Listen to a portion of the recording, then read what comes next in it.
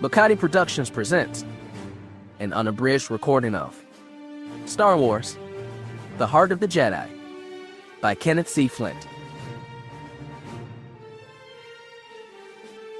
Darth Vader and the Emperor are no more. The Alliance has officially become the New Republic, as Han Solo, Princess Leia, and new Chief of State Mon Mothma emerge triumphant against the diminishing Empire. The Imperial remnant fights on until the long-silent Imperial Senate rises up to call for peace. But not everyone wants peace, and High Admiral Tharus has made plans to ensure the Empire will re-emerge under his rule.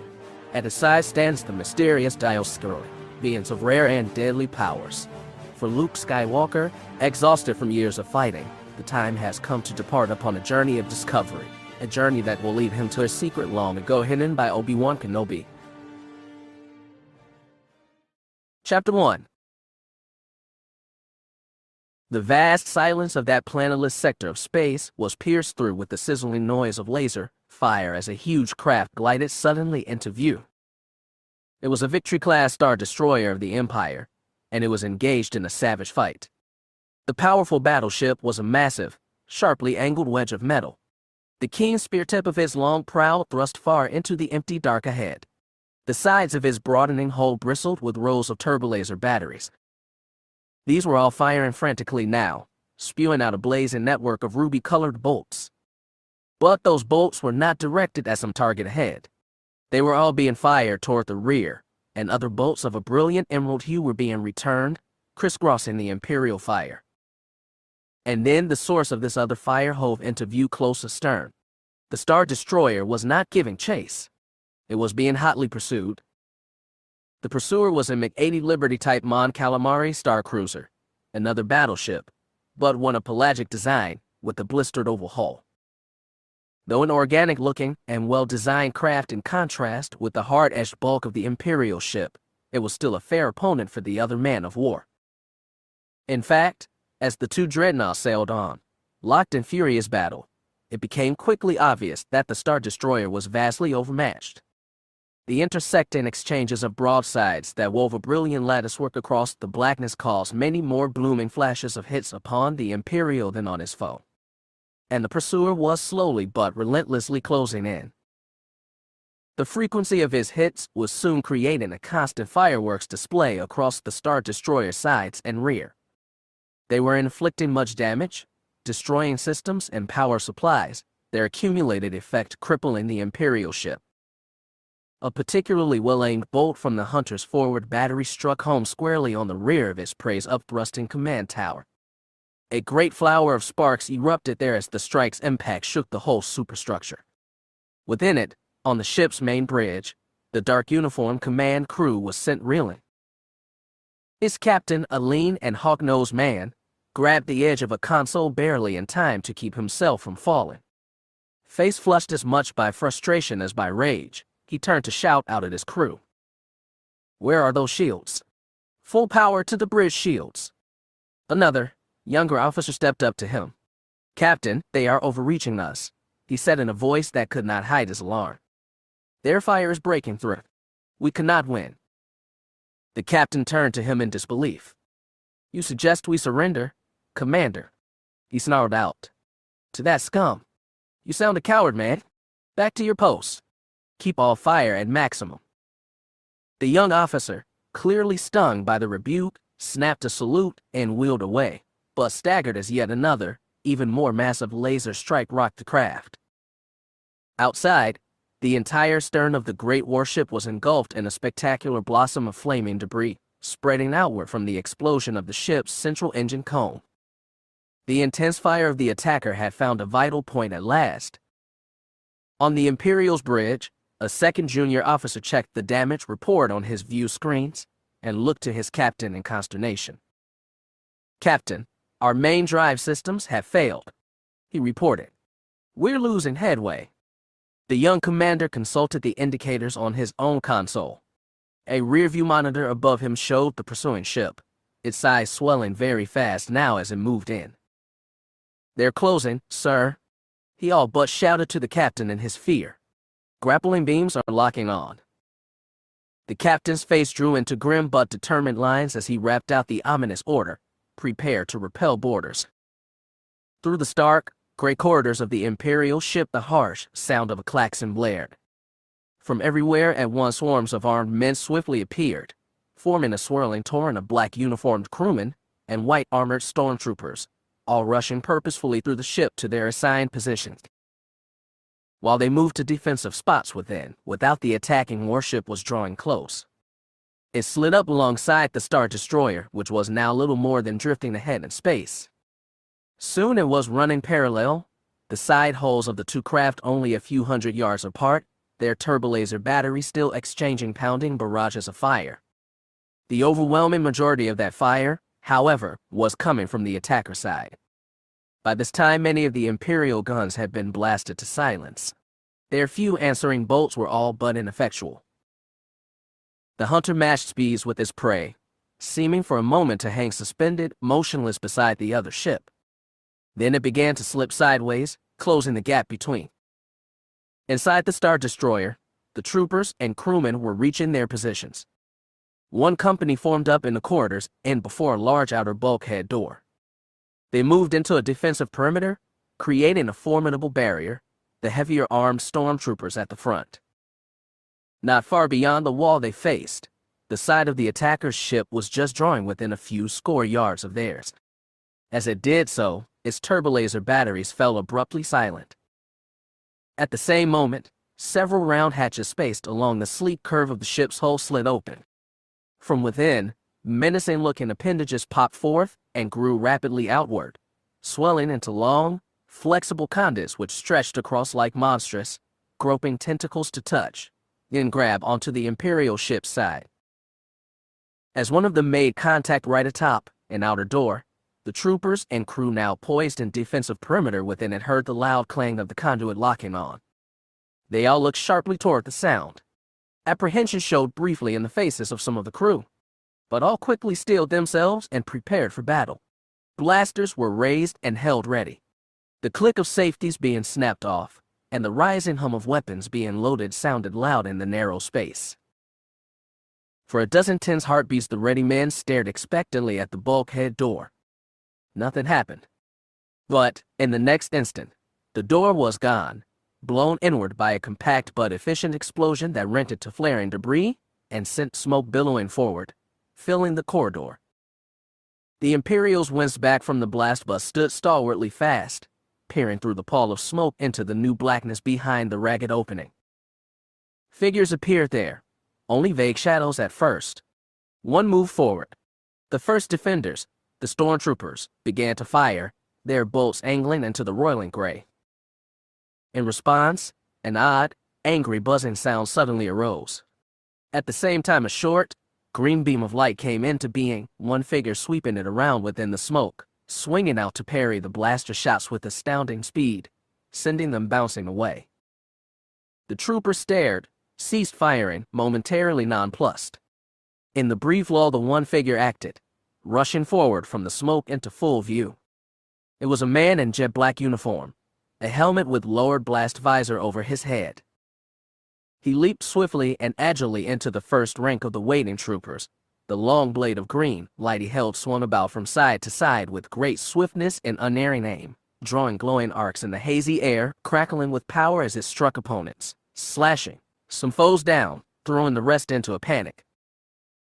Other helmeted figures clad in light blue began to pour through the breach behind the first, firing about with blasters at the rest of the now disorganized defenders.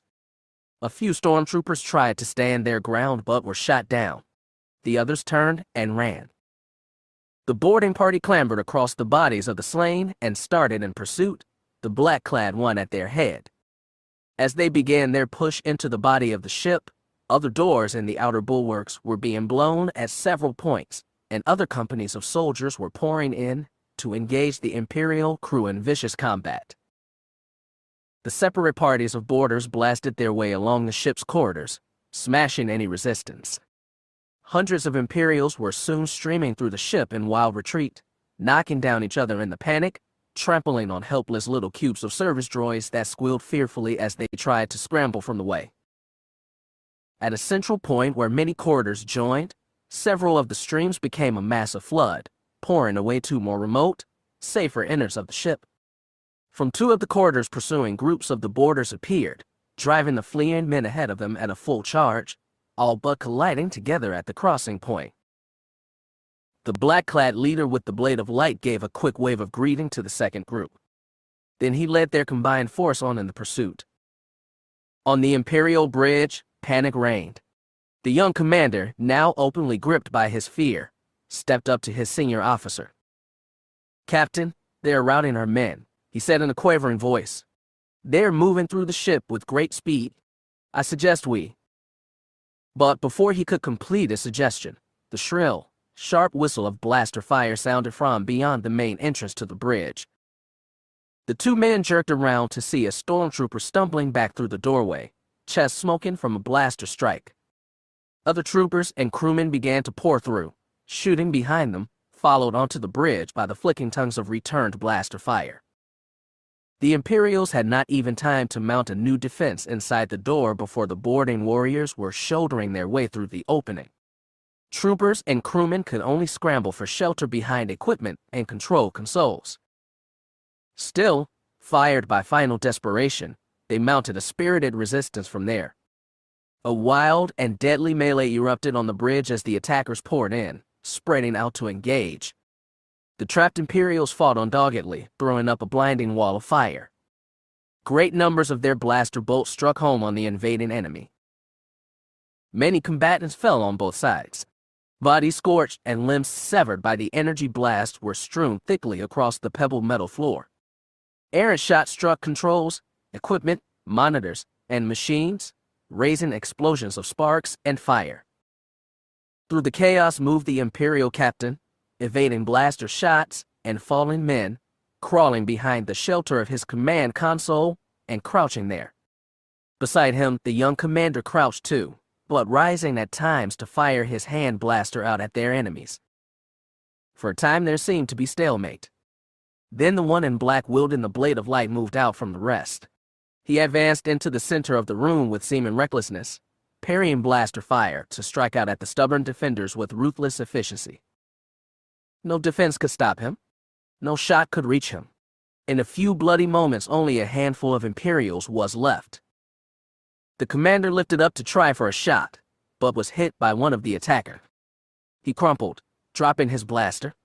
His captain saw the weapon, seized it, and rose into view. Halfway across the bridge deck from him stood the figure with the blade of light. Warrior and captain saw each other at the same time. "Surrender," the black-clad one called to him. The captain drew himself up proudly, defiantly. "To you?" He spat back contemptuously. "Never." His hand swung the blaster up to point and he opened fire. His hasty first shot went wide of the dark figure, but it did strike a blue uniformed one moving up behind. The blast hit his chest square on, his force lifting the soldier and slamming him down. Before the captain could fire again, the black-clad one hurled his glowing saber forward. It flew swiftly, with a rolling hum of sound as it spun end over end, flashing to its goal so fast that the captain hadn't even time to flinch. It struck with a bright flare of power, the blade of light slashing down through the man from shoulder blade to heart. His smoking corpse toppled limply to the deck. A great stillness fell suddenly upon the bridge. The battle was ended, the last defenders down. The victors stood weltering amidst the awful wreckage of sprawled bodies and blasted controls. The black uniformed man strode forward, his boots on the metal deck clanking loud in the quiet. He bent down over the dead captain's body to take up the glowing weapon that lay beside it. For a long moment the warrior stood motionless, the lethal blade of light in hand, looking much a figure of great and terrible power there, surrounded by the sparks and smoke and dead of that hellish room. Then he turned, swinging around toward the group of his fellow warriors who stood watching him. With a snap, the blade of light went off, shrinking in an instant into his metal hilt. The hands of the warrior lifted toward his head. They grasped his helmet, lifting it free of the head that had been shielded beneath. The features revealed were those of Luke Skywalker. Chapter 2. Skywalker's face, though still youthful, seemed prematurely aged by the lines of frustration and regret which now etched it. He tossed the helmet down angrily and spoke to the others in a voice filled with sorrow. Why couldn't they just surrender? A small member of the blue-clad party which had accompanied him onto the battle bridge stepped toward him. Slinging his blaster rifle, it lifted hands to remove his own helmet, revealing the still girlish and deceptively innocent face of Princess Leia Organa. Free of the hampering cover, she spoke out to her brother. You know we had no choice, Luke, she told him in her steady, practical way. It's just that more Imperials are trying to stand their ground. We gave them every chance. They just refused. The figure behind her now removed his helmet too, exposing the rugged but good-natured face of Han Solo. He offered assurance in his own, breezy manner. Hey, come on, kid. We couldn't let him go. Their fleet's still disorganized. We can't waste a shot at getting every ship we can, even a slug like this one. About them, the other members of the boarding company were now doffing their own helmets and setting about starting cleanup operations on the bridge. Luke, looking around himself again, seemed unconvinced. He shook his head and sighed. I don't know, Han, he said in a weary tone. It just seems like such a waste. I've even lost count of how many I've had to kill these past few days. Leia walked to Luke's side. She lifted a hand to rest upon his arm and looked up searchingly into his face. A shadow of his own distress swept across his sister's features. I understand, Luke, she said soothingly. I feel the pain in you. It's not so different from my own. Solo stepped up behind her. Well, hell, nobody likes doing this, he offered in a bluff, defensive way. I'm getting kind of sick of it myself. But, if you really want to get this over with, he shrugged. What else can you do? The others on the bridge were by this time busily engaged in checking over bodies, collecting weapons, seeing to wounded, putting out fires, and accessing damage to the controls. One of them left the rest to approach Han. General Solo, he addressed the other smartly. Ship operations are now under our control. Solo turned around to him. Think she'll fly, Captain? He asked. The man shrugged. We'll have to get damage reports on the engines first. Well, get on it then, Solo ordered. We can't hang around here forever. No telling what other Imperial stuff's cruising in this sector. The man gave a salute and moved away, only to be replaced by another, towering figure who entered the bridge and strode toward the three. The massive, shaggy being that approached was the Wookiee Chewbacca. His appearance there broke the silent bond of commiseration that had held between Luke and Leia. Both they and Han turned to greet their friend. Chewie, said Han. Got the rest of the ship secured okay? The Wookiee growled and grunted out a short speech. Han listened in some puzzlement, then translated. A message. Now. From base? Chewie growled out some more. Han listened again, then turned to Leia. Guess it's a priority one call, Princess. For you? Leia released Luke's arm. At this she was swiftly all brisk business again. Can we take it here? Yeah. Han called out to the other men. Hey, where's the comm panel? One of the men gestured to a bank of controls. Han led the way there, carelessly hauled the body of a dead Imperial off the console, and punched a sequence of buttons on the board. The screen above the console flickered to life. Han punched more buttons, and soon the image of a gray-bearded man wavered into clear view. His voice came to them as he apparently saw them too. He sounded relieved. Ah, Princess Leia? We've been trying to reach you for some while. We feared something had happened. We were in the midst of a battle, Commodore Nurin, she explained. What is it? No need for any battles now, Princess, the man said with some excitement. There's been a ceasefire. The three before the screen were clearly nonplussed by this. They exchanged wondering looks. What do you mean, Commodore? Leia asked forcefully. I mean that since 1 hour ago, we've had an unconditional ceasefire. The Empire asked for it. We accepted. All fighting has stopped. As the full import of his words sank in, Luke's face took on a stricken expression. 1 hour ago, he murmured. Leia's own expression remained guarded at the news. Han looked mainly just surprised. The Imperials asked for it, he exclaimed. Well, I'll be. Mon Mothma urgently requests that you return to the new interim base immediately, Princess, Nguyen went on. Plans must be made quickly. You can get the details, then she responded briskly. I understand, Commodore. Tell her we're on our way. He nodded and his image faded from the screen. Leia looked to Han. How long until we can be away? She asked him. I don't know yet. They're checking on the engine damage. And I've got to get a prize crew aboard. Well, if you can't do it quickly, I'm not sure we can take the time, she said. It's more urgent I get back. It can't be so urgent that I leave a Star Destroyer for the Empire to salvage, he replied reasonably. But if there's going to be peace, she countered, will it matter anymore? You ain't any surer of that than I am, sweetheart, he returned. Besides, either way this thing's worth a big chunk of credits. Leia sighed. I'd hoped the mercenary was all gone from your soul. Once a scoundrel, always a scoundrel, he said, giving her a wink. He bowed and waved invitingly toward the doorway, so if you're in a hurry, come help me get things moving. All right, Leia acceded grudgingly. The two started away toward the bridge door at a quick pace. Chewbacca fell in behind. As they walked, she continued in an authoritative tone. I'll go back to our ship to arrange for departure. You see to things here as fast as you can. Remember, we need to. Her voice faded as they passed off the bridge.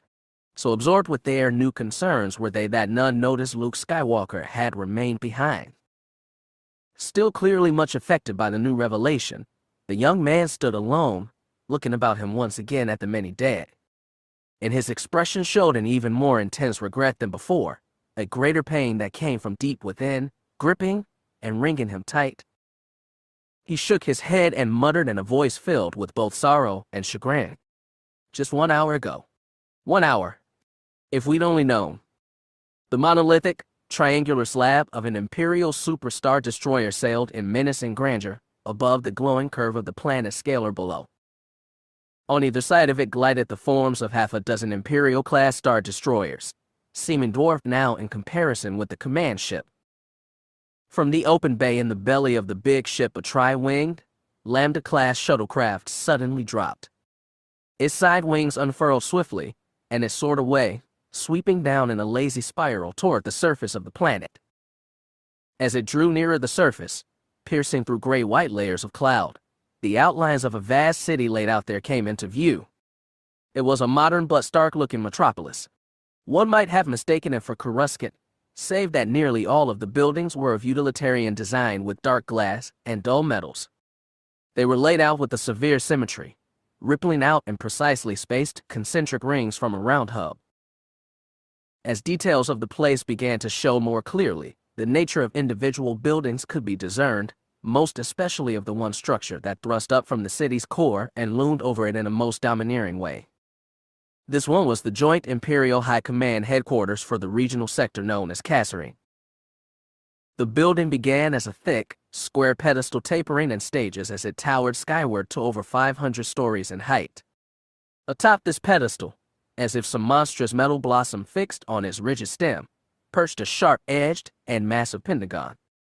Its 5 flat sides were striped with the lights from 2 score more stories of windows, making the whole soaring building nearly a mile high. The shuttle angled down and across the city toward it, overbearingly forcing a patrolling flight of smaller TIE fighters to scatter like a ruptured flock of birds to avoid its path. It slowed and dropped in toward the huge structure's roof. Here, shielded turbolaser batteries on each of the 5 sides surrounded a central landing area. There was a great deal of rather frenzied activity on and about the area at the moment. More shuttles, TIE fighters, and other small craft were moving about so thickly as to appear to be near hazards to each other.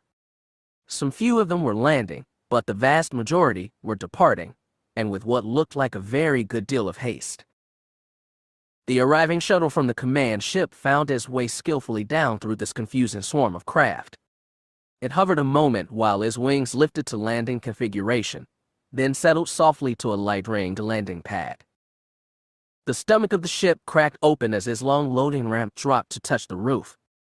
Down the slanting runway from inside immediately marched 4 white armored stormtroopers, taking up positions at either side of the base, weapons held at present arms. Behind them, 4 other figures then started down. 3 were in the dark uniforms of the Imperial Command. 2 young officers of a smug and thin-lipped look preceded a somewhat older man, clearly their superior. He was a most imposing figure, tall and spare, long-limbed and ramrod straight, head held proudly erect and commandingly poised. He moved down the ramp with the purposeful stride of one in full, unquestioned control. In the rear walked a 4th figure that could most loosely be dubbed a man. This small and most curious-looking being was man-shaped generally, gawky and cadaverous of build, with skin drawn tight across a death's head face. He was quite hairless and had an eerie, blue-white translucence to his flesh, the veins beneath the surface showing as a purplish network, pulsing with the coursing of his blood. Most of this somewhat repulsive form was visible as he wore only a turban-like headdress and baggy loincloth even in the chill, stiff breeze at that high altitude. This made quite conspicuous the hazy, softly glowing, violet mass of the heart throbbing deep within his breast. As the fall reached the ramp's base, the tall man pulled up, the others stopping behind him. He stood looking around him at the landing deck. His lean, strong-featured face was drawn in a hard frown of disapproval. The intense gray eyes set wide on either side of an emphatic hook of nose narrowed in displeasure as they took in the scene. About him on the deck all was near chaos. Scores of people were scurrying around, hurriedly readying ships, carrying cargoes of supplies, and equipment and even furniture to load. The majority were obviously abandoning the tower in some haste, and apparently taking anything movable along with them. Most were civilians, dressed in the plain and drab-colored garb of imperial bureaucrats. A few wore the cloaks and color sashes of politicos with some rank. The tall officer's gaze fell upon a chubby and red-faced supervisor struggling to cope with a herd of anxious, moody-laden folk who crowded about him. The harried official had seemingly taken no note of the new arrivals. Signaling the rest to follow, the officer strode across to him. He stood waiting to be noticed, but the busy supervisor ignored him. He cleared his throat for attention, but the other stayed preoccupied, giving out directions while checking a computerized manifesto in his hands. The officer coughed again, more aggressively. This time the rotund little man gave a great sigh of exasperation and looked around to him. "Yes," he said in a prim, most put-out way, "and just what you want." "I am High Admiral Tharus," the tall man said, as if that alone should certainly be enough. It wasn't. "Tharus," the unimpressed supervisor said, consulting his list. "I wasn't informed you'd be arriving now." "You should have been," the High Admiral said curtly, looking the man up and down. "And who are you?" "I'm Chief Dockmaster Tommel," said the other with an air of much self-importance. "Now, I'm quite busy," he added dismissingly. "You must notice there's a great deal of confusion here. All the panic since the Emperor's death, eh?" Tharus brusquely cut him off. "That will end right now, Dockmaster. You will see that no more craft depart this base without permission of the High Command." The man gave a laugh at that. He waved about him at the colossal bedlam. "Can you see this? Do you really expect me to stop it?" "I do," Tharus said domineeringly. "It's my order." Tommel's red face grew redder. "And just who are you to give that order?" he said indignantly. "These are mostly civilian people here. Members of the Emperor's government, not of your military, and some of them with a bit of their own rank, as well. You have no authority over them, especially now," he added contemptuously, "with the dismal showing you've made defending us." From the hostile looks, agreeing nods, and dark mutterings in those crowded around, and watching this exchange, it was clear the rotund supervisor had their strong sympathy. High Admiral Tharus glanced around at them, then back to the little man. "So you refuse to obey me?" he challenged forcefully. "Yes, I do," Tommel said, drawing up to the full of his height and meeting the still higher gaze defiantly. In response, the High Admiral stepped back, gesturing at the strange, clear-skinned being as he moved behind him. See to it, he snapped. The being nodded. His violet heart pulsed brighter. His body was instantly enveloped in a sapphire glow as his preternatural metabolism swiftly absorbed vast quantities of ambient energy from the atmosphere, transforming it into matter. The cocoon of light obscuring his image as his figure swelled in moments to a giant size. Just as instantly the light faded, revealing a monstrous, amphibious-like being where the man had been. The green-skinned thing squatted on broad haunches, a flat and wide-mouthed head with bulging eyes looming 2 stories above them on a thick, deeply puckered neck. As the dockmaster stared in astonishment, the head shot forward, the neck stretching far out in rubbery ease. The mouth gaped open. The man screamed. It was over in a blink. The thing had seized and swallowed Tamil in one gulp. The head had shrunk back onto the body. The only sign left of his chubby form was a round, still wiggling lump in the monster's neck. But another big swallow quickly pushed that down out of sight. The crowd around stood flabbergasted, frozen in shock. Tharus swept a frigid gaze around at them. No one refuses to obey me more than once, he slowly, pointedly told them. Coolly, the High Admiral looked to his officers. Lieutenant Voss, he said to one, you and the troopers stay here and see my orders obeyed. He nodded toward the creature. Castor will stay and help you as well. At this, the creature's slavering mouth stretched upward into a grotesque smile. The people around cringed back from it in horror. Lieutenant Voss saluted and replied to his commander as Tharus turned and started briskly away, accompanied by his other officer. The 2 men made their way through the milling throng to a central roof structure festooned with surveillance dishes and communications masts. As they moved toward one of a row of doors set in its base, the portal hummed open, revealing a circular lift. The men entered it. Its door slid closed, and lights above it flickered, signaling its descent. In moments, its door was sliding open again, letting the 2 out into an interior corridor. It was a square and plain-walled hall, its gray sides broken only by regularly spaced doors. Here the furor on the roof was being repeated. More masses of people in mostly civilian dress swarmed everywhere, some looking in a great hurry, many looking very concerned. The High Admiral and his man proceeded up the corridor, weaving through the others, dodging or stepping over a variety of just as bustling droids. Tharus cast his keen gaze around him as he walked, taking it all in. Through one open doorway he passed, he caught a glimpse of a busy scene within. The interior of what seemed an office had been torn apart.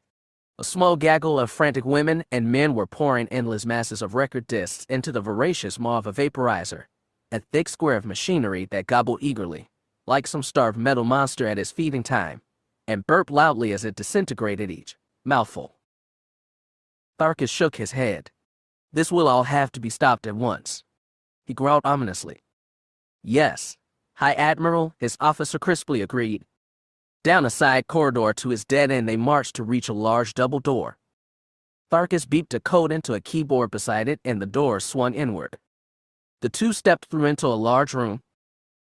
It was a wedge-shaped space, widening toward the far end where long windows looked out on one arc of the city below. Just before the windows sat a sharp-cornered trapezoid of a black metal desk, around which a half-dozen uniformed men stood or sat. These men looked up with startled expressions as the Admiral came in. They were momentarily frozen in tableau, expressions somewhat guilty, even slightly fearful, as if they'd been discovered as something clandestine. But as the Admiral moved forward, expressions of recognition and then relief replaced those of concern. One square and bull-necked man bellowed out in obvious delight, High Admiral Tharus. We didn't expect you until tomorrow. The Admiral strode toward them, the officer behind him closing the doors. I made all possible speed. General Cantos, Tharus replied. What is it that's happening here? Another, wasp-waisted officer spoke up at this.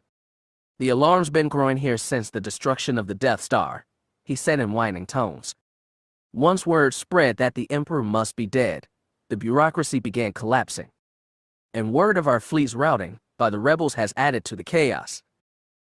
The High Admiral reached the table. He looked around at them, face set in hard lines. That chaos ends now, Admiral Dakova. My own flotilla is in orbit above the capital. As ranking officer, I am assuming command. Of what? Dakava said with despair. The remains of our main fleet are scattered throughout 3 systems. A temporary setback, Tharus said confidently. Our combined firepower is still many times that of their ragtag forces. Once all our reserves are activated and we've regrouped, we'll be more than their match, I assure you.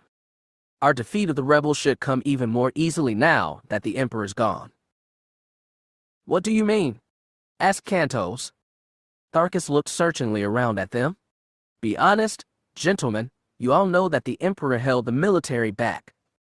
His sole power lay in his use of the Force. Open contempt came into his voice as he went on. He was no tactician, no leader, no fighting man at all. His self-serving strategies were more a hindrance than a help. The officers exchanged nervous glances, but gave grudging nods. Tharus leaned forward on the table and spoke with sharper, venom-tipped force, thrusting home his point. You also know well how he laughed at us, how he belittled our skills. He charged me with some secondary role and put his pet Darth Vader in supreme command. Well, now the military will have its proper place. We will gain control and... You will do nothing, High Admiral, a new voice announced suddenly from behind him. Chapter 3. High Admiral Tharus jerked around toward the voice. 3 new men had come through the office doors. At their head was an elderly man of frail bearing and silver hair.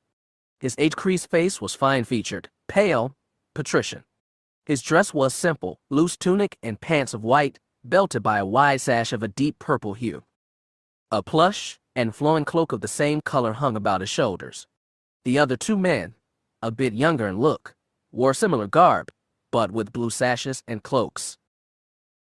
The 3 faced those at the desk with a bold air. Tharus returned their looks with one of indignation. Senator Valadian, the High Admiral said icily, you presume to invade our private office unannounced.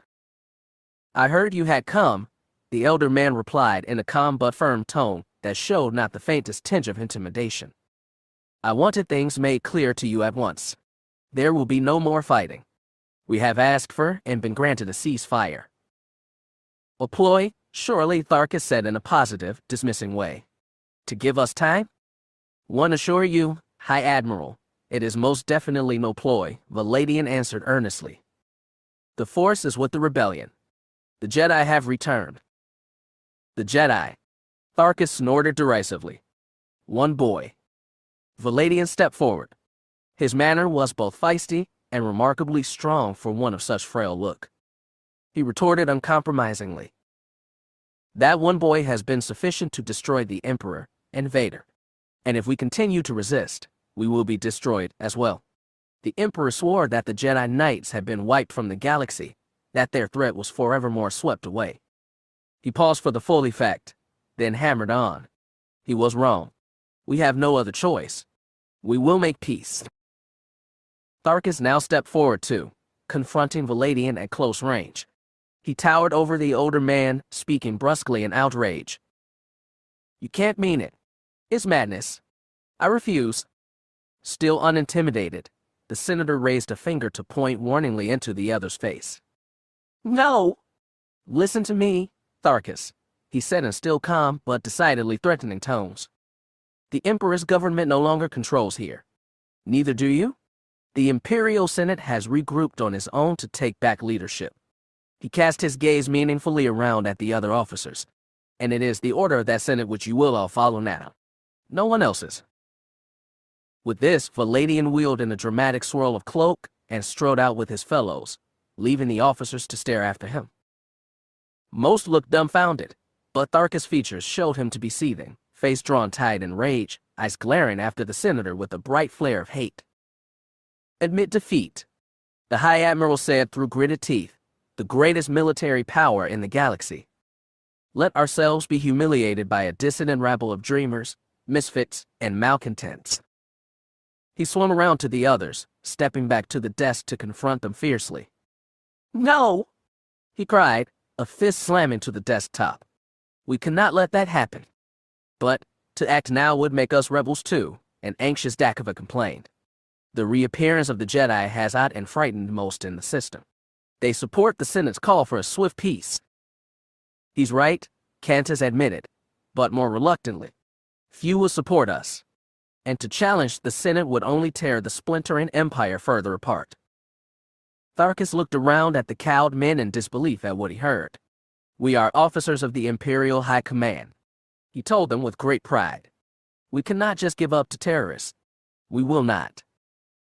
He leaned forward on the desk to fix a savage gaze on them, adding with a chilling certainty. Somehow we will destroy this traitorous quest for peace with the rebellion.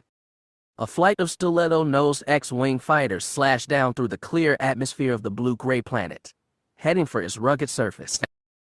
It was the mountain planet of Tor Burlene, and the ships leveled at good altitude to safely whip across its sterile, rocky terrain of deep valleys and high, snow-capped peaks. With the Empire in decline and their problems with the SS Siruak, Nagai, and Toph behind them, both the Alliance High Command and the fleet knew it was time to settle and commence the difficult challenge involved in governing. As they felt they'd brought enough trouble to Endor, and weren't yet ready to tackle Coruscant, the planet Tor Burlene in the Outer Rim was deemed suitable for the time. As they swept in closer to one tight cluster of peaks, it could be seen that the seemingly empty tips of some actually held camouflaged ion cannon emplacements. The big globular turrets with their up-thrusting muzzles were set deep into the rock for protection. The ship slowed, gliding down past another peak where both electronic and human lookouts kept watch, and headed for what appeared at a distance to be only a ragged fissure in the cliff face below. The X-wings slowed further as they neared it. The crack could now be recognized as the camouflaged entrance to a hangar bay. The ships glided through it and into the lit space that opened impressively beyond. It looked as if the entire top portion of the mountain was a hollow one, forming a single vast chamber. Its sides of smooth stone, tapering up neatly toward a dome, gave evidence of its mechanical construction. An artificial sun glowing warmly in the dome shed a clear light on the open floor of this hidden landing bay. It was thickly scattered with various types of ships, mostly small, mostly bristling with armaments. Hundreds of living beings and droids of widely varying types moved busily about, servicing the fleet. The X-wings slipped in above them, hovered, and, at the direction of men waving directional lights, dropped smoothly into a clear space in the bay. As ground crews swarmed in around them, another, smaller group of beings came into view beyond, weaving its way across the crowded, bustling floor. Princess Leia Organa led the group, in company with a gray-bearded man in baggy brown uniform. Behind them, Luke Skywalker and Han Solo walked together while the Wookiee Chewbacca brought up the rear alone. Leia and the bearded man were locked in conversation. She, clearly the eager focus of the man's whole attention, listened as he continued. And we're almost happy to see you here, Princess.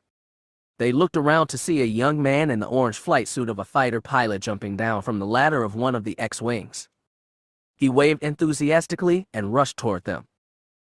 As he reached the group, a beaming Luke cried Wedge, and moved to meet him. The rest watched while Luke and the other man hugged warmly as old friends. The two pulled apart to grin at one another, the rare smile bringing much of the youth back into Luke's dour face. I'm sure glad to see you made it through, Wedge, he said earnestly. Always do, Wedge casually replied. Good to see you in one piece too. He looked around at the others. And the rest of you okay? Not for any lack of trying, by our Imperial pals, said Han. They took up their walking again, Wedge falling in with them. He nodded agreement with Han's words. I know what you mean. We've had some hot times ourselves. A tough bunch those Imperials are, even in retreat. I can't say we weren't relieved by the ceasefire. Do you think it's for real? Luke asked. Wedge shrugged. Seems to be. My flight's just returned from a long recon sweep. There's no action we can see. I just can't believe it, Han said skeptically. Those cold-blooded rotters. Just give in. I have to admit, I feel some doubts myself, Wedge said soberly, then smiled again as another thought came to him. But, hey, there are some others here who'll be happy to see you. He looked around him at the busy floor. I'm a little surprised they haven't shown up by now. Matter of fact, should be close by somewhere. As if in response to him, a familiar and distinctly excited series of squeaks and whistles sounded from across the floor, growing rapidly louder. At the sound, Luke grinned once more, even more broadly. I think I can guess who, he said. I'll stop again to look toward the approaching noise. The short, blue and white, barrel-shaped form of the droid R2-D2 rolled toward them through the clutter of the floor, followed closely by the gold, roughly human figure of his faithful counterpart, C-3PO. R2. Luke greeted the now gleefully beeping little droid, patting his domed top. That rounded section pivoted back and forth like the head of a puppy beneath his master's hand, and the swivel lens of his camera eye switched happily. Han stepped up to the man-like droid. Hey, Goldenrod, he greeted heartily. How's it going? His friendly slap across 3PO's back had enough force to stagger the metal being. With a whine of hydraulic muscles, the droid recovered, drew up stiffly, then replied in his precise, prissy way. Well enough, Master Solo, considering. He paused, and a tiny but definite tone of resentment appeared, adding an edge to the normally reserved voice.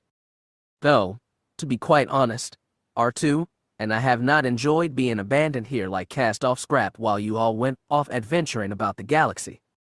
This really is a most dreary place. Sorry, Professor, Han said sarcastically. We didn't need your help chasing down Star Destroyers.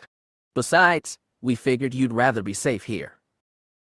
Actually, R2, and I have gotten rather used to excitement over these past few years, the droid replied. Furthermore, there is a great deal of hard work to do here. I don't mind it myself, but they keep trying to plug poor R2 into all manner of machinery and ships. He leaned forward and added more confidentially, and not all of it is quite, well, nice, if you get my meaning, sir. One doesn't know where all has been. It causes no end of bother. 3PO dropped a hand onto the little droid's head. He's most adamant about staying loyal to you, Master Luke. The bearded man with them shook his head in amazement. That's true enough, he said. I've never seen any droid so loyal to one man, almost like it was a living being. I wouldn't have it any other way, Luke said sincerely. He gave the cylindrical droid an affectionate hug, then looked around at the others. Just like old times, huh? He said with a flash of his past boyish effervescence. Sure is, Han said, smiling. Chewie growled his own agreement. But Leia stood, hands on hips, face registering only soberness.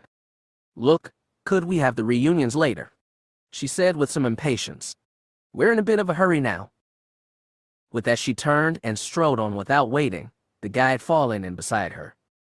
Behind her, Han exchanged a glance with Luke, rolling his eyes up in the we're in that kind of mood, expression. Luke shrugged in reply, and they all followed after her. The enlarged little group moved on across the floor toward the far, sloping wall, where the lighted capsules of glass elevators slid in a system of tubes, carrying passengers downward to a series of chambers below. The guide led them into one of the cars. Sublevel 23, he said into the voice-activated control, and swiftly they were dropping into the tube. So, I believe this is the full situation as we have it to date, the voice continued. The speaker was a striking woman of indeterminable age, slender, tall, of noble bearing, and strong, handsome features. Her even, soft, but still commanding voice carried easily across the large circle of table to all those who sat about it. The messages have been encrypted with special seals which we've identified, she went on. Voice and images have been verified as well. There is no doubt it is the Senator Taj Valadian to whom we've spoken. The table was a single mass of rock carved into a rough circle, the green and gray swirls of its marble-like surface polished to a soft sheen. A light from above was projecting a slowly turning holographic image of the senator's head just above the tabletop center. Around it sat Princess Leia and her comrades, in addition to the older woman and a dozen men in uniform. Leia now addressed the woman, and you feel he's proven that they are in control, Mon Mothma. The woman nodded. Valadian has provided us with many assurances, as well as the confirmed statements of senators, almost all of those who survived the Senate's disbanding by the Emperor, representing nearly 12,000 systems. They categorically support him and corroborate his claim. The room in which this meeting was taking place was a smaller version of the hangar bay, a simple, smooth-walled cone cut from the living rock. A lens-studded globe suspended within its apex provided rays of illumination and projected the holographic beam as well. Leia closely studied the image floating within it. "Senator Valadian," she said thoughtfully. "He was a good friend to the people of Alderaan. I knew him as a girl." "Then you must see why it is so vital that you go, Leia," Mon Mothma put in. "In addition to your own contacts with the Senate as Alderaan's ambassador, you are of the old royalty, the ruling classes of the Old Republic's time. No one is so fit to negotiate a peace with them." At this, Han piped up with some force. "I just don't see how you can believe this, Kark. How can this senator suddenly be calling the Empire shots?" At his abrupt outburst, the others looked in some surprise to him. Mon Mothma's gaze was somewhat disapproving, as if he were a rowdy pupil speaking out of turn. "How much do you know of the galaxy's history?" she asked plainly, though Han thought he could detect a note of condescension. "I know enough," he retorted defensively. "But I've been a little busy trying to stay alive to take lessons." Leia swiftly moved in, speaking in more patient tones to him. "Han, what Chief of State Mothma means is that the Senate has been the accepted form of government in the Old Republic for 25,000 years, and the Royal House of Alderaan has been a part of that since inception." "Yeah," Han accepted. "I know something about that. And when old Palpatine took power, he eventually shut down the Senate." "Right," Leia agreed. "That body had long been a figurehead anyway, a semblance of democracy to help keep the local systems placated while he gradually replaced them with Knorr, the Moffs, and the Imperial Ruling Council. I never understand why he didn't wipe the whole bunch out as soon as he declared himself Emperor," said Han. "He was sure ruthless enough." "He was." This came from Mon Mothma. "Even so, he didn't dare, for all his power. It would only have confirmed what the Separatists had been saying and led to further secession. So the Senate, at least those members who didn't openly oppose him, were allowed to survive." "And now they've reformed," Leia said. "In the vacuum the Emperor's death has left, some have looked to them for leadership. And in the panic our new victories have brought, the senators have seized the chance to make overtures for peace." Han shook his head, clearly not yet convinced. "After all this fighting, why should we trust them about this?" "Because if it's true, it could save millions of lives," Leia replied. "Who knows how much longer this war might last otherwise?" "We have them on the run," he said stubbornly. "They can't still reorganize," she argued back. "Join up with one or more of the Imperial warlords like Harris or Singe, or worse, lend their ships to Pestage on Coruscant. Think, Han. Their resources are vast. Only a quarter of their sectors are in our hands. A chance at peace is worth the risk." "I agree," Mon Mothma said firmly. "Even a small opportunity must be investigated. But," she added more cautiously, "General Solo expresses a salient point. We must also be careful. Even if they are sincere, there will be those on both sides against such a peace. Negotiations must be handled under the greatest security. We are now seeking a neutral planet. Something safely placed." "All right then," Han finally acceded. "But if the princess is gonna go, then I'm going too." "Why you?" asked Mothma. "Somebody's gotta take her, don't they? There's no ship that's safer than the Millennium Falcon." "Safe?" echoed Leia dubiously. "Your ship sustained some damage in the Battle of Seijo, I understand." "Nothing big," Han assured. "It's being seen to now." He leaned forward. "Look, Chief," he said confidently, "if you want your ambassador flown to this secret spot of yours without anyone knowing, then I'm your man. No one and nothing is as fast as me and Chewie." "He's right there," Leia agreed, having to smile at the man's amiable cockiness. "Han and his ship would be our best way to go." "Great," he said with satisfaction. "Chewie and I can be her escort, and of course, Luke's gonna be with us." Luke Skywalker had sat silently, listening musingly through all of this talk. Now he spoke up quietly but firmly. No, Han. I'm not. Chapter 4. They all turned to Luke with looks of astonishment. What do you mean? A disconcerted Leia asked him. Of course I want you with me. He shook his head. You don't need me. I'd just be in the way. You wouldn't, she protested. How can you say that? His reply was calmly reasoning. Because it's true. I'm no diplomat, Leia. That's your skill. I'm still just a farm boy from a backward planet on the fringe of the galaxy. I never got the education or experience you did. I just ran off with Ben Kenobi, and here I am. But you could still go, Leia argued. You could learn? Luke cut her off. Sorry, Leia, he said in a heavy way. I'm really just not up to it right now. To tell the truth, I'm feeling kind of tired. He got to his feet, his expression giving evidence of a great weariness, and of an odd forlornness too. Solo began to rise as well, holding out a hand. Luke. Leia held up her own hand in a restraining way. No, she said firmly. Let him go, if it's what he wants. Han settled back, though reluctantly. Luke gave his sister a small, grateful smile. Thanks. I figured you'd understand. I'm going now. May the Force be with you. He looked around to the little droid. R2, you come with me. The droid squeaked an answer and obediently rode after him as he moved away toward the door. The others, still at a loss over his strange attitude, looked after him. As the sliding door whooshed closed behind him, Han turned to Leia. How can you just let him go like that? He demanded accusingly. Something's wrong with the kid. What's wrong with my brother is his own affair, she replied quietly. Han was plainly confounded by this seeming callousness on her part. Yeah, but, he began. General Solo, she said in a firm and formal way, the peace of the galaxy is our only concern now. If you mean to use the Falcon, shouldn't you be seeing that the ship is prepared? That threw Solo even more aback. He stared, then his face drew into a scowl at the somewhat curt dismissal. Oh, well, sure, he returned with sarcasm in his tones. At your command, Your Majesty.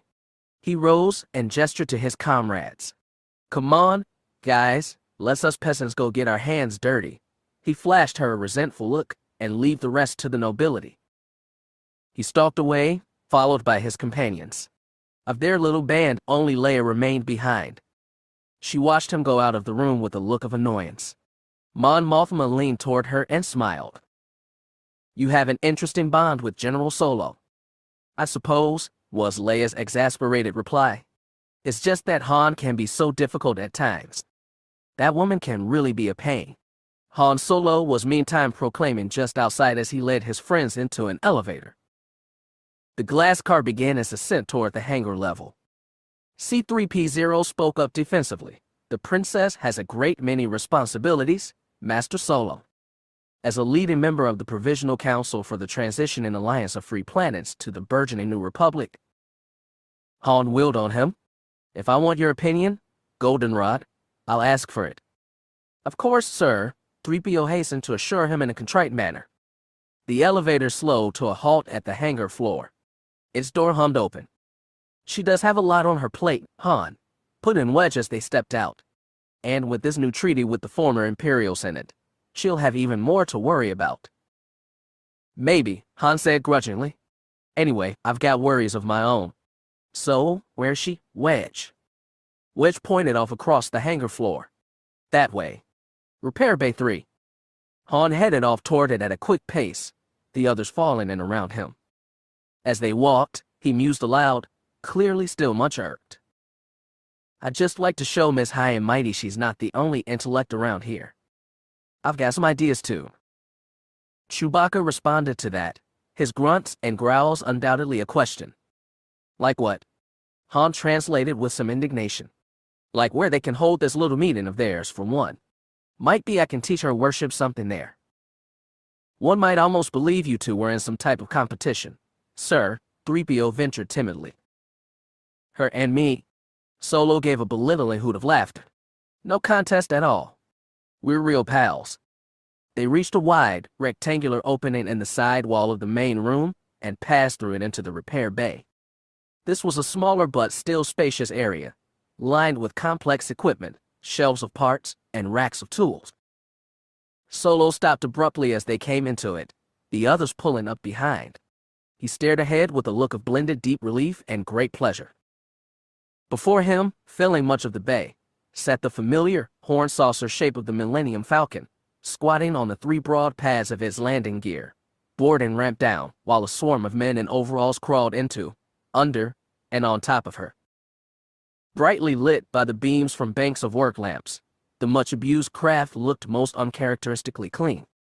The trails of rust and scorch marks from blaster hits had been scoured away, and her hull had a soft, smooth sheen from being newly buffed.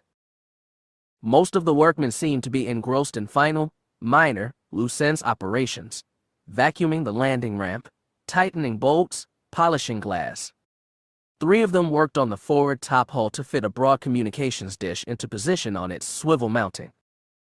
"There she is," Han said, drinking in the sight. Then, with great sincerity, he added, "I never saw anything look so good." He walked forward slowly, the others following. They moved up under the curve of her lower hull to the front landing gear. Han ran a caressing hand down it, murmuring affectionately, "How are you, girl? You know, there was a time I thought I'd never see you again." They've been working hard on her, supplied Wedge, getting her back in shape. "Uh-huh," Han replied noncommittally, his eyes scanning her underbelly critically. "We'll see." A man whose clean, crisply pressed overalls said supervisor came over to them. He was a dapper little fellow with neatly curled mustaches and spoke in a clipped way. "General Solo." Han turned to him. "That's right. I'm Higgins, crew chief here. We've had a time of it, getting this old girl back in ship shape, I can tell you." "Really?" "Oh, yes. Hard to find a calm dish for a buggy so obsolete. Quite sure you wouldn't want to trade her in for something a bit more up-to-date." "Not a chance, Chief," Han assured. He patted the ship. "This lady's got a lot of good years left. When she goes to the scrap pile, it'll be with my carcass still at the controls." The man shrugged and cracked a little smile. "As you will, General. Well, she's nearly ready now. Refit in as near new as we can make her."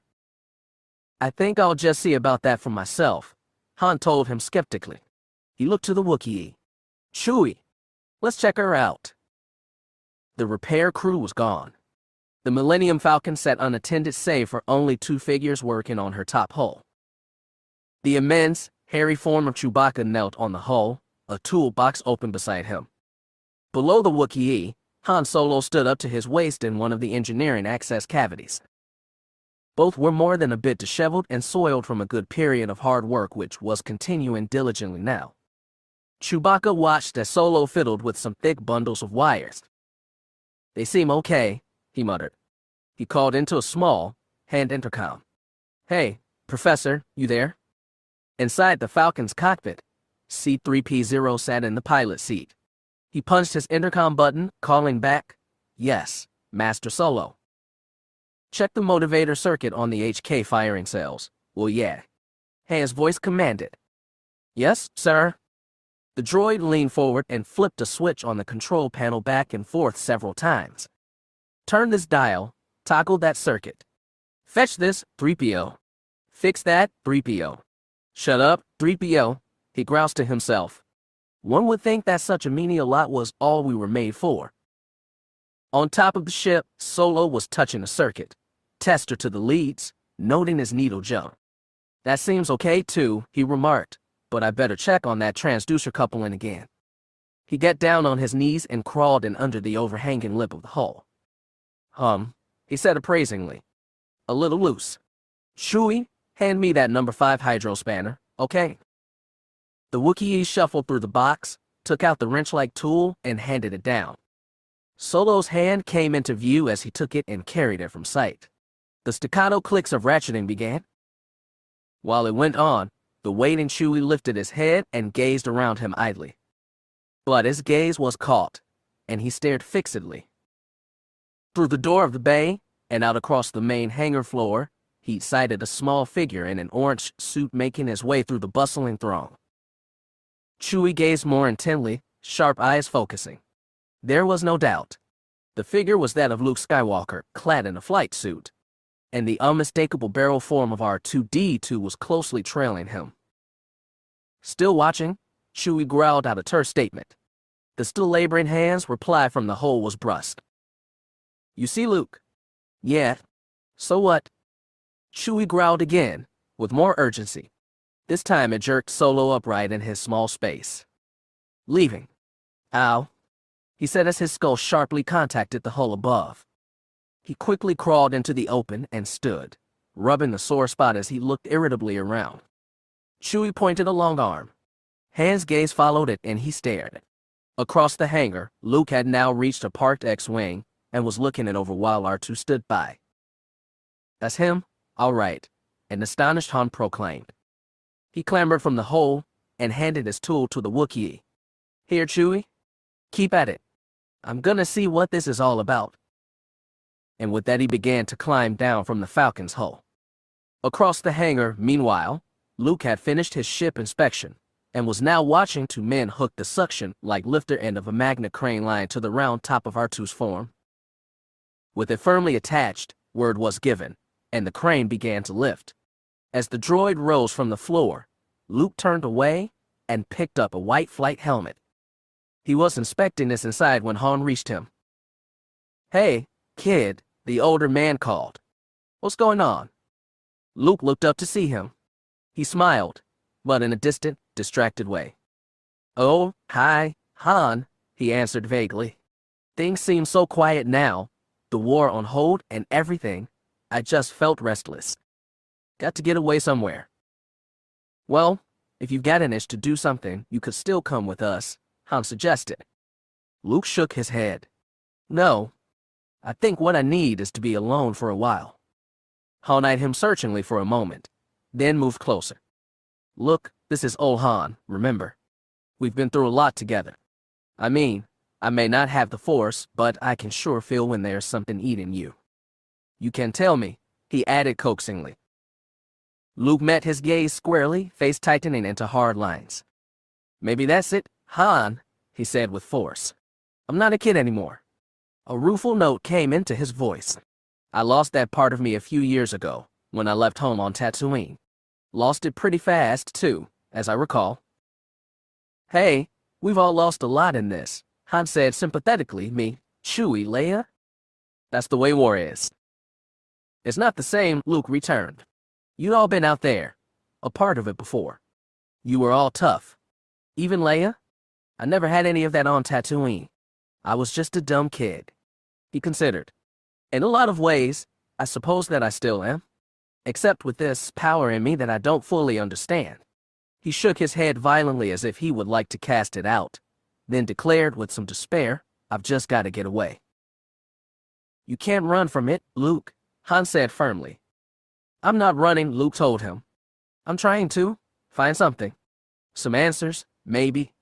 He looked to Han with urgent appeal. "Can you understand that?" Solo considered his friend with unusual gravity for a long moment. Then he nodded. "Okay, keyed Luke. I guess I can understand. We all get to having doubts about who we are sometimes. I just didn't like seeing you go off alone this way." "I was," he hesitated over the difficult admission. "Oh, hell, I was worried about you."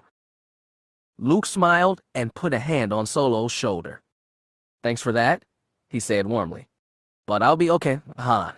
Really. I just need a little time to sort things out. That's all." A ground crewman came up to them. "We've got your droid all loaded, Commander Skywalker," he announced. Luke looked away from Solo and nodded acknowledgement to the man. "Thanks." He slipped on his helmet, then clasped hands with his old friend. "I'll see you soon," Luke assured. "I promise." "May the Force be with you," Han replied with feeling. Luke turned away and moved to the ladder of his ship. While he began to climb, Han backed away out of the landing circle and stood watching the younger man until he had settled into the cockpit. Despite Luke's assurance, Han's face showed his misgivings as he watched the canopy come down and the X-Wing began to lift from the floor on its repulsive drive. The ship was sliding away before the directing lights of a deck signalman when Han became aware of another figure beside him. He looked around to see that it was Leia, also staring intently after the departing ship. "Luke's taking off for somewhere," he supplied. "I know," she replied. She looked to him, her eyes taking in his troubled expression. "There was nothing you could do," she soothingly explained. "I can feel the turmoil in him. It's been growing for some time. He's got to resolve it himself, Han. You can't help him with it. Only he can find the way." His probing gaze met hers. His voice was grim. "What if that way leads to the dark side?" To this she gave no answer. But as her gaze shifted back to the X-Wing just slipping out the main hangar door, a glint of mixed hope and worry shone in her eyes. Outside the door, the X-Wing was already activating its main engines and streaking away. It angled up and across the rocky landscape as it accelerated, in seconds shooting from the hazy envelope of atmosphere and entering the black crystal clarity of space. As the ship rapidly pierced deeper into the star-swept dark, the young man in his cockpit checked his instruments. From his own cozy port behind the cockpit, the little droid peeped and whistled to him. Its sound showed up as readable symbols scrolling across a cockpit screen. Luke read them and answered. "You want a destination, R2?" He considered. Then he spoke the single word, "home." The ship banked and blasted away into space, leaving the gray-white marble of the planet behind. But, as it did, a second X-Wing came suddenly into view, slicing up out of the planet's atmosphere. Within its cockpit sat another pilot in an orange flight suit, but wearing a metallic blue helmet instead. He consulted his laser tracking scope, noting the blip of the other fighter ahead. The pilot nodded with satisfaction and nudged his thruster controls full on. The X-Wing flashed forward, banking to take up position dead in the other fighter's wake, but at a very safe distance behind. Chapter 5. The X-Wing fighter sailed from black space into the bright glow of a new world's atmosphere. This one was Tatooine, Luke Skywalker's first home. A burnished copper sphere of a planet, it was blemished here and there by the swirls of immense windstorms, surrounded by a ruddy aura of high-blown dust. The fighter sliced down through the obscuring atmosphere to come into clear sight of the surface below. It was a desolate vista, largely flat, desert landscape marked by occasional ridges of stone-like bony spines thrusting out through long mummified flesh. The X-Wing soared across it for some time, staying low over the ground. Then it banked sharply, swinging around and slowing to a cruising speed. Luke lifted his visor and craned his head to look out through the canopy and down. Below him was visible a seeming habitation. Several circular forms, their structure and symmetry bearing evidence of artificial construction, huddled together not far from a flat ridge where lines of spire-like moisture vaporators showed. "That's it," Luke said. "That's our moisture farm.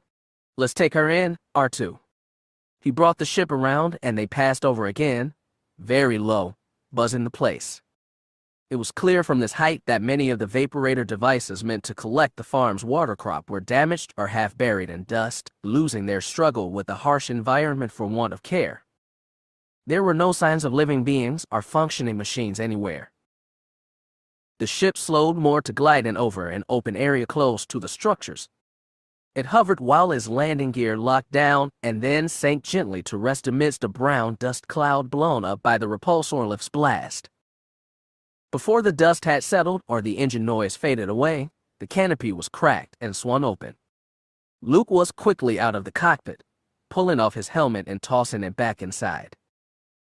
He climbed back onto the wing to help R2-D to unplug from its control socket and then lowered the little droid to the ground.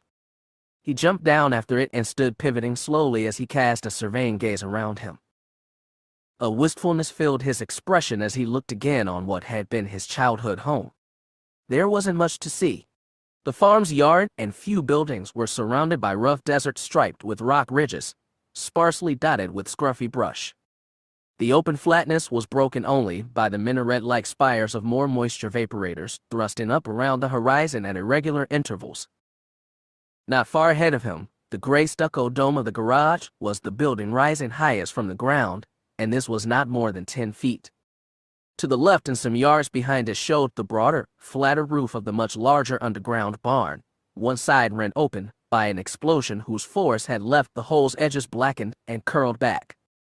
And to the right, some 36 yards away, was the wide, round pit that marked the atrium of the subterranean house. Behind Luke, R2-D2 beeped to him questioningly. "Remember it?" Luke replied to the droid, "Of course you do, R2. We met here? It's where it all started. At least for me." He gazed around again. An image of memory came to him of a vast sand crawler with tiny jaws swarming about it, trotting out their wares of scavenged druids. He saw himself and a stern Uncle Owen choosing out a battered 3PO and filthy R2 from the lot. Just more hands for the farm, they had thought then. Yes, that's when it had begun. His gaze fixed on the entrance to the white dome, where stairs went down through a cave-like portal into the garage below. As he stared, another image was superimposed on this, of two scorched and contorted skeletons sprawled there, still smoking from the energy blast which had consumed their living flesh. Blasts from the weapons of the Empire. His face drew taut in anguish at the remembered sight of his murdered uncle and aunt. If the droid's arrival had begun things for him, this more horrible event set his future course, driving him to join Obi-Wan. For revenge. He gave his head a shake as if to clear it of the memory, then glanced around to R2, now out on the fighter's wing. "I'm going in through the garage to look around," he said. "Why don't you wait here?" The droid squeaked in acknowledgement. Luke moved away from the ship to the stairway. It was half choked with drifting sand, and he waded down slowly, hesitating before passing through the door. It was quite gloomy beyond, the lighting systems and electronic apparatus without power. Still, enough light filtered down from outside to show that the work area had been brutally vandalized. The apparatus controls and indicators lining the walls had been thoroughly blasted away. Machinery and an angular tractor had been all but blown apart, their scorched pieces scattered about along with the garage tools. Walls and ceiling were blackened by the fire which had burned there, and the air of the room was still thick with the acrid scent of smoke. Luke was dismayed by the sight of this wanton devastation. With more urgency, he moved through the room to another opening on his right side, and into an underground passage lit by slit skylights above. It led to the house proper, coming out into his kitchen. Or what had been its kitchen. That too he found to have been savagely vandalized. This underground room, like the others, had whitewashed stucco walls. They were now sprayed and streaked with the molding remains of foods and liquids hurled against them. More food remains thickly coated the floor, along with the fragments of smashed plates, cookware, and appliances. The smell of decay hung thickly in the air. Luke looked around him, his stomach churning with revulsion. He forced himself to move on. Through the kitchen he reached an eating space, its table upended, its chairs demolished. He paused to look upward there. On the arch of ceiling above, a gold and brown fresco of stylized creatures and geometric shapes had been defaced with an extra viciousness, smeared over and partially hacked away. He felt an extra twinge of pain at the sight. The artwork had been a special favorite of Aunt Beru. From this his eyes went to a wide doorway that opened to a large, bright space beyond. He walked through, coming out into the central atrium of the house. This was a circular area some 40 feet across and open to the sky. A sheer wall rising 24 feet enclosed it and was pierced by the stone-framed, rough openings of several doors and one window. Luke paused again here to look around him, now fully taken by his shock. For this place was also a shambles. After he first left Tatooine, the property, along with numerous others southeast of the Jungland Wastes, had been seized by the Tag Company, one of the largest mega-corporations in the galaxy. After a failed operation on the planet, they abandoned it. When he'd last been here, around 6 months or so after the now-famous Battle of Yavin, Luke had given the homestead to a down-on-his-luck smuggler named Throg. He had lost his own moisture farm years earlier to an Imperial bureaucrat who seized it by right of eminent domain. Throg eventually sold it to Jilla Darklighter, the uncle of his friend Biggs. He stayed on a few seasons as a tenant before he too moved away. Presumably, Jilla still owned the property, but it seemed the Lars homestead was destined to be empty of all but ghosts. More wreckage of all kinds was strewn across the open space. A wide streak of black soot ran upward from the open into what had been a storage room, now gutted by fire. 2 vaporator towers in the atrium center had been mutilated, sides dented, pipes and wiring ripped away. The clumsy, fat box of an old-fashioned work droid sat upended, one side caved in, thick legs pointing to the sky. Any doors which had closed openings to the underground rooms had all been smashed in. Furniture, decorations, appliances, fixtures, and clothes had been dragged out and destroyed, apparently with great ardor and brutality. This gave Luke pause.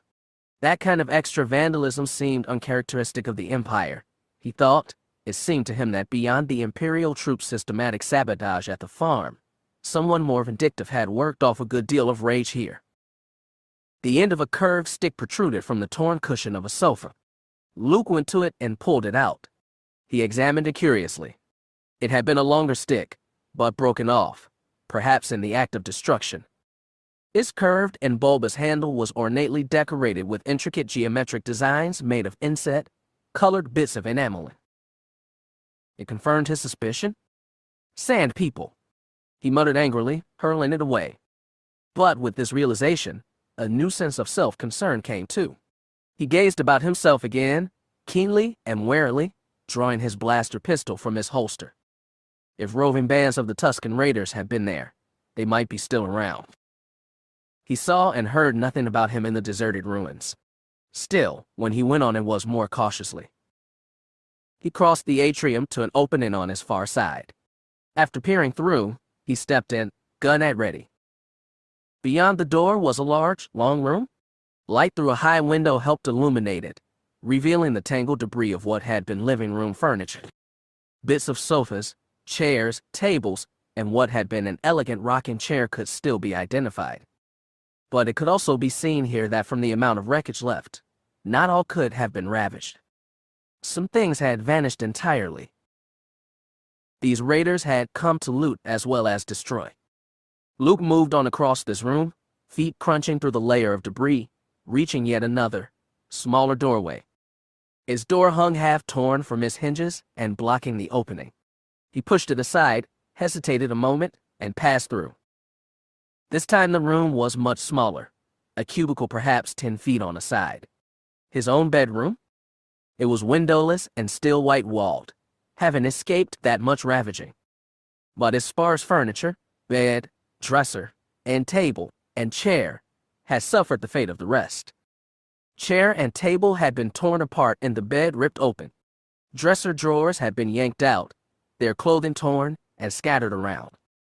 All other items had been systematically savaged too, leaving only their bits, rags, and shards. Luke lowered his gun and dropped down heavily on the edge of his gutted bed.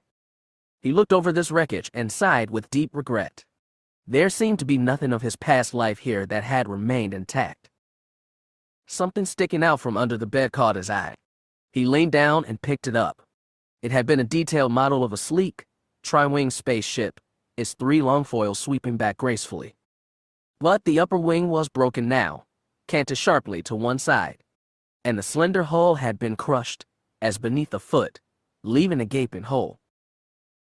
As he held it, a montage of past images triggered by this toy streamed unbidden through his mind. There went his childhood playing Space Wars in the atrium, rushing around with the ship, blasting imagined foes.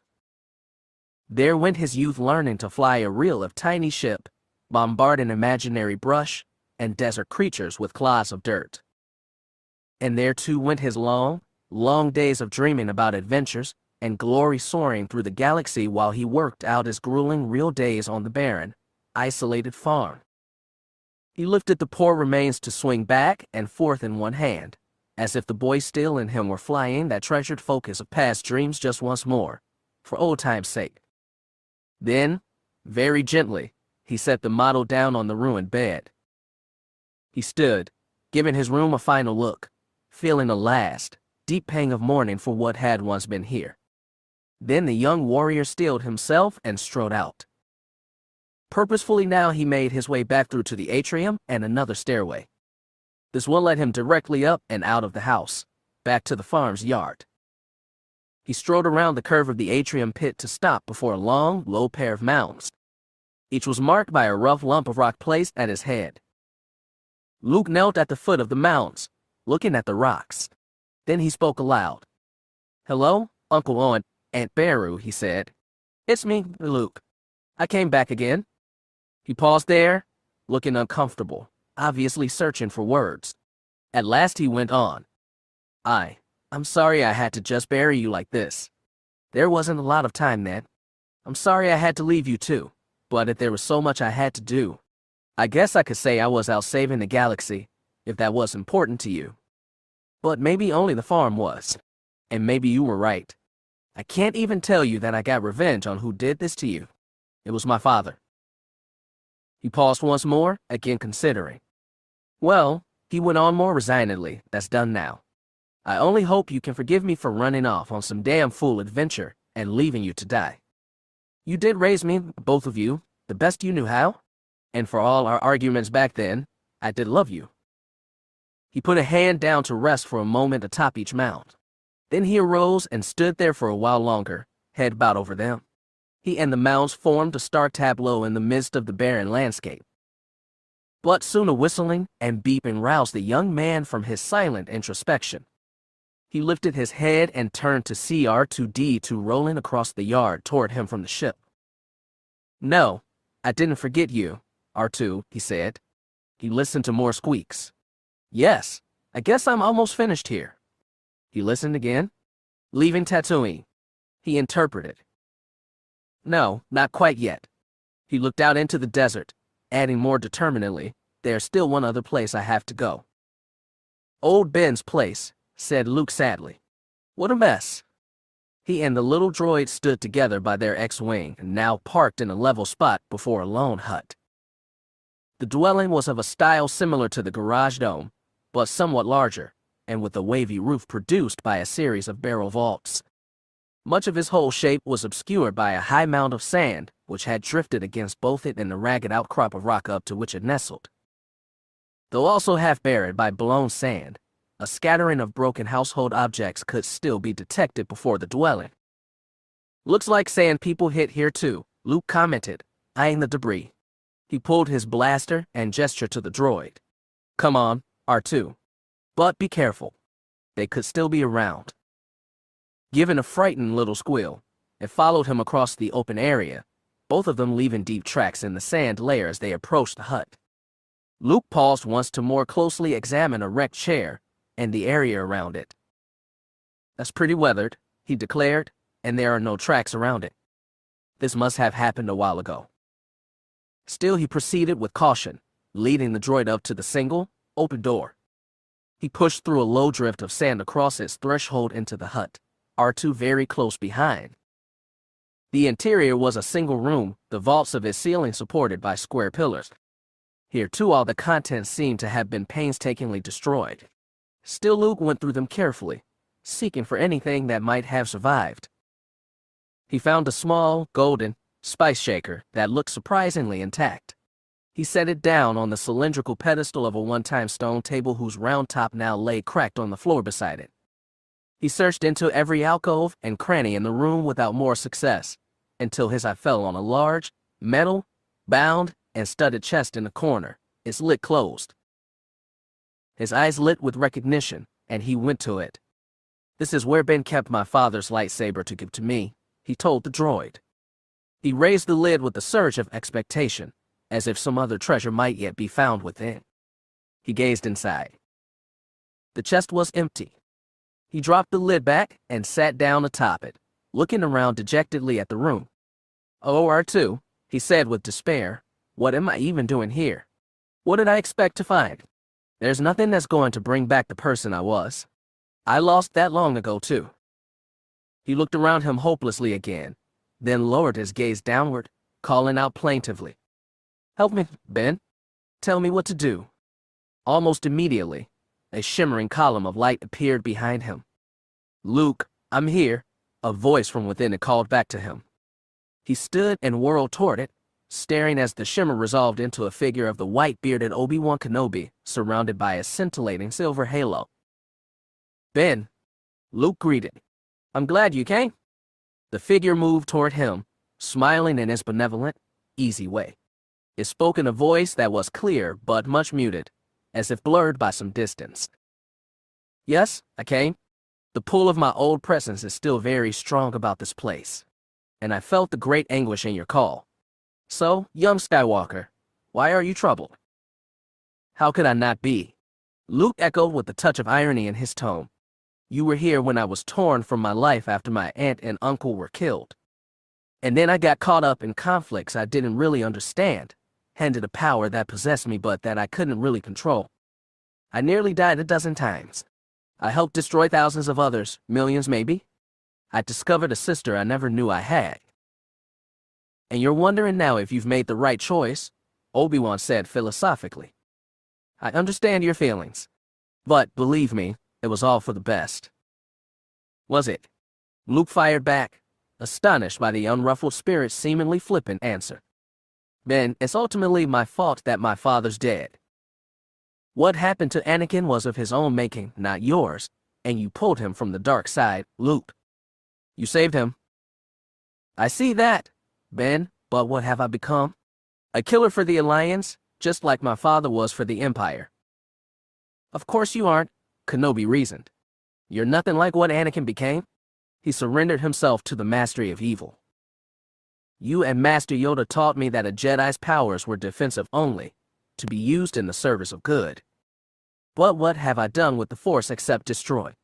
His tones grew more emotionally charged as he continued, the years of suppressed feelings, once released, like a torrent welling from deep inside. "Ben, when I started, I felt a nobility, an honor in becoming a Jedi Knight. I was eager to go on your idealistic crusade. The feelings were strong then, but they've slipped away. Now, with the wars ending, I feel even more lost. I'm not sure what I am, what I'm meant to do. Yoda said I should pass on what I've learned, but I'm afraid to." He fixed a most searching, most desperate gaze on Kenobi. "I feel the power of the dark side drawing near."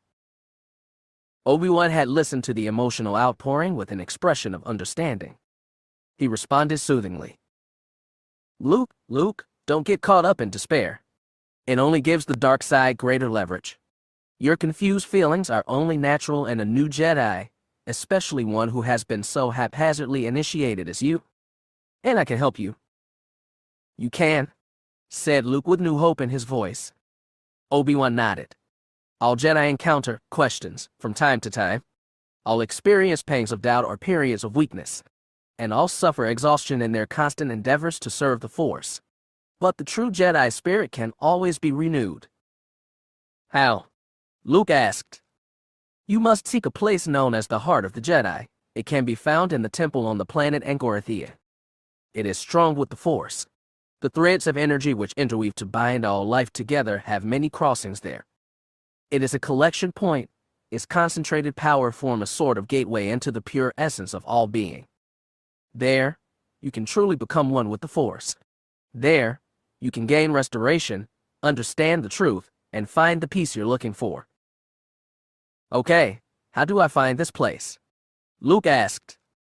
"It will not be easy," Obi-Wan cautioned. "The way is long and perilous, and you must make the pilgrimage alone. Understand clearly, only a true Jedi can achieve it. You will have to prove that the Force is truly with you. You will be tested both in mind and body before you reach the heart." "I'm ready, Ben," Luke stoutly assured. "Just tell me." "Very well. The key to finding Angorothea is inscribed within a milk crystal bowl of mine kept here. Your quest begins there and now, and you will not see me anymore until it is done. So, I will say goodbye." On the last words, his image began to dim. "Crystal bowl. Here," Luke said with a return of despair. He swept his gaze around at the wreckage, then back to the fading form. "Wait, Ben. There's nothing like that here. The place has been looted. It must be gone." There was only a vague outline left of the figure. From out of the last glow came a faint voice, saying simply, "Then, finding it will be your first test in this, won't it? trust in the Force, Luke. And never doubt. With that, the glow was gone. Luke stared at the point it had been, face drawn in frustration. Then a light of understanding dawned. The bowl, he said. Sand people. He turned and rushed from the house, R2 following. Outside, he ran directly for his ship, the little droid rolling close behind. Neither one was aware of another presence there. It was a figure in orange flight suit and blue helmet now peering stealthily out around the side of the hut to watch after them. Heart of the Jedi, it murmured musingly to itself. Chapter 6. The Heart of the Jedi. High Admiral Tharus repeated. Are you certain of that? The replying voice came clearly through the comm-link speaker. Certain, High Admiral. I listened through a window. I heard everything perfectly. Tharus was in the office high in the Imperial headquarters tower. This time he was alone but for General Cantos. The two sat together at the big desk. A plain board with tapered figures of silver and gold that was set up between them went neglected now as they listened to the report. And you've no question that what you heard was true, Tharus said. Absolutely it is, replied the voice. And very important to him. He came straight here so swiftly I barely found a way to follow him. Cantus leaned in, pressing the mute button on the communicator console. He addressed his superior confidentially. Sir, can he be trusted? I would and have bet my survival on it, Tharus assured. The Dioscoroi are my finest agents. Totally unstoppable. How can that be? The general asked skeptically. They're a quite rare species who possess the ultimate in camouflage. Their molecular construction allows them to absorb vast amounts of energy from their surrounding atmosphere and transmute it to matter of any form. They are the ultimate imposters, taking on the guise of any being they wish. Shapeshifters, Cantus exclaimed. Like Claudites. But not limited to humanoid form, more like the Shiido, of which they are an exiled branch. Since we've known of their existence, most of the Shiido have maintained neutrality in the affairs of the Republic and Empire. The Dioscoroi held no such compunctions. That's why I set one of them to spying within their new rebel base, hoping for some break. This might be it. He punched the button again and spoke into the microphone. Pollux, what is he doing now? I don't know, sir, said the voice. Just hold a moment. I'll check.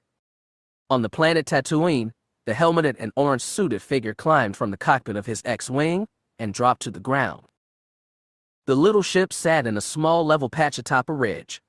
Rocky outcrops along the edge made the fighter invisible from below. The one called Pollux walked to the edge and climbed onto a boulder to peer cautiously down. Just below, the hut of Ben Kenobi was half visible beneath its drift of sand. In the open area beyond could be seen the other X-Wing, the tiny figures of Luke and R2 moving about by it. Pollux lifted the macro binoculars hung about his neck and peered through them. Between the upper and lower readout bands was a clear, close image of man and droid. R2 stood by watching his master rummaging through a storage compartment in the ship's side. The area was small, the stored materials crammed in. Luke was struggling a bit to get something out. At last he jerked a fat duffel bag free and tossed it on the ground.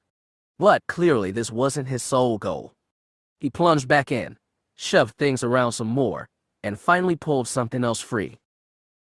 It appeared to be most unremarkable, a board-like object some 3 inches thick, 5 feet long, rounded at one end and squared at the other. But from the reaction of the Admiral's watching spy, it was something significant. Pollux immediately lowered his glasses and jumped from the rock, trotting back to his ship. He clambered quickly up into the cockpit to resume his subspace radio link with Tharus. Hi, Admiral, he said urgently. It appears he's preparing to travel. He's just unpacked a hover scooter from his ship. Not traveling by X-Wing, Tharus said with some surprise. Where's he going, then? He needs a bowl that was stolen, Pollux explained. He spoke of the Sand People. They're notorious raiders and thieves here. If they took the object, my guess is he's going after them. To retrieve a bowl, said Tharus. Why? It holds a clue to finding the planet, sir. Ah, Tharus said. understanding. Well then, stay with him, Pollux. Report on where he goes. If necessary, give him help without his knowing it, of course. We must see that Skywalker reaches this Angorthia of his. Yes, High Admiral, Pollux said briskly. Transmission out. As he was shutting off his radio link, his High Admiral was doing the same. Tharkus turned to look at Cantus, a gleam of satisfaction in his eye. This is certainly our chance, General, he said with force. A chance to defeat the rebels after all. Cantus shook his head. I don't follow, sir. How can following Skywalker do that? If what Pollux heard is true, this heart of the Jedi is a direct access to his power. It must be the way he taps into this force of his. If we could seize it for ourselves, a note of longing came into his voice, why, we might even turn it to our use. Think, Cantus, what a weapon we'd have then. Nothing could stop us. But, what if we can't use it? The other inquired. Then we destroy it, Tharkus said ruthlessly. And Skywalker as well. In one move we wipe out the Force's only champion and shut off its source. Either way, the Jedi threat will be truly erased. The Force will no longer aid the enemy side. And without that there'll be no match for us. He picked up one of the slender pieces, contemplating it gloatingly. The game will be in our hands once more. With Skywalker out of the picture, our people will again be convinced that we can win. Support will come to us. And with our full strength rallied, we will strike. He slammed the piece back down on the board with a force that rattled his fellows. But, what about the Senate, sir? Cantus reminded. Their peace initiative. They are preparing to leave for the rendezvous right now. Tharkus considered this for a moment. We can't let those misguided fools sell the Empire into bondage before our plan bears fruit. No, he said decisively. That meeting must not take place. You would move against the senators? An astonished Cantus asked. Tharkus waved dismissingly. Their act is traitorous. The worst kind of treachery.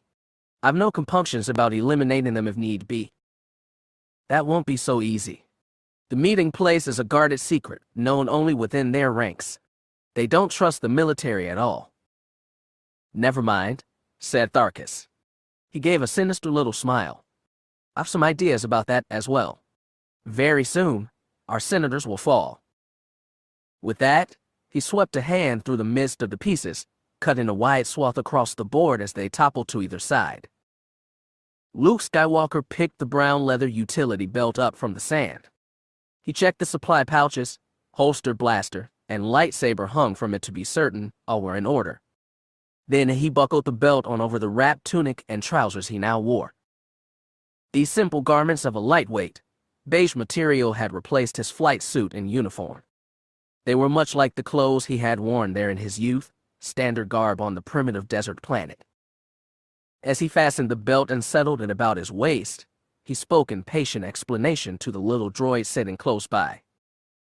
I know you want to come with me, R2, but there just isn't any way.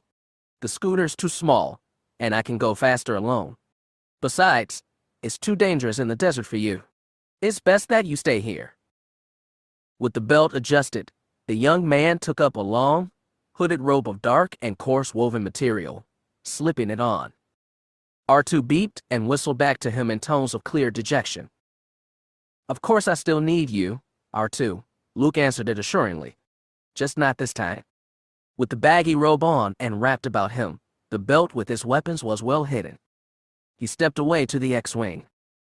The hover scooter's base was the round-ended flat piece he had fished from storage.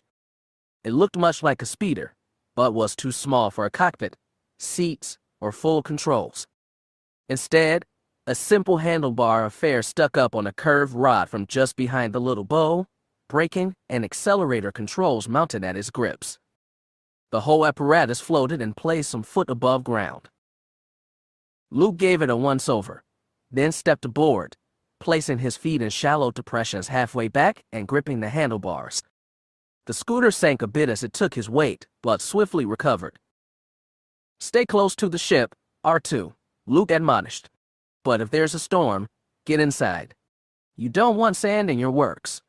I'll be back soon as I can. On that promise he gave one grip a twist. With the soft hum of power, the vehicle started forward, gliding across the sand. Luke gave the droid a backward wave and cranked the power higher, sending the scooter shooting away. Behind him, R2 looked after him with his single lens eye. A low sound came from it that sounded distinctly like a lost puppy's whine. Above the droid, Pollock stared down at the scene through his glasses. He lowered them and scrambled to his feet as Luke flashed away at ever-increasing speed across the open desert, shrinking swiftly to a dot. He cast down the glasses and stood poised a moment, body drawn up stiffly and growing taut. Then a glow rose about him, an aura of blue-white light growing in an instant to a brilliant chrysalis. It enveloped his body, swallowing all of his form but a vague shadow. That shadow seemed to vibrate, grow softer, turn fluid, and change.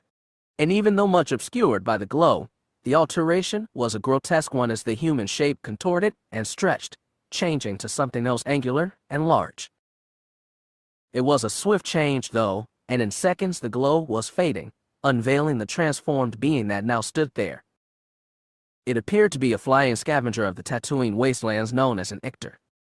A large, scaly creature of pointed bill and peaked head, the diurnal counterpart of the sand bat, it stood on splayed, taloned feet. What seemed a shawl enwrapping and unfurled to reveal leathery wings as the being stretched them out to their full, widespread. The thing strode forward and boldly launched itself from a pinnacle of rock, sailing into space. The wings caught the air to glide it well free of the ridge. Then they began to flap, the being's powerful muscles pumping rhythmically to send it up higher, higher as it soared away. It followed after the receding form of the young Jedi, the shadow of his ominous shape slithering across the rippling sands. The baggage train snaked through the maze of ships and machines as it zipped across the hangar floor, heading for the Millennium Falcon's repair bay. While a ground crew saw to the big hoses satisfying the ship's energy needs, Han Solo himself stood by the gangway, overseeing the loading of supplies needed to fuel the passengers. One train of supplies was already parked there, men unloading cargo from the cars and carrying it up the ramp. Solo checked off the items on his computerized clipboard as they went by. He stopped one man going by with an unmarked crate. "Hold on. What's that?" "Magnethalin energy bars," the man replied. "We got 10 cases here." "Energy bars," Solo repeated, making a face of disgust. "They taste like tar-coated gravel. Haven't you got some fried pancake chips, or tennis rolls, you know, the cream-filled ones?"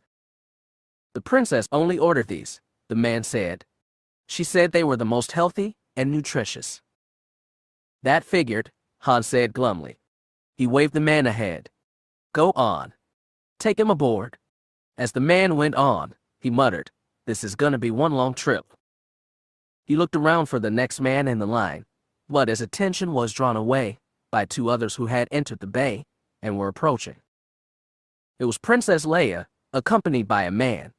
They were walking close together, warmly engaged in conversation. She laughed aloud at some comment of his, her voice bright with sincere amusement. As the pair reached Han, he gave the man a once-over. Even the untailored Alliance uniform couldn't disguise that Leia's new companion was a strappingly built fellow of slender waist and broad shoulder, topping Solo's height by half a head. He was also somewhat younger in look and distinctly more handsome, cleanly featured, with a well-chiseled nose, bold thrust of deep cleft chin, and wide forehead. His thick, curling hair was a jet black hue, his wide-set eyes a clear, sky blue. He moved with both a noble's grace and an athlete's unconscious lightness. Solo finished his first assessment and looked to her. "Well, sweetheart," he drawled, "I was wondering when you get around to helping out." Her lips pursed in disapproval at his use of the personal nickname when she was here in her official capacity and with a stranger. Her reply was pointedly impersonal. "I'm afraid I have to leave the loading preparations to you, General Solo. I'm rather busy with other things now." So I noticed, Solo looked the other man over again. "Who's this?" "I am Gowan of Galvoni 3, that one swiftly volunteered in a gracious way." He thrust out a hand to shake. "Most honored to meet you, General Solo. I've heard much of your brave exploits." Yeah, sure," Solo said, thrown somewhat off guard by his amiable manner. He took the hand. "Glad to meet you." Gowan's father is King Caladan of his planet, Leia supplied. "That right," Han said to him. "I suppose that makes you a prince." He threw Leia a little, crooked smile. "Looks like I'm sorta surrounded." "Oh, you know that's not important, Han," she told him lightly. "What is important is that Gowan's family was closely tied to the Old Republic. His grandfather was Galvani's senator, and he's been brought up with enormous skills and vast experience in diplomacy." The light of realization dawned in Solo's eyes. "You mean, he's going with us?" "Why, of course," she replied, a little puzzled by his response. "You didn't think I'd be negotiating for the whole alliance alone. Gowan is very respected, on both sides. He'll be a great asset." "Please, Leia," the younger man said modestly, "you make too much of me. My talents are minor compared with your own." "Gowan, you're only saying that to be courteous," she graciously returned. "What you've accomplished for the alliance? Why, just talking the Tunelins and the Fundal into joining us was miraculous." "Let's call it equal," he told her, giving her a broad, gleaming grin which he then turned on Solo. "You know, I look forward to having a most rewarding relationship with Leia," he announced, laying a hand upon her arm in an easy, familiar manner. "We have a most astonishingly similar background. I'm amazed we haven't met before." He looked back to her, adding earnestly, very disappointed too. Han eyed the hand in a jaundiced way. He noted that Leia did nothing to move it off. "Well, looks like you'll have time to catch up," he told them both dryly. "If you'll excuse me now." He began to turn away, but Leia stopped him. "Wait, where's 3PO? I wanted Gowan to meet him too." "Gee, that's too bad," Solo returned offhandedly. "Chewie had to take the day transport over to Eskandron City to find a spare dispersal rotor. I sent 3PO along to pick up some other stuff. Liquor, mostly. You know they don't keep any of that here." "You mean you sent a protocol droid out to do errands?" Gowan asked in astonishment. Han shrugged. "Hey, a droid's a droid." Leia stepped toward him, Gowan's hand falling away. "Han, we are supposed to be leaving in 24 hours. She pointed out in a low but firm tone, clearly a bit vexed. "I'm responsible for this mission, you know." "Don't get your braids in a tangle, Your Highness," he advised calmly. "They'll be back in time." And as she opened her mouth to retort, he raised a hand to stay her. "Sorry, no more time for a chat now. Got my fun little jobs to do. See ya, folks." With that he wheeled from them and strode away, not looking back. "A very long trip," he growled under his breath. The two looked after him, Leia with frustration, Gowan quizzically. "Imagine sending a droid of that caliber on such a menial task," he commented, shaking his head. He looked at her. "If you don't mind my saying so, Leia, your friend has a rather crude way about him." "Han's got some rough edges. All right," she agreed with a certain regret. Then she turned to Gowan. "But never mind him," she said more brightly. "I just hope that 3PO gets back soon so I can tell him he's coming along as part of our negotiating team." Fetching cheap Forgan ale from Master Solo, C-3PO grumbled as he walked along, nearly staggering beneath the burden of a large case. How thoroughly degrading. He pushed his way ahead through the crowded streets of a Warren-like city whose diverse jumble of structures spread about him. The erratic, narrow streets were half clogged with market stalls where shouting vendors raised a cacophony of shrill sales pitches. The space between them was a vast milling throng of beings ranging from the very human to the extremely non-human, all rubbing elbows and other odd bits of anatomy as they forced their way along. "I mean, this really is the depths for me," the disgruntled droid went on. "A being of my great erudition, trained in etiquette, instructed in over 6 million forms of communication, here playing the slave for such an unappreciative human as he. Why, even that great, hairy beast of a Wookiee has more exalted tasks than just let me tell you, if I had my own way." He had no chance to finish. From the shadows of an alley, black-cloaked figures suddenly appeared. They grabbed the droid and roughly dragged him back. The dropped case of ale crashed to the ground. "Oh dear, what's happening?" 3PO cried in a voice rising higher with growing alarm. Who are you? Wait. This must be a mistake. You have the wrong droid. Please listen. No. No. No. This last screamed word was cut off as he was shoved through a doorway. A metal portal swung closed behind him with a final sounding clang. Chapter 7. The silhouetted figure of the Ector swept across the fiery disk of the larger of Tatooine's two suns. Its spread of shadow flashed over the form of Luke Skywalker far below, skimming the surface of the desert on his hover scoot. He looked around and upward, noting the bird-like creature gliding high above and some way behind him. But his gaze did not hold on this seemingly innocent thing for long. It swiveled quickly back to the way ahead of him. That was of obvious necessity. The vista of even-colored sand looked flat, but it was deceptively so. Low dunes swelled up often and unexpectedly. With the scooter moving at a high speed, it needed all of Luke's careful attention and lightning reflexes to swivel hip his way through them.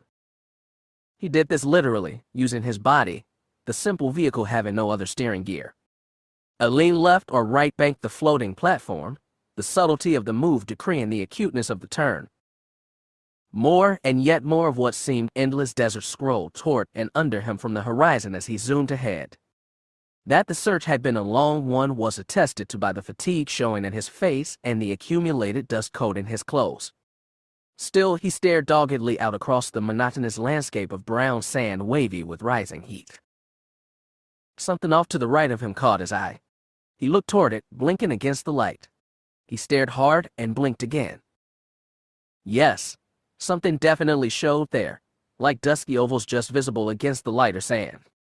He leaned slightly right and brought the scooter around toward them. As he approached, he noted a higher curve of dune through a sheltering arm about one side of the odd spots.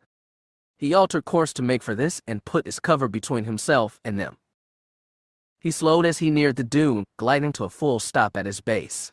He scanned the scene around him. There was nothing but the arid waste. Still, he was wary as he dismounted from the scooter. He pulled the hood up over his head to increase his camouflage before climbing the sandy slope, moving slowly and keeping well crouched. He went completely prone as he neared the top, crawling the last yards to the crest on hands and knees. He peered over the dune. Before him was spread a number of what seemed to be wide, circular holes clustered close around a central, much larger one. His face lit with the smile of triumph. It was swiftly displaced by a grim look of determination. He scanned the area carefully again. Still there were no signs of life, no beings or machines, not a footprint or track, not even a smell or sound save those of baking sand and gusting breeze. He rode on one side, reaching into his robe and drawing out his blaster. But he paused there, contemplating the weapon thoughtfully. Shaking his head, he slipped it back away. Then he crawled forward. Creeping stealthily, he made his way down the dune's other slope and onto the flat area. He went down again as he approached the rim of the nearest hole, sliding on his belly up to its edge. Very cautiously indeed he poked his head over enough to see down. He looked into a sheer-sided pit over 36 feet across. It was clearly an artificially formed hole, like that of his old home's atrium. It was just as clearly also a dwelling place. Several openings to underground chambers were visible around the outsides of the pit. Some pieces of crude, chiseled stone furniture were set here and there, along with some large pieces of pottery. They surrounded a central plot of darker soil where a garden of some straggling plants was being cultivated in neat rows. Luke gazed down with open interest at all this, sticking his head farther out to see it better, seeming to forget his risky position here. But a movement below recalled it to him, and he drew his head back just as a figure appeared from one of the openings. He had a quick glimpse of something rather dumpy and shapeless, wrapped in flowing folds of material bright-dyed in purples, yellows, and reds. Then he was edging slowly backward from the pit, preparing to crawl away to a safer position. He stopped abruptly, a look of consternation on his face. His right hand had struck something. His head jerked around. His gaze fell on the thing. It was the toe of a boot. His gaze shot from it up the length of a robed figure to the grotesque face looming above. Luke got an instant's impression of round goggling eyes, protruding mouth, and trunk-like tubes running from nostrils to neck as his hand darted for his lightsaber. But even his reflexes were not quick enough. Before he could grip it, the club end of a stick had swung down, striking his temple a glancing but hard blow. The force knocked him sideways and he rolled over, landing hard, face slamming down into the sand, body going limp. The robed figure stood over him a moment, as if in victory. Then it reversed his weapon. The stick's other end was fitted with a long, slender blade of bright-honed metal. The being used a barb near the point to catch the edge of Luke's hood and draw it back, exposing the human face. Then the blade dropped lower to press its keen tip deep into the bared nape of the defenseless Jedi's neck. The human hand slid a slender, socket-like device down firmly over the length of the gold metal finger. The hand of flesh pulled back then, its task complete. All the fingers of the metal one had been fitted with the sockets. From the outer ends of each, coiling wires ran upward. C-3PO could do very little about his hand being treated in this way. The golden droid was at the moment being even more than normally restrained. His body was immobilized by shackles about wrists, ankles, waist, and neck. He was held rigidly upright, his back tight against an appropriately tombstone-shaped slab of gray metal atop a round platform. The helpless being was virtually festooned with wires. Besides his other hand being outfitted like his first, there were wires running from odd boots upon his feet and from nodules atop a colander-like helmet contraption on his head. All ran upward to form a thick bundle suspended from a boom whose arm hung close above. The poor droid could move nothing but his head, and that only within a narrow range. Still, this was enough to give him a view of much of the room, and more than enough to confirm that it was a very bleak prospect he faced. The place was apparently a deep basement of some kind, windowless and dank.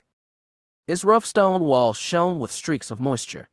A narrow stair angled upward to a single doorway high above. It was a storage room, with crates and barrels of all types stacked everywhere, except in the middle of the floor. Here a round area had been cleared, and hastily too by the look of the goods that had been piled haphazardly about its periphery. In this open circle sat the platform of the droid and, some 20 feet away, a chunky, complex, and rather malevolent-looking mass of machinery. There were also a number of men in the room. All were Imperials. 2 working about the machinery were in dark officers' uniforms. A dozen others were in the white armor of stormtroopers. They guarded the door and formed a wide ring about the cleared area, weapons at ready. One of the 2 officers was just backing down from the low platform, having made the last attachment to the droid. He was Lieutenant Voss, one of the young aides to High Admiral Tharus. Voss eyed his handiwork critically, gaze running up the wires, following them overhead and across to another support pole, and then down to where they entered the machine.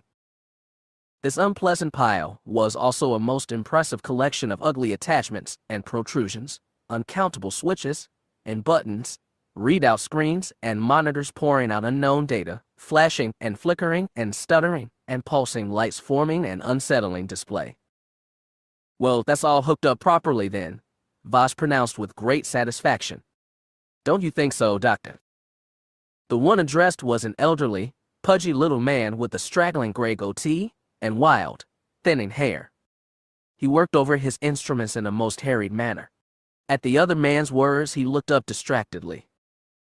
Oh, what? He glanced briefly at the wires. Yes, he said brusquely.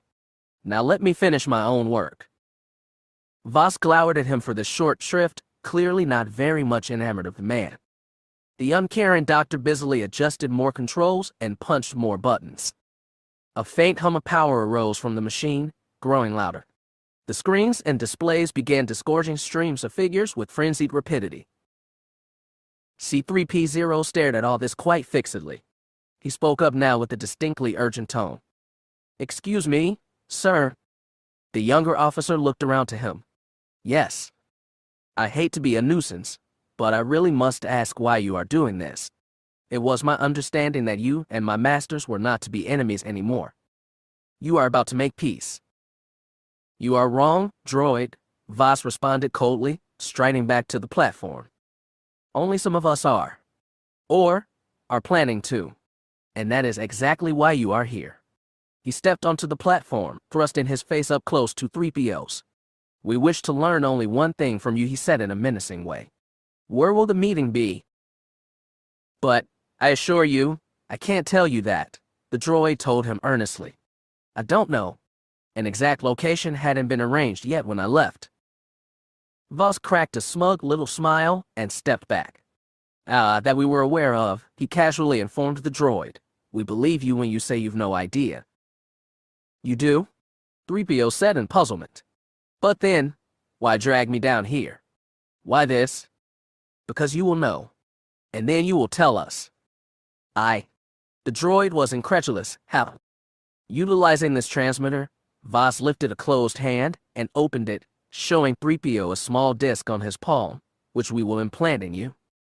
And, using a special code, you will send a message to us just as soon as the destination is learned. And just what makes you think I would cooperate in such a treacherous act? The droid said indignantly, pulling himself defiantly up as much as his fetters would allow. Oh, you'll have no choice in that, the smirking Voss replied. He gestured back toward the pudgy man as he stepped down from the platform. You see, our good doctor here is well adept in AIT, artificial intelligence transmogrification. 3PO amplified, fear entering his voice. You begin to understand, droid. Good. Voss walked back to join the other man. Yes, the doctor has devised a system that will most effectively reprogram you. You will serve our needs now. I will not, 3PO said stoutly, summoning his courage again. You will. This came from the doctor himself, who had paused in his work to join the discussion. I have not had a failure yet, he said proudly.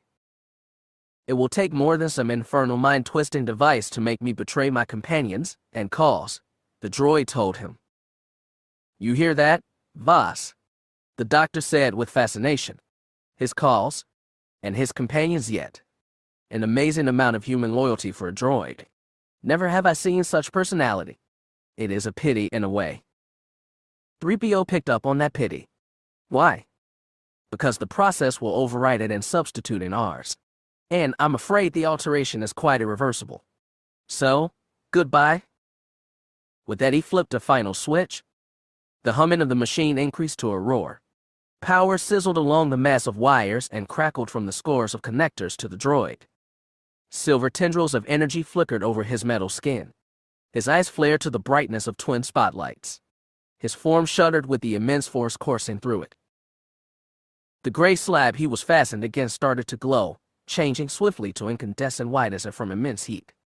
The platform on which he stood began glowing too, and a curved wall of white light, like a translucent glass capsule, rose up from it to surround the vibrating form, hiding it from sight. But out of that column of blinding luminescence there came a single, long, and rising cry of pain.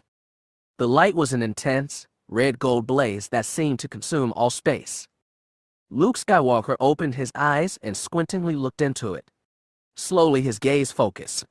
The glow resolved into the light of Tatooine's twin suns right above. He was flat on his back looking straight into the sky. He stared up in a disoriented way for a moment. Then he turned his head to one side. He found himself looking into the black eye sockets of a skull. His eyes widened in shock. It was a semi-human skull that stared back at him, having pronounced brow ridges and small tusks.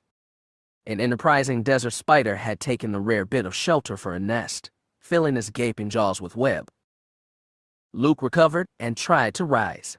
He found quickly that this was impossible. He struggled a bit harder but remained flat on his back. Lifting his head as high as he could, he strained to look around. He was now stretched out spread-eagle on the sand, chained hand and foot to metal stakes. He had been stripped down to his trousers, the white flesh of his torso exposed to the merciless Tatooine suns.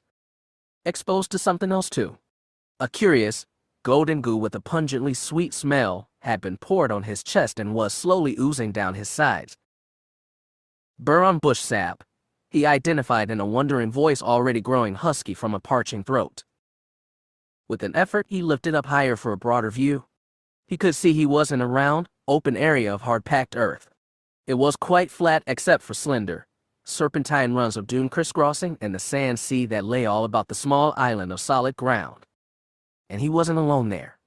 Spread around him were the remains of many others who had clearly suffered the same fate which was now meant for him. A score of endo and exoskeletons from various life forms were all staked out as he. Not rotted away as by weather and time. Not torn apart as by scavengers. Just stripped down to their bare, sun-bleached, sand-blasted shells or bones. From this cheerless prospect, Luke turned his attention to his restraints. He yanked experimentally at the chains. They were very strongly forged links. He examined the metal handcuffs. They were secured by cotter pins at his wrists beyond his fingers' reach. He directed his strength to first pulling a leg stake, and then an arm. His sinewy body grew taut with effort as he tried brute force. But the rods were too deep in the hard ground to be pulled out toward him, and the yard-long length of chain gave him no leverage to pull them up. He abandoned the struggle as futile. Of course his belt, including the lightsaber, was gone. He couldn't have reached the weapon with the hand, but he almost certainly could have with the Force. The Force. He looked carefully about him once again, clearly contemplating where that power might best be put to use. His gaze lit on one of the stakes above his head. He fixed his eyes on it, brow furrowing in concentration. For long moments nothing happened. But Luke's focus didn't waver. And finally, only infinitesimally at first, the stake began to quiver. He redoubled his effort, face drawing tighter, reaching toward the stake with outspread fingers as if beckoning it to him. It shook harder, loosening itself. His whole body vibrated with the strain. Sped by the movement, a trail of the viscose gold sap ran on down his side. A fat drop of it formed and fell, plopping to the ground in a puff of dust. Heedless of this, Luke strained on. The stake now began to edge upward. It moved only a millimeter at a time, but it was definitely lifting. It was coming out. Another thick globule plashed onto the ground, its moisture absorbed instantly into the arid sand. A small but peculiar noise broke Luke's concentration. He paused and listened. It was a faint drumming blended with a hissing sound. He looked around to find its source, but it stopped. His gaze searched the surroundings. There was nothing but him and his wasted comrades. Then the sound came again, this time continuing. He located its direction and stared in growing wonder. In the surrounding sand, a new line of dune was forming as he watched, and it was running straight toward him. The movement stopped abruptly some dozen feet away, on the edge of the hard surface area. The end of the low ridge throbbed, wriggled, and swelled larger. From the sand atop it, something popped into view. It was two bulbous eyes. Chapter 8. The eyes were armored with a coat of scales save at their gold, slither-wreathed pupils. They swiveled back, up, down, forward, and around, turning nearly 360 degrees and quite independently. With the area thoroughly scanned, they both switched back toward him. Luke met their gaze, his expression one of mixed curiosity and concern. Apparently judging Luke safely helpless, the rest of the thing at last rose into view, like a sea creature surfacing from the waves. The sand poured away around it to leave the form of a scavenging dune maggot fully exposed. It was a large creature, 18 inches wide and 2 feet long. The compact body was squat and low to the ground. A broad back and tapered tail were covered with thick scales, while its domed head was a single, hard, smooth plate, all of brownish gray. The two eyes protruded from the top of this dome, giving the thing a full range of vision. No other features, nose, mouth, ears, claws, or legs, were visible. Luke kept still, breath held, just watching, waiting to see what it would do. He hadn't long to wait. After eyeing him some seconds longer, it lifted slightly, and something snaked out from beneath his front. It was a long, red, segmented tendril, rather like a worm, save that it was lined with tiny barbs. It crept forward onto the hard ground as if an exploring creature of its own, pausing with tip raised and quivering, seeming to sniff the air. It felt its way out across the entire open space from the armored creature to Luke, at last reaching the golden splats of the thick ooze drip beside him. The tip sniffed around a spot of sap, then touched it lightly, in a licking way. It lifted up, quivering more sharply, stretching out toward him and toward the pool of the liquid coagulating on his chest. It shot suddenly forward, a length of it lashing across him, the tip diving into the sap. Luke winced with pain, throwing himself about as violently as he could to shake it off. His effort worked. The tendril jerked in alarm and slid off. The barbs of it left a long, inflamed welt across his skin. He watched the tongue draw back, like a line reeled in, to vanish beneath the creature. But the brief taste of the sweet gold liquid seemed to have been enough to bring it to action. A rapid drumming sound came from it as it vibrated its tail against the sand. It was making a call, and the call was answered soon. In moments, a dozen others like it surfaced from the sand all around the area. With the rest of his clan gathered, the first creature made the initiating move. It lifted from the sand. It exposed its means of propulsion, rows of tiny feet, like a millipede's. It also exposed its mouth. It was at once obvious how the other hapless victims had been stripped. The creature had no jaws, just a round, soft, sucker mouth that pulsed open and closed like smacking lips, as if in anticipation of a new feast. And within that suction ring were lines of needle-sharp teeth, the throat's flexing muscles meshing, and gnashing them constantly. His flesh was destined to be suctioned from his bones and ground to pieces in this living food processor. The other creatures stayed put atop their tunnel mounds. Only this one who seemed to be their scout began a slow, wary crawl forward from the safety of its sand ocean onto the hard ground. Understanding his predicament, Luke wasted no more time. His only chance of escape was to free himself before these beings lashed onto him. To do that, he could pay no more heed to them or to his danger. All his will, all his attention had to be put to using the Force. He turned away from the approaching maggot and looked back to the stake. His face squeezed tight with his concentration. Again, slowly, the stake began to rise.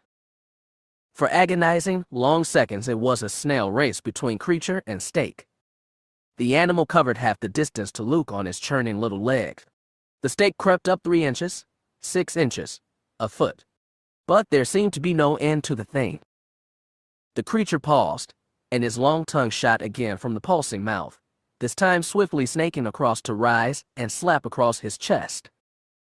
Luke jerked at the stinging blow, but he held on, forcing his full attention to stand at his task, ignoring the swollen stripe left as the tongue drew back. But the doomed maggot, emboldened by the man's lack of response, crawled ahead more swiftly. The stake lifted another half-foot. Was it moving with a bit more speed now? Luke redoubled his effort, murmuring the words, "Never doubt, never doubt, never doubt," as if they were a focusing mantra to further channel his output. The creature scooted right up to his side. Its sucker lips stretched out to touch the liquid that had dripped next to him. Its tail thumped the ground energetically. In response, the others began to crawl forward. Luke kept up his effort. He couldn't let the increasing peril distract him. The stake was out of the ground a good 2 feet now, moving with a clearly greater ease. The creature beside him lifted up his head section and fixed his suction mouth against Luke's side. He gasped at the pain, but his control didn't waver.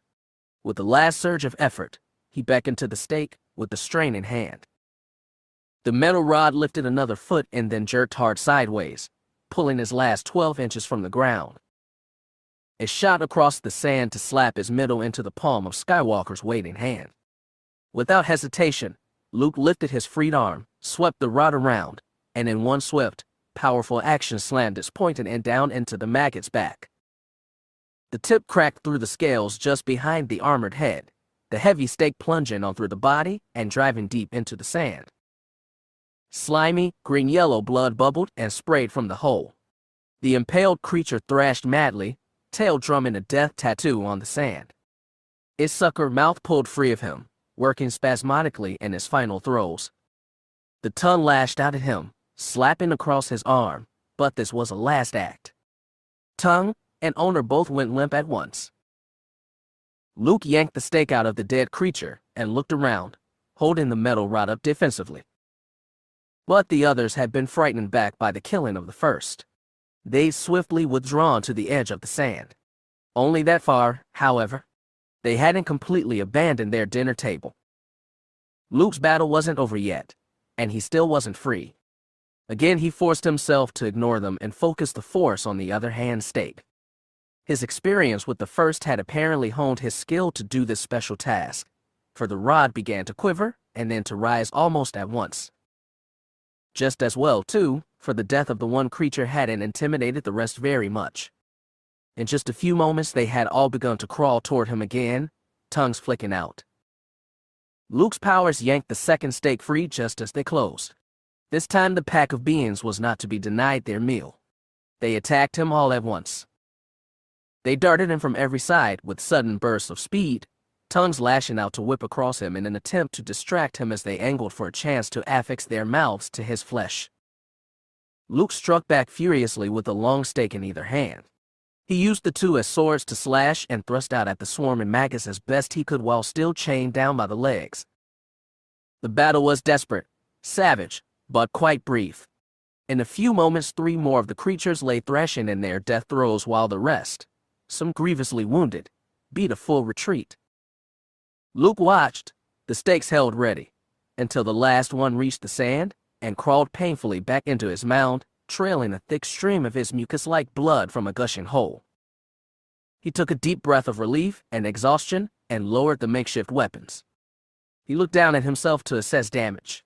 His bare torso and arms were laced with red welts from the dune maggot's lashing tongues, his whole body soaked in their sticky blood.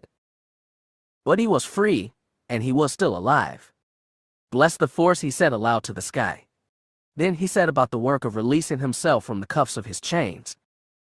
High overhead, unnoticed, the form of a large, leathery wing being cruised on in lazy circles while keeping its close watch over events below. 2 forms swaddled loosely in the bright bands of cloth worked to hang wet skeins of just-dyed fabric on a drying line. Several lines were strung on poles across the floor of one of the open pits. The 2 beings stood with baskets beside them, lifting out the still-dripping material, draping it and carefully spreading it out. 3 lines were already filled with the stuff, whose vivid purples, yellows, and reds suggested it would end up as more of the enwrapping cloth. A few similar but smaller living forms, swayed like the others into shapeless bundles, crawled or chased around the workers, seemingly at play. Luke Skywalker peeked down at them, then withdrew from the pit's edge. He crawled on, but paused again at the edge of the next opening. A very strong and very gamey odor was wafting up from this one. He paused to peer down into it too. This pit was being used as a sort of corral. It held a number of the ponderous horned and woolly beasts called banthas, which the sand people used for transport. They stood about placidly or ate of dried scrub piled in a stone trough. Luke went on, making his way between 2 more openings, boldly moving toward the largest excavation at the center of the rest. Here he peered cautiously down again. This larger atrium was ringed by only 4 holes widely spaced. Instead of a central cultivated plot, there was a round stone platform, and that was surrounded by several concentric rings of curved, stone benches. Clearly this sand people structure was used as meeting place. No figures moved in the area below. Luke raised his head and looked around him at the surface. There were also no signs of life there. He took a deep breath, drew up into a crouch, and hopped over the edge. The athletic prowess of a Jedi carried him down to land lightly and roll immediately into the cover of a bench. He peered out from his shelter. There was still nothing. The black holes of the opening stayed empty. Using the bench rings for cover, he crept up close to one doorway and looked through. The shadows beyond were deep in contrast with the bright outside. Nothing but some vague shapes was visible.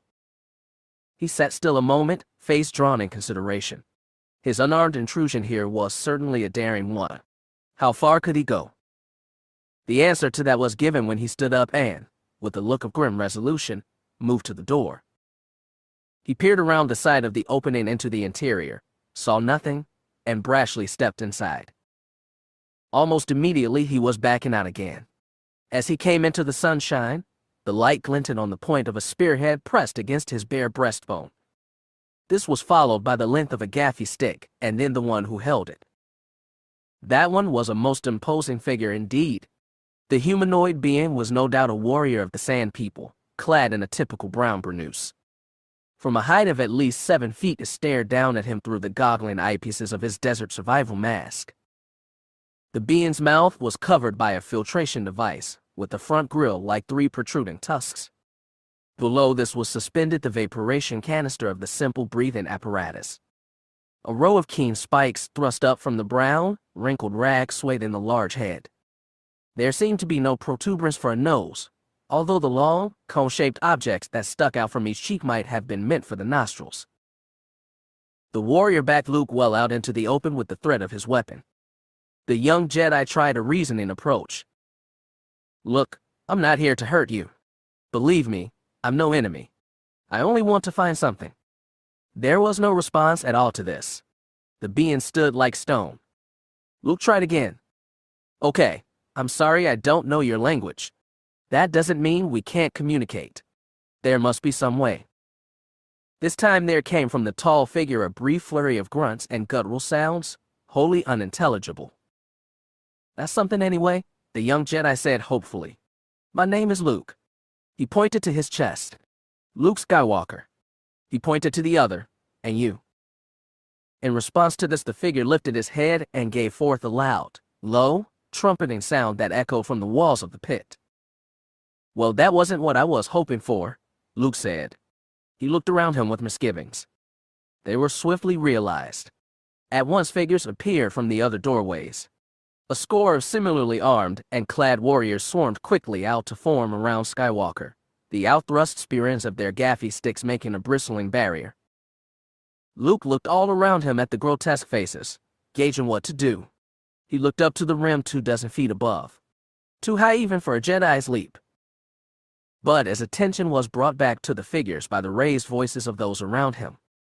Several were speaking up in their snarling, barking speech. They were directing terse, hostile phrases at the tall one who had caught him, and that being was responding as aggressively. They definitely seemed to be having an argument. One warrior seemed to lose his temper and, with a snarl, drove in at Luke, thrusting out with his stick. But before Luke could move to defend himself, the tall one had swung in a quick countermove, knocking the other back. The tall one turned his gaze around at the rest, holding his gaffy stick up menacingly. No more challenged him. "Oh, tall. Oh, tall," the tall warrior repeated emphatically, gesturing toward one opening. To this there were answering murmurs of "Oh, tall," and nodded heads. The group apparently agreed. The warrior pointed a stick at Luke, then lifted the weapon toward the doorway in a clear gesture to his captive to go ahead. "Fine. No argument," said Luke readily. He was only too pleased to obey the one amongst his captors who seemed to wish to keep him alive, at least for the moment. The tall one moved back and let Luke walk before him through the same doorway the young Jedi had just tried to enter. The warrior and then his fellows followed close behind. Luke stepped into what at first was a most dim room, lit only by the low flames of a few bowl-shaped lamps on poles. But his eyes soon adjusted, allowing him to see the surroundings clearly. The curved, stuccoed walls and domed ceiling were covered with elaborate frescoes of stylized creatures, abstract shapes, and geometric patterns done in browns and golds. There were thick woven carpets with similar patterns on the stone floor. Other furnishings were extremely sparse. There was a pile of large pillows on the room's far side, and along one wall was a low table filled with an odd assortment of objects. These attracted Luke's gaze. He took note of a power blender, the mechanical arm from a service droid, a pillow embroidered with a waterfall, an ivory-handled dagger in a gold sheath, and a silver-framed mirror. But his attention fell most on a globe-shaped object of what seemed to smooth, milk-white glass. His eye lit with mixed recognition and elation. The Sand People trooped in behind him, all but the large warrior lined up facing the platform. That one stepped close to it. With the club end of his stick, he struck a round, beaten brass gong suspended beside it. The clang of the gong sounded loudly in the enclosed space. He stepped back to stand beside Luke. "The Otal will come soon," a harsh, deep, rolling, guttural voice said to Luke. The young man looked around and up in wide-eyed astonishment to the source of the voice. It was the tall warrior beside him. The being was not making more unintelligible sounds this time. He was speaking in Luke's own tongue. Chapter 9. You speak my language? Luke said to the tall warrior. Both his surprise and a note of renewed hope were clear in his voice. It was learned from one of you, came the slowly enunciated reply as the being searched out the right words of a tongue little used. A strange holy man of your kind who lived alone in the waste taught me. The wizard we called him. You mean Ben Kenobi? Asked Luke, yet more amazed. Yes. Of all your kind, he was special. Touched by the gods. If he was considered special, Luke said, then why did you tear his home apart? We did not, the other said. We removed some objects we felt were of great meaning to him, to keep them safe. Other bands who did not know him raided his dwelling later. Our tribe recognized a power about him and left him alone. He helped us in return. He became our friend. The tall one drew up, adding proudly, and it was I, Jatal Or, who was chosen to learn from him so we might speak together. Rarely has this been done by the Gorfish people. Old Ben, said Luke to himself. Then, to the warrior he said earnestly, he was also my friend. He taught me too. I believe this, the being replied. I sensed about you the same power I felt in him. It is part of the reason why you are still alive. Only our chieftain, our Otal, will decide if it will keep you so. Through this brief exchange, other warriors of the race had been entering the room. There were some 50 of them now, filling the open area before the pile cushions. All waited patiently in a kind of reverential hush. The one they awaited now made his own entrance, coming in through a curtain opening in the back wall. He was of thicker set form than the rest, clad in a full flowing robe apparently made of the gray-green hides from several dewback lizards which had been stitched together. His voluminous skirt still barely wrapped the beefy figure with his broad shoulders and barrel chest. The being's masked head was massive, square, and topped with a circle of spikes of gleaming silver, as if they were a crown. He stopped as he came in and his gaze fell on Skywalker. He spoke out in a jumbled mass of deep, booming consonants which still managed to convey his obvious surprise. The one called Jaddle or translated for Luke. Our hotel is much amazed that our desert friends did not clean your bones, pale one. The tall warrior then returned a long speech, to which the hotel listened. The chieftain then relied, stepping forward to look the young Jedi up and down more searchingly as he did. I told him you had escaped from both the dune maggots and the stakes, Jatal, are supplied to Luke, but whether this was done by force or by cunning, I did not know. He said that, either way, your powers must be unusual, for such a thing has never happened before within this clan's memory. I was lucky, Luke said modestly. Then you should not have stretched that luck by returning here, Jaddle or told him.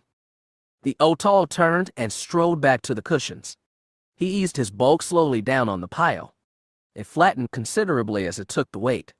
He stared again at Luke for some moments, then spoke out demandingly. He wishes to know what you were after, the tall warrior explained. Was it your weapons? That floating board of yours?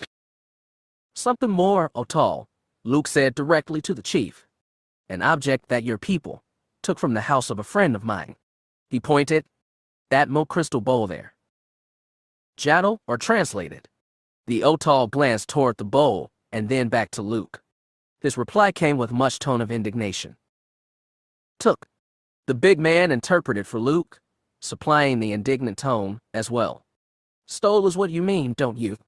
Your kind always supposes us thieves, bandits, cutthroats of the worst kind. You did scavenge things from Ben Kenobi's place, didn't you? Luke countered, this time speaking directly to Jaddle or, and maybe from my uncle's moisture farm, too. Ah, so you were of that Anchorhead farm dwelling, the tall warrior said with raised eyebrow. We thought they all were dead, killed by the white armored warriors years ago. But it was other tribes, not our own, which. The Otal put in a testy interruption here. Jatal or bowed low. I have forgotten myself, said the warrior to Luke. Our chieftain wishes to understand. He proceeded to pass Luke's words on to his Otal. The other listened, nodded, then replied. Yes, he says, chattel or translated. Certainly we went through that long abandoned place, and the one of the old wizard too. It was our right. Those places were our own until you stole them from us. We didn't do that, said Luke, thrown on the defensive now. My uncle's grandfather bought that farm from the land dealers, who got all their lands by running off or killing any of our people who lived upon them, the clan chief responded bitterly through his warrior. So it was all over Tatooine when the forwarders came. The best of the lands and the dwellings were taken by them, and we forced out into the worst territories left. I never knew about any of that, Luke told him earnestly. None of us know anything about you. Nothing about your customs, your language, how you live. No. So you just assumed we were savages or, worse, less than beasts. It's not entirely our fault, Luke argued. You hide away out here, never make any contact with settlers, wear masks. The mask, as you call it, shields us from sand and sun, filters air, preserves our breath's moisture, and keeps us alive in the harsh climate that you have driven us to. We hide to preserve what life and possessions we still have. And if we do take revenge upon those who have defiled our homes and shrines, then that should be our right, as few others are left to us. Behind the listening clans, and all but ignored by them, another masked warrior came into the room. He had a face piece that had been damaged somehow, a ragged tear marring the cloth of one cheek, one goggle knocked askew, and two spikes gone. As the talk continued, the latecomer quietly joined with the rest and stood intently listening. Look, I'm sorry for the way you've been treated, Luke was explaining through Jatto, or, I really am? But, now that I know more about you, maybe I can help. We could work together. Have a better relationship. We have no wish to be closer to you, the big warrior passed back to him from the chief in a brusque way. All that we wish is to be left alone. All right, then, Luke said agreeably. We could stay separate, but we could still live together, with more mutual respect. There could be more communications, maybe. Trade. I mean, most of your raiding is to get goods and tools for survival, isn't it? Maybe some understanding could make life easier for you. When Jattal, or translated this, there were murmurings in the assembly at the offer. Some sounded pro, some con. But the cons seemed predominant. The Otal listened, considered, then shook his head. No, he responded firmly through Jattal, or, the clans of the Gorfas have lost much, but not their true spirit. We will not open ourselves to see that spirit despoiled for a reward, no matter how great. The immense spirit of pride welling out from the chief also filled the robust, rolling voice of the warrior as he went on. You and your people will come and go, but we have always been here and always will be. We are as with the sand of our desert. The ill winds may blow it from place to place, but still the grains endure. Luke listened gravely, musingly to this. He sighed and nodded his acceptance. I understand you, Otal, better than you might think, he said sincerely. I admire your knowing so certainly just who you are, and grasping so fiercely to it. All right. So, if you won't deal, then, what about me? What will you do? Your violation of our clan precinct should mean swift execution, the other replied. But the words of Jattal weigh heavily. Like him, I also feel the strange energy of the old wizard in you. And it does seem as if destiny has decreed something else for you. If a greater power is at work here, we dare not defy it. You must have at least some chance to win yourself free.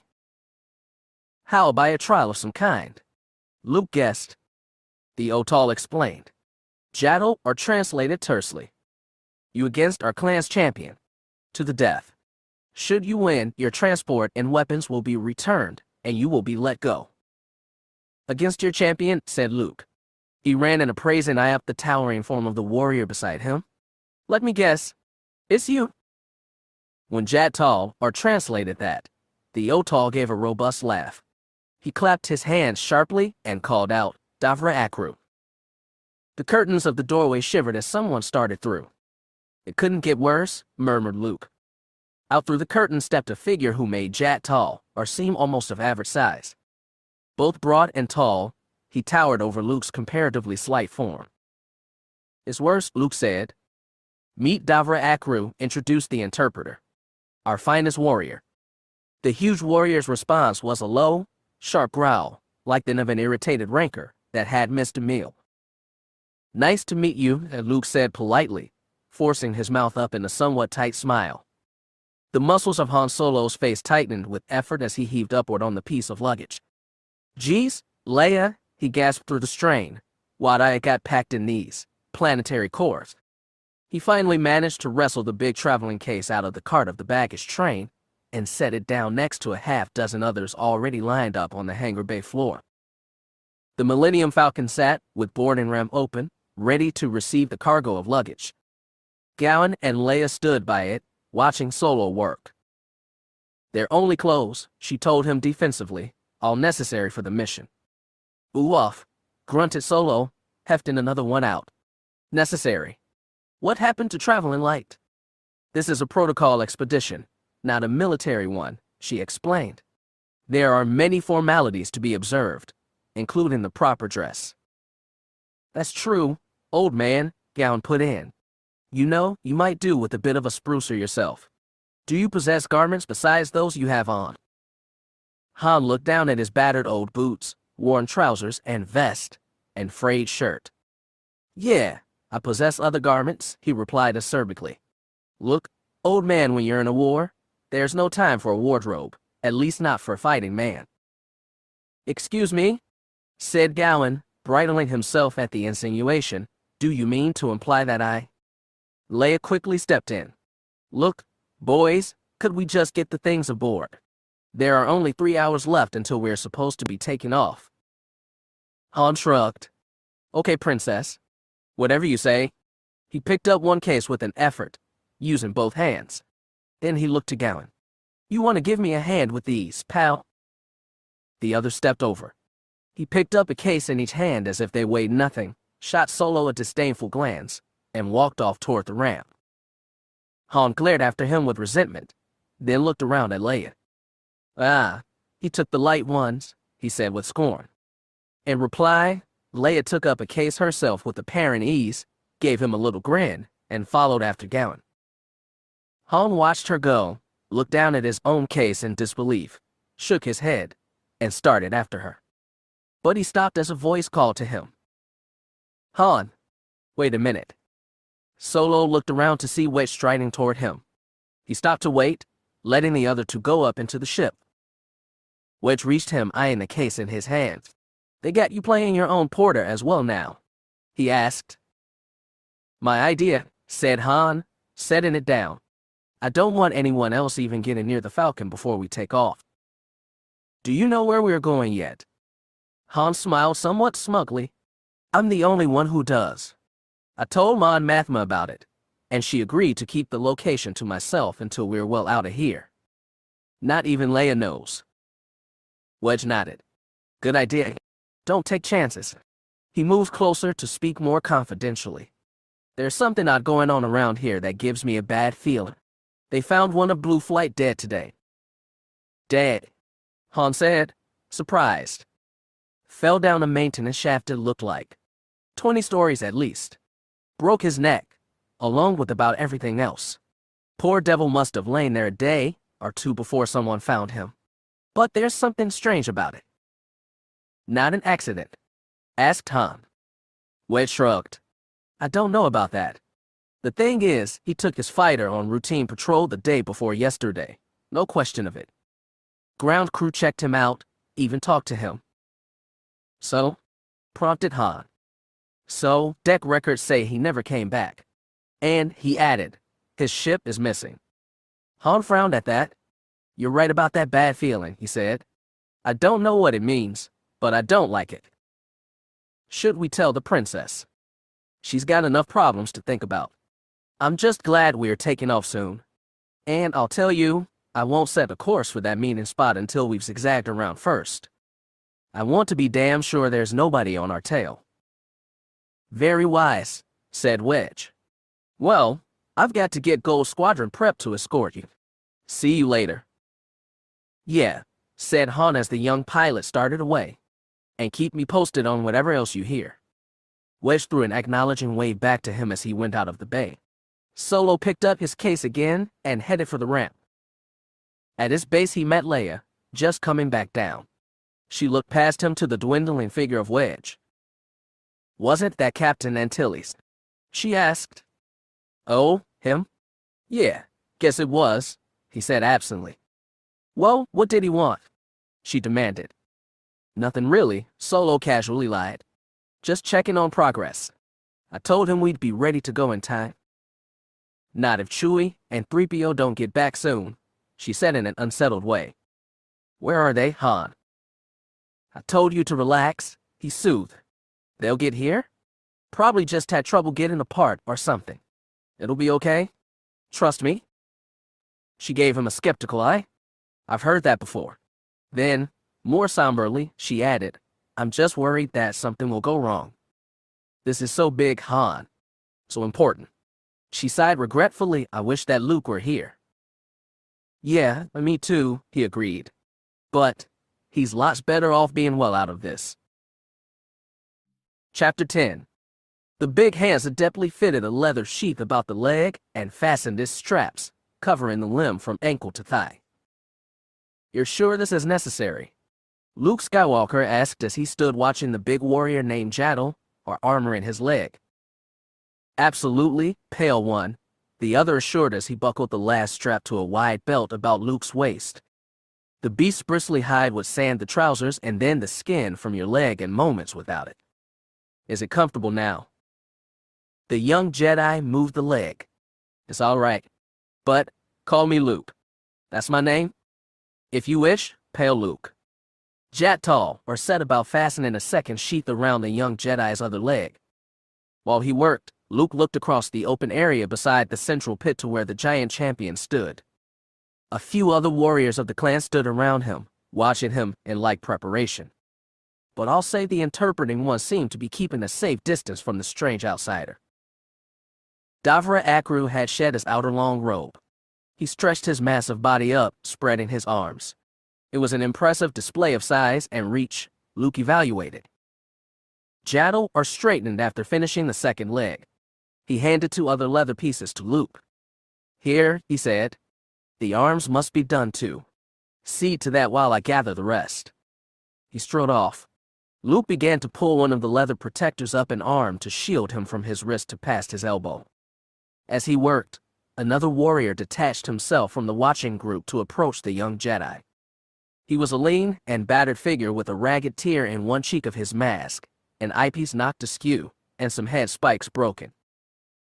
Apparently braver than the rest of his folk, he moved up close to Luke. The Jedi paused and looked quizzically to the being. "I've awaited this chance to speak to you alone," the man said in a low, husky tone, looking around in a cautious way to see if anyone was watching.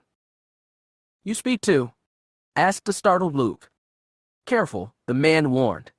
"None here know I have the speech. They must not know." "Why?" "Because I am not like the others. I have gone out from the clans and lived with your kind. They would not trust me if they knew, but I have learned acceptance. I do not wish to be your enemy. I most certainly do not wish to see you die. But this fight, it will surely kill you." "I'm not dead yet," Luke told him. "A matter of time only," the other said grimly. "Have you ever ridden a bantha before?" "Only once," Luke admitted. "It was tame enough. On Tatooine, a tame bantha is a bantha who has bonded with his rider. If you came across one here, its rider must have perished and the beast was wandering in search of him.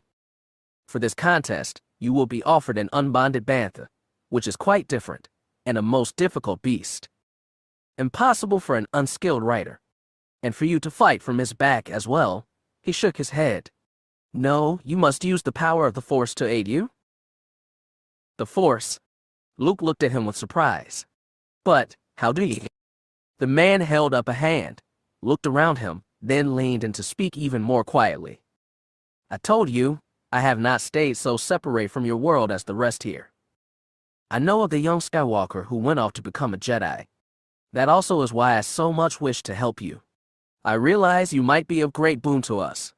You could help to lead us at last in a new way. But to survive to do so, you must first use your wizard skills to win. I can't do that, Luke said. You must, the man argued. Even if in some way you could control the Bantha, Davra Akru will be a fierce opponent. Why? For him to become the champion of such a warrior race should speak of what an outstanding fighter he must be. Luke glanced across to the giant figure again. I had thought of that, he said, then shrugged. Even so, I can't cheat. I'm a sworn Jedi Knight. I have to stay true to my principles. I won't use the Force to take unfair advantage. Not even to make more equal your chances in such an unfair contest. Look, I can't gauge how much it's going to be that, Luke told him, no matter what you say. And I sure won't risk using any tricks that might just make it easier for me to kill him. So it's got to be a straight fight. No extra help at all. You are a fool, then, the warrior said in frustration. He considered, then tried again. Well, if you will not act to improve your own chances, perhaps you will let me do something for you? Luke eyed him narrowly. What do you mean? I can at least see that you have an easier ride, if you'll only listen and do what I say. I'll listen, Luke said guardedly, but no promises. Very well. When they bring up the Banthas, you will have to choose one. That is your right. Look for one with a twisted horn. That one should be your pick of mounts. It will be the most docile, the most easy to direct. Do this one thing. You will be able to have some chance in the fight anyway. Luke thought it over, then nodded. All right, I'll go that far.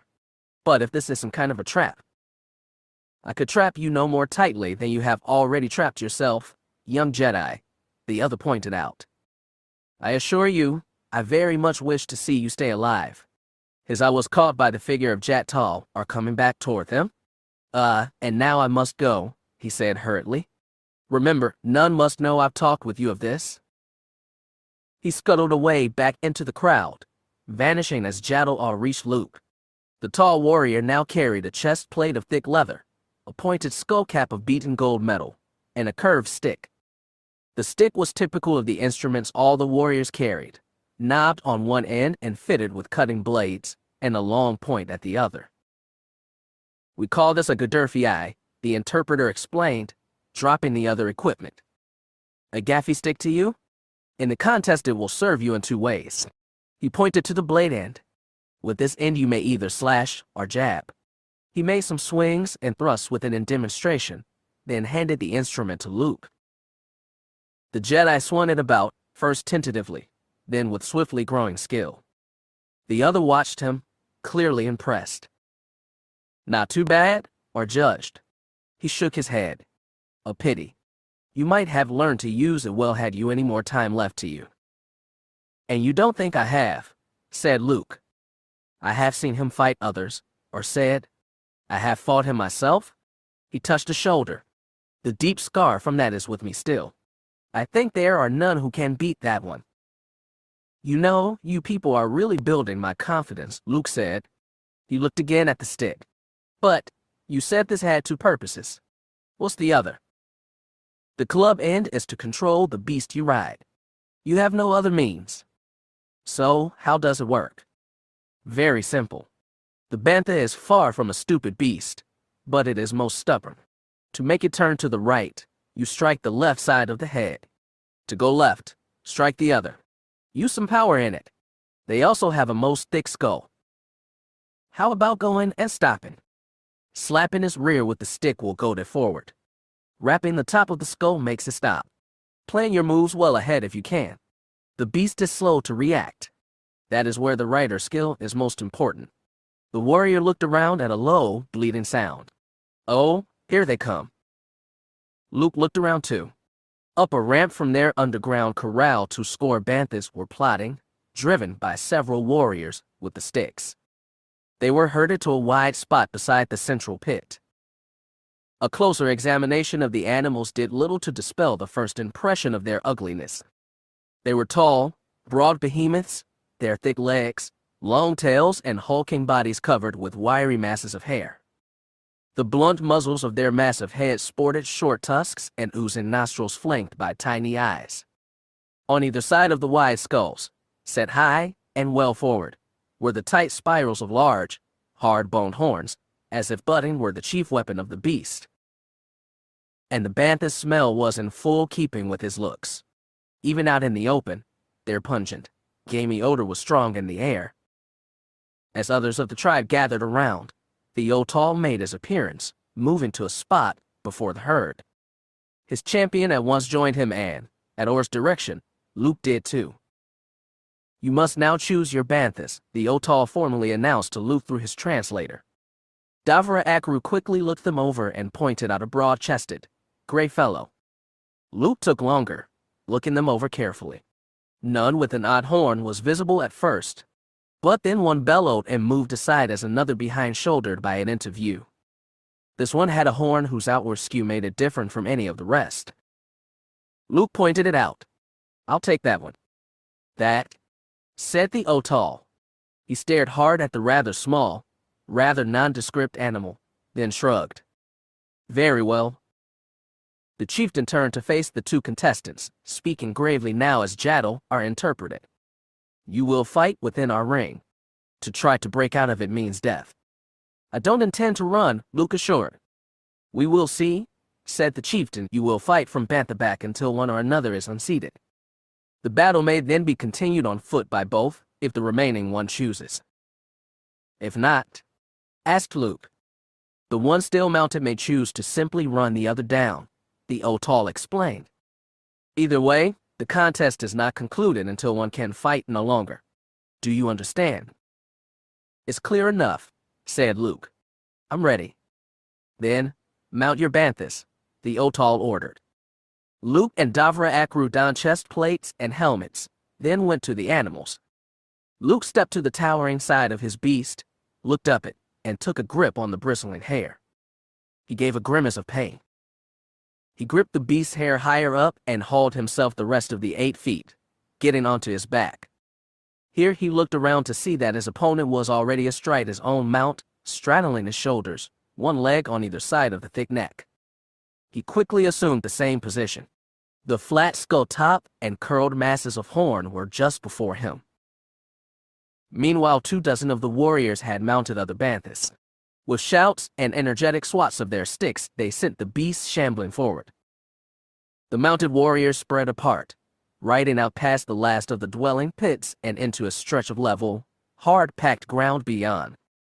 Here they formed into a rough circle some 200 yards around.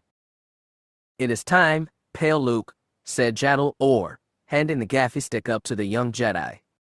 "May your fight be noble and your end an honorable one." "Thanks, I think," said Luke. He reached down for the stick, firmly resettled himself, and looked around to the Otall. The stocky chieftain looked from his champion to Luke. He nodded at their readiness. He lifted an arm again. He stood that way a moment, poised between the two beasts, while combatants and onlookers watched expectantly. Then the arm dropped. Davra Akru swung his stick back and gave his bantha several taps on the rump. The animal lumbered forward. Luke followed suit, and his beast fell in beside the champions. The two mounts walked out to the center of the ring. Here the huge warrior struck the left side of his beast's head, just behind the horn. It turned away at a right angle. Luke watched his actions and tapped his own bantha on the right side. A look of relief came into his face as it readily complied, turning the opposite way. As the two neared the cordon of warriors at either side of the ring, Davra Akru turned his mount again. Again Luke followed, his stare and tap obeyed immediately. "Attaboy," he murmured to the beast. "Just keep going along with me." As the two beasts swung to face each other, champion and then Jedi tapped them atop the skulls. The bantha stopped at once. For a moment the two riders stared across at one another, Luke intense, Davra apparently at ease. Then the champion's mouth opened with an ear-splitting trill. He gave his mount a great smack across the rear. It bellowed and lunged forward. Luke urged his own beast forward, and it responded instantly. Soon both animals were heading toward one another at a ponderous, earth-shaking lope. They plunged together on a collision course. While they neared, the giant warrior stayed intent on Luke, weapon held ready, and showed no signs of wavering. The novice Luke held on as long as he could, but when a crash seemed almost inevitable, he tapped his bantha skull on the right side. It veered away with an instant to spare. He avoided collision, but his brake gave Davra Akru the advantage. The sharp turn threw Luke sideways. He grabbed at the coarse neck hair to keep his balance, lowering his guard. As the champion swept by, he struck out at the vulnerable young Jedi. The edge of one blade struck Luke's shoulder, slicing across it. The keen edge drew a line of blood there as it ripped through both the tunic and the flesh of the biceps beneath. It was only a surface wound, but the pain and surprise made Luke grunt and jerk away. The champion's reflexes were lightning ones. As soon as his bantha was past Luke's, he was whacking it around in a hard right turn. It wheeled tightly and swiftly for such a bulky beast. Luke, momentarily distracted by his wound, was slow to bring his own gaffy stick into play. The advantage might have once more fallen to Davra Akru, but Luke's bantha seemed to anticipate his needed move. Without direction, it swung itself around in the same direction to face the giant warrior's beast squarely again. Once more they plunged in head-to-head, but this time the quickly learning Luke held onto the course as stubbornly as his opponent. The beasts charged together, seemingly ready to butt heads in a monumental crash, neither rider giving way. But the animal's own senses of self-preservation avoided a collision. Both veered slightly away at the last second, sweeping by each other so closely that their bristling coats rasped together. Again, Davra Akru took a passing stroke at Luke. Prepared, the Jedi parried, slamming his weapon away with the power that sent the champion jerking back. When the two banthas swept apart, the warrior swiveled his head around to stare back at Luke in a gesture clearly indicating surprise. This slender, pale one was showing himself to be a fair opponent. Now made aware that his first tactic would not work again, Davra Akru swiftly shifted to another. Waiting to see which way Luke turned, he this time urged his mount around in an opposite wheel. He slapped his rump hard and trilled sharply into his ear to goad it on. The beast charged ahead with a burst of greater speed. As his mount came around, Luke realized the champion's new ploy, too late. He swung his stick over to prod his bantha the other way, but not in time to keep his opponent from moving in behind him. Instead, he slapped the beast to greater speed in an attempt to keep ahead. Soon it was loping along in a wide curve, just within the ring of mounted warriors. But the big warrior's bantha was running a smaller arc within Luke's, and it was drawing closer. Davra Akru swung out at Luke as soon as he came in range. He leaned out across the space between the plunging beasts to launch a salvo of savage blows. Luke found himself hard-pressed to keep his seat and fight to the rear while half-twisted around. He parried the blows as best he could with one hand while hanging on with the other. One of the champion's cuts slipped past his guard and slashed down across his back, laying open a flap of both cloth and skin. Another clipped the jutting point from the top of Luke's metal cap. Finally, Davra Akru managed to swing his weapon under and up to lock a blade behind one of Luke's. With a two-handed twist and yank, the powerful warrior tore the weapon free of the young Jedi's grasp. It lifted high and flew far off, turning lazily end over end to land point down, half burying itself in the ground. The champion gave a loud bellow of triumph. His gaffy stick swept up to strike again, its bright blaze glinting in the sun. Chapter 11. Luke's bantha suddenly lurched sharply sideways. It slammed his shoulder hard into the side of the other beast's head in what seemed a deliberate blocking move. Davra Akru's bantha was jolted off stride by the blow. The champion was jerked back, his blade dropping. The weaponless young Jedi took swift advantage of the opening. In a desperate countermove, he drew his legs up, crouched, and sprang across onto the other beast. The huge warrior once more lifted the gaffy stick to strike, but his reaction was too slow. Luke dove in, seizing the stick as well, and the two grappled, yanking and twisting savagely at the weapon as each sought to win control of it. They swayed precariously atop the still loping beast. Luke scrambled for a hold on his back with only his legs as he battled with both hands.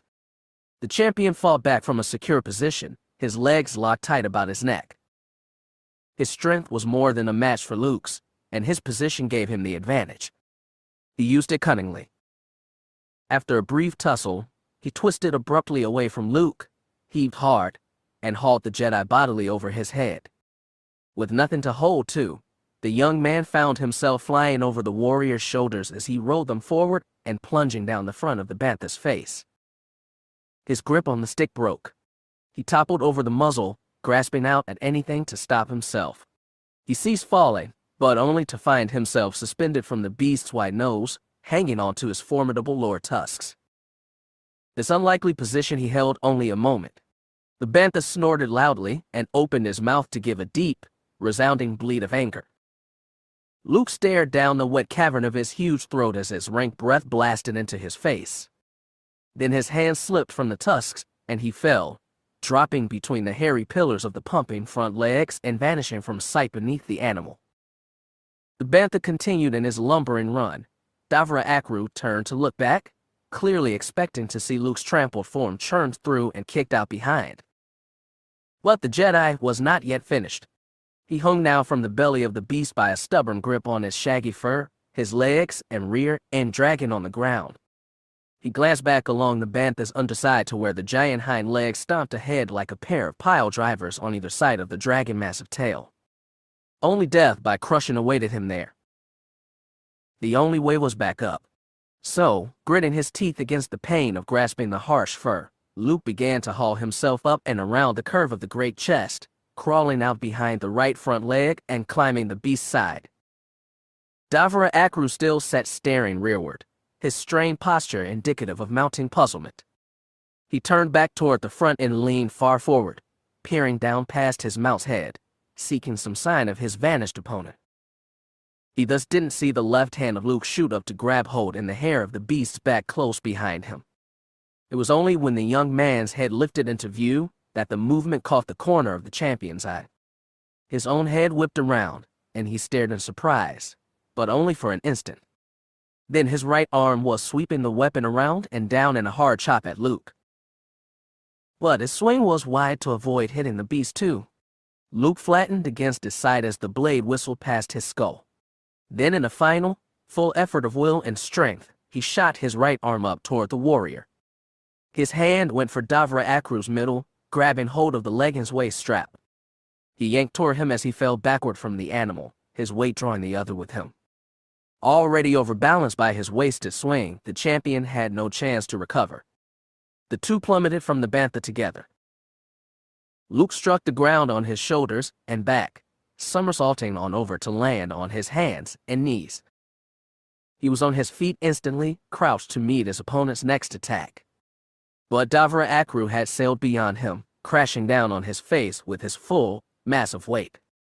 He lay crumpled and motionless a few feet from Luke. The Jedi stepped to the fallen warrior, moving warily, ready for a trick. With a foot he prodded the being's side, getting no result. Luke knelt and rolled him over. Davra Akru fell back limply.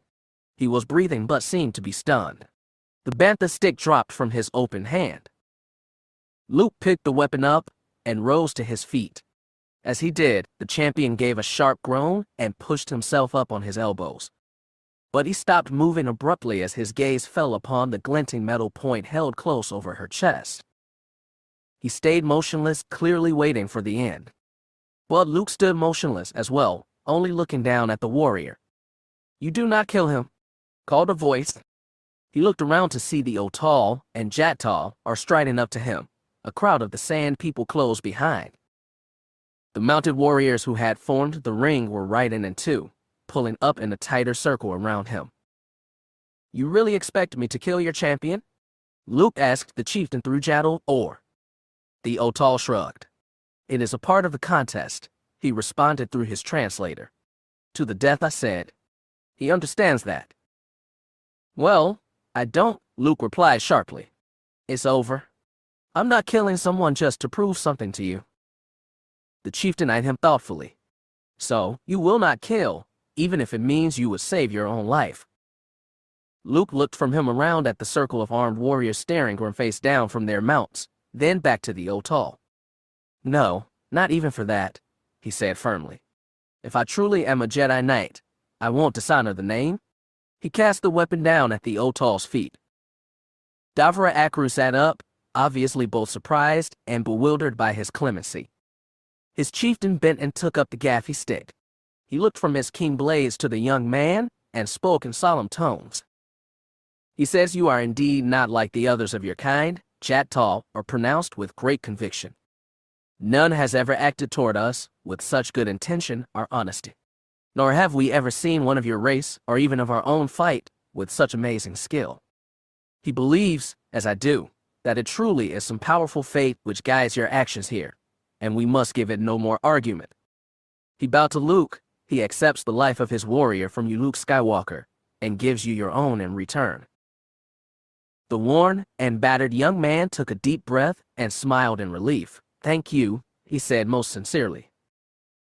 Leia and Gowan sat at the small table in the main cabin of the Millennium Falcon. Their heads were close together as they went over the information scrolling by on the datapad screen open before them, discussing in muted tones the finer points of Imperial protocols on display. Across the cabin, Han Solo checked the instrument readings on a bank of system screens and cast sidelong, disgruntled glances toward the pair. He spoke in muted tones also, but only to himself. A loud gronk from the open boarding ramp brought the attention of all three around to it. Chewbacca was just coming up it, ducking under the low hatch to step into the cabin. Behind him, C-3PO was clanking up and into the ship. Well, look who finally got here, said Han Solo, his sarcasm not quite hiding his relief. I was actually starting to wonder about you guys. Not that I'd worry or anything. Do you know what time it is? A scowling Leia asked the pair. We're supposed to be leaving within the hour. Chewbacca gave an abashed-sounding whimper at that rebuke, but the droid's response was prim. We are well aware of the time, Princess Leia. You will most assuredly not be delayed in your departure. I suppose not, she had to admit. The sternness faded from her tone.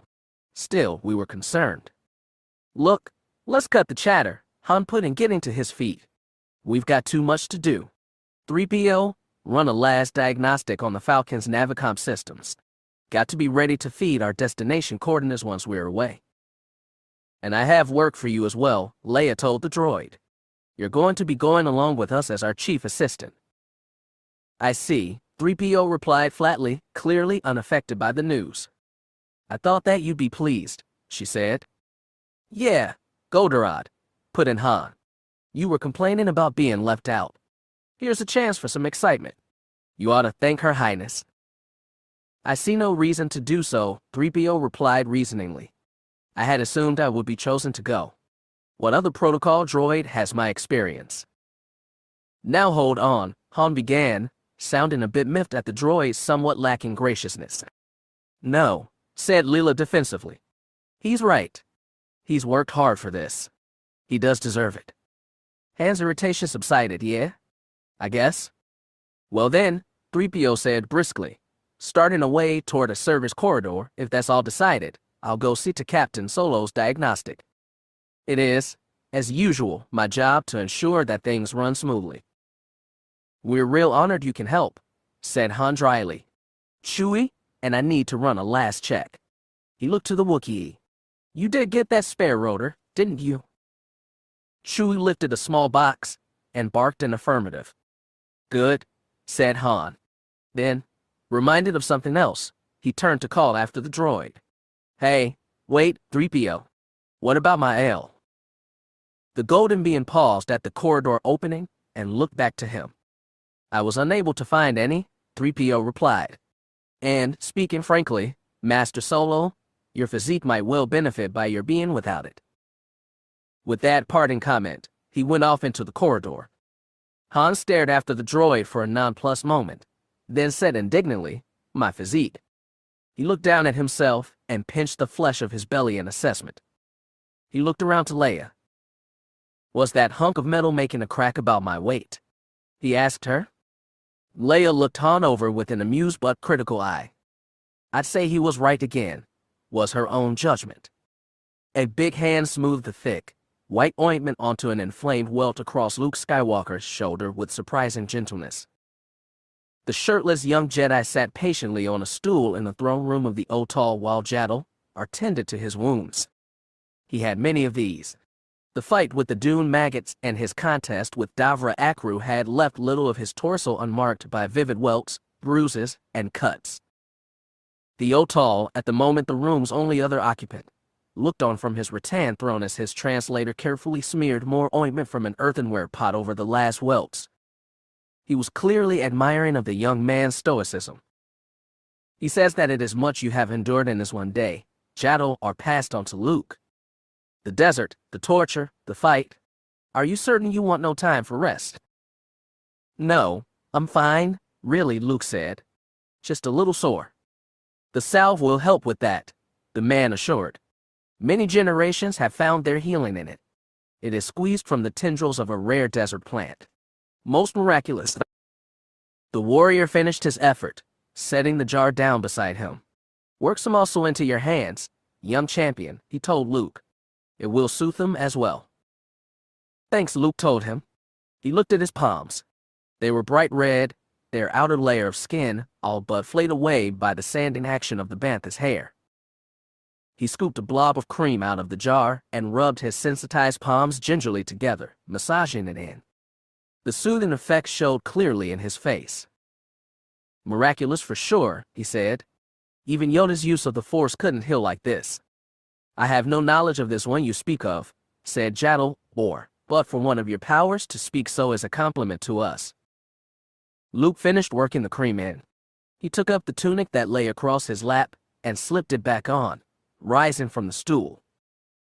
Well, I thank you, he told the chieftain and warrior graciously, but now I should be going. Jaddal translated for his chief, and the Otal replied. He says very well, the other passed back with the included tone of regret. But if you mean to depart from us so soon, he has some things for you. He lifted his voice to call out, Davra Akru. Out through the curtained opening stepped the huge warrior. He carried the Jedi's utility belt with its equipment pouches and weapons all on it. We are most happy to return your weapons to you, Jaddal said. Especially this one. He respectfully touched the lightsaber's hilt, then pointed to Davra Akru's head. The big warrior turned it to show a large bandage across one ear. The Otal says it was his own fault, Jaddal translated for the chief. He was examining it and accidentally turned it on. The translator took the belt and handed it to Luke. It took only a part of his ear, he added for himself. A good lesson about the danger of curiosity. Your floating platform is on the surface, ready for you. The Otal passed to Luke as the Jedi buckled the belt on. But there is something else. The chieftain rose and walked to the long table of scavenged objects. He picked up the milk-white globe and turned to Luke, speaking most gravely. You came to find this, explained Jaddal, we sensed it had special value to our friend the old wizard, who was also a friend to you. You risked your life for it, so we now make you a gift of it, as you two have become our friend. The chieftain held it out. Luke stepped forward and carefully took it from him. The young Jedi held the smooth bowl in his hands, looking in wonder at it. It was all but glowing in the subdued light of the room. I thank you especially for this, he told the chieftain through Jaddal.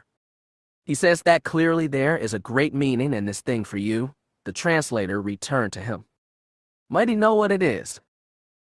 I don't really know myself, Luke told him truthfully. It might be the secret to my whole life. Then we will pray that it reveal itself to you, the Otal answered. He gestured to his champion. Davra Akru stepped up and handed Luke a large cloth-carrying bag. The Jedi slipped the bowl inside and slung the bag across his shoulder. Now we are ready to go, Jaddal announced. The others wait above to say farewell.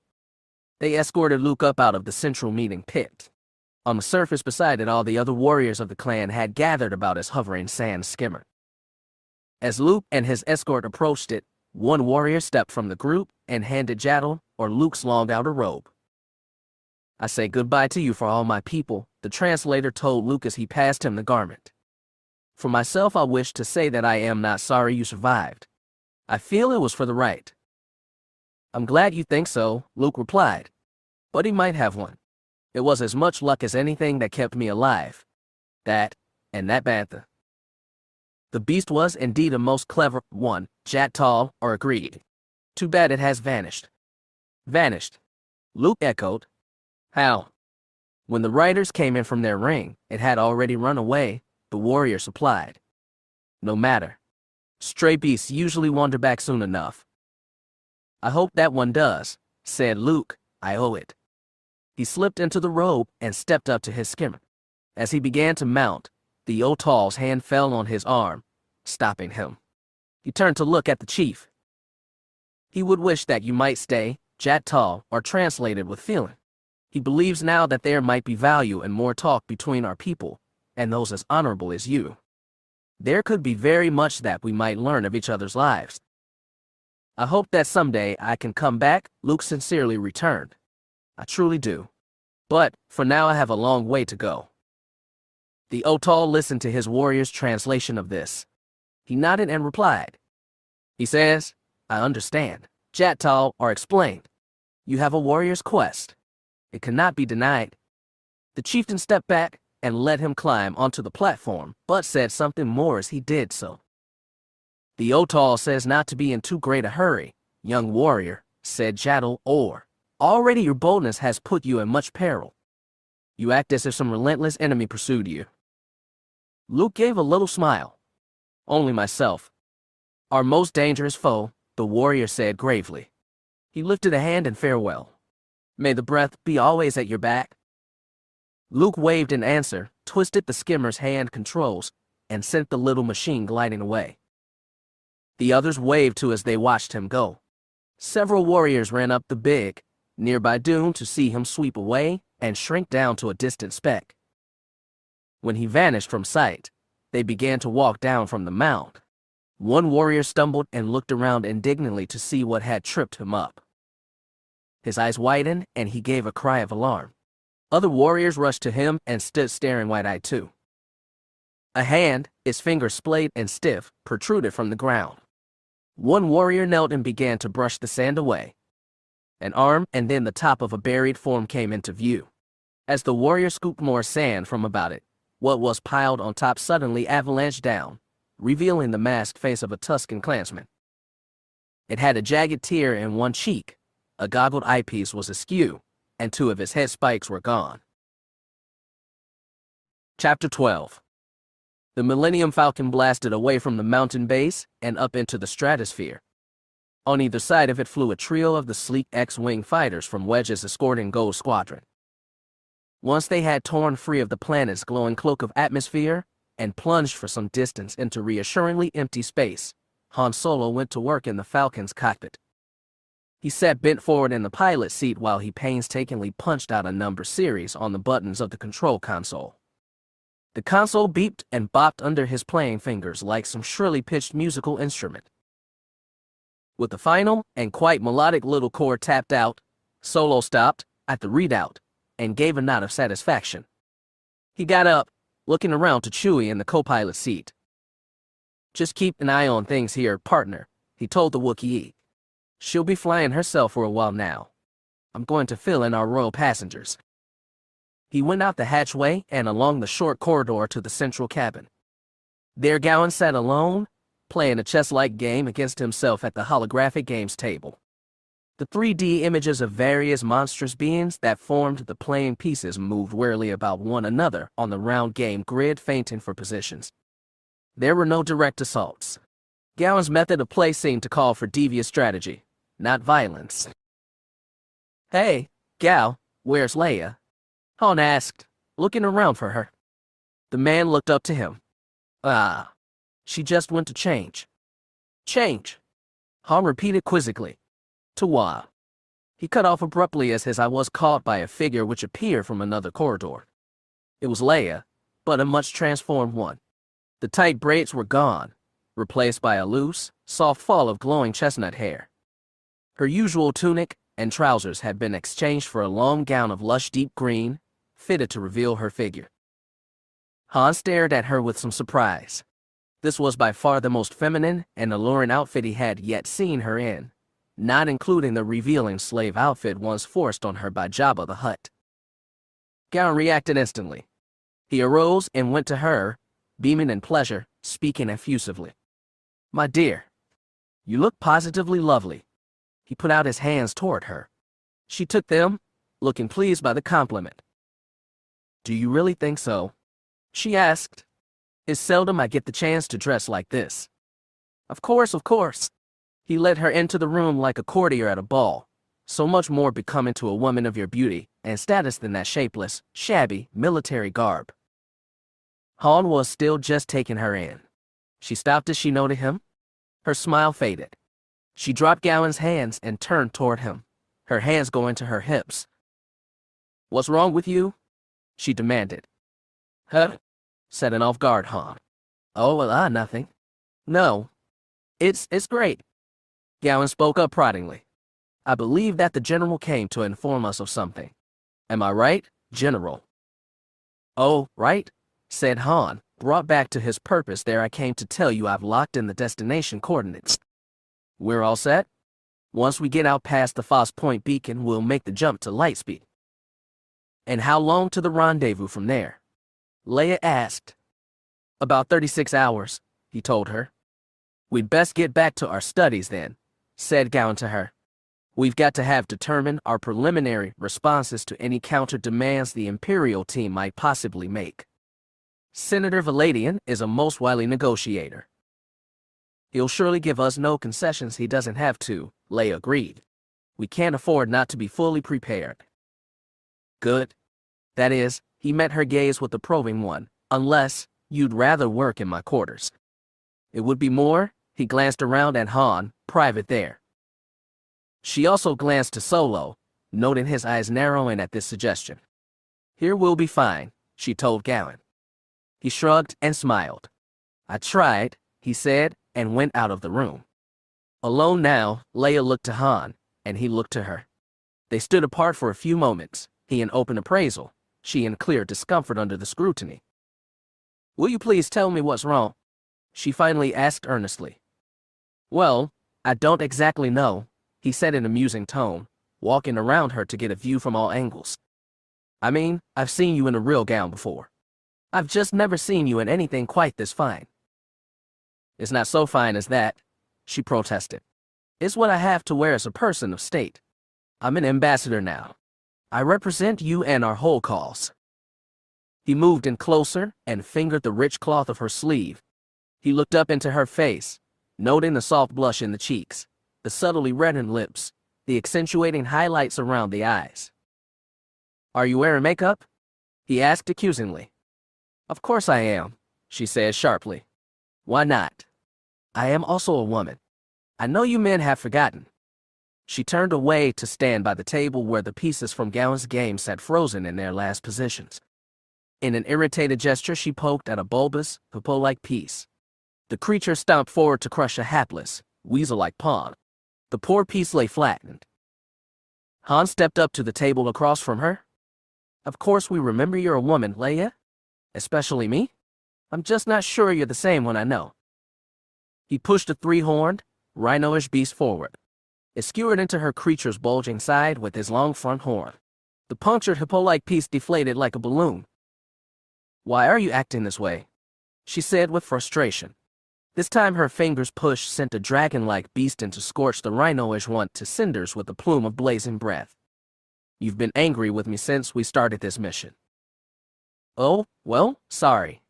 He sent a massive gorilla-like piece to seize and strangle the dragon, tying his long neck into a bow knot. Didn't mean to get you all roused up, princess. And that name, she said. Before all this you hadn't called me that in a long time. Well, that's what you are, isn't it? He said bluntly. I mean, that's what all this comes down to, doesn't it? A princess, and a guy like me. I'm not a princess, she told him with some heat. My parents, my planet, all my own people are gone. Now I'm just Leia. He shook his head. No, you're still a part of that old ruling class. You always will be. And you should be too, he admitted grudgingly. It's important now. They need you. But me?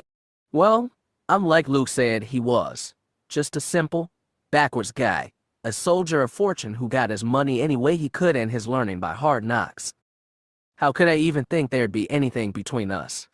You're better off with a guy like Gowan. Gowan, she said, clearly jolted by the suggestion. But, come on, princess, he scoffed. Don't say you haven't thought of it. You two fit in together like two spit spores in the pod. I've seen him look at you. I've seen you look back too. How can you say that? She cried, now in outrage. You know that the only feelings I have are for you. A finger jabbed in a long serpent piece to encool the gorilla and squeeze it to oblivion. Look here, you and me have been through a lot together, he returned.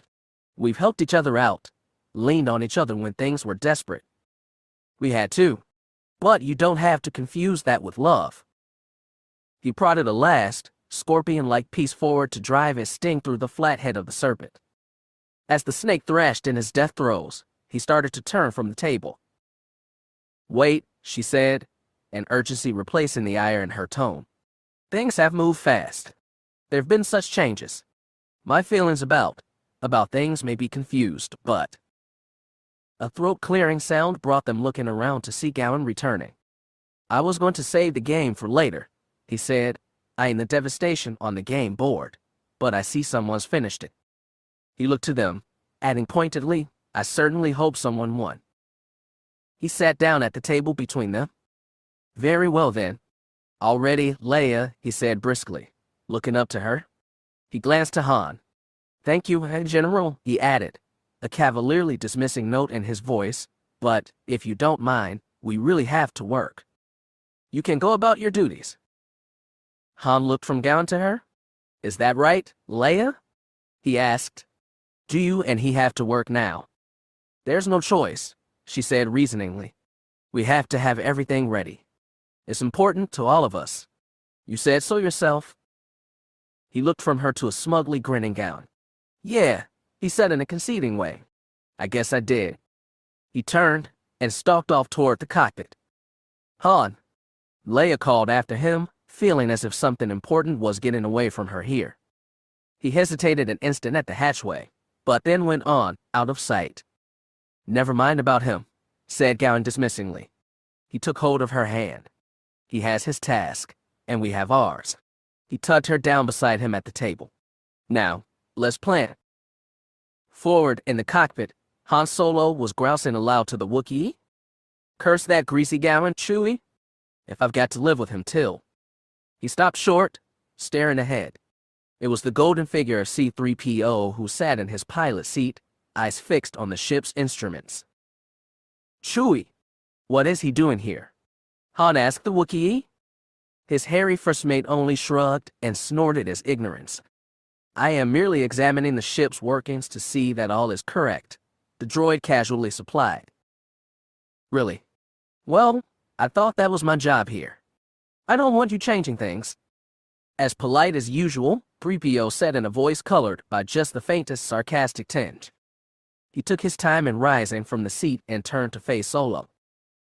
Don't your diplomat folk below need you? Han said. Why don't you go down and interrupt their little head-to-head? I'm certain that when they have need of my skills, they will request them, the protocol droid replied. Well, look then, if you're bored, I can find something for you to do. Some menial and grubby little tasks too, no doubt, 3PO said. Well, I'm afraid there will be no more of that. Oh, really? Said Han. And why not? Our relationship has changed, the droid told him in a brusque, lecturing tone. I am no longer going to play your slave or servant. My service is now to Princess Leia and this mission only. I am much too intelligent and valuable to be utilized otherwise. I will thank you to consider that factor from this point on. With this he pushed past Han and marched out of the cockpit. Well, I'm blowed, said Han, looking after him. You think you know your comrades? The Wookiee nodded and made a low, rumbling sound of commiseration. Han moved to his seat and plopped himself down into it with a certain weariness.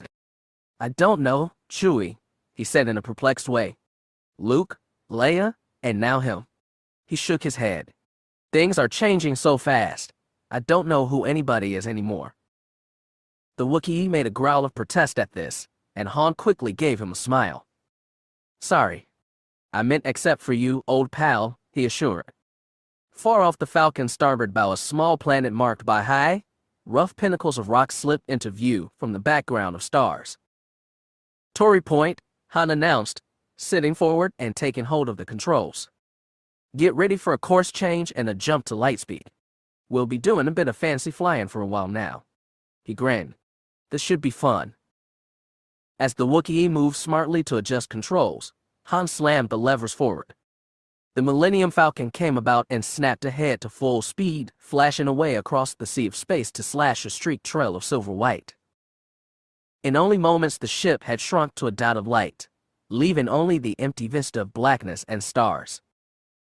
The night sky above the cliffs was ablaze with a thick scattering of scintillating stars. The only other light came from the small gold cone sent up by a small but cheerfully glowing fire. Its light faintly revealed the huddled mass of Obi-Wan Kenobi's house not far away. Close to the fire sat Luke and R2-D2. The droid was using its articulated arm to push more sticks into the blaze and provide a more suitable light for its intent comrade.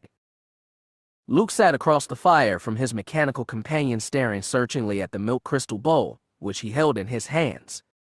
He held the thing up, turning it this way and that, studying the manner in which the golden glow played in rainbows of iridescent color against its smooth, curved outsides. A definite frustration was revealed in the young man's frowning expression. He sighed aloud, drawing the droid's gleaming out to him. It squealed out in an inquiring way. No, nothing yet, R2, Luke answered it. He turned the hollow globe over to examine the bottom. There isn't any kind of blemish, cut, or crack on it. The glass is perfect. The droid squeaked and tootled again. Inside, Luke translated. He turned the sphere around, feeling it over carefully with his hands. No, he said in exasperation. No way to open it either. He held the enigmatic object up to the light again. I just don't understand, R2. Ben said that the key to Angorthia could be found in this thing, but he didn't give me any idea what it was, or even a clue how to find it. So how did he think?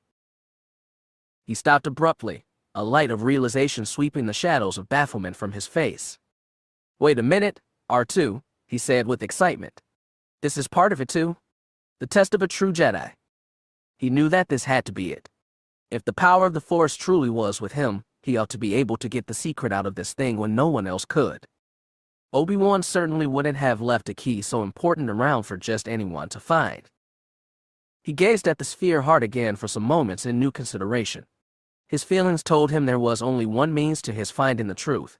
He was going to have to concentrate his powers on the sphere.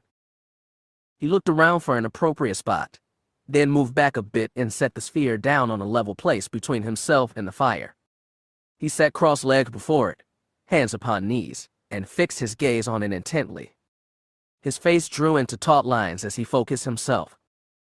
He had to remember what Yoda had taught him about control. He had to draw upon the energy, reach out, feel his connection to this thing. The power of the Force was with him. He could not doubt that. The power was in him, in him, in him. As this litany ran on through his thoughts, he put his whole mind and will to the task. His body tensed, seemed to vibrate slightly with his focusing power. The droid watched with the seeming concentration of his own, giving a small, worried whine. The sphere at first was lit only by the reflection of the firelight. But soon a luminescence began to rise within it, overcoming the gold glow until it shone out in the dark like a silver moon. Clearly Luke was having an effect on it. He lifted his hands from his knees, stretching them out to it in a gesture that seemed both of welcome and summons. In a firm, clear voice he spoke out his request. Show me the heart of the Jedi. The glowing sphere swelled upward and outward, blooming into a huge ball filling the space between Luke and the fire, looming high over him. The startled droid squealed in alarm and jerked away, lifting his eye to stare upward. Unaffected himself, Luke calmly stared into the light. He watched as it altered from a solid glow to a swirling translucence. He watched as, within the billows, blue-silver clouds coalesced and then thinned, showing a glow's solid surface below. Here, vast glinting areas of a deep blue appeared, separated by several smaller areas of mottled browns and greens. Some inner knowledge told him what this brilliant object he gazed on truly was. Angorothea. Luke breathed. Then a new structure appeared atop the pattern of seas and continents. It was a grid work of uncountable fine threads, running here and there to various points, connecting, linking, crossing, intertwining in a complex woven fabric that seemed to bind all into a whole tapestry. And many threads shot away from it into the surrounding space, as if stretching out to touch other worlds. "It's the lines of energy," said Luke. "I can see them." In one ocean section near an isle on the fringe of a ragged continent, a particularly large number of the energy lines fanned out from a single point. It was an odd concentration to see in a sector so empty otherwise. And the point of light was singular too. It was the clear, brilliant red of a blazing ruby, and the glow pulsed brighter with the slow, steady rhythm of a beating heart. Elation filled Luke as he stared at the spot. "R2, he called, "do you see the bright red point?" The droid whistled an affirmative. "Good. From my memory of the charts of that part of space, those larger planets nearest to it must be Aaron and Albin. You've flown out farther than I've explored. Can you identify that spot? Can you tell me exactly where it is?"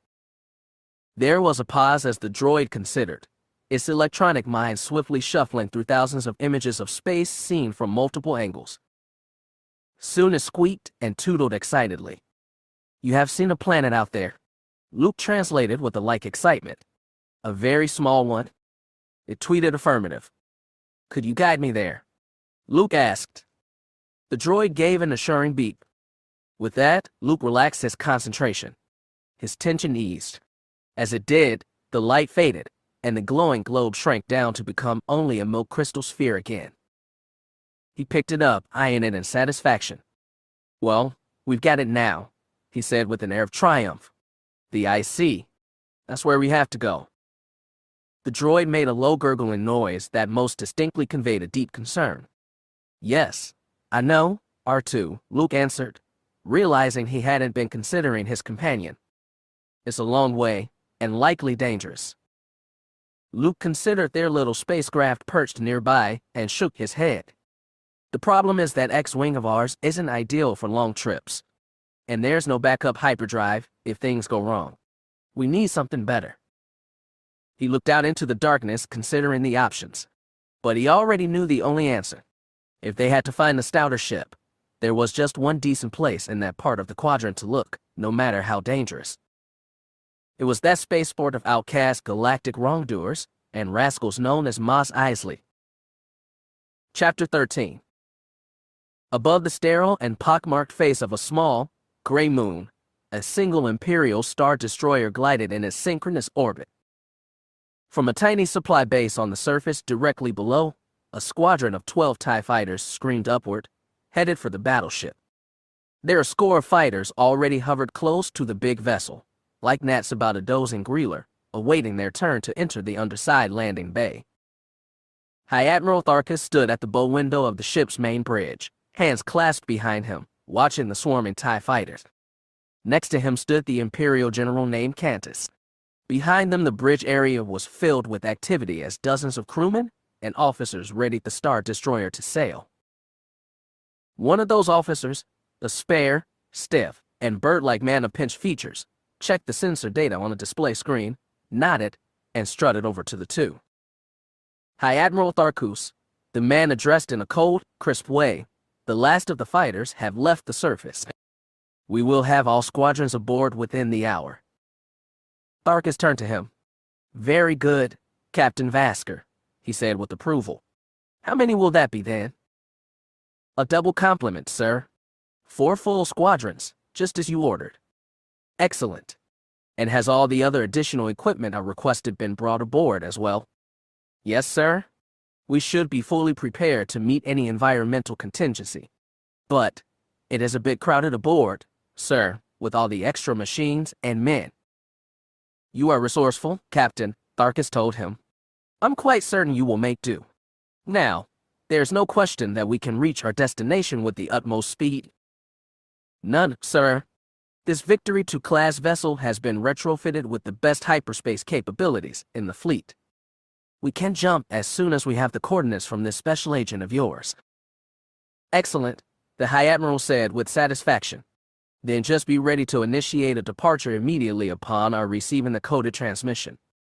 I expect it at any time. The man bowed and began to turn away. But then he hesitated. High Admiral, he said, forgive my boldness, but I am the captain of this ship, and this is highly irregular. Might I ask just what all of it is for? I am afraid you will have to perform your duties in ignorance of that, Tharus replied. This endeavor is most secret. The more who know, the greater the danger. Do you understand, Captain? The man drew himself up rigidly. Of course, sir. I'll ask nothing further. He snapped a salute, turned, and marched away. A most disciplined officer, remarked Cantos, looking after him. A bit unimaginative, said Tharus, but highly trained and completely loyal, the characteristics I have most need of now. He has a point about the overcrowding, said the general. My stormtroopers are squeezed into very tight quarters here. Why aren't you making use of your larger command ship, or your whole flotilla for that matter? For the same reason we are hiding on this obscure moon, loading our forces by stealth, Tharus explained. I said no lie when I told our captain that this was dangerous. Too many elements are arrayed against us. Were we to be caught, we would surely be condemned. None others but ourselves must know the whole truth of what we mean to do. And all these men we lead into jeopardy. They are like the captain, handpicked by me, and obedient. They would die for me without question. Let us hope that they won't need to, Cantus said fervently. He considered, then added musingly. But, you realize, Tharus, that the secrecy gives you another advantage as well. Tharus frowned in puzzlement. What do you mean? Consider it. If we do find the source of the Force's power, and can control it, why then you alone might rule the galaxy. Tharus finished in a voice filled with shock at the very idea. Cantus, you must judge my personal ambitions in this. His voice took on a noble tone. I seek only to restore the strength of our empire, and see the vile rebel conspiracy destroyed. But the Force, began Cantos. Tharus cut him off. I despise the Jedi, and everything they represent, he spat out venomously. It is a religion of dreamers, of misfits who scorn social order. Belief in its idyllic virtues brings on weakness and sloth. It's a drug that destroys the need to act, to use hands, will, and brute strength. He clasped one hand into a tight fist and shook it, to seize life tight and bend it to our needs. Better that it be wiped out altogether than that we risk infection from the sickness by touching it ourselves. Cantus listened to the tirade, but remained unconvinced. Still, he persisted in a scheming way. If a man of your own strength and will could master this power, it might be different. You said yourself that the Emperor abused it, using it to his own ends. But if it were used for the good of the whole empire, under the military's control, why? This voicing of his thoughts was interrupted by the approach of Lieutenant Voss, the High Admiral's aide. The protocol droid's transmission of the coordinates has been received, sir, he reported to Tharus. We are ready to proceed. Good, Lieutenant. Pass the necessary information to the captain. Tell him we will cast off immediately after the last fighter is aboard. Oh, and, Voss, have you had any new word on young Skywalker? I had a report not long ago. But there's no change, sir. He is still making his way to the Mos Eisley spaceport. Young Jedi and droid came into the outskirts of the sprawling port town on striding foot and rolling wheels. As they reached the first buildings, Luke made certain that his hood was up about his face, and that the long cloak was adjusted around him to hide his weapons. Beside him, R2-D2 rolled bumpily along over the neglected, potholed road, chirping in low, sharp undertone as if it were grumbling to itself. Quit complaining, R2, Luke said amiably. I know it was a long walk, but we couldn't bring the X-Wing here. I told you there were still some Imperial garrison troopers around. Look over there. A small patrol of the white armored soldiers was lounging out before a small tavern's door, conversing in bored tones. Their weapons were leaned against the cracked stucco of the building's outer wall, and some of the troopers even had their helmets off. As the man and droid went by, None moved to question or intercept them. A couple of the men glanced around toward them, but without any sign of more than mild curiosity. "They sure don't seem on alert," Luke softly commented once they were safely by. R2D2 beeped a response. "Yes, I know there's supposed to be a truce," Luke translated, "but we can't take any chances. We're on our own here." The little droid trilled out a question. "Yes, I want it that way. And no, I'm not going to get any help. I've got to do this alone." It squeaked in indignation at that. "All right, R2, said Luke soothingly. "I meant alone except for you." Luke looked around him thoughtfully as they moved further into the town. "The trick is, getting a ship without any money. I've got a few hundred credits, but not enough for." He stopped as they entered the heart of the city, and his eye lit on the big, dirty white dome of the port's largest saloon, the Mos Eisley Cantina. He mused. R2, didn't Han tell us that he won the Falcon from Lando Calrissian in a card game? The droid answered with a flurry of shrill noises which sounded most distinctively doubtful. Luke looked around at it in a hurt way. "What do you mean? I'm as good a card player as Han," he said defensively. "And I don't need to use the Force to cheat, either. Come on." He marched determinedly up to the cantina's wide, main doors, R2 rolling behind. The droid stopped there, whistling worriedly. "Oh, right," said Luke. "Droids aren't allowed. Well, just wait here. I should be back soon." It twittered and squeaked some more. "No," he replied. "I'm not afraid to go in there alone. Nobody here knows me. I'll be safe." It persistently beeped more in an unconvinced tone. "No, I'm not trying to prove anything," Luke said, amused. "Okay, so I did almost get killed here once. But that was a long time ago. You know I don't need a Ben or a Han to bail me out anymore." He patted it assuredly on the domed head, turned, put on a stern and most confident look, and strode in through the doors. Down a wide flight of stairs beyond he entered an oval, half-lit den, its stagnant air thick with the aroma of stale liquor and a blue-white smoke haze. Within the curved length of bar at its center worked a fat, red-faced, and surly-looking attendant, serving drinks to the patrons surrounding him. There were few of these just now. A dozen beings of various types stood at the bar. A dozen more were scattered amongst the tables around it. They were making the best of entertaining themselves amidst a much subdued atmosphere. There was no band, no music, no boisterous talk or sign of gaiety.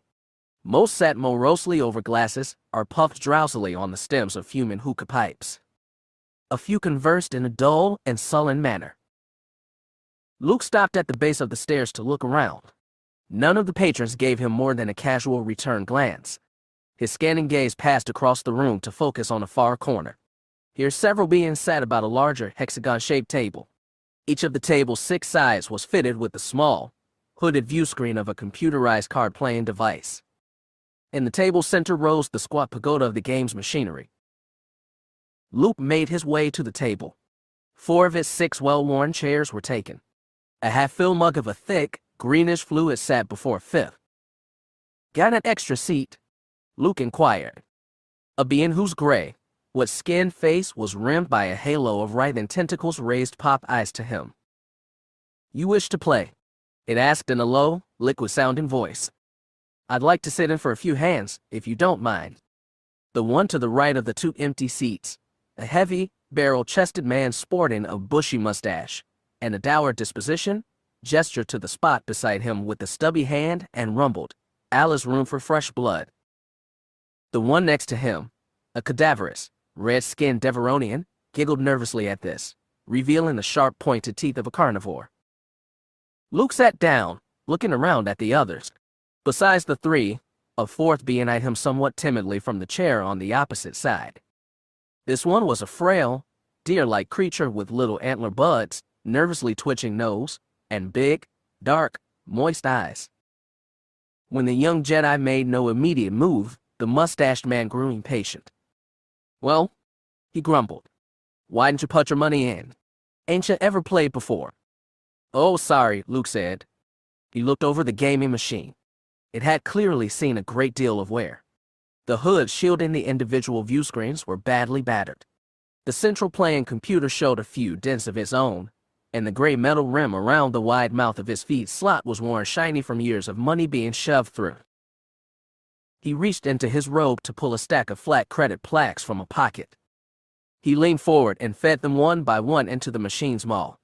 It seemed to gulp and smack electronically as it swallowed each piece. A readout of the ingested cash showed on the tote board encircling its top. The tentacle eyed the number and commented wetly, 650. Pretty light. Barely a minimum stake for this game. It'll get bigger, Luke answered breezily. So, are we ready to play? Just wait in on one more, the mustached one said. Here he is. Hey, Ponda. A figure moved up beside Luke and plumped heavily down into the seat next to him. The young Jedi glanced toward the newcomer, and his eye first fell on the glinting metal of a mechanical arm. It was an artificial limb of cheap and crude construction. The metal skeleton and wire tendons were uncovered by bioflesh, and the stiff, knobby joints of the sharp talon fingers made his hand look more like a claw. Luke's gaze lifted from the arm to his owner's face, so close to his own, and turned toward him. The young Jedi managed not to register any shock at what he saw. It was the walrus-like face of an Aqualish. A pair of yellowed, inward-turned tusks protruded from a wide, bristled snout. The skin was smooth and shiny, the eyes large and liquid black. Those eyes were now fixed searchingly upon Luke. Hey, the being named Ponda grunted in a guttural voice, don't I know you? Luke looked him squarely in the eyes and said in a careless way, I've been around before. The Aqualish brought up a good left hand and rubbed the forearm of his metal limb. I'm sure I've met you, he said musingly. What's your name? You really don't want to know it, Luke told him with more than a little truth. I wouldn't want to scare anyone. Scare? You? The man barked a laugh, then leaned closer. Listen, pup, my own partner's bought a death sentence on 12 systems, and he's not so mean as me. Why, I'm not scared of. Oh, shut up, will ya? The mustached man told him. He looked to Luke. Sorry, stranger, he says it to everyone. Big man. Vip Regent sends he teamed up with that quack Everson. But Al's is bout him's trouble. He spoke across Luke to the one-armed being. Look, the kid's got money. That's all we care about. Maybe y'all can finally win enough to get a decent bioarm. So let's play? The Aqualish glared around at the rest of the players, then sat back, curtly nodding his assent. All right, then, the tentacled one said. Computer, deal? The machine clucked and burbled to life. It made a long, fluttering sound, as if real pasteboards were being shuffled inside, and then the first of the card symbols popped into view on the players' screens. Luke studied them intently. Neither he nor any of the others gave note to a small, baldish, nondescript man who ambled in and went up to the bar. The newcomer ordered a drink and then stood there quietly, sipping and looking about with apparent disinterest. But his eyes went most often to the card game proceeding at the table, fixing largely on Luke. The gaming computer gave a derogatory-sounding bleat, and a red light flashed on Luke's view screen. Luke shook his head in chagrin as the row of card symbols faded. He looked up at the central tote board. The figure indicating the amount of his credits grew considerably smaller. You only got 200 left, the mustached man commented. You're getting Klazita tapped out. It'll get better, Luke answered, but with somewhat less confidence than before. Not unless you learn to bluff better than that, the tentacled one said. Your human faces are all alike. So open, they cannot hide anything. We'll see, said Luke. Deal again? The computer complied. Luke watched as the symbols for the dealt cards flashed up on his screen. 1, 2, 3 card symbols, all unlike. A fourth, a fifth, and suddenly he had 2 pairs. I'll bet 50, the metal-armed Aqualish said. The bet went around once, and all of them stayed in. With some confidence, Ponda up 50 more. Luke saw him, as did the mustached one, and the cadaverous Deveronian. The fawn-like creature shook his head nervously and dropped out. The bet came to Tentacles. I'll see that 50, he announced, and I'll raise 100 more.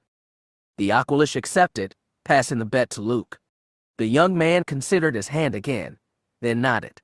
All right, I'll see that too. But both the mustached man and the Deveronian found it too rich and pulled out. Only 3 were left. Looks like it's up to me, Tentacle said. He fixed his pop eyes right on Luke and said with a certain cruel glee, I'll raise 500 more. I'm finished, the metal-armed Ponda declared gruffly, sitting back. Luke met the slimy creature's gaze. You know I haven't got anything left. Yes. Too bad. The other oozed in a tone of phony sympathy while his tentacles jiggled in delight. You are through either way. Not enough to see me, and stay in the hand. Nothing left to play on with if you fold. You wish to quit now? No, Luke said with force. He considered, then boldly made the commitment. Look, I've got something else. A good droid. An R2 unit. Is in prime condition. I could put up that. The tentacled one sniffed.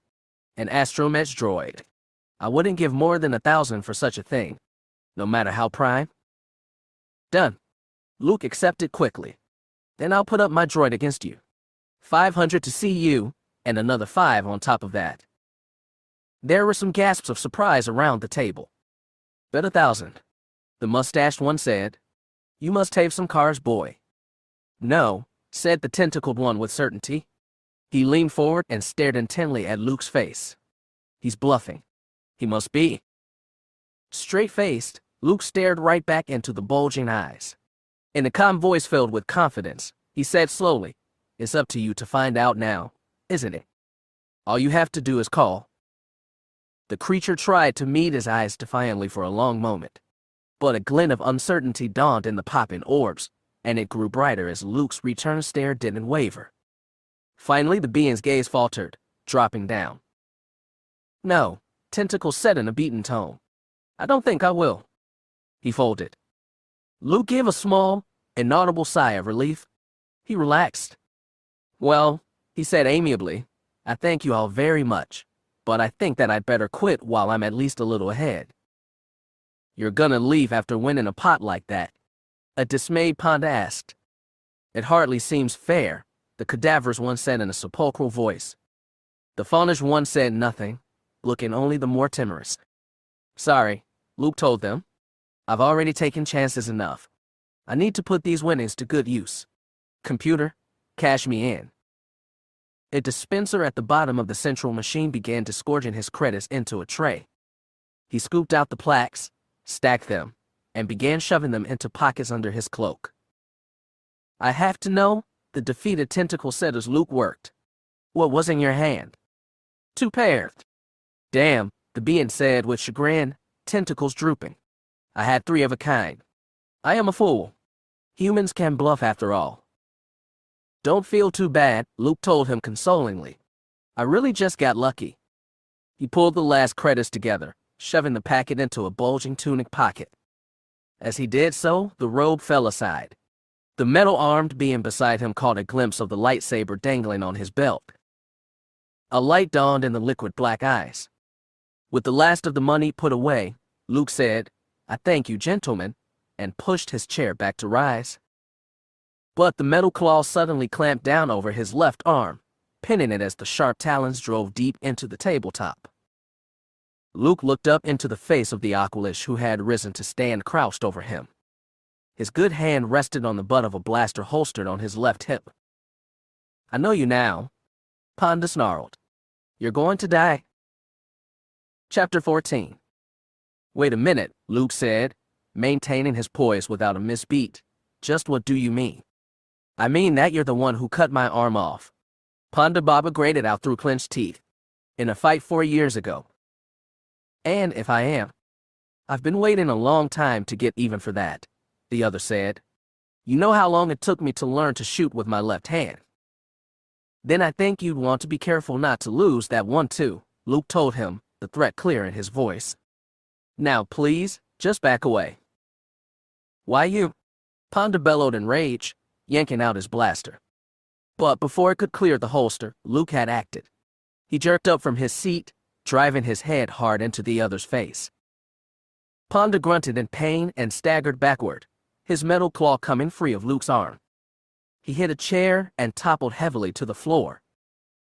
The Jedi was up in an instant, one hand darting into his robe to seize the lightsaber's hilt. On Luke's other side, the mustached man sat frozen in shock. The Deveronian and tentacles likewise stayed put. But across the table, the fawn-like one made his own play. In a quick, agile move, it jumped up in his seat, one slender arm rising to lift an enormous axe into view above the tabletop. Doe eyes gleaming cruelly, little mouth twisted in a snarl, it brought the weapon higher to strike. Luke's hand whipped the lightsaber free of the cloak. He switched it around and the bright blade flashed out. The axe swung up to sweep at Luke as he swung his glowing sword around toward it. The Jedi warrior's move was an instant faster. The blade's tip slammed across the center of the long axe handle, raising a shower of splinters as it sliced the wood through. The energy of the blade sizzled along the weapon and into the creature, slamming it back down in its seat, stunned. The metal-armed Ponda had now recovered and was starting to get up. Luke leaped away from the table to stand over him. The bright blade hung just inches above the shoulder of his good arm, clearly threatening. "Do you still want to try it?" Luke asked in a chill voice. The being looked from the glowing beam up to Luke's determined face. His hand released the blaster, and it dropped to the floor. "Good choice," said Luke. He kicked the weapon away and stepped past Ponda into an open area of floor, pivoting slowly to face the others in the bar, swinging the lightsaber to keep any other prospective attackers at bay. "Now, I intend to leave here with no more trouble," he told them. "So if everyone will just—" "Hey there. You!" A voice called from the main doors. He looked around to it to see a half-dozen stormtroopers rushing through the entranceway. The loud clicks from their blaster rifles told him the weapons were being powered up for action. He looked about him for escape. At the back of the drinking hall, he spied an arched opening with kegs stacked at either side. He turned and rushed for it. The troopers started across the floor after him, roughly shoving patrons aside. Luke went through the archway, finding himself in a cramped storeroom. A narrow avenue through his piled crates and kegs led to a closed rear door. He moved to it. The metal panel was fitted with a bolt and a heavy padlock. He lifted the lightsaber and made a slash at the lock. The blade struck sparks from the metal and cut deep. But the lock stayed fastened. The first troopers reached the archway from the bar. But as one headed through it, the high stack of kegs at one side suddenly toppled. Some of them knocked him down, where two troopers tripped over him. Others rolled off, bowling two more men down. The little, nondescript, balding man who had shoved the kegs over quickly sidled away and slunk toward the front of the bar in the confusion he had caused. Meantime, Luke lifted his blade to strike at the padlock. The one trooper still on his feet clambered over his struggling fellows and got through the door. Luke slashed down hard. The lock came free. He threw the bolt and wrenched the door open. The street lay beyond. The trooper raised his rifle and aimed. Luke leaped forward as the man fired. The bolt exploded against the door jamb as he vanished through it, tearing a ragged hole. Outside, Luke was running, angling left to pelt at full speed back around the building to his front. He paused as he neared the front, peering past the last curve of wall to the main doors. There were no troopers posted there, no one at all about except for the still-waiting droid. Angry shouts from behind him prompted him to move on quickly again. He ran around past, then away from the saloon, shouting back to the droid. "Come on, R2. Follow me." The little droid obeyed as well as it could, immediately rolling off after him at top speed. Luke led it through the town marketplace and into the closest side street, staying well ahead of it as he sprinted down the narrow avenue and took a turn at the first crossroads. The droid rolled to the crossing, turned, but then stopped as I took in an empty street ahead.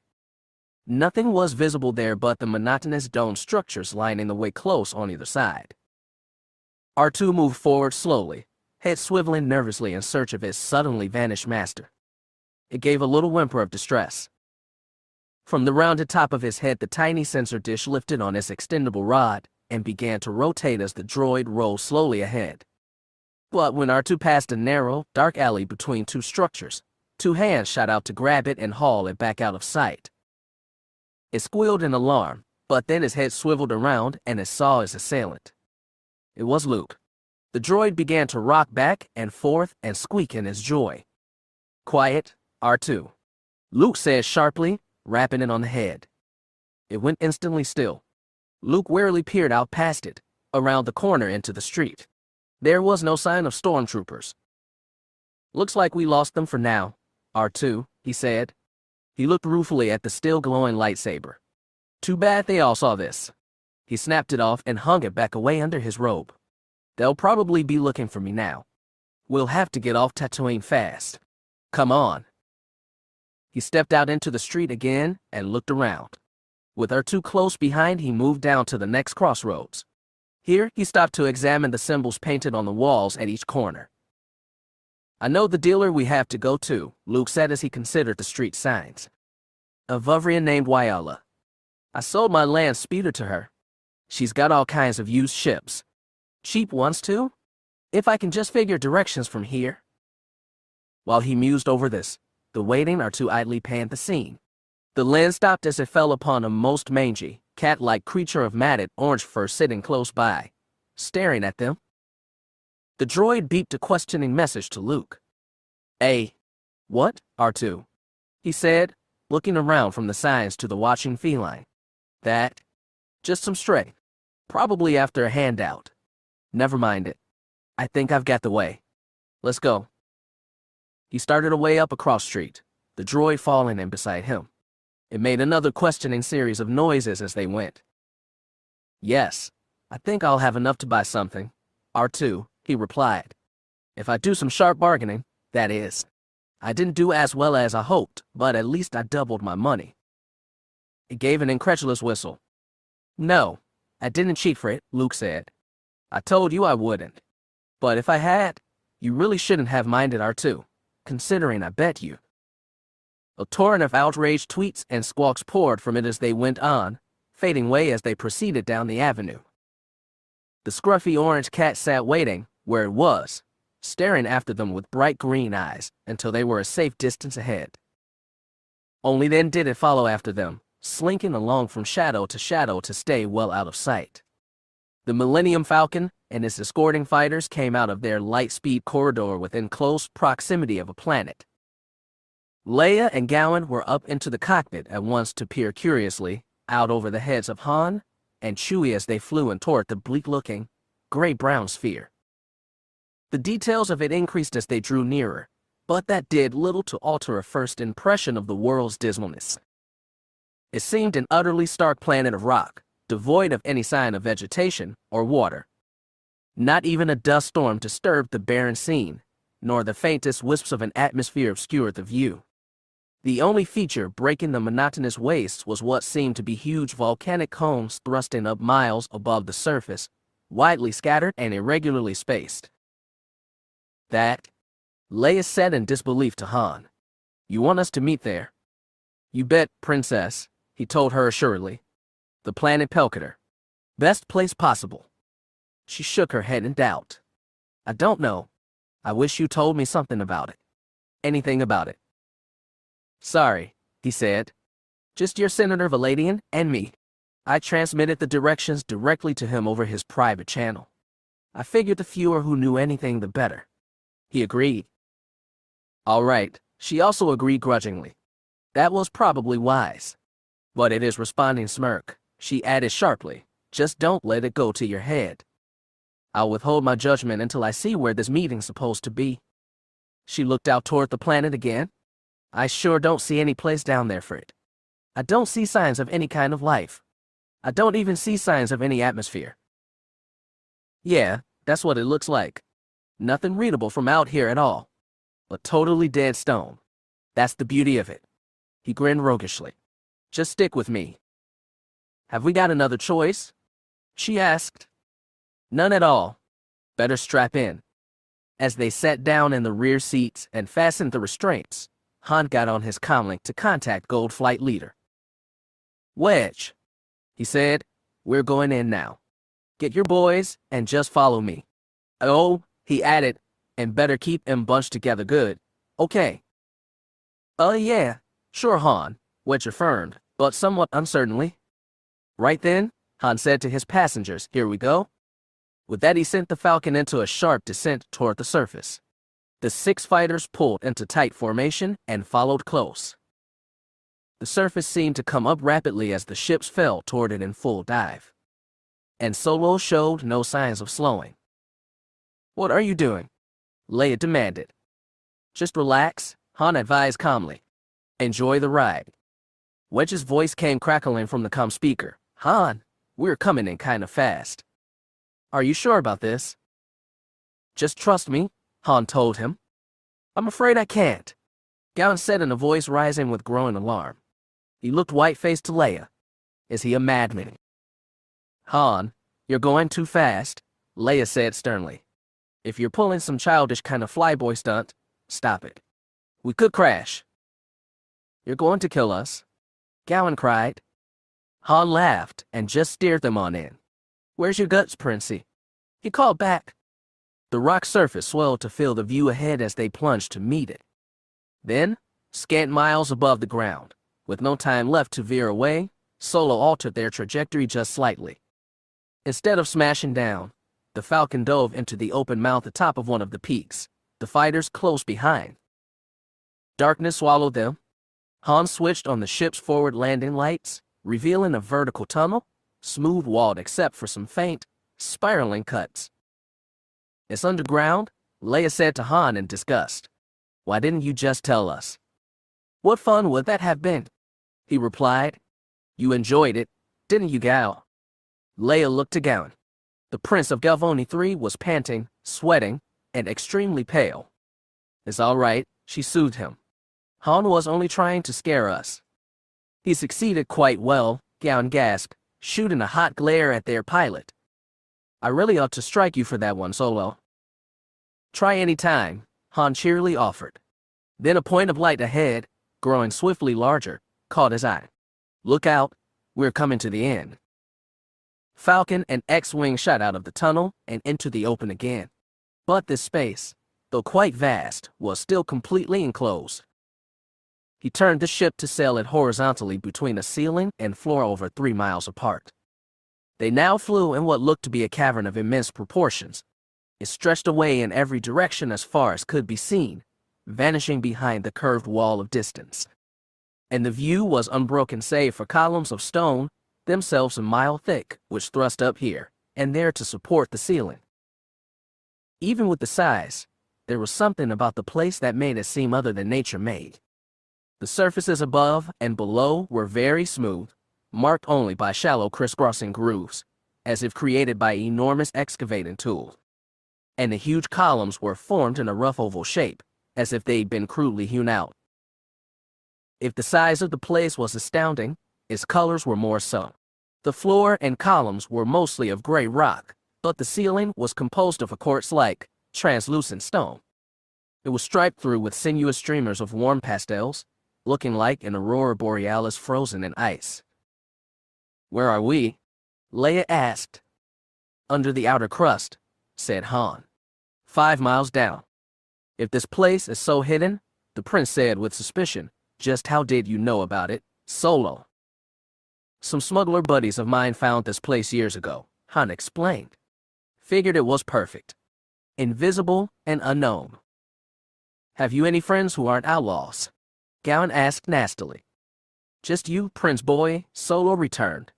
Anyway, they set up an HQ here. Worked out of it for years. Then the Empire caught up with them, wiped out most of their operation. The place was abandoned.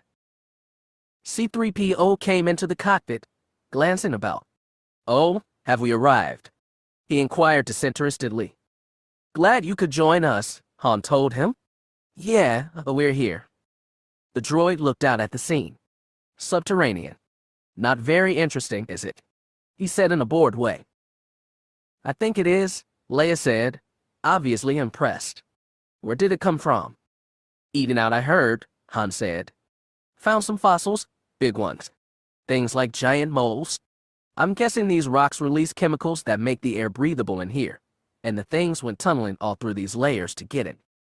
None of 'em around now, though. Must have died out centuries ago. That explains an atmosphere in here, but what about light? She asked, looking out into the soft but sufficient illumination diffused evenly through the space. Han shrugged. Ask the professor that one. I disapprove of your use of that nickname, the droid replied in a discernibly haughty way. Still, as you have deferred to my superior knowledge, I will explain. He put on a crisp, lecturing tone. The singular formation of silica-based substratum which forms the layer above us contains a high percentage of elements of an especially phosphoric variety. In such high concentrations as we encounter here, this produces a substantive illuminating effect upon the cavernous area below. Say again, said Solo, looking back to the droid. To place it on your level of comprehension, 3PO said disdainfully, the rocks glow. Irked by the tone, Han opened his mouth to reply, but a loud grunt from Chewie brought his attention back to the front window. There it is, he said, pointing ahead. The base? In the distance, a comparatively tiny huddle of buildings showed against the base of a roof pillar. Nearby it was the smoothed-out circle of a landing pad. A single, Lambda-class shuttlecraft sat there. Looks like your Imperial party beat us here, Han said. He got on the comm line. Wedge, why don't you take the boys out in a wide sweep around them? Be sure they're alone. The X-Wings obeyed, swinging out to scour the area far around while the Falcon circled the base at a safe distance. No one else we can see, Han, Wedge reported back. Okay, said Han. I'll take the Falcon in. But keep the boys flying, okay? Keep a good lookout. I still don't trust them. Right, Wedge acknowledged. Han glided the ship in. A reception party of the Imperials was visible, waiting by its own craft. As the Falcon settled to the ground in a last blast of repulsor of power, this group strode forward, stopping midway between. Leia peered out toward the group of robed and sashed men. All the ones that look like senators, she said. No military around. And I'm fairly sure the silver-haired one is Senator Valadian. I'm still going out first to check, Han said. Come on, Chewie. As they started to get up, Leia rose as well. I'll go too. No, Han said firmly. You're ambassador now, remember? Too valuable to take chances. Stay put. He and the Wookiee moved to the cockpit door. No weapons, remember? Gowan called after them. It's a peace mission.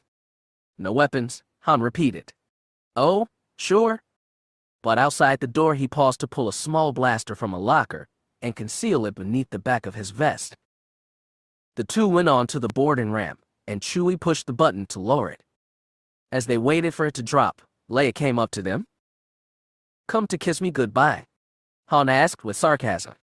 Listen, you, she replied sharply. I just came after you to say I don't know what you were pulling with that jealous stunt. Jealous, he echoed in disbelief. Me? Yes, jealous. But making Gowan look bad won't help anything. It's the galaxy's problems we're here to solve, not our own. So, leave him alone. Understood. Sure, Leia, whatever you say, Han agreed with a certain contriteness. I just hope he's got more nerve for the conference than he showed just now. He signaled to Chewie and they strode down the ramp to the ground. Leia watched him go, then went back to the cockpit. She arrived in time to see Man and Wookiee reach the waiting party. She watched tensely as they met. Though he walked casually, hands at his sides, and well away from the concealed weapon, Han scrutinized the group suspiciously on approach, clearly anticipating a trick. But the group of some 24 cloaked men, mostly elderly, made no overt move. The frail but distinguished one in their front raised a hand in greeting as the two came up. Hello, he said in a soft but still powerful voice. Are you Captain Solo? Han nodded acknowledgement. And you're Senator Valadian. Correct. I am glad to meet you. He looked around him with open appreciation. It's a very clever place you've picked. Thanks. I have a good idea now, and then? I dare say, the man said, eyeing him. From the reports I've had of you, you're most shrewd. Tell me, is the Princess Leia with you? I haven't seen her since she was a girl. You can come on board and meet her, Han offered, if you don't mind coming along. Valadian laughed. Testing me, Captain Solo. Of course I'll come with you. You have my complete trust. Oh, and you needn't hide your weapon any longer, Captain. You'll have no need of it. Han looked surprised by that. You're pretty shrewd yourself, he said. I wouldn't have survived so long in the Empire without being so. The senator stepped forward and clapped a hand on his arm. Come, my boy. Let's visit the princess. Chapter 15. Your ship is ready, a voice called. Luke Skywalker awoke from his doze and sat up on the row of crates he used as a couch, instantly alert. At the door of the grubby little storage room in which Luke was keeping out of sight stood the 12-eyed insectoid known as Wyola. This member of the Vuvrian race was slender and yellow-green, with his long tube of abdomen upheld on stalky legs covered by simple robes. The large oblong head sported two long antennae and the numerous round eyes that some found amusing.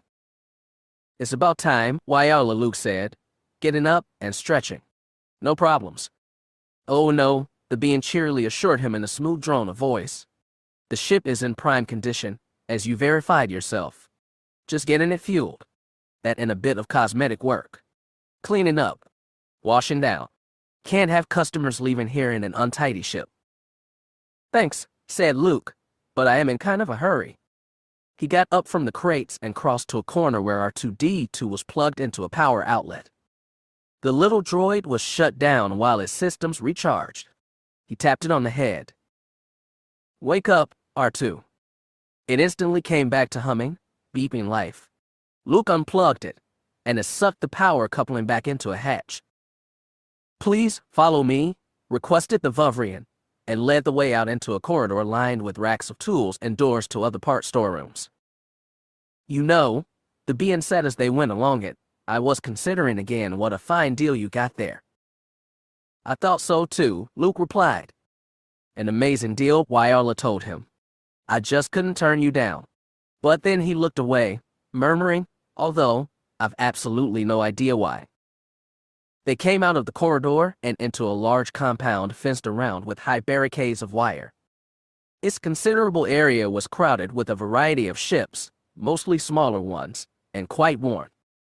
As they wound their way through the maze of craft, much activity went on around them. The screaming and ratcheting sounds of power tools were nearly deafening. The sparking light of welding torches flared in several places, and the hot ozone smell of burning filled the air. Dozens of small creatures swarmed everywhere doing all the work. They were human-shaped, although everything but their glowing eyes was hidden by floppy, hooded cloaks. R2's head swiveled about, taking in these odd little beings. The droid made some sharp noises of clear distaste. Don't insult them. They're some of the best mechanics around here. They work cheaply too. The insect like being put in. And when things are very tight, why, they're quite tasty, as well. Luke looked sharply to the creature to see if he was joking. The Vuvrian's mouth flap seemed to widen into a ghastly semblance of a grin. Ah, there's your ship, Wyola said, unfolding one foreleg to point. Ahead of them sat a sleek, smooth-hulled YT-1760, perhaps half the size of the Millennium Falcon. One end was an egg-shaped passenger module with the round viewing windows of a cockpit at the pointed front.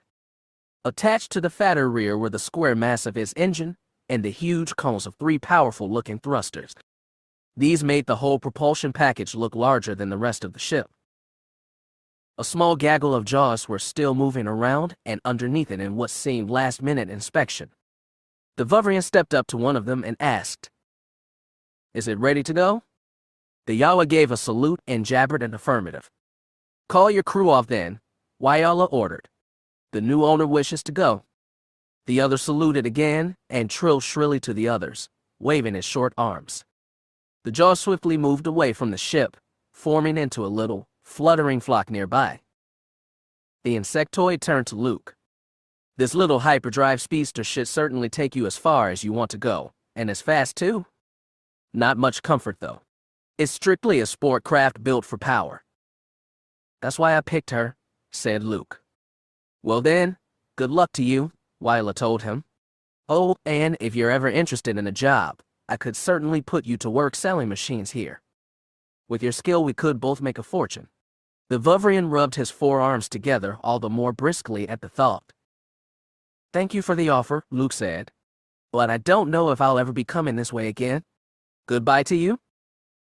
He went up the portable landing ramp set against the ship's side and through an open hatch. R2 rolled up and followed him in. The hatch closed. Moments later, Luke came back into view at the cockpit window. He waved down to the insect-like dealer. The whine of engines revving up came from the ship. The still grinning being waved a forearm in reply and moved back as the ship started to lift. The Vuvrian and his Yawa crew stood watching as the craft lifted straight skyward for some distance, then ignited its main engines to shoot up and away. None of them gave notice to one Yawa at the back of their group who took advantage of the distraction to creep stealthily away. Inside a well-furnished but clearly neglected room, the peace meeting between the Alliance and Empire was close to getting underway. The room of the smugglers' base chosen for the conference had apparently been some kind of dining hall. Its wide variety of tables and chairs were of elegant design, superb craftsmanship, and exotically patterned woods. The rich textures of table services in a myriad of materials and styles filled breakfronts lining the walls. And in the room's center hung a huge chandelier of dangling jewel pendants. All these things bore clear evidence of the one-time successful smuggling operation which had gleaned the finest booty from all across the galaxy. But the thick pall of dust covering everything also spoke of its long abandonment. Han and Chewie had taken some time to wipe the dust from some furniture, and then move it together to form a single long conference table flanked by chairs. Several Imperial delegates now sat there, deep in conversation with Galen. C-3PO stood behind the Prince, taking no part in the talk, staring ahead in a detached way. Other of the Imperial senators talked amongst themselves, while Valadian held a private discussion with Leia and Han. I can understand you not giving us much trust, the senator said to Han. The Empire has certainly not done anything to earn it. Sorry to seem hostile, Han replied. I've just spent a lot of years being sure you'd rather shoot me than talk to me. I'm afraid I must agree with you there, the senator said. To be frank, most of them would rather see the rebellion destroyed than have to deal with it. Still, we here who believe most wholeheartedly in peace have forged a strong coalition. In this season of fear and confusion, we have for the moment become the ones wielding the power. If we can seize that moment to make a fair peace, I believe we can maintain the control. I've always seen the Empire as just a military establishment, Han said thoughtfully, faceless, soulless, mindlessly following the leader. It's nice to find some humanity in there. Don't be too in awe of my great altruism, young man, Valadian cautioned. Like everyone, I have some selfish motives in what I do. I am trying to salvage at least something of my own society out of this debacle, and I seek to gain a position of real authority for myself again as well. But on the unselfish side, I would like to see a time when the old days of honor are returned. I am very old. He smiled at Leia. The princess knows how old. I remember well what life was like before, well, all of this. Before treachery and violence became the way of things. It was a time of graciousness, bounty, and peace, wherein all creatures thrived. I have some sense of it, Leia said nostalgically. On Alderaan they had preserved much of the old ways, its beauties, its beliefs, its freedoms. She paused, then added sadly, all wiped away. Valadian put a hand upon her shoulder. Perhaps here, if the Force is with us all, we can make a beginning to restore that life to us. And young people like you two will shape it. He looked around at the others who were glancing toward them expectantly now. Ah, he said, they are waiting for us. I believe it's time we should begin. He moved toward the tables. Leia looked to Han. Well, she said a bit awkwardly, I suppose you? Yeah, no, he said. I'm in the way here. You don't have to kick me out. Han, He held up a staying hand. Don't worry. I'll wait outside, with the rest of the flyboys. He turned away toward the door, but he was stopped by a faint rumbling sound. The big chandelier shook slightly, as if the faintest breeze had shivered it. The faceted jewels flickered with light. Han noted it, and looked back to her. "Did you feel that?" he asked. She looked puzzled. "Feel what?" As if in answer, a louder rumbling sounded. The chandelier shook harder, its jewel pendants tinkling together, drawing all eyes to it. This time the vibration continued, swiftly increasing in power along with the growing noise. Everyone looked around in alarm. The room was visibly shuddering now. Glassware and plates were bouncing on their shelves, some crashing down. Solo made a decision. "Everyone, outside," he barked, and headed for the door. Leia and the others didn't hesitate to follow him outside. As Han came through the building's doorway, he stopped, Leia stopping beside him. While the others poured out past them into the open, he surveyed the cavernous space about them carefully. Chewbacca and the pilots of Gold Flight who were standing nearby were already looking around in concern. "What is it?" Leia said, nearly shouting to be heard over the rising noise. "An earthquake." "I don't know," he told her. "It's all around us." He lifted his voice to yell toward his comrades. "Wedge, get to your ships. Chewie, go fire up the Falcon." Pilots and Wookiee immediately took off at a run for the craft parked across the landing pad. But they were only halfway to them when the rumble changed abruptly to a roar, and large fragments of stone began raining down from the ceiling. The men paused. All looked upward. Some way beyond the end of the landing pad, a huge circular spot had appeared on the ceiling of the cavern. The face of the smooth rock glowed with swiftly growing intensity. Then it disintegrated, and was swept away as a swirling vortex of blue-white light appeared. More circles of light above them drew the attention of the watchers. They looked around to find two other bright discs eating down through the ceiling on either side of them, the three forming a tight triangle about the smuggler settlement. As the discs dropped lower, their upper forms came into view. Each revealed itself as a massive machine of dull gray metal 100 yards across. From the flat base with its whirl of disintegrating beams, the sides sloped up and inward, forming a dome 80 feet high. When the whole of this dome had dropped clear of the shaft it had drilled, large panels checkering its sides slid open. Pairs of long, black tubes slid out from each hole into view, the twin barrels of heavy turbolaser batteries. The tiny figures of their black guard gun crews could be seen inside, scrambling to firing positions. Within a few heartbeats, each machine's rounded hull bristled with some 40 sets of barrels in 4 tiers.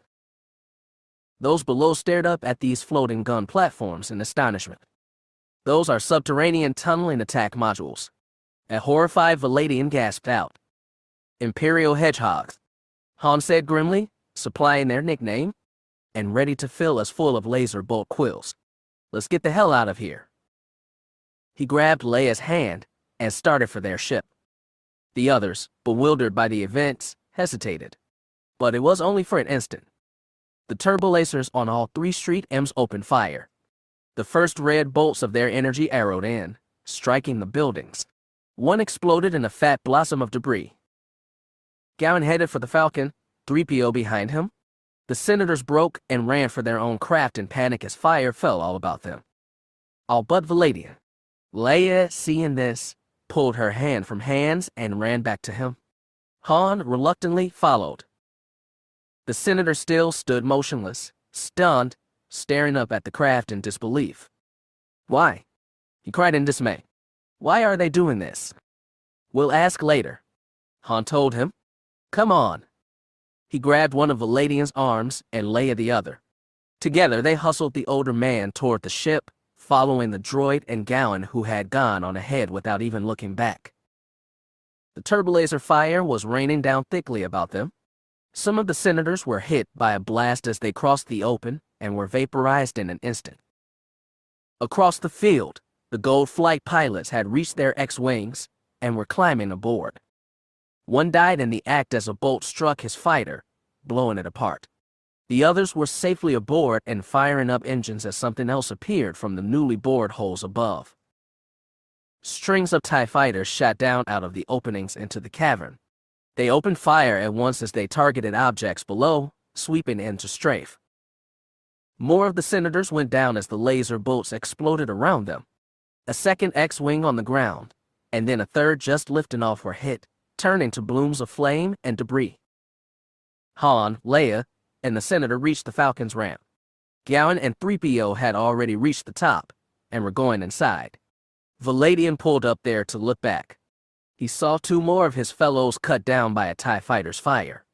The rest ran a last gauntlet to reach their shuttle's landing ramp. "Never mind them," said Han. Inside, they all but carried the Senator up the ramp and into the ship. Meantime, the remaining X-Wings got safely airborne and went sweeping courageously up to meet the enemy. The Hedgehogs were an immense target, and the TIE fighters were so thick about them that the daring X-Wing pilots found themselves in a turkey shoot. They slashed savagely back and forth through their opponents, hitting something with nearly every shot. Their bold attack successfully distracted the Imperials, drawing much of the fire to them. And rash Imperial gunners, frantic to hit the stinging fighters, instead began hitting their own street M's with crossed laser bolts. In the Falcon, Han and Leia paused to deposit Valadian on a couch in the lounge. Gowan was collapsed on the seat there, 3PO standing idly by. The other two ignored them in their rush to the cockpit. Chewie began prepping the ship for quick takeoff. "Powered up?" asked Han, dropping into his seat. "Let's go." He grabbed for the controls. Across the pad from them, the Imperial shuttle was already lifting, its side wings coming down. A turbolaser shot hit his nose, driving it back down. It smashed against the ground. A second shot went home squarely against its back, annihilating it in a plume of flame. Han and his comrades winced back at the brilliant glare. "Oh no!" Leia gasped in horror at the Senator's destruction. "Han, they're dead." "We're still alive," he snapped. "Chewie, hit it." Man and Wookiee activated lift thrusters. The Falcon began to rise. A crimson bolt shot past the windows to blow a crater in the floor just ahead. The blast rocked the ship. "Whew, that was close," said Han. "It'll get closer," Leia said, pointing up. Through the top windows, they could see the twin muzzles of a Street M's turbolaser battery pointed right at them. From the side, an X-Wing shot into view. Its own guns fired, the bolts hitting the battery squarely. Both turbolasers and a section of the big machine's sight exploded. "Okay, get out of there." Wedge's voice came from the comm speaker. "Quick, we can't hold him." One of the other X-Wings took a hit from a tailing TIE fighter and spiraled into crash. "You get out too, Wedge," Han ordered. "And try and take some of them with you." "Okay, let's go," Wedge told his last wingman. Together, they headed straight in at one of the machines. Their fire blasted two batteries, the flames and smoke blinding the other gunners. The fighters shot up past them only yards away, skimming over the Hedgehog's top and into the hole above. A dozen of the Imperial fighters followed them. At the same time, Han was sending the Falcon forward, shooting the gap between two of the hovering metal monsters. Their crisscrossing fire fell about the ship. One bolt caught the rear quarter a glancing blow, jarring it hard. "Left rear deflector out," Han called as a red warning light pulsed. "Well, we're through." "Through the big machines?" "Yes." But a dozen more TIE fighters were in hot pursuit. In the shaft from the surface, the two X-Wings streaked upward, followed by another dozen enemy craft.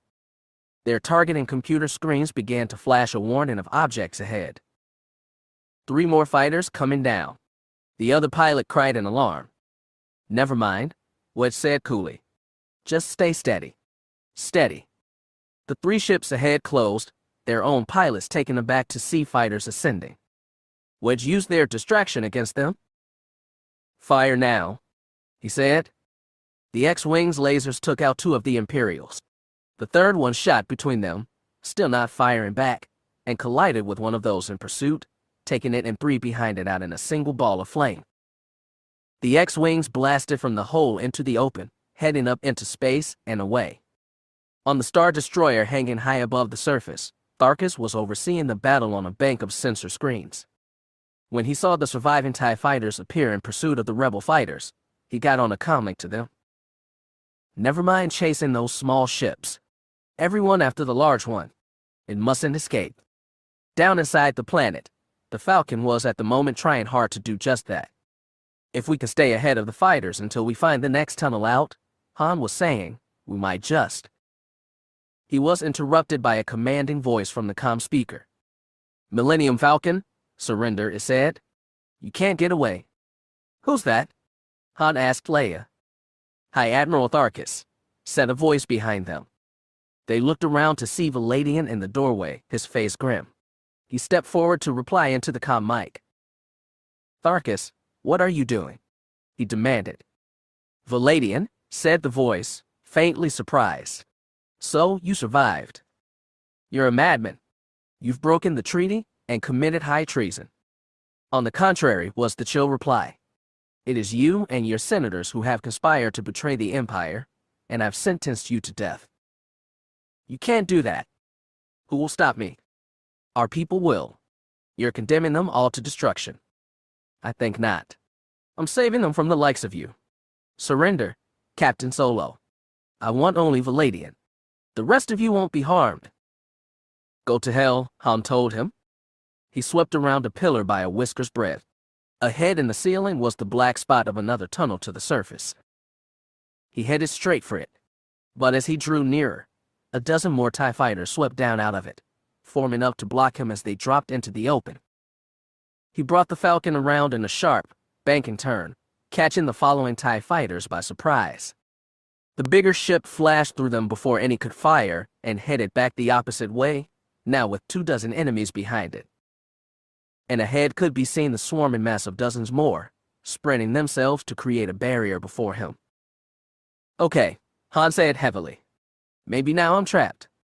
Laser bolts streaked in from all around them, stitching the Falcon into a net of red fire. Well, she made the jump all right, R2, Luke said, rising from the pilot seat of his new craft. He looked around the cockpit appreciatively. Not a bad ship. He looked to the droid. Well, what do you say we relax? It's going to be a while to the unknown regions. He headed for the hatchway to the back. I think I'll just get a little. A warning buzzer sounded on the console. What's wrong? He said, checking the instruments. We're dropping out of light speed. He sat back down in the seat as the ship slowed and normal space again came into view. The winking dots of individual stars became visible, and the brighter points of some nearer planets showed too. And right dead ahead of them was the immense, flaring sphere of a quickly swelling, red-gold sun. That's not good, said Luke with concern. He consulted his readouts. And we're caught in his gravitational field. Engines are out. He looked to the droid.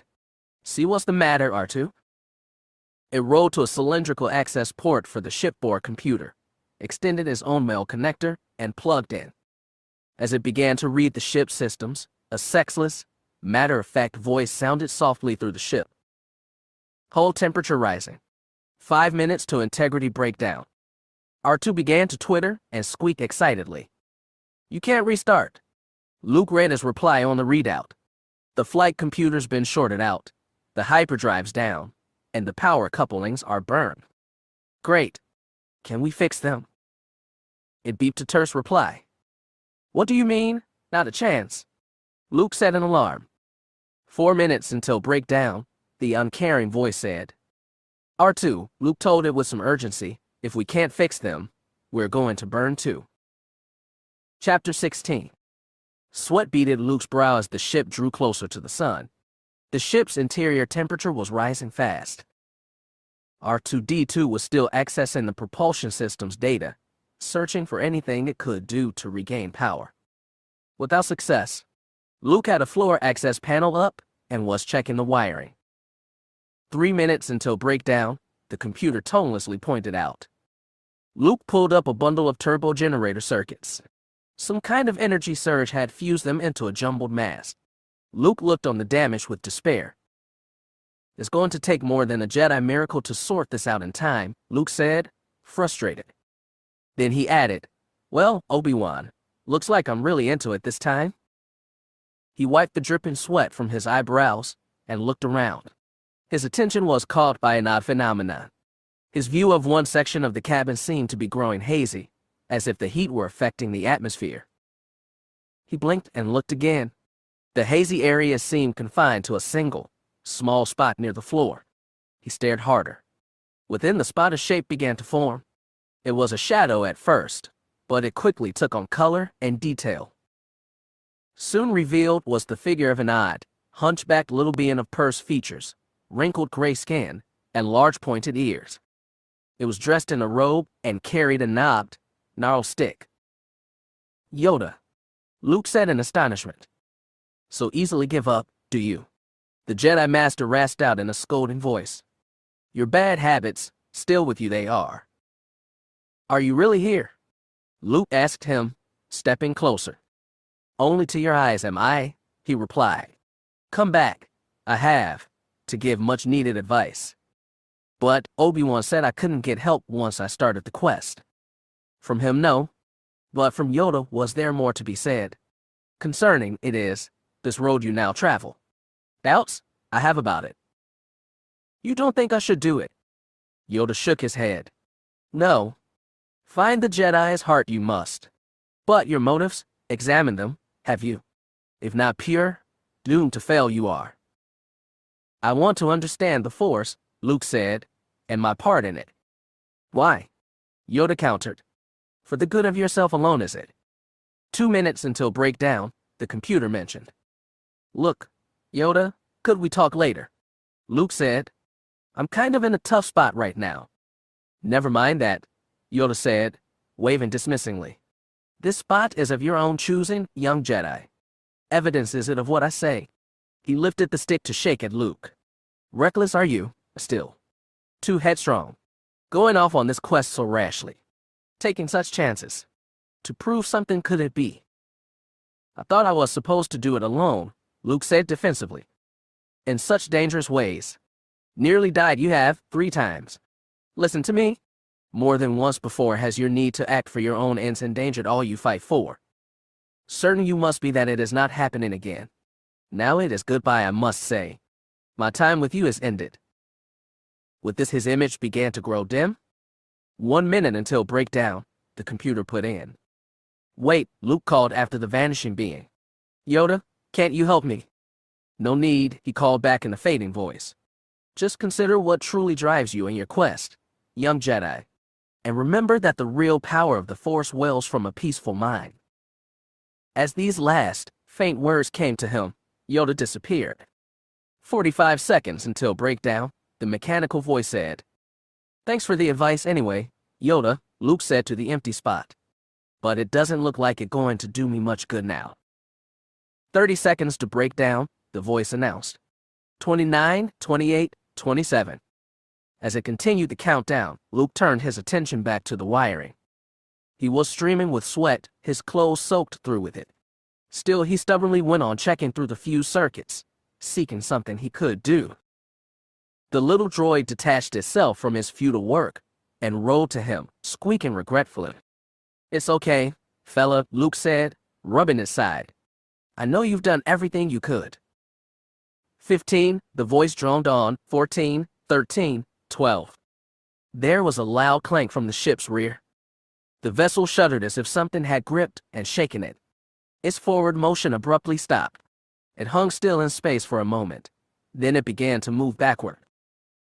Hull temperature dropping, the computer's voice said. Countdown canceled.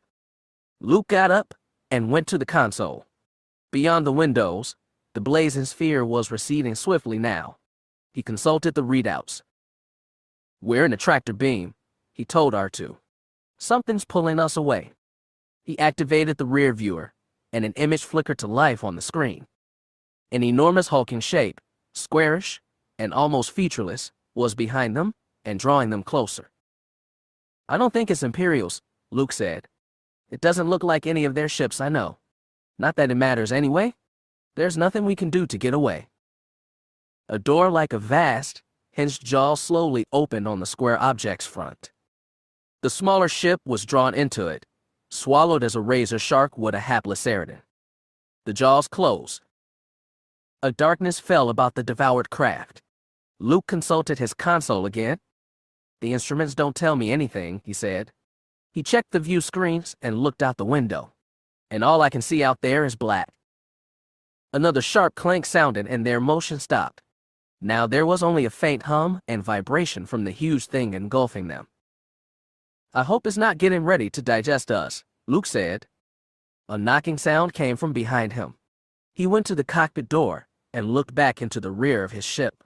The knocking was coming from the outer hull door. "I think our hosts have come to call," Luke told the droid. He shrugged in resignation. "We might as well see just who's got us this time." He walked back to the outer door. He spun his locking wheel and, with one hand on his lightsaber's hilt, pushed the door open. A single creature stood there. It was chest-high to Luke, with wide head, short muzzled face, and squat, furry body.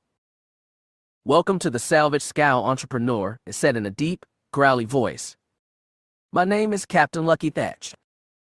"An Ewok?" Luke responded in surprise. "You can't keep dodging them forever," Leia pointed out. "There's got to be a way out," Han said stubbornly. "If we can just keep alive long enough to find it." "I'm amazed we survived this long," said Leia. "Just some fancy flying," he answered immodestly. "Plus some damn good shields."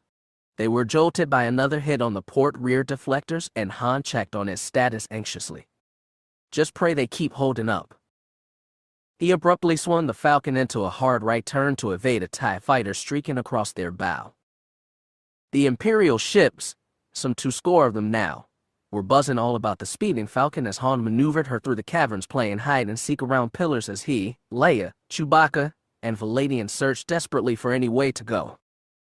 "So far they've had every tunnel we found to the surface blocked," she said. "And they're closing their circle in around us tighter. It looks like a solid ring now. Then we'll just have to blow a hole through it, won't we, sweetheart?" He shot back. "Chewie, take over," he told the Wookiee, getting up from his seat. "I'm gonna man the quad guns." He headed out the cockpit door, calling back, "Oh, and keep looking for a tunnel." He ran back along the corridors to the core access, well that ran up and down to the laser cannon turrets. He shouted to Gowan in the lounge. "Hey, Prince, come here." He pointed to the well. "Get on the lower guns. Quick. We need firepower." The man sat unmoving, staring at him blankly with an eyebrow raised. "Excuse me?" Han stopped and stared at him in disbelief. "Don't tell me you don't know how to handle the guns." "Sorry, old man," Gowan said. "Never had any reason to.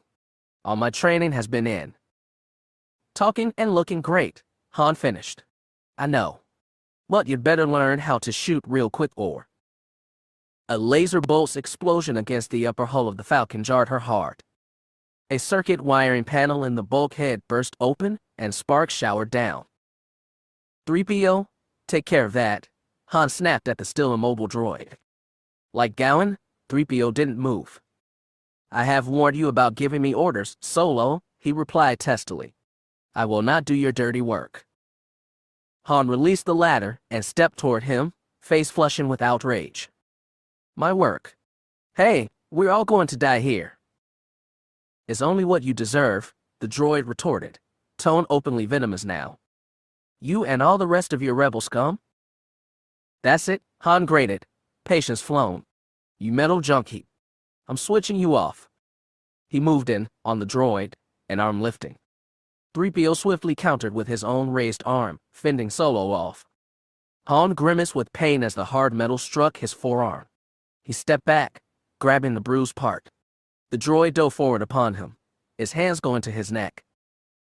Both surprised and overpowered, Han was driven back to slam against the bulkhead. The droid's body pinned him there as his fingers tightened on his throat.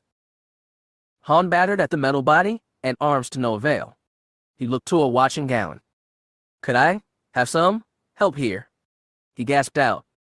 I'm not sure what to do," the aghast man helplessly replied. "Anything," Han implored. Outside, another fighter swooped in on the Falcon, its fire striking the front hull in a fiery burst. The ship shuddered again, and warning lights flashed wildly on the cockpit console. "Port bow shield down," Leia said, moving into Han's seat to check the damage. "Port beam shield failing." What's Han doing back there? Han was, at the moment, slowly choking to death. His view of the impassive, gold metal face close before him was beginning to fade. He was ceasing to struggle against the tightening hold. The breath gurgled in his throat. A hand came up behind the droid, opened a back panel, and flicked a switch inside. The droid's big eyes went instantly dark. The body drooped, the hands dropping from Han's throat. Han shoved the limp form backward, and it clattered full length to the deck. He saw that it was Valadian who stood beside him. "Fortunate that I've studied a bit of robotics," the senator said. "No kidding," Han said in a voice that rasped through his squeezed throat. He looked around to see that Gowan had moved not 1 inch to help. "Thanks, Prince," he said sarcastically. Another direct hit on the Falcon caused them all to stagger. A small splinter of the laser bolt breached the hull and zipped into bounce around the room several times, striking sparks from the bulkheads while all ducked. In the cockpit, Leia pointed ahead of them to a spot on the cavern's floor. "Look," she cried. "It's a tunnel.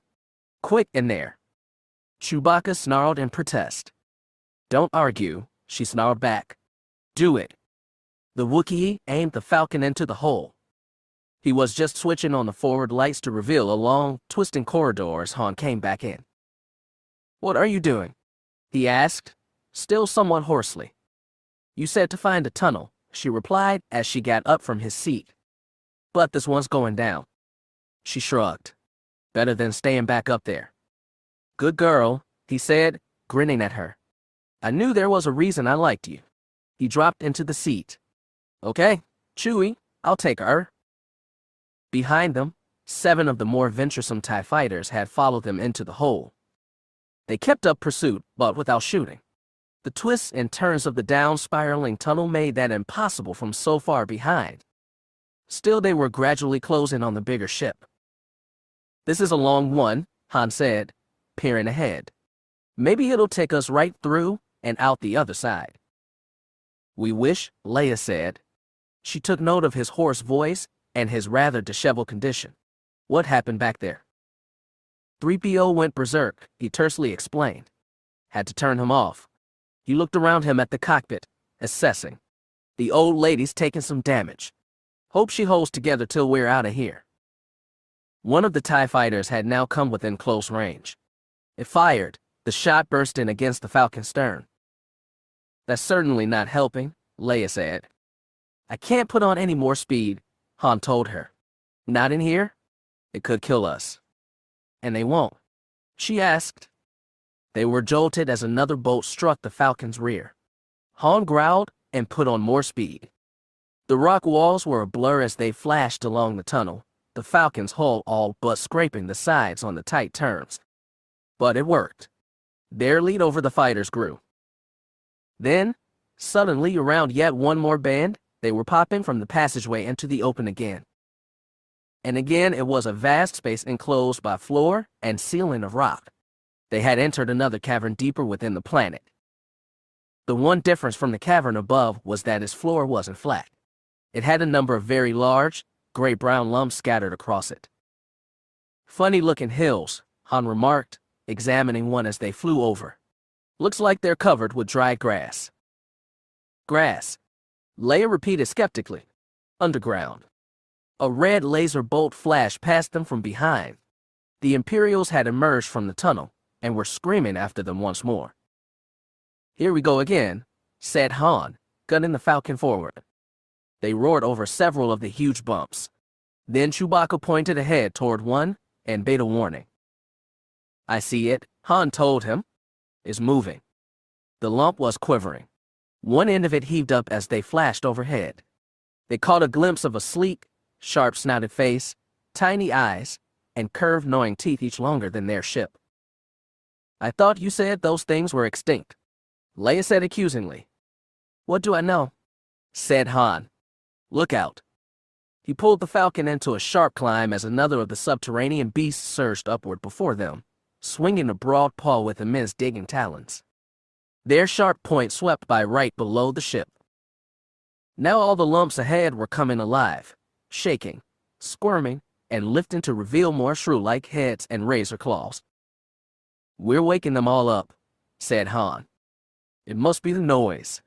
Leia told him. They sure wake up cranky, he noted unhappily.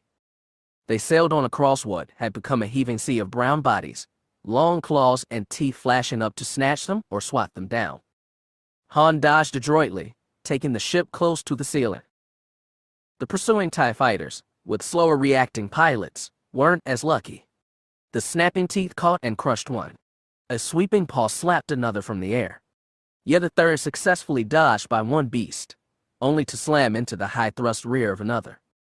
Still, the far remaining ships kept doggedly to the chase. "Look," said Leia. "There's a wall ahead. The end of the cavern." "Yeah," said Han, peering toward the sheer face. "And there's an opening in it." "Not for long," she said. One of the disturbed beasts was scrambling in a panicked way toward the hole as if to seek shelter from the alarming noise. It was nearly there. "We'll just have to get there first," Han said. He aimed the Falcon into the rapidly dwindling gap between beast and opening. The long head reached it at the same moment they did, and the ship swept and passed the pointed snout just as it plunged into the hole. The lead TIE fighter tried to shoot the gap as well, but the space dwindled too fast as the beast crawled inward. The small ship was caught, forced upward by the body, and crushed against the tunnel roof. Heedless of the minor explosion against its enormous back, the beast squeezed ahead, its bulk fully plugging the hole. The last three fighters were forced to veer away before colliding with the beast. They swooped around a closed tunnel in frustration for some moments, then turned back. In the Falcon, Leia looked back at the beast-corked hole in the rearview screen. "We lost them," she announced. She looked out the front window. "I just hope there aren't more of those creatures ahead." "While you're at it," said Han, "you can also hope that this tunnel goes somewhere." Chapter 17. "And I was swinging past the Tragora system on the way back from a routine drop-off when I found you stalled there, mate," the furry captain was explaining to Luke. "Lucky thing for you. A few more seconds and you'd have bought ashore." The orc's voice was quite gruff and gravelly, but the words were still clear enough for Luke.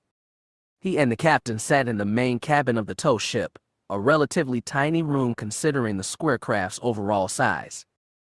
Still, it managed to be a cozy, den-like place. Thick rugs patterned in soft greens, and browns hit the stark metal walls. Woven grass mats covered the hard floor. The young Jedi and his host were seated upon these, a small table between them. Large, pottery mugs filled with the steaming, fragrant drink sat upon it. "I know how close it was, believe me," Luke told him. "And I'm really grateful for your pulling me out." He paused, then added a bit more awkwardly, I'm sorry I reacted that way when I first saw you, Captain Thatch. It's just that I didn't expect to meet one of your people way out here." I am pretty far from home, I'll grant you," Thatch growled in agreement. "And my line of work's a bit unusual for my kind." The captain's own look, for an Ewok, was fully as unusual as his chosen vocation.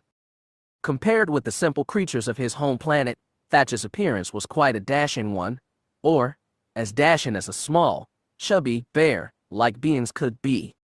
He wore a short vest, his only clothing, made from rich gold brocade. A crimson scarf was tied in a sash about his waist, and a second formed a band about his head. A large patch of leather covering the right eye added to the Soldier of Fortune flavor. Luke lifted his mug and sipped the hot liquid. "Very good bark tea," he complimented. "And this room is really nice too. I feel like I'm back in the hut of an Ewok village." "Well, I've brought a bit of home with me," that said. "Helps keep me in mind of the quiet old days." "Why did you leave there?"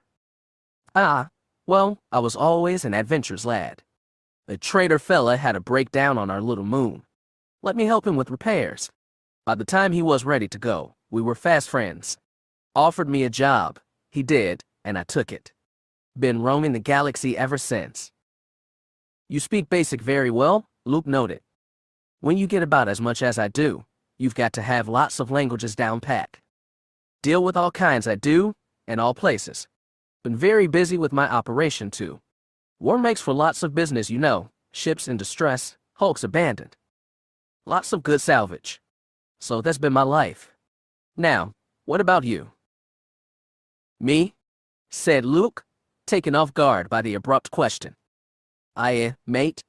The captain sat forward and fixed his sharp, dark eye inquiringly on Luke. Just how did you come to be floating out there alone in that overpowered space trash? I guess you can say I was just traveling around. Luke hedged. Just visiting. No one just visits nowadays, Thatch bluntly told him. Out of Tatooine, judging from your direction, he shrewdly surmised. In a great hurry, too. I like traveling fast, Luke said, trying to sound casual. Really? The Ewok sat back and took a drink of tea while he considered, then said musingly, I picked up an Imperial transmission on the way here. Seems a young fella like you caused some big fracas in Mos Eisley. They'd like very much to find him again. He looked at Luke's cloak. You wouldn't happen to have a lightsaber under there, would you now? Luke stiffened.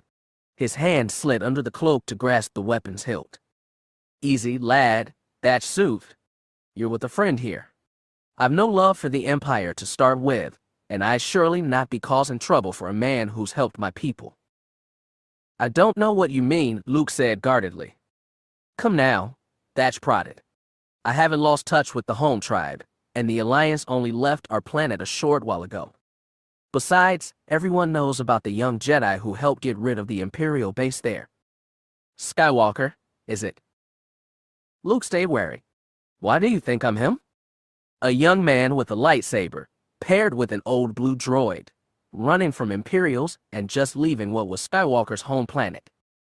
That's a heap of coincidences, mate. If you're not him, you surely should be. Okay, Luke admitted. I'm Luke Skywalker. But I'm not running from the Imperials. Not really. There's supposed to be a truce. So I've heard, Thatch said skeptically. But you're still out on something more than a pleasure cruise, aren't you? I'm trying to get somewhere. It's a long way from here, in the unknown regions. That's why I got that ship. Unknown regions. The Ewok was impressed.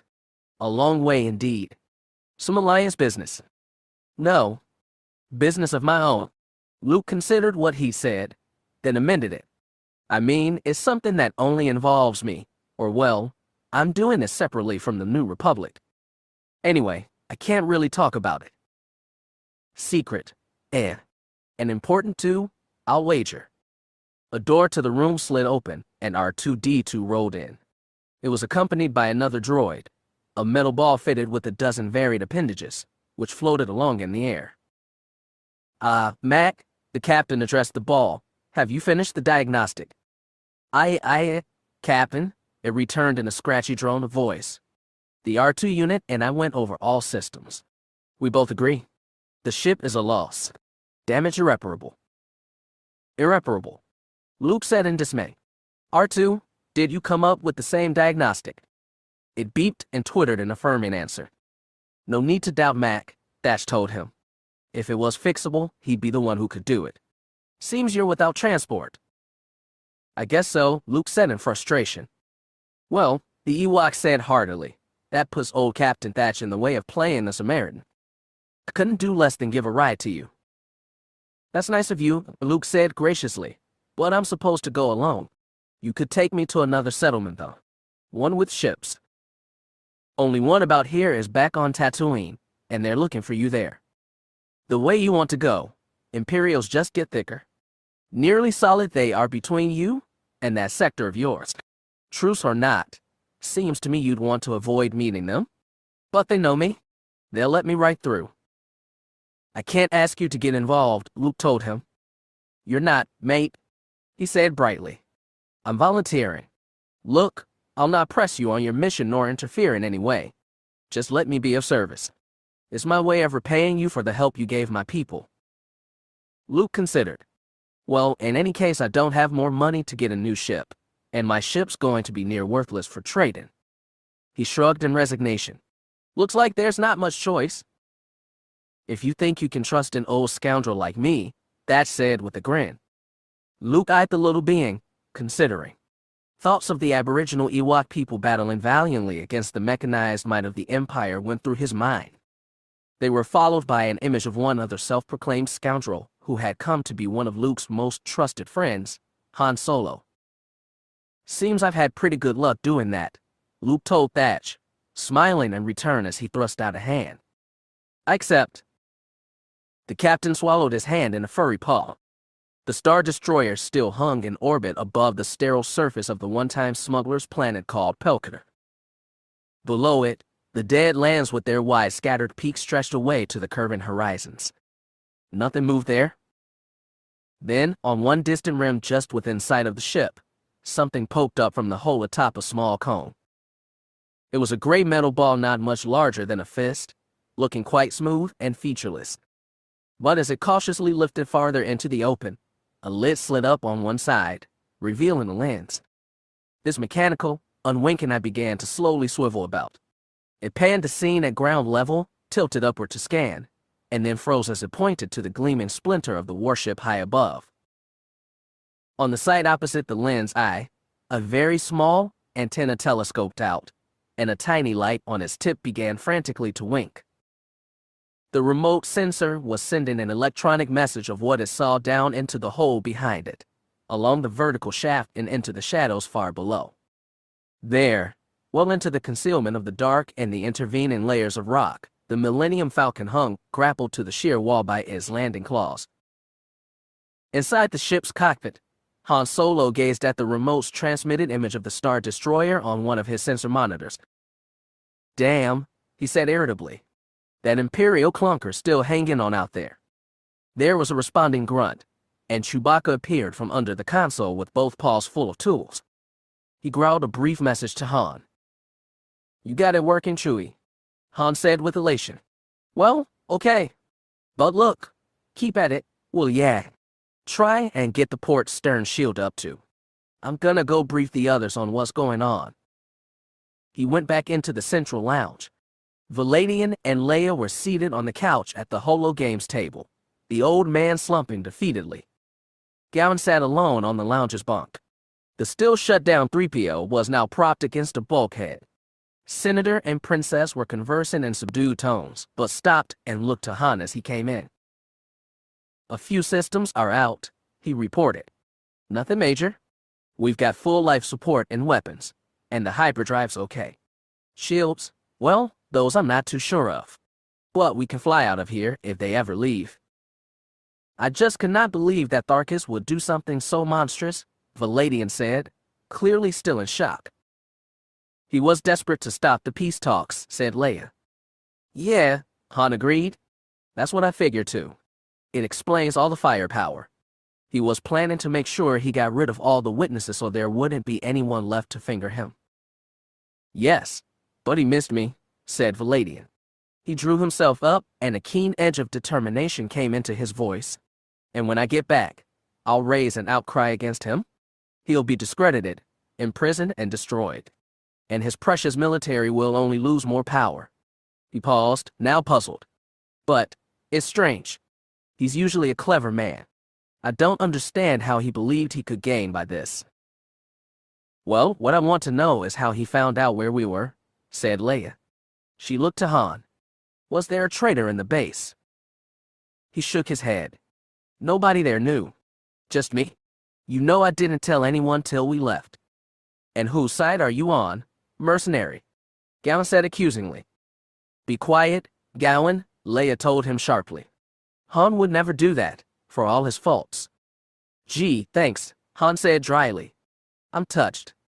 She ignored him, addressing Valadian. "Senator, what about your side?" "All information on the meeting was kept absolutely secret from everyone outside our group, particularly the military," he said. "Only I knew this location. And, like Captain Solo, I kept it secret until we left." "Then somebody passed word to the Tharkus after we left," said Han. "Somebody who came along on this peace mission was a traitor. If it was one of my comrades, then he must have known he might be committing suicide," Valadian said. "I find that hard to believe. I knew them all too well." "That only leaves one of us," said Han. All of their eyes went at the same time to the switched-off droid. "You think it's 3PO?" said Leia. "Don't you?" he returned. "I mean, he went crazy on me. He said we should all die. And he called everyone in the Alliance scum. That seems like pretty fair evidence to me." "But he's our friend," she argued. "He's been loyal to our family for years." "He's a droid," Leia, Han pointed out.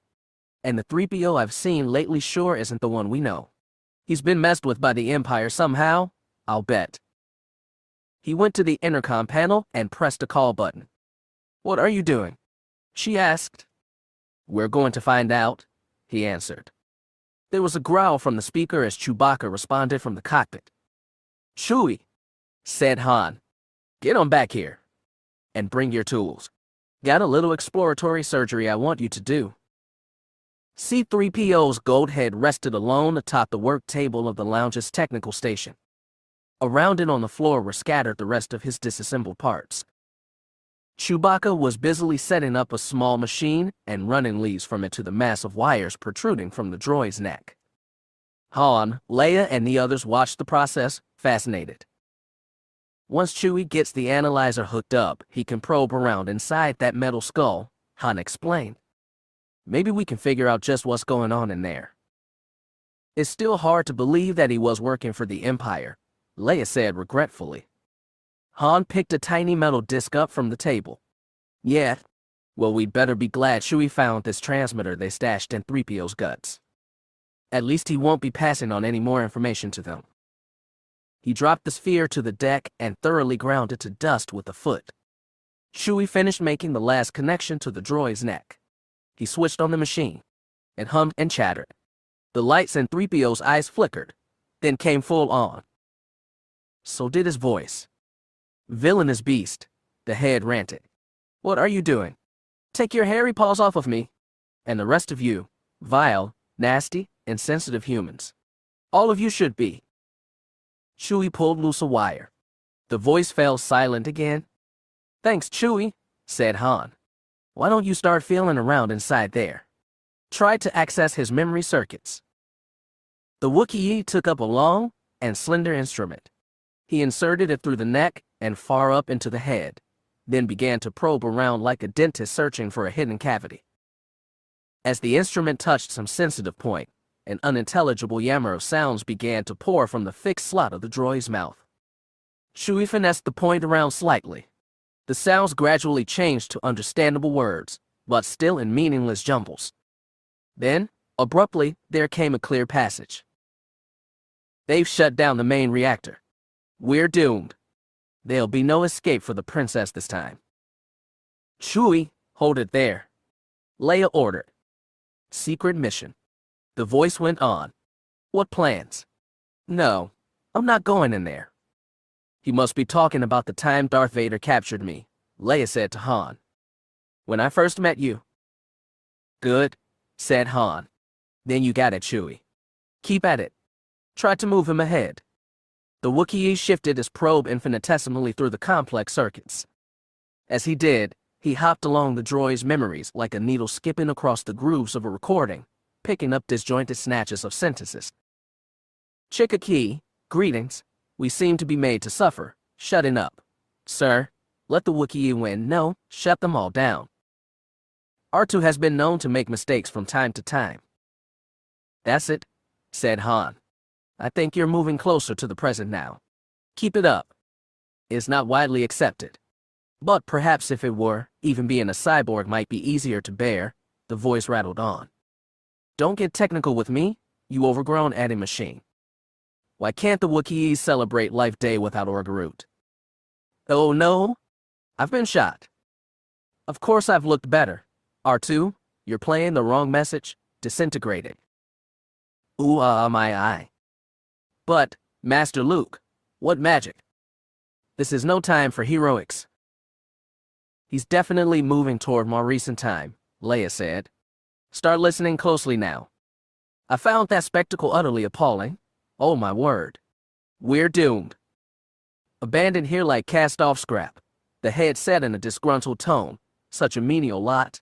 Fetching cheap Forgan ale for Master Solo, playing the slave if I had my own way. The tone suddenly altered to one of alarm. Oh dear, mistake. Wrong droid. Okay, said Han. You're right up to it. Sounds like he was grabbed. Must have happened when he went off alone at Eskandron City. Chewie, he looked to the Wookiee, go on. Try for more. But real slow now. Get all you can. Chewie moved yet more painstakingly. Words flowed again. I can't tell you that. Such a treacherous act. I won't betray my companions. Oh. No. This last came out in a long, pain-filled scream. Then the voice abruptly cut off. Must be where the bastards did, whatever it was to him, said Han grimly. Poor 3PO, Leia said in sorrow. He really must have suffered. He's just a machine, Han reminded her. Chewie, go past that. Try to get into what happened after. The Wookiee dug around some more with seeming difficulty. At last a few more fragments were forced out. We'll send coordinates back, the voice said. Very mechanically now. Tharkus, kill senators, destroy peace conference, find the he. Find the what? Said Leia. He's fighting the probe, said Han. Push harder, Chewie. We've got to know more. Chewie bore down. The head sputtered and crackled as their circuits were shorting. The eyes flickered wildly. Then the last phrase was forced haltingly out. The heart of the Jedi. There was a loud pop, and a blue-white tendril of light flashed up the probe to sizzle against Chewie's hand. The Wookiee bayed in pain and dropped the instrument. A wisp of smoke curled up from the fur of his palm. You okay, Chewie? Han asked as the burned creature shook his injured member. Chewbacca snorted and snarled out a fairly long reply. Well, that's it. Then, Han translated for the rest. Chewie says that any more memory access is being blocked. Real fancy reprogramming technique they used on him. Thorough. But, can't Chewie erase it? Asked Leia. Change 3PO back. Also real irreversible, added Han. Trying to change him would wipe his mind completely. Sorry. So am I? She said sorrowfully. Then she steeled herself. But we can't think about that now. There's something more vital. I guess so, said Han. What did that mean? Find the heart of the Jedi. Tharkus said something about the Force not being a factor much longer, recalled Leia. If that were true, then stopping the peace process would make sense, Valadian put in. Should Tharkus become able to overcome the threat of the Force, he would gain all the support he'd need. Well, it's only the Jedi who really know how to use the Force, said Han. So to destroy its threat, I guess he'd have to destroy them too. But they only know of one Jedi, said Leia with growing alarm.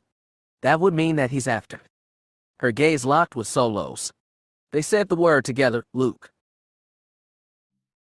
Chapter 18. Captain Vasker marched across the Star Destroyer's bridge to where Tharkus and Cantus stood and saluted smartly. Hi, Admiral. I have the latest reports, he said. There still has been no further contact with the Millennium Falcon. What about the fighters which followed it deeper? Tharkus asked. Have you discovered why they broke off pursuit? I questioned the two pilots who survived quite closely, sir. They swore to me that they only broke off after they saw the rebel ship and one of our own smashed by an immense beast. They are certain it couldn't have survived. From what they described down there, I believe it. Those two barely escaped from the place with their own lives. Very well, Tharkus acceded. We will assume that the Falcon has been destroyed. We have no more time to spend here. Captain, order the search parties recalled. Bring all our forces back aboard. Prepare to get underway within the hour. Soon after his orders were passed, the last of the TIE fighters were streaking up from the planet and sailing into the big warship's landing bay. Below, Solo and Leia watched the withdrawal process on the remote sensors monitor. She's definitely pulling in her claws, Han judged. I'd say he's finally getting ready to go. He looked around and down. Chewie. The Wookiee's hairy form was stretched on the cockpit deck, head shoved far under a console. From his depths of frustrated woof. Came back to him? Still no go on that port shield, huh? said Han.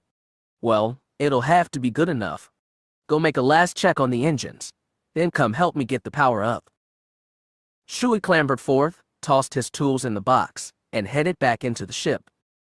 Han began a run-through on the cockpit instruments. Leia continued to watch the Star Destroyer on the screen. Han, she called to him after a short while. I think they're leaving. He looked too. The last TIE fighters had disappeared inside the big ship. A blue light was beginning to glow within its engine cones. As they watched, the glow grew brighter, and the man of war began slowly to move, turning away from the planet, heading into space. There she goes, he said with relief. Now we'll just wait till we're sure she's jumped to light, so there's no chance of them detecting us. Then we're out of here ourselves. He went back to work checking the instruments, tossing to Leia, warn our friends back there that we're about ready to fly, will I, sweetheart? Thanks, she said. He looked up to her in puzzlement. What for? For not calling me princess. Oh yeah, sorry, he said in mock confusion. I forgot. Just keep on forgetting, she told him with a smile. She turned toward the cockpit door, then paused to look back. If they ask, where are we going? To find Luke before that Tharus does, he said. How are we going to do that? She asked. He didn't file a flight plan before he left base. No one knows where he was going. He could be anywhere in the galaxy. Only anywhere within range of his X-Wing, Han amended. Hey, don't worry. I've still got contacts all over out there. I'll start contacting them once we're in the clear. We'll get some word on Luke, sooner or later. I hope it's sooner, she said gravely. Luke stood on an overhead catwalk and watched a dozen spheroid service droids rummaging in the depths below. He was alone there, having left R2-D2 plugged into a power jack to recharge his energy cell. The vast main bay of the square salvage ship was awash with bright lights now as Captain Thatcher's robotic crew picked painstakingly through a massive pile of junk. Around it were other loads of salvage crowding the floor of the bay. The stuff was of all types and qualities, from Luke's own largely intact craft, to more or less identifiable pieces of discarded goods and equipment, to jumbled masses of what seemed purest trash.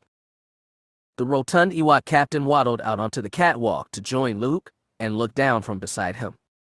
Find anything interesting, mate? He growled. Lots of folks think of me as just a rubbish collector. Wrinkle up their varied sorts of proboscises over the stinking job. A few see the high adventure in it. High adventure, Luke repeated, amused. Sure. Wandering free through the galaxy, searching for treasures. Always something new. Always lots of surprises. It's a free life too, mate. I owe nothing to no one. And you're all alone on this big ship. Except for my trusty crew there, he said, nodding to the droids below.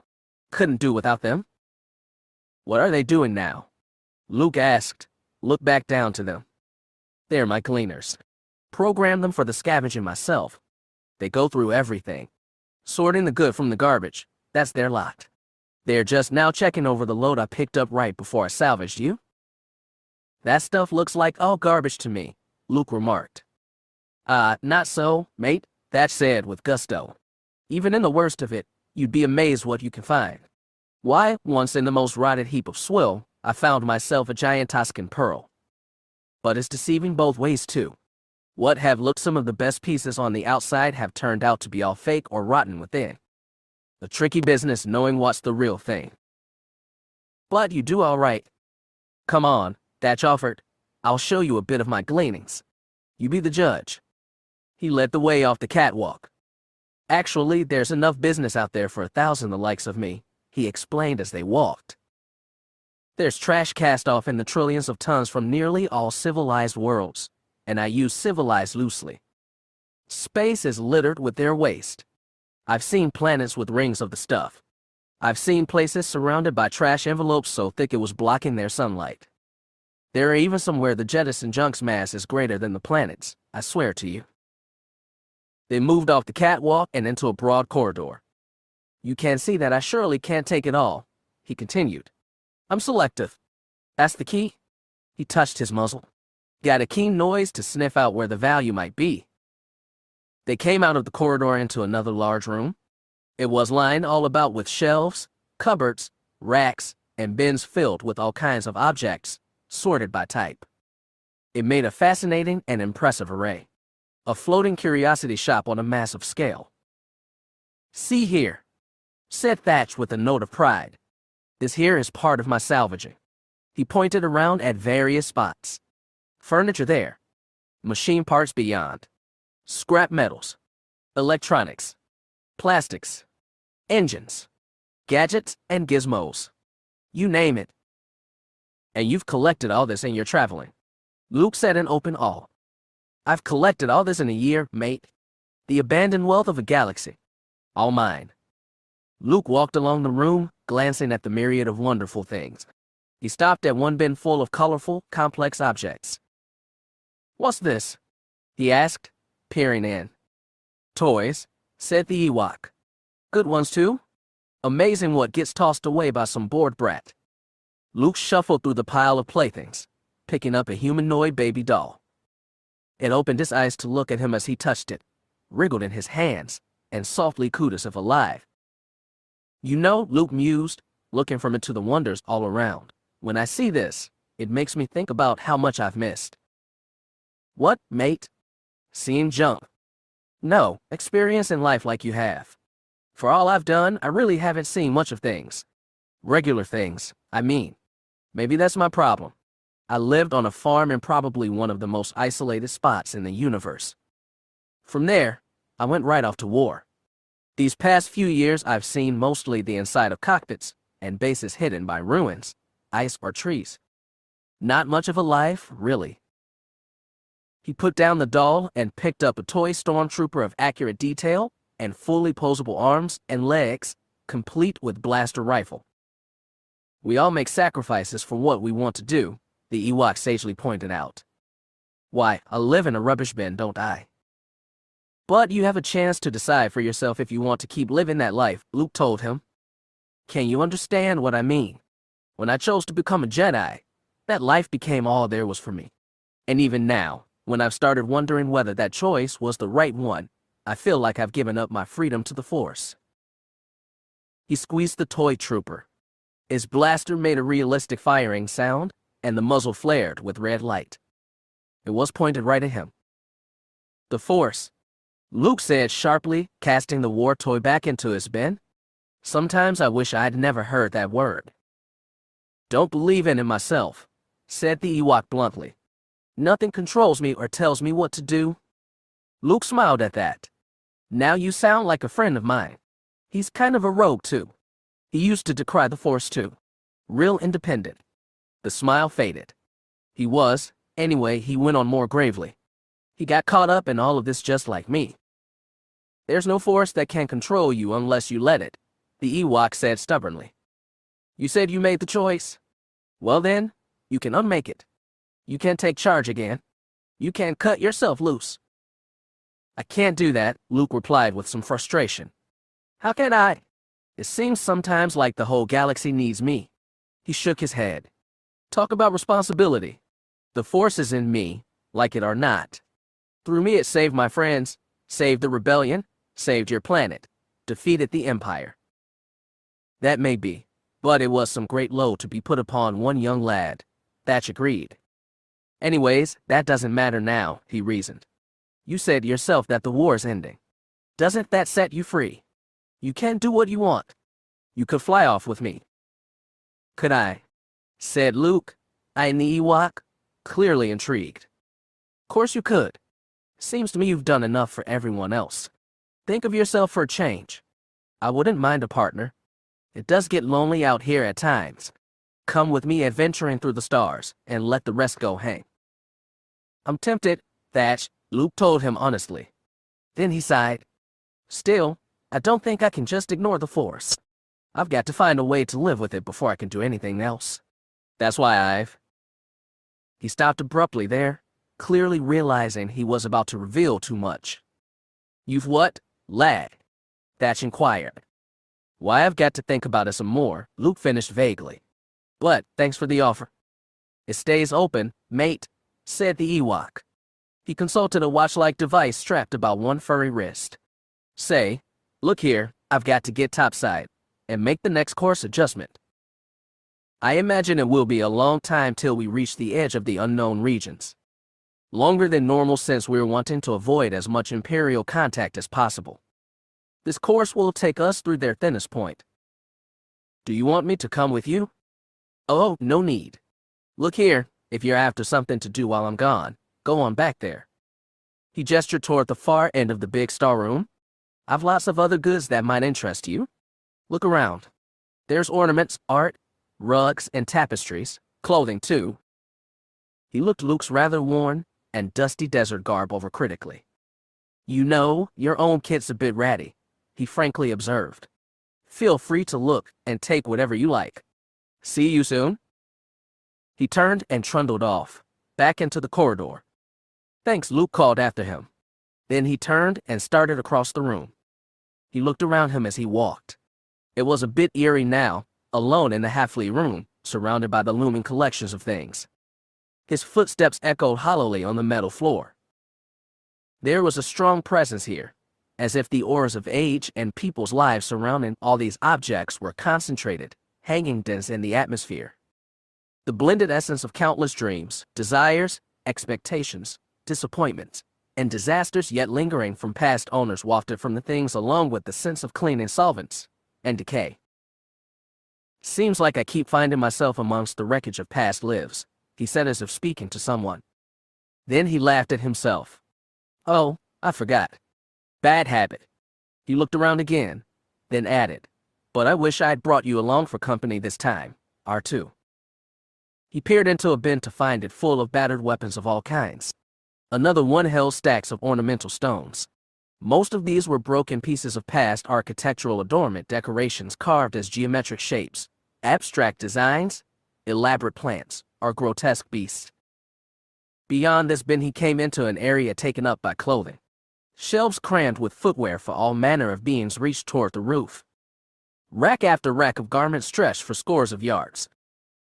He moved along aisles between the racks, examining the clothes. There were styles from modest to flamboyant, sizes from monstrous to minute, shapes from simple to mind-bogglingly complex. He felt some materials that were of coarse texture, and primitive weave, and others of technological creation so fine they were more like misty air. The clothes were separated by general body type. After some wondering, he came into the section that looked to be made for humanoids. A very large number of these were cast-off Imperial garb. That's no surprise, murmured Luke, looking along the lines of identical dark uniforms. There were also a good many stormtrooper suits of white armor in good repair, save for the scorch marks and neat burn holes from lasers here and there, and even a few ultra-rare clone trooper pieces. He moved onto a rack of more varied, civilian-looking clothes. He glanced down at his own battered garb, shrugged, and began browsing through the individual garments. He paused at a simple, black outfit, tunic, jacket, and pants much like those he'd worn before, his chosen garb as a new Jedi. Then another garment farther along caught his eye. He pulled it out. It was a coat of rich, velvet-like cloth in a deep green, splendidly decked out with embroidery and silver about collar and cuffs. Luke fingered the material thoughtfully. He gave a little smile. Well, why not? He said, and began to pull off the worn cloak he wore. But he paused. His eyes had fallen on something else and fixed there. Through a gap in the hanging clothing, he glimpsed a faint yellow light. Curious, he moved toward it. He reached the last rack of clothes along the wall. Pushing aside some garments, he found himself facing a small door, the lighted button of a locking mechanism at its center. He considered it. He put a hand out toward the lock, but hesitated. Then, with conviction, he said, well, he did tell me to look around. He pushed the button. The light changed from yellow to red. With a faint click, the door unlocked, swinging open toward him. Inside was revealed a dazzling treasure trove. There were overflowing chests of gleaming coins and scintillating jewels. Precious metals cast into statues, jewelry, and plain ingots were packed onto shelves. A golden image of a rampant lion-like beast was dominant, rising 7 feet in the middle of the floor. As Luke stood staring dumbstruck by the sight, a gruff voice spoke from beside him. I told you it was amazing what you could find. Recovering from his surprise, Luke turned to look down at the Ewok, who was gazing on his gleaming collection with a gloating eye. You got all of this by scavenging? Luke asked. Thatch winked and smiled. That's why they call me lucky. He stepped past Luke and swung the door closed on the enticing view. Come on, he urged the young Jedi. Let's get some grub. We'll be reaching Imperial space soon. Best we talk a bit about just what we're going to do. Chapter 19. Han Solo strode out of the Mos Eisley cantina and sauntered carelessly across the street to where Leia and Galen stood waiting for him.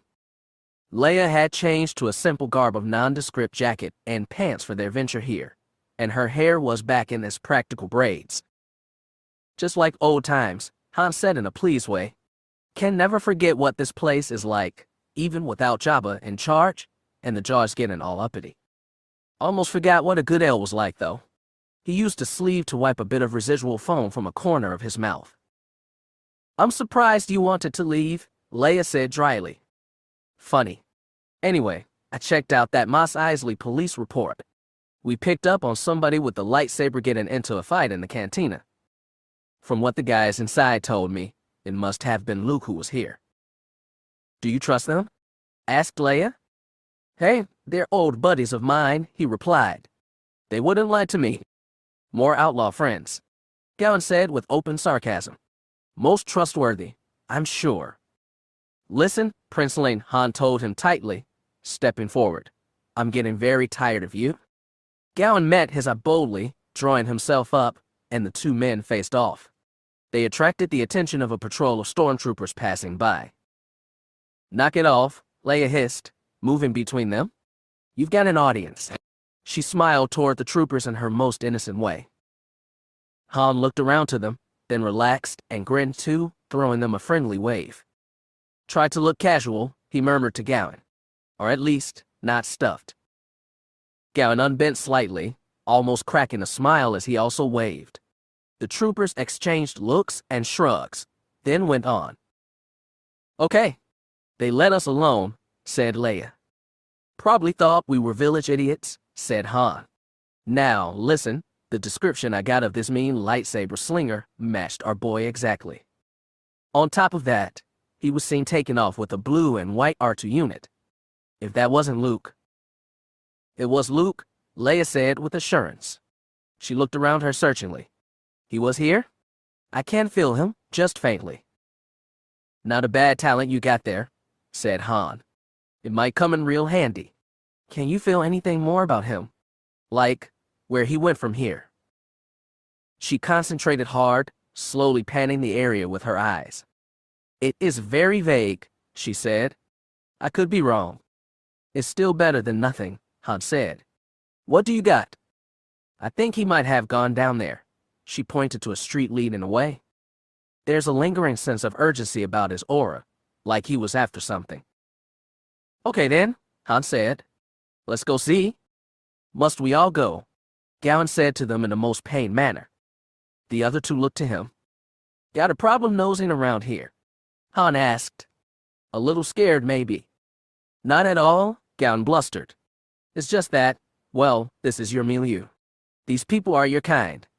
He cast a supercilious glance toward a tattered drunk passed out in the street before the saloon. You fit right in. The princess and I, well, we stand out. It could be dangerous for her. I should take her back to safety. Besides, he looked about at the filthy street and rather shabby pedestrians and wrinkled his nose in disgust. There is a most unpleasant odor about this place. Now, wait a minute, Leia said hotly. This is my brother we are talking about. There's no danger that is going to stop me from looking for him. You can go back to the ship if you want to. Tell the others what we're doing. But I'm going on with Han. With that, she determinedly stalked off toward the side street. Han gave Galen a big smile. Don't get lost, Prince, he tossed back to the man as he turned and followed after her. That was telling him, partner, he said to Leia as he fell in beside her. Forget him, she snapped back. We've got more important things to worry about. And don't talk to me. she added as they came into the side street. Let me concentrate. She paused, looking around her again, head lifted, tense, like a bloodhound sniffing a scent. Then she nodded and pointed ahead. Definitely this way. You said definitely this way, Han pointed out. Now what? They had reached a dead end. The grimy fronts of cracked stucco-faced buildings rose solidly on either side. A high wall pierced by a single small gate rose to block the way ahead. Leia stood looking around her once more, but this time she appeared to be at a loss. I can't feel anything clearly enough anymore, she said. I think he came here, but my sense of him just vanishes at this point. She looked to Solo, as if to say, what do we do? Okay, let's look at what we know. You said you think he was after something. Something he was pretty hot to get. I know he had gotten a hold of some money.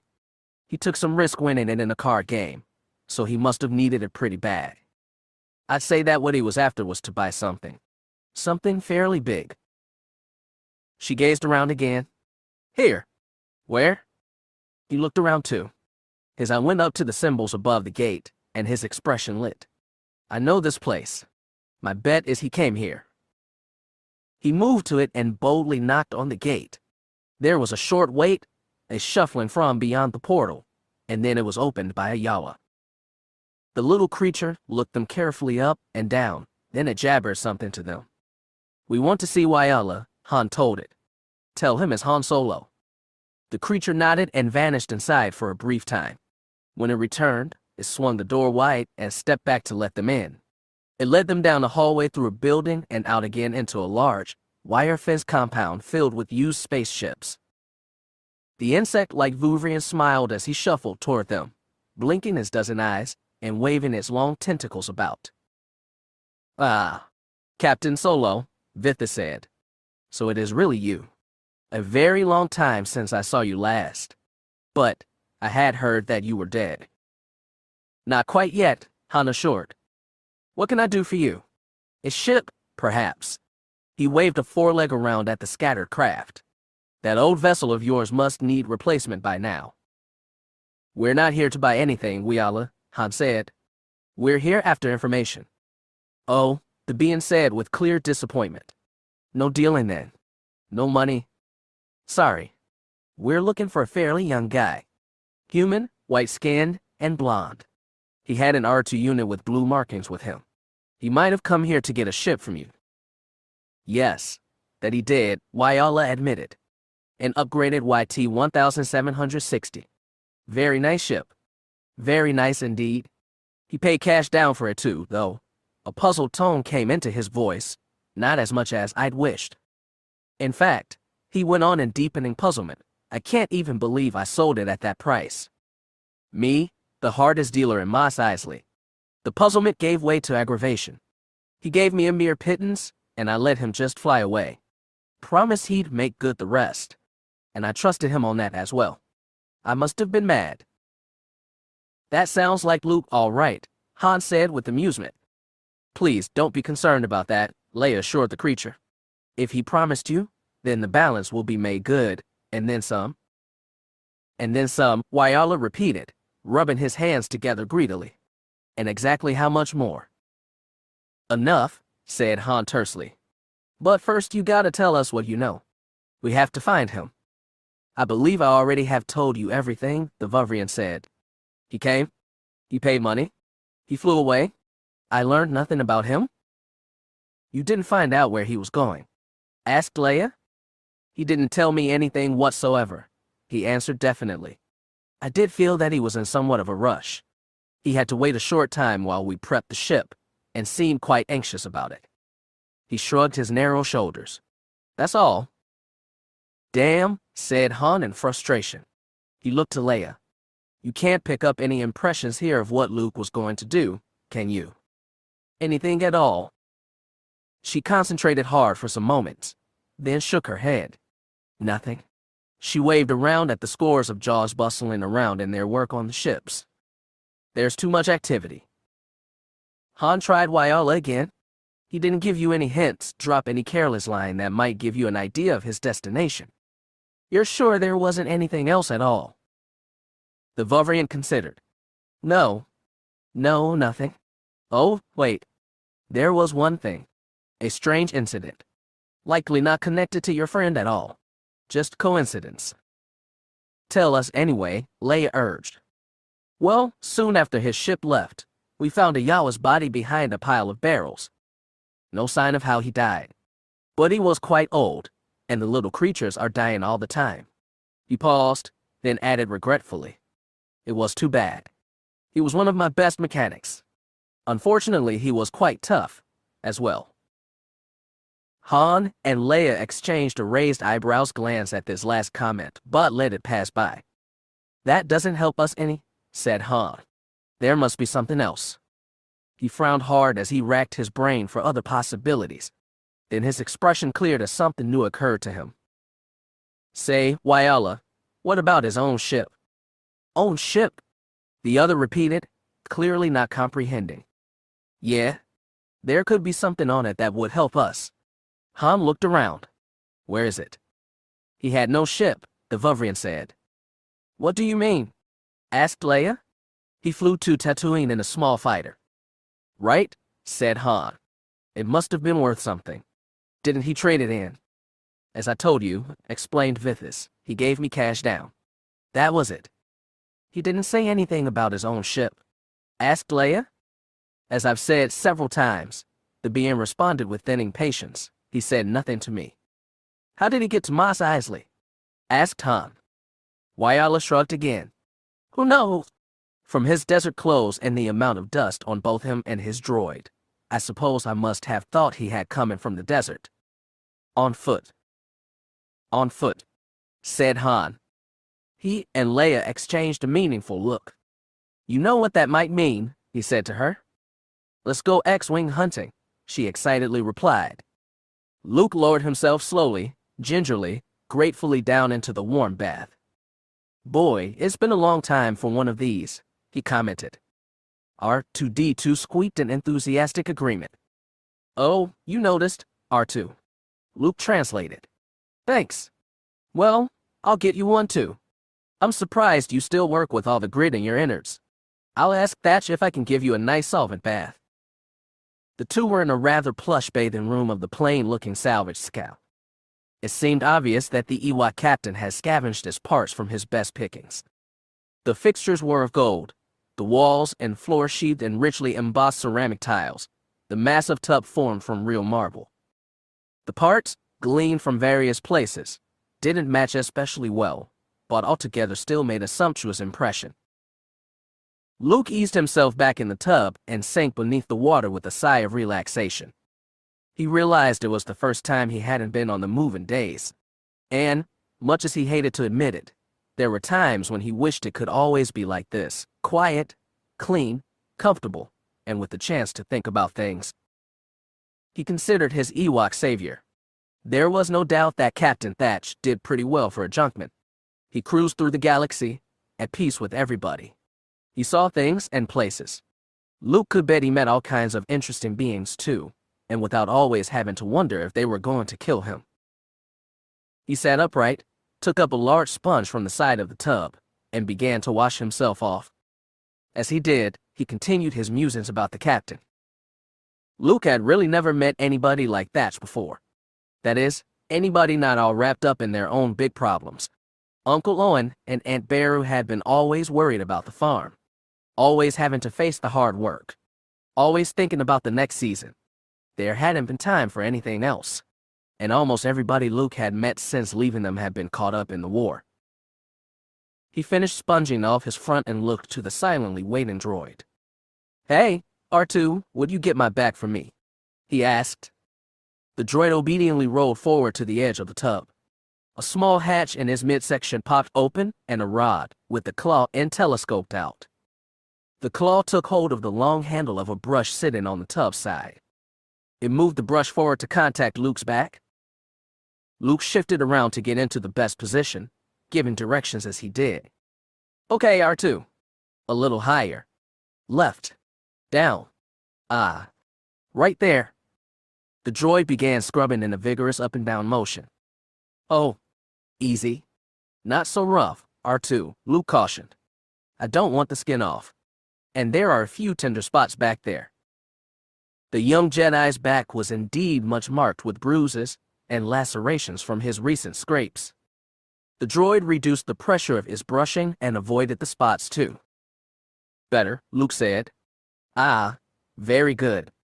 He visibly relaxed further and continued with his thoughts, their nature becoming ever more introspective under the soothing effects of warm water and brush. He had almost forgotten there was anything else but the war. Still, he knew there had to be a lot of places in the galaxy that didn't even know about it, and more that didn't care. Well, he told himself in a dreamy way, it looked like soon nobody'd have to care anymore. Once the Empire had surrendered, it would all be over, wouldn't it? The Emperor was dead.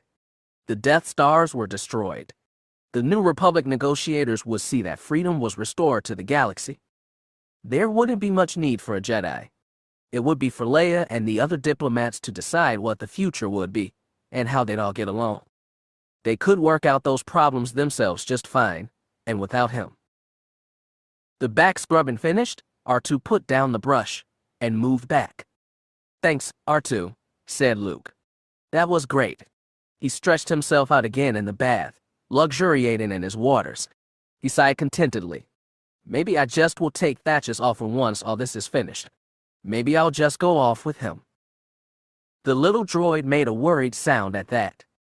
No, I wouldn't leave you, R2, Luke assured him. I'd take you along.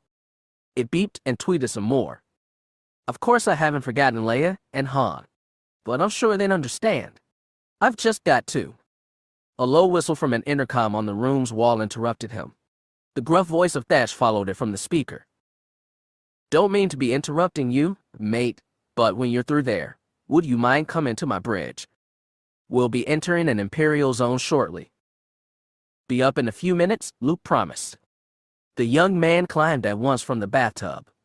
R2 moved to pull a plush towel from a rack with his claw and hand it to him.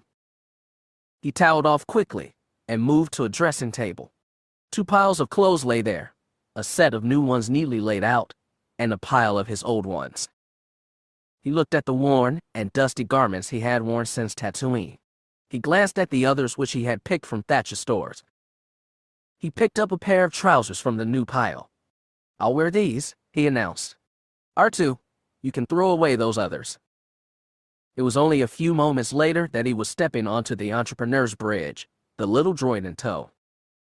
The ship's control room was a small one. From a single, central chair, the captain could command all the ship's functions on banks of surrounding instrument consoles. The Ewok swiveled the chair around toward Luke as the young man came in. His single eye widened in surprise, and his furry ears twitched at what he saw. A new Luke, he said with pleasure. Very good, mate. For Luke was now a quite flamboyant sight, resplendent in his chosen garb. Knee-high black leather boots fit over snugly fitting white pants with gold stripes up the sides. He wore a soft, full tunic of a silk-like silver cloth on top, and over it the green velvet jacket with the gold brocade. Is it okay? Luke asked, a bit uncertainly. I've never worn anything this, bright. Fits like you were born to it, the other assured. Is it comfortable? Very, said Luke, fingering the shirt's cloth. Nothing's ever felt this good. Then that's all that matters. The Ewok turned back to the controls, signing Luke to him. Come here. Take a look. Luke stepped up beside him and looked at a large forward monitor. It showed a section of space patterned with stars. Imperial space, Thatch told him. Last outposts of the Empire are not far ahead, but we'll give them a wide berth. And beyond that, the unknown regions. You don't think we'll have trouble getting through? The way I'm going. Why, the chances of our even seeing an Imperial ship are. What's that? Said Luke suddenly, pointing to another monitor. It showed a sharp-angled splinter of light sliding through space and getting larger. Rear view screen, said Thatch. Someone's coming up on our stern. The following craft drew closer rapidly. Its distinctively slab-shaped hull and many-faceted bow were soon in clear view. An Imperial-like cruiser, said Luke grimly. And, as if to confirm, an officious voice crackled sharply from their comm speaker. Attention, unidentified ship. Stand to and prepare to be boarded.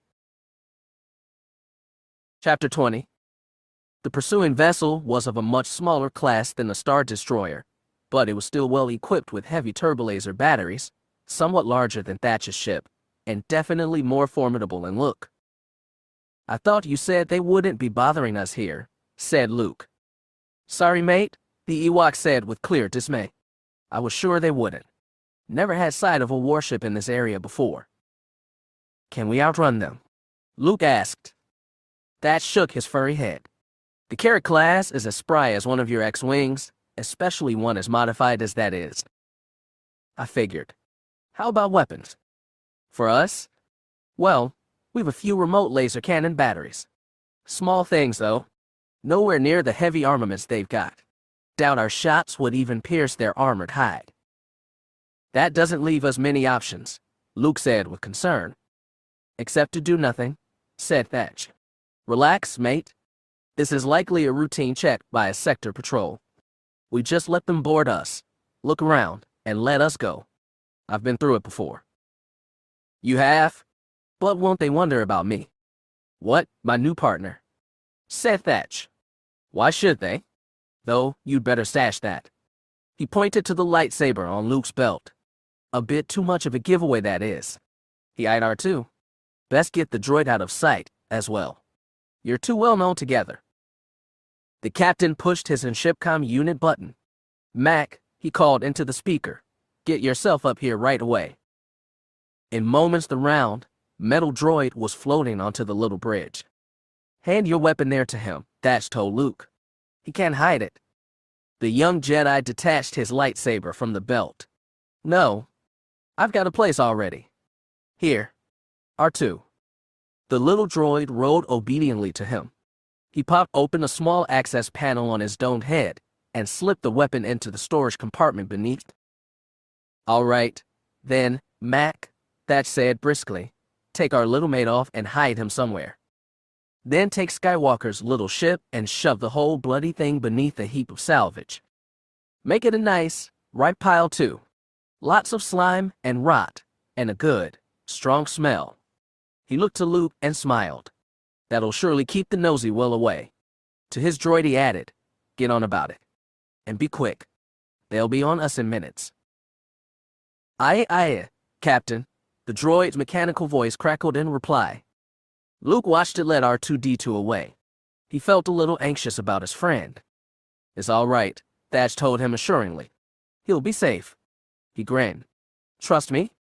The familiar words seemed to convince Luke, who smiled in return. The officious Imperial voice sounded from their inter-ship-com speaker again. "Unidentified ship, have you copied our last transmission? We will send it only once more. This is an Imperial patrol ship. Prepare to be boarded. If we do not register your compliance to our order immediately, we will open fire on you." "We should answer," said Luke. "They're not in easy range yet," said Thatch, eyeing the growing image in the screen. "They won't fire until they are. So, we'll string them along a few moments more. Give Mac all the time we can." They watched the Imperial cruiser swell in the screen as more seconds ticked by. "Now, I think, Judge Thatch." He reached out for the comm panel just as the Imperial voice barked at them again. "Very well, unidentified craft. You've had your last chance to comply. We will now pass the word to open." Thatch pressed the send button, cutting off the voice as he responded coolly, "Sorry, Imperial ship. Little problem with the transmitter. Oh, you know. Please don't fire on us. We are complying right now." The Ewok began at once to operate its controls. The ship's main engines were shut down swiftly. Bow maneuvering thrusters fired in bursts and slowed the entrepreneur's forward momentum. In a short time she was at a dead stop in space. She hung there while the angular Imperial ship slid up close alongside her port hull. The barrels of the warship's starboard gun batteries were all trained on her, ready for a broadside. "Close enough," Thatch said with satisfaction, checking the Imperial's proximity on his screens. "What do you mean?" asked the puzzled Luke. "Just in case. But never mind now," the Ewok said. One of his stubby fingers pointed to a tiny craft leaving the warship. They've sent a shuttle out. We need to hustle down and greet our visitors. As the shuttle approached the square salvage scow, the massive jaws of its main bay doors dropped open to allow entry. The little craft flew in and across the huge expanse of the bay, passing over the piles of scrap and rubbish to a landing platform at the rear. Luke's own little ship was no longer visible there, but one of the oozier piles of refuse had swelled considerably. By the time the shuttle had docked and its door opened, Luke and the Ewok had arrived to meet the Imperial boarding party. It was a small one, made up of a hatchet-faced officer and half a dozen crewmen. Clearly, they relied on the massive firepower of their ship alongside to keep their catch in line.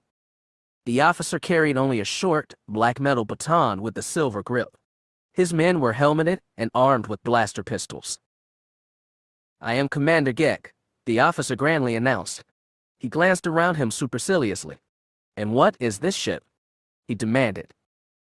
"The entrepreneur, sir," the Ewok supplied in an ingratiating voice. "She's a simple salvage craft, sir. I'm surprised you don't know. I come through the sector all the time." "Really?" the officer said, unmoved. He looked the small, chubby creature up and down. "Well, I certainly don't know you," he said. "Just what kind of thing are you anyway?" "I'm an Ewok, sir," he said, tugging a forelock humbly. "Captain Thatch is the name. Just a poor, simple creature trying to make his way in the galaxy." "A rather unpleasant way," said the officer, wrinkling his nose in disgust. His gaze went to Luke. "And you, who are you?" Luke opened his mouth, but Thatch quickly answered for him. "Oh, he's my first mate. Lickus Cygnus." "Your first mate?" Commander Gek repeated, eyeing Luke with an eyebrow arched in surprise. "You, a human, are in the employ of this." "It's a living," Luke said simply. "Barely," Gek answered, with much disapproval. The Empire's bigoted attitude toward other types of beings was undisguised. "But what can compare to the wonderful life of a great warrior for the Empire?" said Thatch. Gek shot him a sharp look, as if uncertain whether this was compliment or sarcasm. "Any other crew aboard this vessel besides you?" he demanded. "Just some droids, sir. You wouldn't be carrying any contraband, would you, Ewok?" He stepped forward to stand intimidatingly over the short creature. "Course not, sir," Thatch assured, looking up to meet his eye unflinchingly. "Then you won't mind if we look around." The Ewok waved an inviting arm about him. "Go right ahead, sir." Gek looked to his men. "All right, search the ship," he ordered. "Standard drill. I'll be on the ship's bridge." They divided into pairs and marched off into various corridors.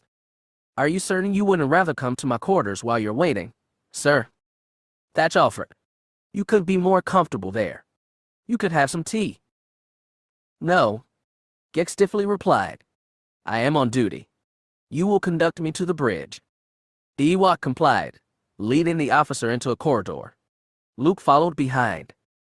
"Look, all of this isn't necessary," Thatch called back to Gek as they moved along.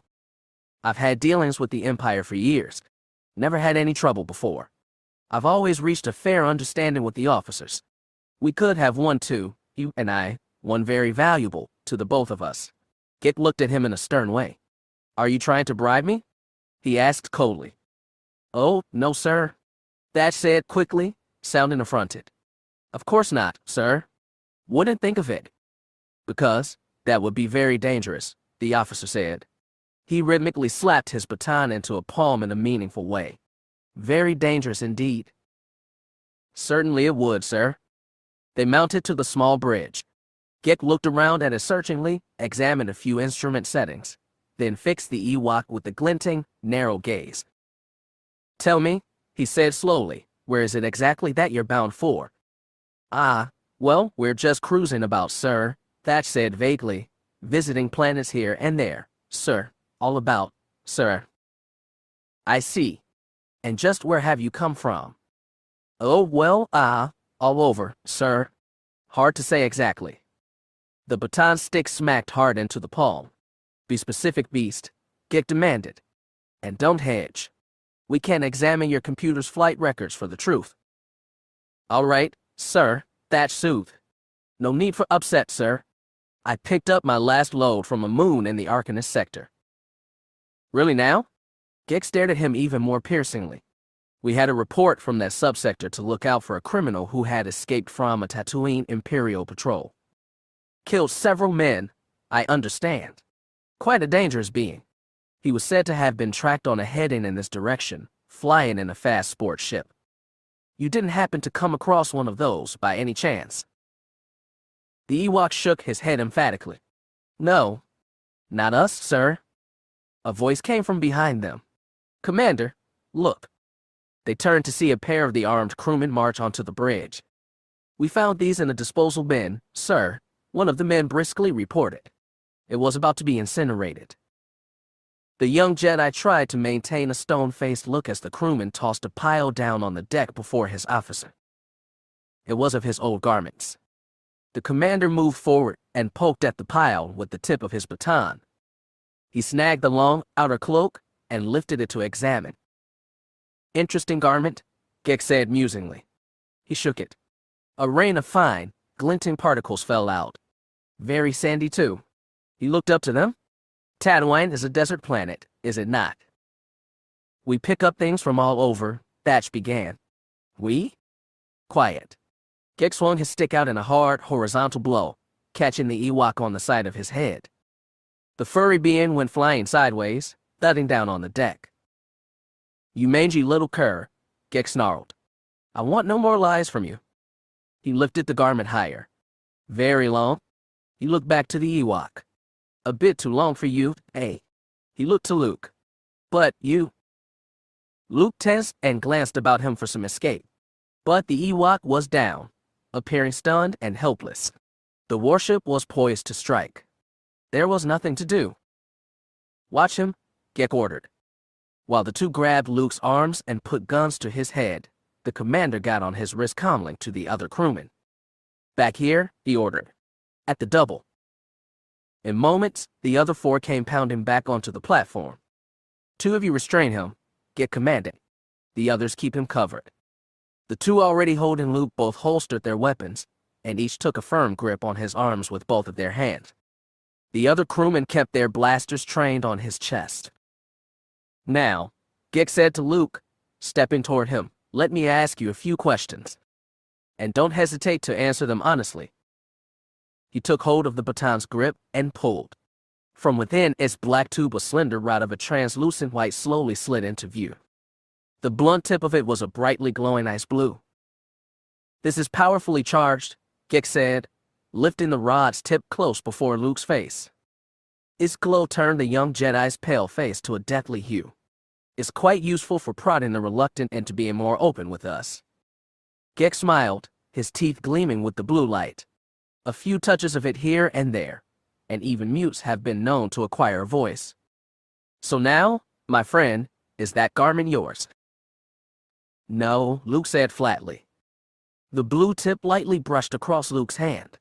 Twining tendrils of the azure light flickered from it to run up Luke's arm. The limb convulsed from fingertips to shoulder blade. He stiffened as if from a strong electric shock. Very well. We'll try again, Gek calmly said. Are you from Tatooine? No. The tip touched Luke's chest. The net of light flared out across it from the prod's tip. This time, Luke's whole body shook in a brief but violent spasm. It left him panting hard. You are making this very difficult, Gek said. There are other places, he grinned sadistically, more tender places where the effect will be much worse, even fatal, if enough pressure is applied. Shall I demonstrate? Or, will you talk? He began to move the rod's tip downward. Wait, I'll tell you, a gruff voice behind Gek called. The commander turned around. The little Ewok had partially recovered and was sitting up. What is it that you have to say? Gek asked. Quick now. Promise that you won't do me any harm if I tell you all I know, Thatch asked Gek in a squeaky, timorous voice. I promise nothing except that you surely will suffer if you don't, the officer shot back. But, I'm innocent, Thatch whined pitifully.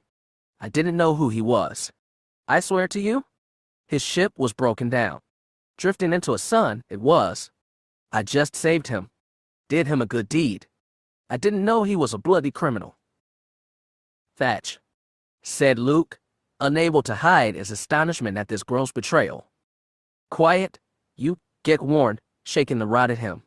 Then, to the Ewok, he said goadingly, go on. Thatch did go on, the words tumbling from him. I took him aboard not far off Tatooine.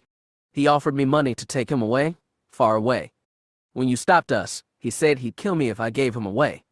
A cruel one he is. Oh, yes, sir. You're killer for certain. I don't know, Gek said cautiously. What proof have you? Look, he's got a weapon, said Thatch. A special one. Some kind of like a sword with a blade of light. Blade of light, the commander said with great interest. Really? Show it to me. He's got it hidden away. But I know where.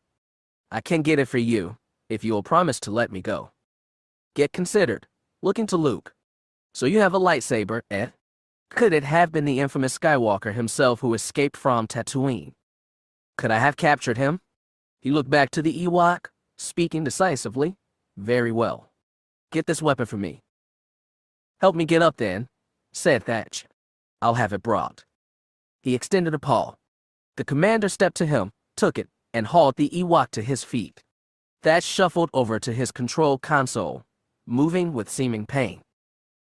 I only have to call one of my droids, he said, preparing to punch the communications button. It'll fetch the thing for us. Don't do it, Thatch, Luke called to him. Please. There's no other choice, the Ewok responded. Survival always comes first. Commander Gek looked around to Luke, smiling gloatingly. Looks like we have you in our clutches at last, you murdering religious freak. Chapter 21. As Gek's attention shifted toward Luke and away from Thatch, the Ewok acted. With a light quickness that belied his apparent pain, the little creature grabbed the prod, wrenching it from the officer's hand. Wow! Gek began in surprise as his head whipped back around to Thatch. He never finished. The word turned to a rising scream of agony as the Ewok reversed the rod and drove its glowing tip ruthlessly, powerfully, and with a growl of satisfaction right up into the man's groin. Blue light crackled outward from the power tip. It ran up in a ragged, spreading web across the officer's stomach and down in twining vines along the columns of his legs.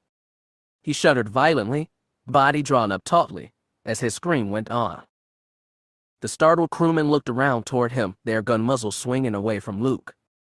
Luke used the opening to act himself. He jerked the man holding his left arm hard around. The sudden move caught the man off guard, and he slammed into the man on the right. They staggered away, both releasing Luke. The other 4 guards caught the movement and began to swing back. Luke's hand shot out toward one of the staggered men, his outspread fingers straining beckoningly. The man's blaster flew from his holster to Luke, the butt slapping into his palm. 3 quick shots from him and 3 of the armed crewmen were knocked backward to fall with smoking, lethal wounds. The 4th returned fire, but the agile young Jedi ducked away, rolling to the shelter of the captain's chair. The still-armed one who had held him yanked out his blaster, and the 2 crewmen opened fire, their shots ricocheting from the chair in sprays of sparks. Luke's return bolts were more accurate, felling both. Across the deck, Thatch now finally pulled the rod away from Gek. The network of power playing across the officer died. He sagged to the metal floor like something boneless. The final, disarmed crewman looked about at his fallen comrades in shock, then turned to run. Shoot him? Thatch yelled to Luke, but the young man hesitated. The Ewok did not. As the Imperial reached the bridge hatchway, Thatch hurled the rod. Like a dagger it flew, end over end, flashing to his mark. The glowing tip jabbed deep into the man's back just behind the heart. There was a single, sharp flash from the rod. The crewman gasped. His neck snapped back. He toppled and crashed down. You should have fired, Thatch said to Luke, waddling to the downed man. I couldn't shoot him in the back, said Luke. He would have warned them, the Ewok practically pointed out. Had to be done. He drew the rod out of the fatal wound. It was cracked and dark now, The power expended in the last burst. Well, that's done for, he said, and tossed it away. What about their ship? Asked Luke. That's next, the captain said, moving to his console. Got to act quick too. They'll be wondering what happened to this lot real soon. He climbed into his command chair, still smoking in spots from the blaster hits, and started working controls. What can we do? Asked Luke, watching curiously. We've no speed to outrun them, Thatch explained, but we've surely enough power for something else. Tractor beams. He punched a final button. An electrical whining sound rose all about them, growing swiftly in intensity. The Imperial patrol cruiser drifting close beside them was yanked abruptly sideways. Within it, the entire crew was staggered, many falling down. In seconds, the ship was drawn across the gap to slam against the salvage scow's flat metal wall of hull. The square ship's thick armor plate smashed full onto the outthrust muzzles of the turbolaser batteries. Some guns were crushed, others driven from their mounts. A few exploded. Gun crews bolted in panic. Got him, Thatch said with satisfaction. Those beams have pulled the hulks of full-size destroyers out of high-gravity fields. This one won't be going anywhere, and she can't fire at us now. But we can't go anywhere either, Luke pointed out. We don't want to. Not yet. The Ewok pushed another series of buttons and pulled a large lever. Now a grumbling, grinding sound joined the whine of tractor beam power. Huge panels at the bow, stern, and waist of the Entrepreneur slid open. From within the ship, 3 long points some 30 yards in circumference emerged, sliding outward on the expanding sections of thick, telescoping rods. Their tips flared with a brilliant, blue-white incandescence. They touched the side of the Imperial craft at forward, midship, and aft points, melting their way in through the thick metal as if it was a soft cheese touched by 3 hot knives. Within, the Imperial crew was just recovering from the first jarring, frantically trying to access what had happened to them when the tips broke through. A new confusion ensued. As the hull's integrity was breached, the inner atmosphere burst outward. Men scrambled to escape from the compartments as their air was voided and the freezing vacuum of space poured in. But the penetrating points on their extending rods were relentless. They shoved on ahead through the inner compartments, melting in through the width of the ship, thrusting wide, ragged channels deep into her vitals. What are those things? Asked Luke, watching the spectacle on the view screens with mixed fascination and horror. Dismantling torches, Thatch tersely explained. I use them for cutting apart salvage too big to bring inside. Those usually at a safer distance than this. They can dismember a full-size battleship in 10 minutes. And it was clear their work on this much smaller Imperial ship would go a great deal more quickly. Within the captive and stricken vessel, it was all chaos now. A very few men stuck to the bridge controls, vainly trying to break free of the scow's death grip. The rest ran helter-skelter through the ship as the tips rammed on in, burning through bulkheads, equipment, and machines, causing explosions and structural collapse. Many of the surprised crew were trapped before they could escape. The rest managed to reach the crash escape pods, and a dozen or so of the small, round vehicles blasted safely away from their dying mothership. Very soon it was over. The tips of the torches melted through to the other side and popped from the opposite hull. The Imperial, like a speared fish, hung helplessly impaled on the 3 points while the last of her oxygen bled away and the last of her power died. Drilled her pretty well, Thatch proclaimed in an approving way. He pushed buttons and pulled levers again. The 3 torches withdrew on their retractable rods. The sound of the tractor beams died. Released, the Imperial ship drifted slowly away. The sparkling electrical light of severed power cables flared in her gaping holes. No signs of life showed. Luke stared at the wreckage with dismay. You've just killed several hundred men, he said. Thatch shrugged. Didn't leave us very much choice, now, did they, mate? Luke shook his head. I suppose not, he said regretfully. I had just hoped that the killing was finally over. You're a soldier, mate, Thatch said. So long as you stay one, there will be battles to fight. You can mark me on that. Maybe you're right, Luke said thoughtfully, looking at the dead ship. Maybe you're right. The Millennium Falcon flew out over the sands of Tatooine. She sailed slowly and glided close above the ground while Han, Leia, and Chewie looked out searchingly from her cockpit at the monotonous landscape spreading far about them. I know old Ben didn't live real far from town, Han said as he piloted the ship. It seems like the most likely spot for Luke to have come from if he did walk in. And one of the most likely spots for him to visit here, added Leia. What better reason would he have had to return to Tatooine again? He told me he'd had a strong urge to come back and see the old places again. And he told me he was trying to find something he'd lost here, added Han. Something to do with the Force. Well, Ben's sure the one that all started with. He peered ahead of them with a worried frown. I just hope this is the right direction. Leia too gazed at the still empty vista. It does seem like we've been searching this way for a long time. Should I try another sweep? He asked. Wait, she said, her gaze fixing on something off to their left. I saw a glint. She pointed. Go over that way. Han brought the Falcon around in a slow, banking turn. Soon a ridge appeared ahead. Then a small building nestled against its base became visible. Finally, they could see that the glint was caused by sunlight reflecting from a flat glass surface. It was the front canopy window of an X-Wing fighter. Han slowed further and circled over the area while they scrutinized it carefully. That's got to be it, he declared. What's that? Said Leia, pointing again. On the ridge. He looked. In a sheltered spot atop the line of rocks sat another X-Wing. I don't know what that's about, he said. But we've got to check this out. Chewie, let's put her down by the house. The Falcon slid in and settled to the desert in a brief flurry of blown sand. In moments, her ramp dropped down. Chewie, Han, and Leia emerged, all armed with blasters, and walked cautiously to the ground. They paused there to look warily around. The area seemed deserted. They approached the fighter. This one's Luke's all right, Han said as they reached its side. I know the markings. Chewie, go up and check that other one on the ridge. Oh, and be careful about it, huh? The Wookiee barked in acknowledgement and went off. Han went to the equipment bay in the ship's side. I'll search in here, he told Leia. You want to check the cockpit? For anything special? She asked. He shrugged. Who knows? We're facking this, remember. While he opened the bay and began to poke through stored equipment, Leia climbed up the ship and into the cockpit.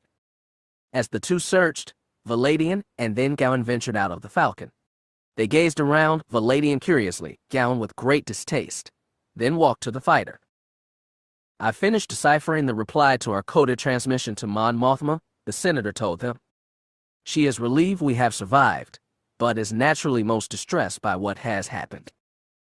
What about the ceasefire? Leia asked from the cockpit.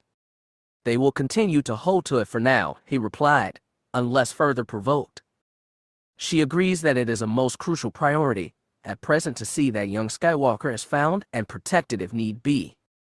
You have her permission to proceed. Look here, is all this going to take long? Gowan peevishly asked. It's very hot here. I'm actually perspiring. Gee, hope you don't spoil your clothes, said Han. He slammed the bay closed in frustration. Nothing at all here that can help us. Leia gave up her own search, climbing out on the wing of the fighter. I don't find anything here either. He didn't leave any information on the shipboard computer. There are no messages. Nothing. Would the young man have left such a thing here? Valadian reason. It would seem he meant to conceal his ship by leaving it in this place. But should anyone hostile to him come upon it, any information left inside would be easily found. The senator's got a point, said Han. Let's try the house. He and Leia crossed to the abandoned structure and carefully moved inside. The other two followed them, Gowan reluctantly. This place has really been trashed, Han unnecessarily remarked as he moved into the center of the house a single room. How squalid, said Gowan. Some friend of yours actually lived here. Han and Leia both ignored him as they began to poke around. Han picked through litter on the floor, peered into any likely-looking hidey hole. Leia moved around the room, searching with her eyes. Finally, she was drawn to a studded chest in one corner. She opened it to find it empty. There doesn't seem to be anything here either, she said in disappointed tones, dropping the lid closed. Not that I can see. Han looked to her. But, what about feelings, Leia? Do you get any sense of Luke here? She concentrated on the room for a moment. I don't know, she said at last. I do get something. An impression of some energy. But I'm not sure it's from him. And I think it's coming from outside. Let's try to pin it down, he said. They all went out. She paused, considered, then began to move slowly, step by step, like a dowser following the forked stick's vibrations to a well. She paced away from the house and around one side, making her way to the base of the ridge behind. She stopped there, head cocked, face frowning, as if listening to some distant sound. Then she nodded and pointed to the ground. Something's here. Buried. If you say so, said Han. He gestured to Gowin. Come on, pal. Let's dig. Me? Said the astonished prince. Hey, you got the longest fingernails. Get to work. With a glower at Han, the young man squatted by him and they both began to scoop away sand. As they worked, Han said with trepidation, I sure hope we're not gonna find. He stopped abruptly as he realized the horror of what he would say. He looked up to Leia. Find Luke. She finished for him? No, she assured. I know it's not him. I'd know if he had died. They had scraped away a foot-thick layer of sand when they struck something. A square of heavy cloth had been stretched out and anchored at the corners by rocks. Han rolled it back, revealing a hole. Something in the hole gleamed in the light from above. He reached down and lifted it out. A smooth, milk-white bowl of crystal came into view. He held it up. It shone iridescently in the sunlight. Han handed it to Leia. Look at this, she said with definiteness, feeling the object over. He hid it here. She looked down into it. There's something inside. She reached in and pulled out a small, flat circle of metal. A transmission disc, said Han elatedly. Come on. Let's play it. Han slipped the disc into a slot on a wall console at the workstation in the Falcon's lounge. From a lens above it, a beam was projected onto the deck below. Within the beam floated the 3D image of Luke Skywalker's head. If someone's seeing this, I hope it's you, Leia, the image said. I figured that only you would have followed me here, and that only you could have found this message in the bowl. If this is you, it probably means something's happened to me. I knew if it did, you'd come and track me down. I'm going into the unknown regions. There's a chance I won't get back. If I don't, I want this bowl to be in your hands. It holds the secret of the Jedi, Leia. That should be passed to you. Maybe you don't have the skills in the Force to learn it now, but someday you will. Keep it safe. Don't try to follow or find me, Leia, he went on. This is something I've got to do alone. I hope you'll understand. Say goodbye to Han and Chewie and the rest from me. And may the Force be with you all. The image flickered and vanished. The transmitting light beam went out. Leia looked from the spot where Luke's face had been to the bowl on a nearby table. The secret of the Jedi, she said. Maybe it can tell us where he went, suggested Han. How? She asked, moving to it. What does it do? I'll bet there's some kind of Jedi trick to it, said Han. Why don't you try some of that Force stuff on it, Leia? Try to concentrate. She picked it up and held it out before her in both hands. She bowed her head over it, closed her eyes, and went tense. Her face drew into a hard frown as she bent her whole will to the task. Look, an odd Senator Valadian breathed, pointing at the bowl. The milk-white crystal was beginning to glow. It grew brighter, held steady a moment, wavered, then fluttered out like a blown flame. Leia relaxed and took in a deep breath. Sorry, she said. Luke was right. I don't have the Jedi skills to make this work yet. Could you get anything at all? Asked Han. Some vague sense of a place, a planet, I think, very strong in the Force. But that's all. No idea of where it is. She was setting the bowl gently back down on the table when Chewbacca entered the cabin. "Chewie," greeted Han. "What I find?" The Wookiee growled and grunted out a rather long speech to him. "Ah, the other ship's empty," Han translated for the rest. "No sign who flew it either except this." Chewie held up a blue fighter pilot's helmet. They all examined it closely. A helmet from Blue Flight Squadron, Leia identified. Why would he have come here? Luke left the base alone. "Blue Squadron," Han said musingly. "Wedge." "What do you mean?" asked Leia. "Wedge told me right before we left that they found a guy dead. A Blue Squadron pilot. And his ship turned up missing." "Is not missing anymore?" Leia said grimly. "Han, somebody's after Luke. They're following him wherever it is he's going. I'm sure of it." "It could well be some agent of High Admiral Tharus," put in Valadian. "If he really does mean to destroy the threat of any Force wielders, this follower of your young Jedi might be an assassin." "We've got to go after him, Han," Leia said anxiously. "We have to warn him. Give him help." "Luke told us he had to do this thing alone," Han pointed out. "He can't know that he's in this kind of danger," she argued back. "He doesn't know what's at stake, including the New Republic." "You're right there," he agreed. "We don't have much choice. But how'll we find him? He's got a long start, and we don't know where he's going. We know he's headed for the unknown regions." "Oh yeah," he said dryly. "Some help. Do you know how big that section of the galaxy is? You want to find one planet there? It'd be easier finding one sand grain in this desert. 1,000,000,000 to 1. "I thought you said never tell me the odds," she retorted. "We've got to do it, no matter what," she added stubbornly, striking a hands on hips pose. "We have to try. We'll worry about the rest when we get there."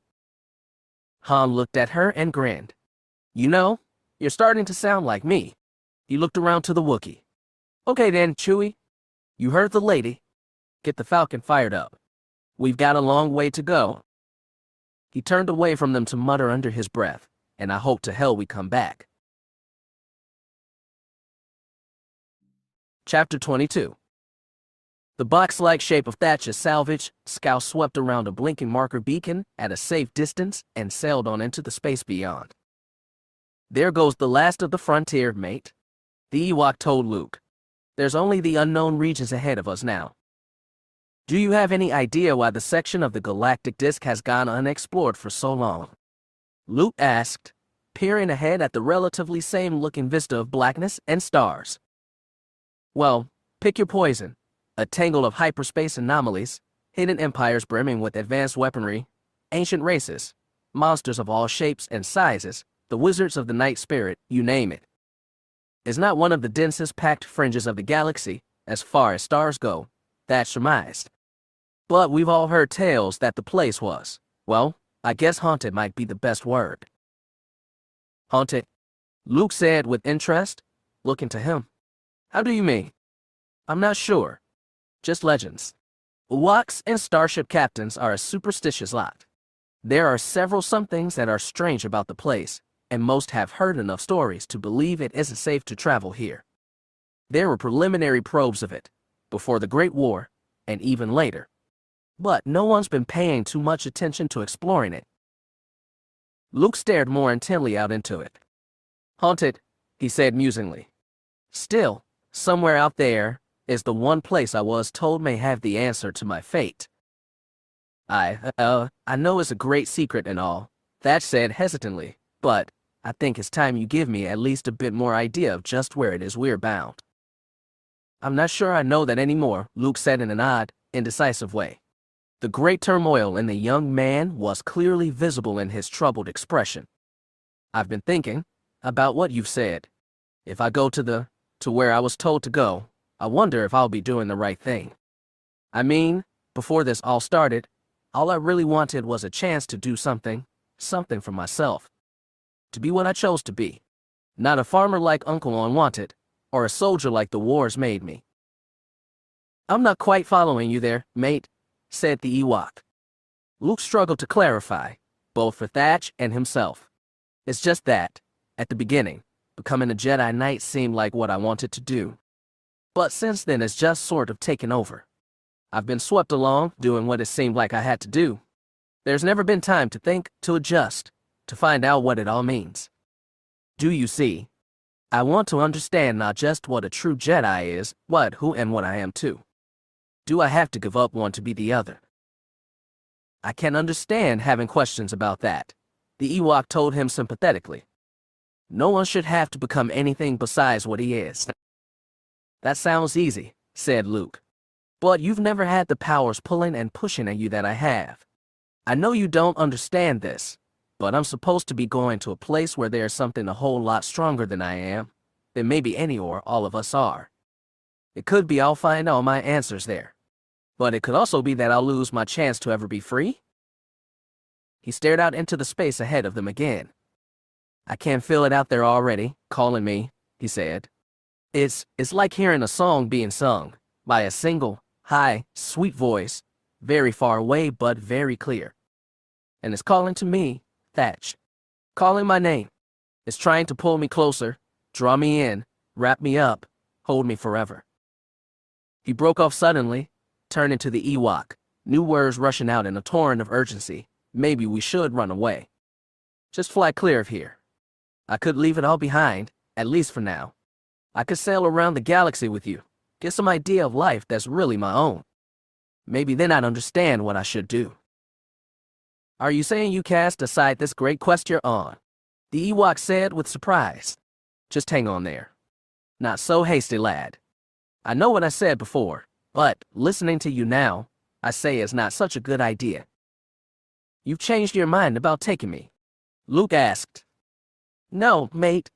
I'd be glad to have you. Just not right now is all. Not this way.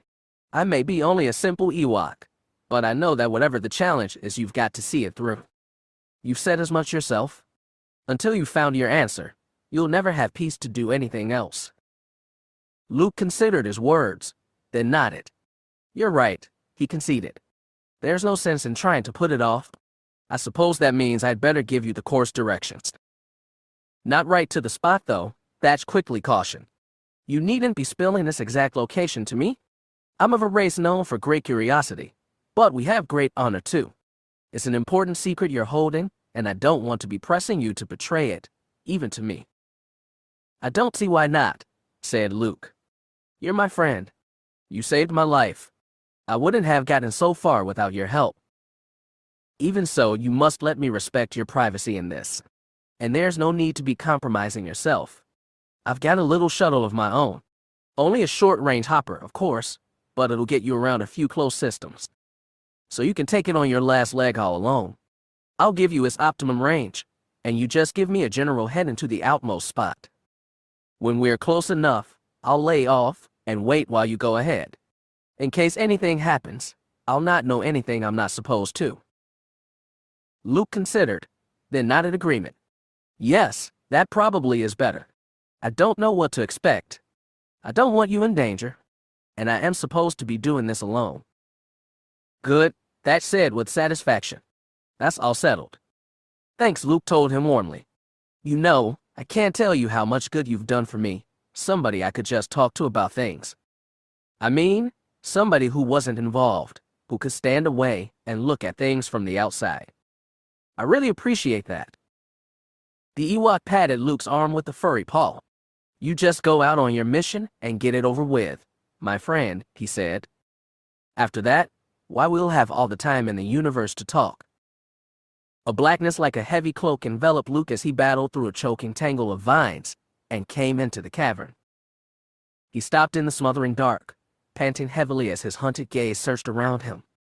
From ahead, a monstrous reptilian creature suddenly appeared, stalking toward him on thick hind legs, teeth-lined jaw slavering. He backed away, but a noise behind brought him swinging around.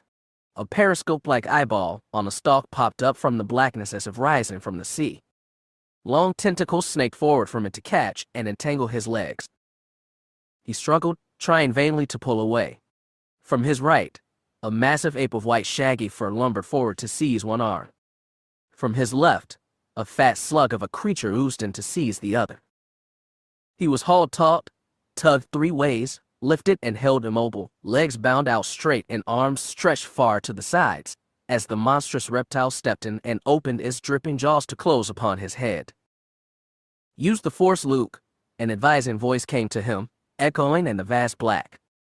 And he was suddenly free, his ignited lightsaber humming in his hand, facing all the creatures that now stood in a knot in front of him. He swept the glowing blade out before him threateningly, taking a step forward. The nightmare creatures cringed back in open terror. He smiled in satisfaction at their fear. "Go after them," a sonorous voice boomed from Luke's right side. "They are your enemies. Release your anger. Destroy them." He glanced toward the voice. A new form loomed out of the shadows. It was a giant human figure, clad in black armor and helmet and death's head visor, and shrouded in a black cloak. "Vader." Luke breathed in astonishment. "Join with me, Luke," the figure said in his commanding thunder of a voice. It lifted a hand to beckon to him. "I am your father. Join me, and together we can rule the universe." "No," he cried. "You're not my father." "But I am." The voice was suddenly soft, compelling. The armor and the black cloak dropped away, revealing a tall figure of shimmering light with a world-weary, benign face. "You know it to be true, my son. You cannot deny it. The Force is strong in all the Skywalker clan. Don't try to fight it." "Don't listen to them, kid," said a voice from his other side. He looked to the left to see Han Solo standing there, smiling in his old, careless way. "It's all a big crock anyway. Forget those hokey religions. Come on. You're a good fighter. I could use you." But even as Luke opened his mouth to reply, the image was shifting, transforming into that of a pudgy, aging man with an impatient look. "You can't play games with your friends later, boy," he snapped. "You've got important work to do right here. I need you, Luke. You can't just abandon us." "But, Uncle Owen," a dismayed Luke began. He was cut off by another voice on his right. "Never mind him," it said sternly. Luke turned back to see that his father's form had now been replaced by that of Obi-Wan Kenobi. "He never understood you, Luke," the man reasoned. "He never had any interest in the rebellion or the Jedi. What you have to have. They all depend on you now. There is no other choice." "There is," said a cracked, squeaky voice to his right. He looked there again, this time to see the small form of the Jedi Master in his robe, the gnarled walking stick in one hand.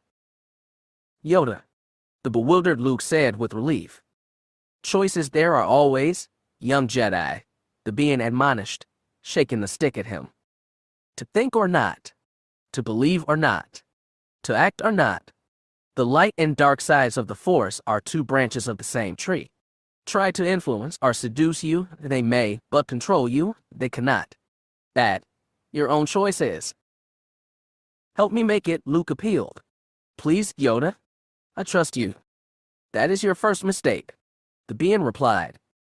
His little form bulged, swelled grotesquely up and outward, and was torn asunder as another figure swiftly grew from it. It was a hunched figure too, also robed and holding a gnarled stick. But it was a larger, darker, more sinister being, and his features were hidden within the shadow of a cowl. "The little one is wrong," it said in a harsh, arrogant, cackling voice. "The light is weak. It has no will to fight, no passion to win. You want to be a winner, young Jedi. You want to be in control, and you can do so. Only give in to your deepest desires. Follow your natural instincts. Embrace the dark side. Only then will you understand what you can truly be." With this, the figure's hands lifted to the cowl, tugging it back. It fell away to reveal, not the Emperor's aged face, but the young face of Luke Skywalker, grinning back at him. "No!"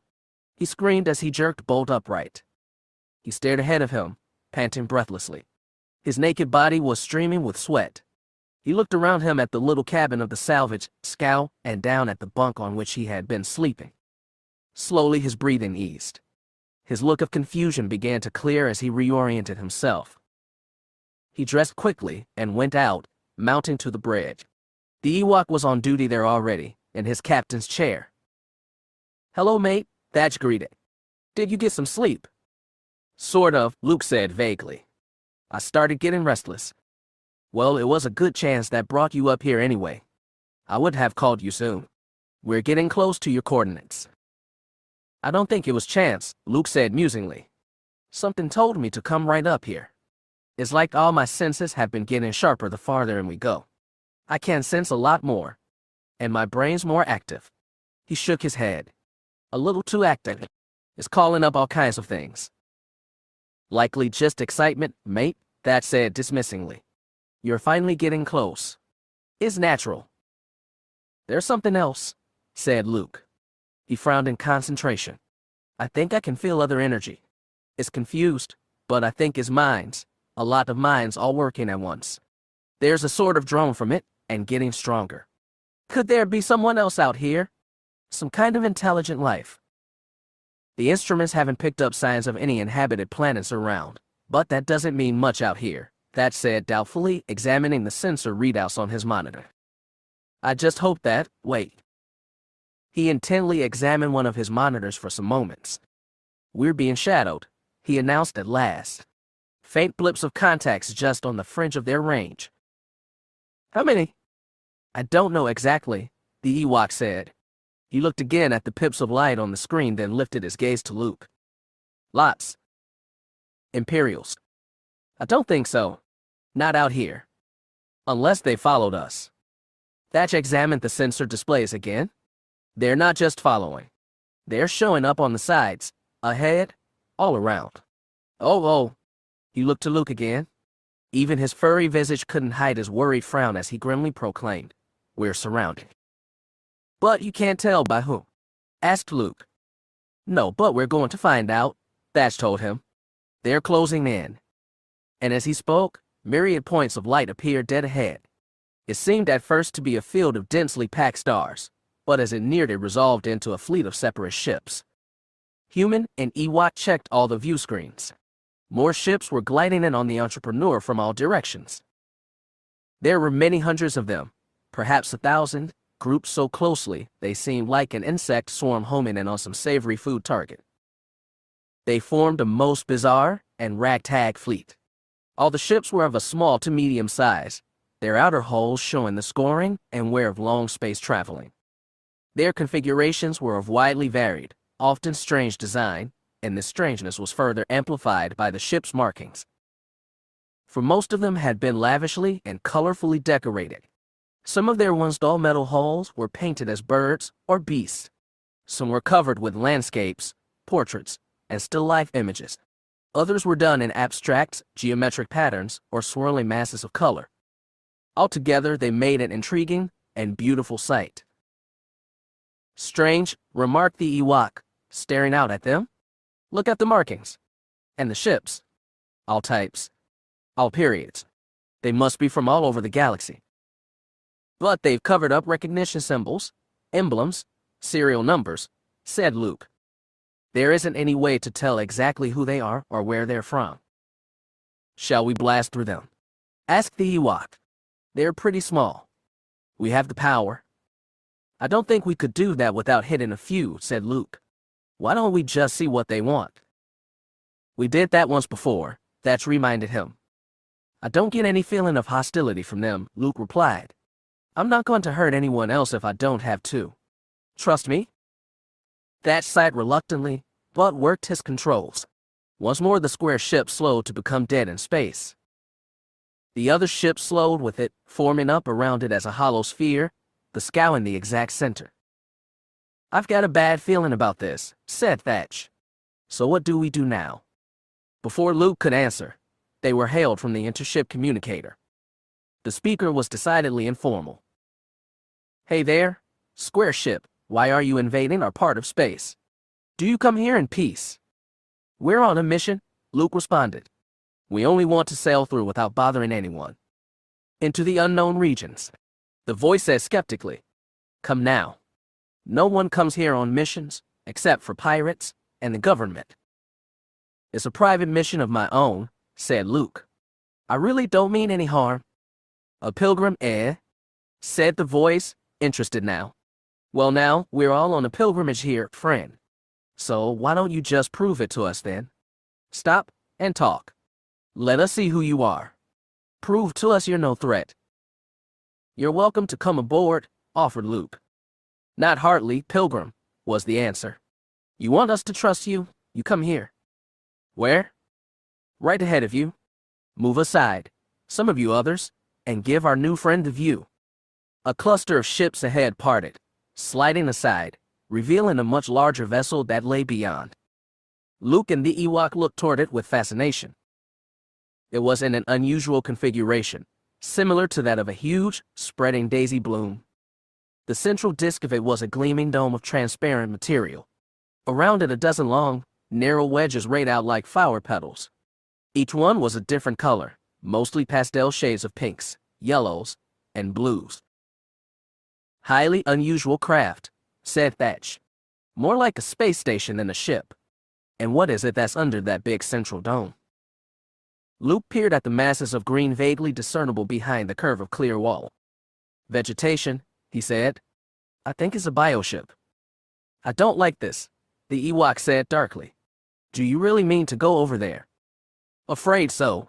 But you stay here. I'll talk to them alone. That way, if anything goes wrong, you can still blast free. I could go over with you, the Ewok stoutly volunteered. You've done enough already, Luke said. I got us into this. I'll get us out. All right, mate, Thatch reluctantly agreed. It's your call. I'll show you my shuttle and give you a pilot and run down. Good, Luke told him. And into the communicator microphone he said, Hello, Lars ship. Do you copy? I'm accepting your invitation. You can prepare to receive our shuttle. It might take a few minutes, though. Do you mind? Take your time, Pilgrim, was the drawled reply. We of the way out here are in no hurry at all. Chapter 23. The devastated Imperial patrol ship drifted dead in space. By outward appearances, the ghostly wreck might have been flotsam on the star tides for an eternity. The internal flares of shorted electrical systems had faded with the final exhaustion of power. This had extinguished all remaining ship's lights too, leaving it only a dark mass of useless metal. Not far off of his beam drifted another ship, the Millennium Falcon. The powerful beams of her front searchlights played across the hulk, pausing as they lit each of the ragged puncture wounds. In the cockpit, Leia and Han peered out at the grisly scene through the front windows. What happened to it? Asked Leia. I dunno, said Han. Something pretty powerful. And it must have been some strange armament to blast holes through like that. Could it have been Luke? He shrugged. We don't know about any other Alliance forces in this area. He only had a sporter, though. Nothing that could do this. I can't believe he would have got jumped anyway. Any decent pilot could zip right through the patrol zone easy. I've heard the Imperial screen here's pretty light. I suppose, she said slowly. She looked hard toward the ship. Still, I have a strong feeling that somehow it was him. The feeling again, Han said skeptically. Kind of hard to get that in space, isn't it? No. Actually, it seems to be getting easier. My senses seem to be getting more heightened, as if something was making them grow stronger. If you say so, he said. Can't say that I'll ever understand how this force thing works with you too. Anyway, it means we're on the right track. I guess that's better than nothing. Leia looked to him. Oh, Han, she said with concern, do you think we'll find him in time? I don't know, Leia, he told her frankly. We don't have any idea what's involved, who all's after him, or how far ahead he is. We've got to just take this a step at a time. It's only that I've never felt so lost, she admitted in frustrated tones. So much is so wrong. Luke and R2 are gone. 3PO's been so damaged, you and I, she broke off, leaving the last point unfinished. He put a hand on her arm. Hey, don't even think about that, he told her earnestly. It's way behind us. We're working together now, aren't we? Just like always. And we'll beat this thing, just like always. She looked at his hand. Her eyes lifted from it to his face. He smiled his crooked little smile of encouragement. Then their gazes locked with a greater intensity. They leaned toward one another, drawn together by a mutual impulse, their lips moving into touch. A self-conscious harum sounded, and they pulled quickly apart, both looking a bit flustered. Senator Valadian, standing in the cockpit door, looked a little abashed too at disturbing them. "I'm very sorry," he said. "I just wondered what was going on." "Oh, nothing at all, Senator," said Han, not fully hiding his chagrin. "I was just gonna set our next travel coordinates."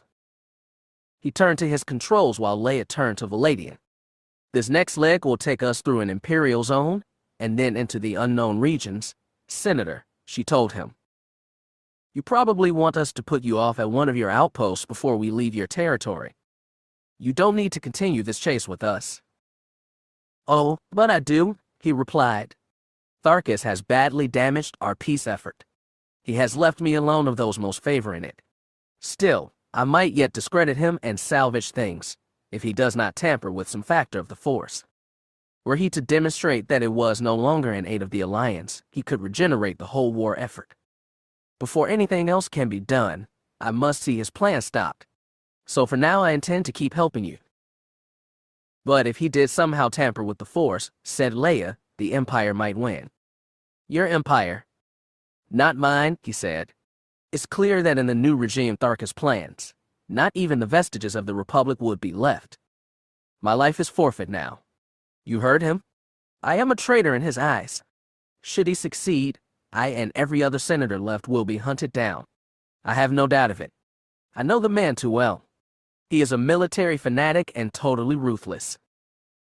"I agree with you there," commented Han, making the last instrument settings.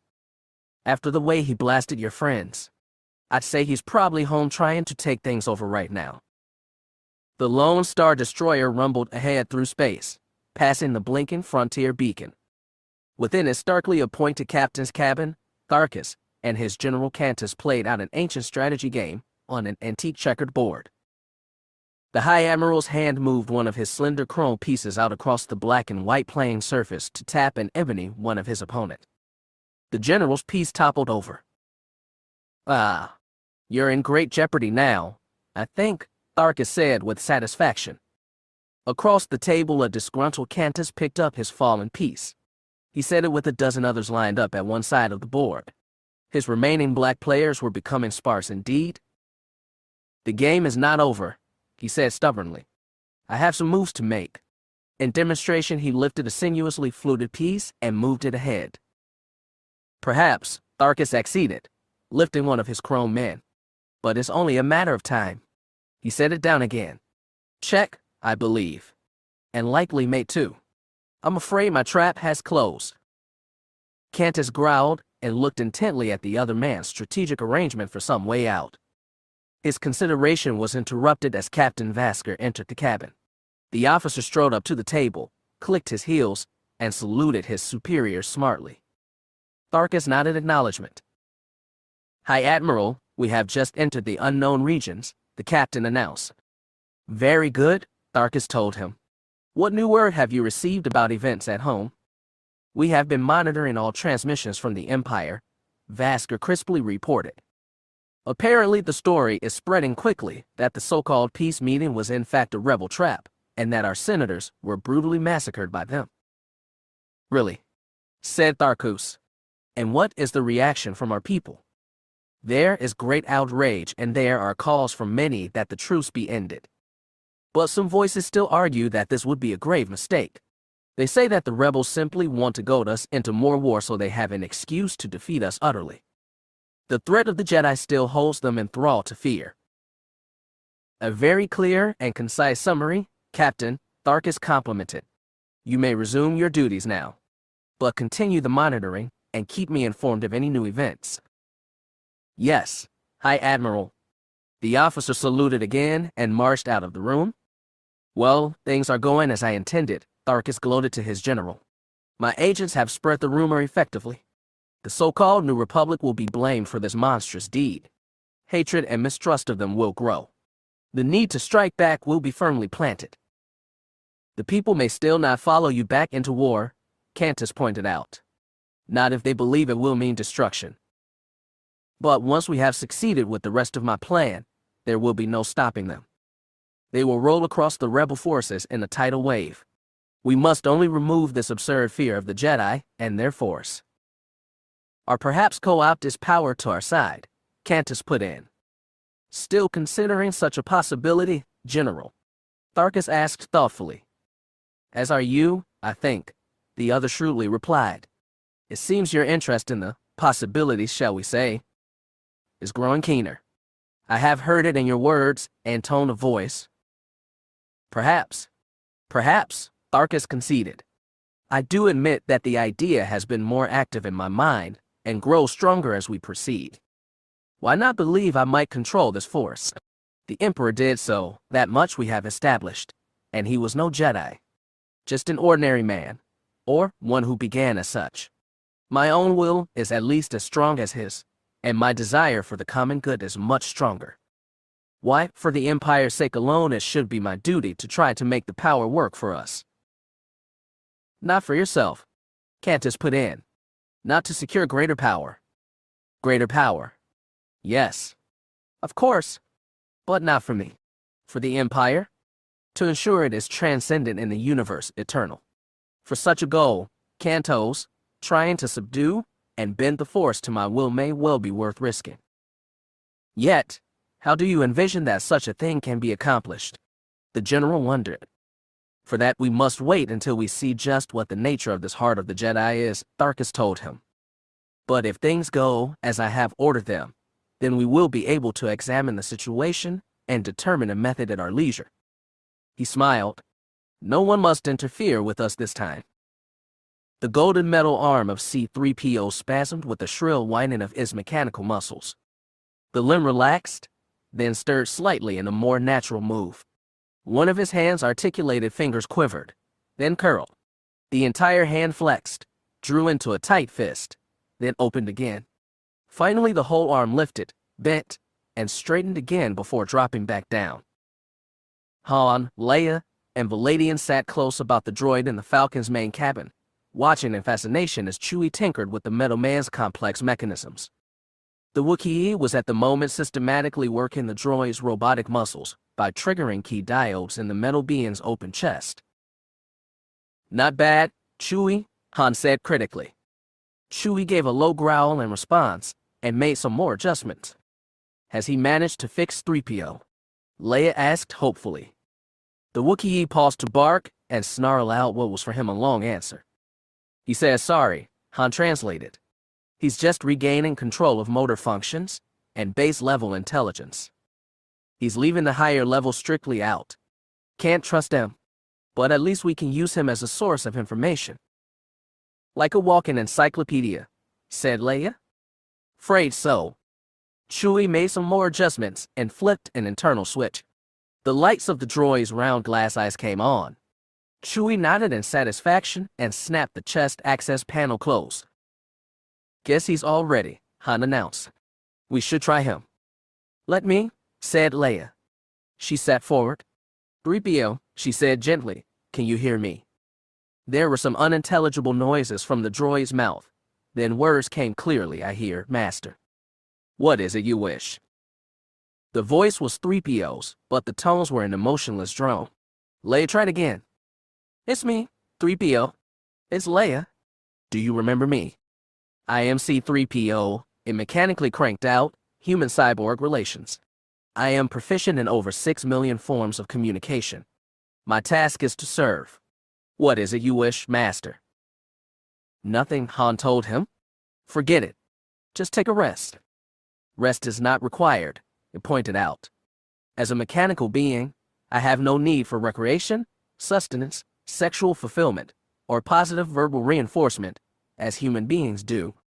I am not prone to euphoria, melancholy, love, hate, wistfulness, avarice, gluttony, sloth. Enough, Han said, shaking his head. Shut him down. Shutting down, sir, the droid said and fell instantly silent. Poor 3PO, Leia said sadly. There's no personality left. He's lost his soul. He never had one, Han pointed out to her. He's a droid. That's what you say, she responded thoughtfully. But I think he had a more living, feeling heart than a lot of humans I've known, and more courage and loyalty too. Maybe he was just a droid, but he was also our friend. They destroyed that part of him, and I'm sorry. Yeah, Han said, regret now filling his own voice. I guess I am too. And I'm kinda sorry for the rough way I've treated him in the past. Maybe I deserved his trying to strangle me. He patted the shoulder of the golden being in an affectionate way. We'll get even for you, pal, he said with grim sincerity. I promise you. Get even. That came from Gowan, who had sat lounging in a disinterested manner through all of this. Now he sat up, his face registering alarm. Does that imply that you are contemplating some possibility of our being involved in a violent encounter with the Empire? I'd sure say it's a possibility, Han told him. I mean, we're pretty sure someone's after Luke. Could be just one, but it could be a dozen of them too. We don't know. So, what's the problem, Prince? You afraid of getting your good clothes a little mussed? Hell, I'd be glad to lend you some old ones of mine, except you don't like their style. What I am afraid of is getting hurt, Gowan retorted. I am not a warrior. I've made that very clear. Oh right, Han said sarcastically. You were only trained as a diplomat. Manners and protocol. Correct, Gowan said haughtily. My life must be protected for the good of the Alliance. My diplomatic skills. Han interrupted. Hey, your skills won't amount to a hill of cracked beans if this war takes off again. Tharus succeeds, and the Alliance will be fighting for his life all over again. Valadian knows that. Don't you? Perhaps I do, Gowan hedged. I just don't see what possible good I can do you. Fact is we're in a hurry, Han explained. There's no time to put you down someplace, and nowhere to drop you at even if we want it. Unless you want to be dumped on some Imperial world. Well, no, but... Besides, Han went on, we may just need every hand on a blaster we can get. That includes your lily-white ones, Prince Boy. But I know. You can't shoot. Leia, want to give the ambassador here some lessons in laser-fire diplomacy? I'd be most happy to, she said, clearly without sympathy for the moping young man. Perhaps you might show me as well. Valadian ventured. You, Senator? Han said in surprise. I didn't mean that you should. Valadian held up a staying hand. I know, Captain. But I was a fair shot once, and I've been a soldier. This is my fight too. I won't be left out of it. He smiled. And you did say every hand. Han smiled in return. You're my kind of guy, Senator. Okay, Leia, make it weapons training for all. He looked to the Wookiee. Come on, Chewie, let's you and me get back up to the cockpit. I want to be on the job when we cross that frontier. He started away, but Leia called after him. Han, then what? Step by step, like I said, he replied. We just keep on and hope we find some kind of road sign. Or more feelings, she said. I know Luke's out there. Right now he's somewhere ahead of us. Just remember I said, so somebody else. Chapter 24. A door slid aside on the rear of the entrepreneur. From the landing bay inside it, a small shuttlecraft emerged. It was a tiny version of the salvage scow, looking rather like an infant version of the angular mother craft. It turned to sweep around her and then headed away, sailing across the gap of space toward the surrounding hollow sphere of painted ships. The course is set headed it directly for the large blossom-shaped vessel sitting dead ahead of the scow. At the shuttle's controls was Luke Skywalker, once again venturing out alone. He peered ahead through his front windows at the craft as he approached it, taking note of the growing details. The long wedge-shaped rays could now be seen as being made of transparent sheets, tinted in various shades. When the shuttle passed directly above one of these petal sections, he was able to look down through the flat top surface to what was contained within. It appeared to be a piece of countryside, a pie slice of landscape, complete with hills, fields, and streams dotted with exotically shaped trees and gaudily hued plants. Everything was like it might be on a whole planet, except for the light source. In the sunless depths of space, an artificial illumination for growth was supplied by massive globes suspended just below the shielding covers of each cell. These miniature suns glowed with a variety of molten metal hues from a red gold to a platinum white, duplicating the sunlight of various homeworlds. Ahead of him now was the clear central dome, itself with a much larger globe of a warm yellow blazing within its peak. Beneath the dome grew dense foliage that was largely shades of green. He circled around the structure slowly, spiraling in closer. On one side, at the dome's base, he spotted a platform projecting out from the smooth surface. A ring of pulsing lights atop it indicated it was a landing pad. "Well, here goes," he said determinedly to himself, and dropped the shuttle gently down on it. Immediately once the little ship had settled, a section of dome wall behind it slid aside, and the platform was drawn inward. The section slid back into place once it was fully within, enclosing the shuttle in the box of an airlock. Luke sat, waiting patiently while a whooshing sound without told him the chamber was pressurizing. When the sound stopped and an inner door began to slide open, he knew it was his time to emerge. He went to the ship's outer hatch, started to open it, then paused. Purposefully he unbuckled his weapons belt, leaving blaster and lightsaber on the deck inside before going out. He stepped up to the inner door just as it slid fully aside, revealing his reception party. They were a somewhat motley-looking crew. In the 3 dozen or so waiting there, a wide variety of living species was represented. There were those of reptile, mammal, bird, and insect type. Some looked quite human.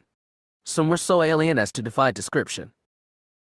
A slim, furry, simian-like creature of huge lustrous eyes and long curling tail approached. "So you are the one who comes as a pilgrim," it said in a purring, breathy voice. "But, just where have you come from?" "Before I answer, I'd like to ask you something first," Luke said cautiously. "Do you hold any allegiance to the Empire?" This raised a resounding chorus of laughter from the lot, hoots, guffaws, cackles, twitters, and chuckles of glee. For all their seeming differences, the beings had that one trait alike. "Allegiance, he says," said the tailed one through his own giggling. "Why, my dear human, we are all of us here fugitives from the Empire. We left it to avoid the terrible fighting, put in another being of several limbs, lavender scales, and a dozen compound eyes. Many of us fled from real destruction. More of us fled out of fear of it. Some came to escape conscription, others were deserters from the military. But all of us hold one belief in common: we hate war." "Enough," said a humanoid being, pushing forward. His burly body was only clad in a short kilt, his arms and chest tattooed in broad, swirling designs. A long mane of jet black hair fell loose about his shoulders. His manner was a bit more aggressive than that of the rest. "Just tell us who you are now, stranger," he demanded. "How do we know you're not a spy for the Empire?" "He's not a spy, Storm." This remark came from a willowy young woman with flowing white gold hair and a long, pale green gown. She walked boldly up to Luke and looked closely at his face, her violet eyes probing his. Then she looked to the black-haired man. "No," she said with certainty. "There is no deceit in him. There are those in the Empire too devious for even you to sense, Aislinn," replied the one called Storm. He grabbed hold of her elbow and gently but firmly pulled her back behind him. Then he stepped meaningfully toward Luke. "It's what he could be hiding in that old junk scow that I want to know about." "I'm not hiding anything," Luke assured him. "My name is Luke Skywalker. I was a member of the Alliance in rebellion against the Empire." "Was?" the big man repeated. "What's that mean?" "The war had already ended when I left," he explained. "The remnants of the Empire were fighting on, but amongst themselves mainly, and losing badly since the Emperor was dead. The rebellion became the Alliance of Free Planets, and after successfully fighting off several invasions, became the New Republic." Sounds of astonishment were raised in the group at these words. Clearly this was momentous news. "Are you certain about the Emperor?" the long-tailed one asked. "I saw him destroyed myself," Luke said. "With his power crumbled and the Imperial fleet on the run, they called for a truce. So far as I know, negotiations for a peace, under the conditions of the New Republic, are underway right now. They may already be ended." "Peace," said a withered old man of bald head and long white whiskers. "After all this time? Why, I've been hiding out here since before the Clone Wars. Don't even know how long it's been." "Well, it means you'll finally be able to leave if you want," Luke told him. "You'll be able to go home." "I'm not sure it does mean that," said the one called Storm. Why not? I think it's time that he went to see the sky pilot, the long-tailed one told the others. And to Luke he added, I believe that he can make all here clear to you. Yes, said the one called Aislinn, putting out a hand to him. Come with me. You can't trust me. I'll lead you to him. Storm looked disapproving but didn't interfere as Luke took her hand and went with her. The others followed along. They took him ahead into the mass of vegetation that all but filled the central dome. It was like a captured segment of a rainforest, lifted bodily from its original location with all elements intact. Dense tropical foliage grew up all about them. Long vines and creepers dangled in intertwining array. The air was dense with the humidity. The fragrant sense of growing things and the earthy odor of plant decay blended in the heavy atmosphere. Luke followed the sprightly young woman along a twisting, narrow path through the underbrush. Birds of brilliant plumage and effervescent song flew overhead. Small, curious creatures slithered or hopped out of their way. This place, said Luke as they walked along, this ship. What is it anyway? It was an experiment to start with, the lavender-scaled being said. Our sky pilot, himself, began it in his old life. He called it his crusade. He took up sections of nature from threatened planets in an attempt to preserve as many of them as he could. You see, said the long-tailed one, each outer segment of the disk is a separate, closed ecosystem, with a slice of its own planet intact. Atmosphere, soil, water, wildlife, plants, all maintained just as they were. Light duplicating that of its home sun. Even the tint of the envelope enclosing each matches the color of its planet's sky. Or, what was its sky for some? What was? Luke echoed. Some of those fragile bits of life are now very, very rare, Aislinn said sadly. The unique, beautiful ecosystems they came from have ceased to be. Ruined or destroyed by your war, Storm added bitterly. Luke let the remark pass, but it stung him no less. It was when our leader saw that happening that he found he couldn't stand it anymore, Storm continued. He took what he had and fled here, hoping to save at least this much. It's become our spiritual center, our heart, our whole focus of life, really, said the old one. What about this dome? Asked Luke. Whose world is this? The sky pilot's own, said Aislinn. And at its core is his home. They were nearly to that core now. Here grew a set of 4 trees, each 12 yards thick. They rose up in a square like massive columns, the greenery of the spreading branches at their tops brushing against the curved roof. As Luke's party passed near the base of one of them, he looked in amazement at its straight, solid trunk and at the high-arching roots about the base that buttressed its soaring mass. Past these trees they came into a circular cleared area at the very center of the dome. Its floor was of beaten earth. Around its circumference was set a circle of a dozen rough-hewn standing stones, each of man height. In the middle of this ring was yet another stone, shorter and squatter, its top rounded as if worn down. A lean, copper-skinned humanoid in a white sarong sat cross-legged beside it. Luke and his escorting party stopped just outside the ring. At their approach the man seemed to have been sleeping or meditating, eyes closed, head down, hands folded upon his lap. What as they stopped, he looked up toward them. He had a large, high-domed head, totally devoid of hair. His face was of a fresh-skinned, lineless type that made his age indeterminable, though there seemed a wisdom of uncountable years glowing in his startlingly silver-blue eyes. He smiled warmly at Luke. Our visitor, he said. Welcome to our place of living. I don't think we should be so quick with that welcoming. We don't know what to make of him, Storm said bluntly. He says he's from the Alliance New Republic they're calling it now. Claims the war's ending. Step forward, friend, please, the man asked Luke, gesturing invitingly to him. The young woman released his hand, smiling encouragement. Go on, she said. You're safe. He nodded and stepped past the outer stones into the ring. As he approached the man, he glanced upward. The leafy branches of the 4 trees arched in and intersected to form a natural growing vaulting high above. That and the surrounding columns of the trunks cast the clearing in a cathedral-like atmosphere. Luke stopped a couple of paces from the man. The bright eyes studied him piercingly. "I feel a strange presence about you, young visitor," he said. "What is your name?" "I'm called Luke Skywalker." "Ah." The man seemed impressed. "There's a name of much portent," he said. "It's the name of one whose very strides may shake the entire universe. Great ceremony, indeed, must have been involved in naming you." Luke shrugged. "I don't know. I was born with it." "It's a family name?" "Then a family of some vast purpose it must be," the man declared.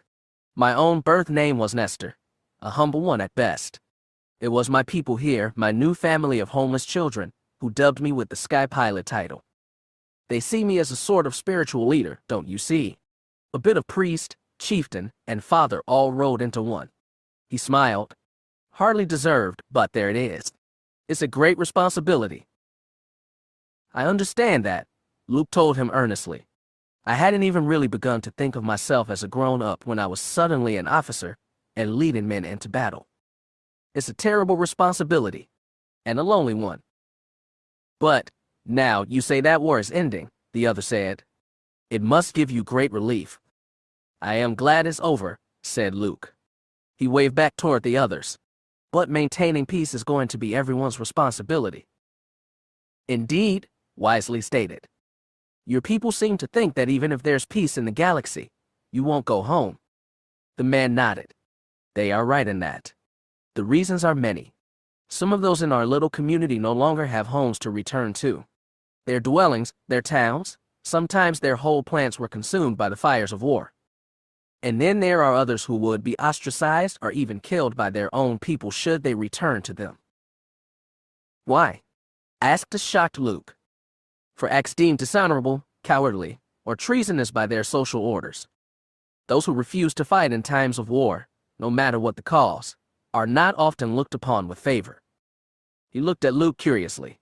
"You are clearly intelligent and knowledgeable. I'm surprised you don't know this already." "There's a lot I don't know about how things work in the galaxy," Luke told him ruefully. "But you're talking about those who refuse to fight for the Empire." "The Alliance as well," the other said. "We also have those with us who have fled from your organization, or from the threat of having to serve it." "Ours," said Luke, uncomprehendingly. "But we're trying to free the galaxy from tyranny, from evil." "There is no greater evil than war," said the long-tailed being from behind him, "which is why we've eschewed it." "But hiding here," said Luke, looking around to the group, "that can't accomplish anything. That can't end war. I mean, if you just drift around, well, what purpose does that serve? What ultimate purpose lies in your own world of strife and striving?" The Sky Pilot countered. Luke looked back to him. "What do you mean? Do you think your efforts have eradicated war?" The man asked serenely. "You are yet young and idealistic, but I think you will see with your own eyes that the ways of violence can only breed more violence. Wars will erupt again and again. But we have found something more, something that transcends the physical realm. Something to make its tribulations unimportant by comparison. Here in this peaceful zone of space, we have found a new reality, a new awareness. We have become truly free of our mundane trappings, free to indulge our senses, to open our minds, to float unfettered on the eternal currents of its power." "Power," Luke repeated. "Yes, it is strong here," he eyed Luke shrewdly, "as I think you know. Understand, it wasn't chance that brought us all to unite in this single area of space. We were all only seeking a place of refuge first, scattering through the unknown regions. But then a sense, a feeling of the power drew us here, consciously or not, binding us in a whole. Over the years we've come to worship it and to meld with it as best we can. We have become the children of the Force." "You know about the Force?" Luke said in astonishment. "Those among us of sensitive or empathic characteristics understood its influence first. We have trained the rest to do so through methods of releasing conscious thought, letting go, entering into the energy flow. And this ring I have constructed," he waved about him at the stones, "it is a place where those attuned can come to meditate, freeing the mind yet further. The shape of it seems to help." Luke looked with interest on the simple configuration. "It does. How did you know it would?" Its form came to me in reverie, the man replied. It seemed somehow the fitting design and construction. I've no idea why, but it certainly does seem to work. The effect of the Force is much stronger on those who cast their spirits loose within it. Even an ordinary being such, as I can truly come close to overcoming the mortal illusion of crude material reality. See here. He rose and climbed atop the central stone, sitting down again on his worn top. He put out his hands to the sides, closed his eyes, and concentrated. In moments his body slowly levitated. It hung suspended several inches above the stone for a few moments, then settled back. You've learned how to use the Force, Luke exclaimed, openly impressed. In our simple way, a few of us have, yes, said the man, climbing down and resuming his spot on the ground. But we would not dare to do more. We are not grasping for power, but content to bathe in its flow, doing as we will in peace and pleasure. It sounds like an idyllic life, said Luke. Most fulfilling, the sky pilot agreed. Only fear of the Empire one day coming after us has hung above our heads as a dark cloud. Now, it seems even that interference with the light will be swept away. But, what of yourself? Have you also determined to renounce your past life? Is that why you've come here? Say that it is, Aislinn told him eagerly. I know our spirit of freedom is strong in you. Please, join with us. I can't, Luke said. It's really tempting, but I can't.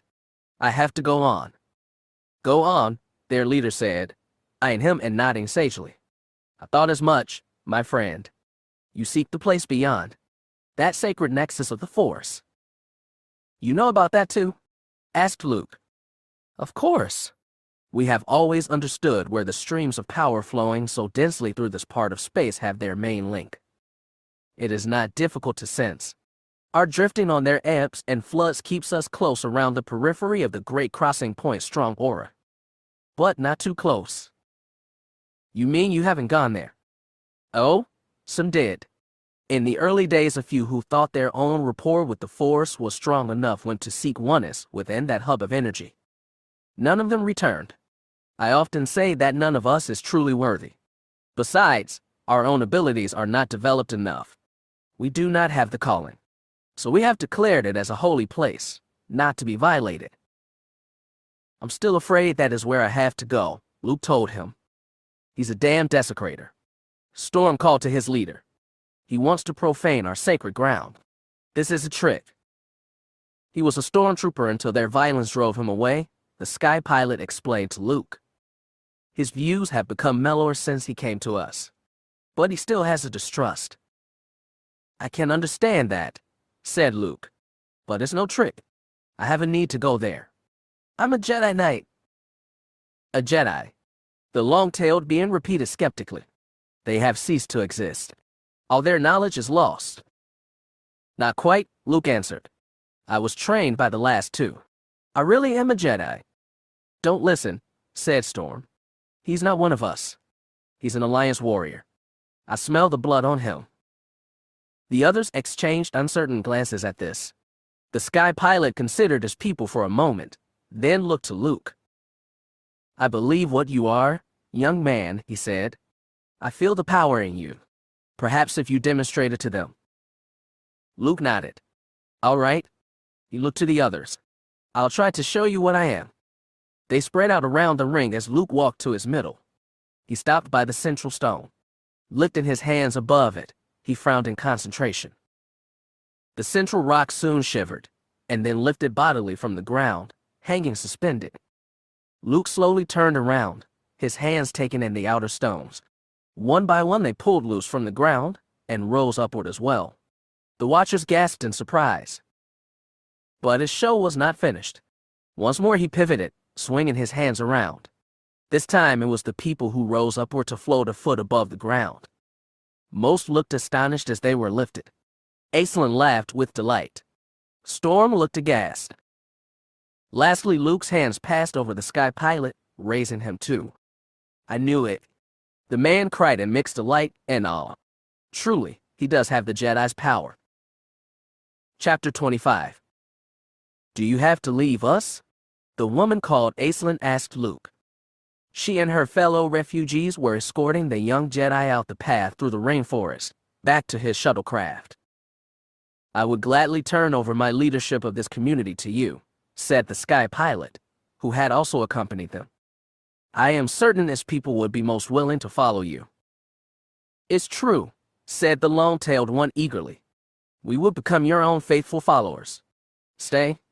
You would have peace and freedom out here." "Agreed," added the lavender-scaled being. "You are the true possessor of the spirit for which we have waited. You alone hold the secret. Allow us learn at your feet." They reached the open airlock where the shuttle sat. Luke stopped here and looked to them. "I'm sorry," he said. "I can't stay. Here is a whole new society of the faithful you could create," the sky pilot pointed out. "I understand what you think you want," said Luke, "but I'm not one to be proselytizing the Force to others. I'm no master. I don't really know yet if I'm even a true Jedi, or if I even want to be. I won't know until I go there." "But you might never return," Aislinn said with concern. "He will," said the sky pilot with confidence. "He may not have full belief in his powers, but I do. He is a Jedi, and I hope that when he too feels secure in that identity, he will come and join with us to lead us." "When it's finished," said Luke, "once it's resolved, then I'll decide what I want to do. Until then, I can't say anything to you but goodbye. May the Force be with you." "May great peace and love go with you," said Aislinn earnestly. She stepped up to kiss him lightly on the cheek. "I sense dark tendrils of dilemma entangling your soul," added the sky pilot. "I hope they may be dispelled by the light of the Force." Storm thrust out a hand to Luke.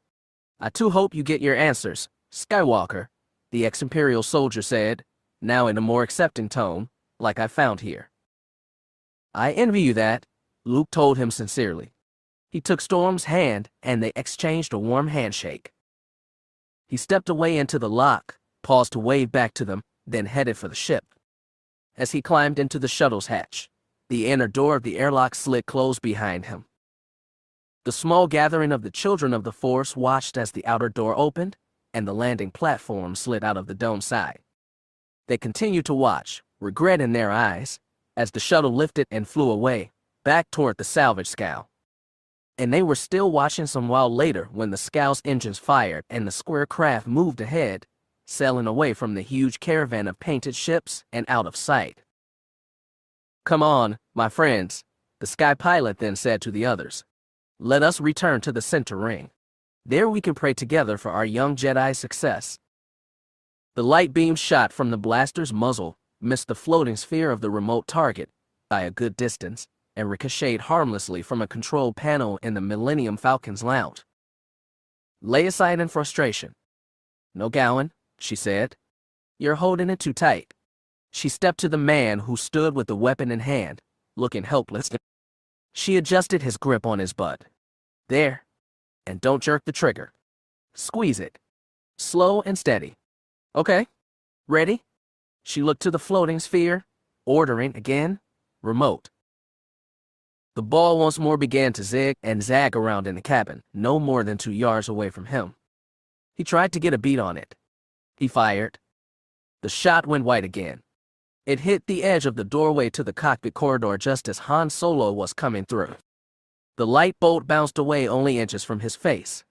He flinched back. "Wow.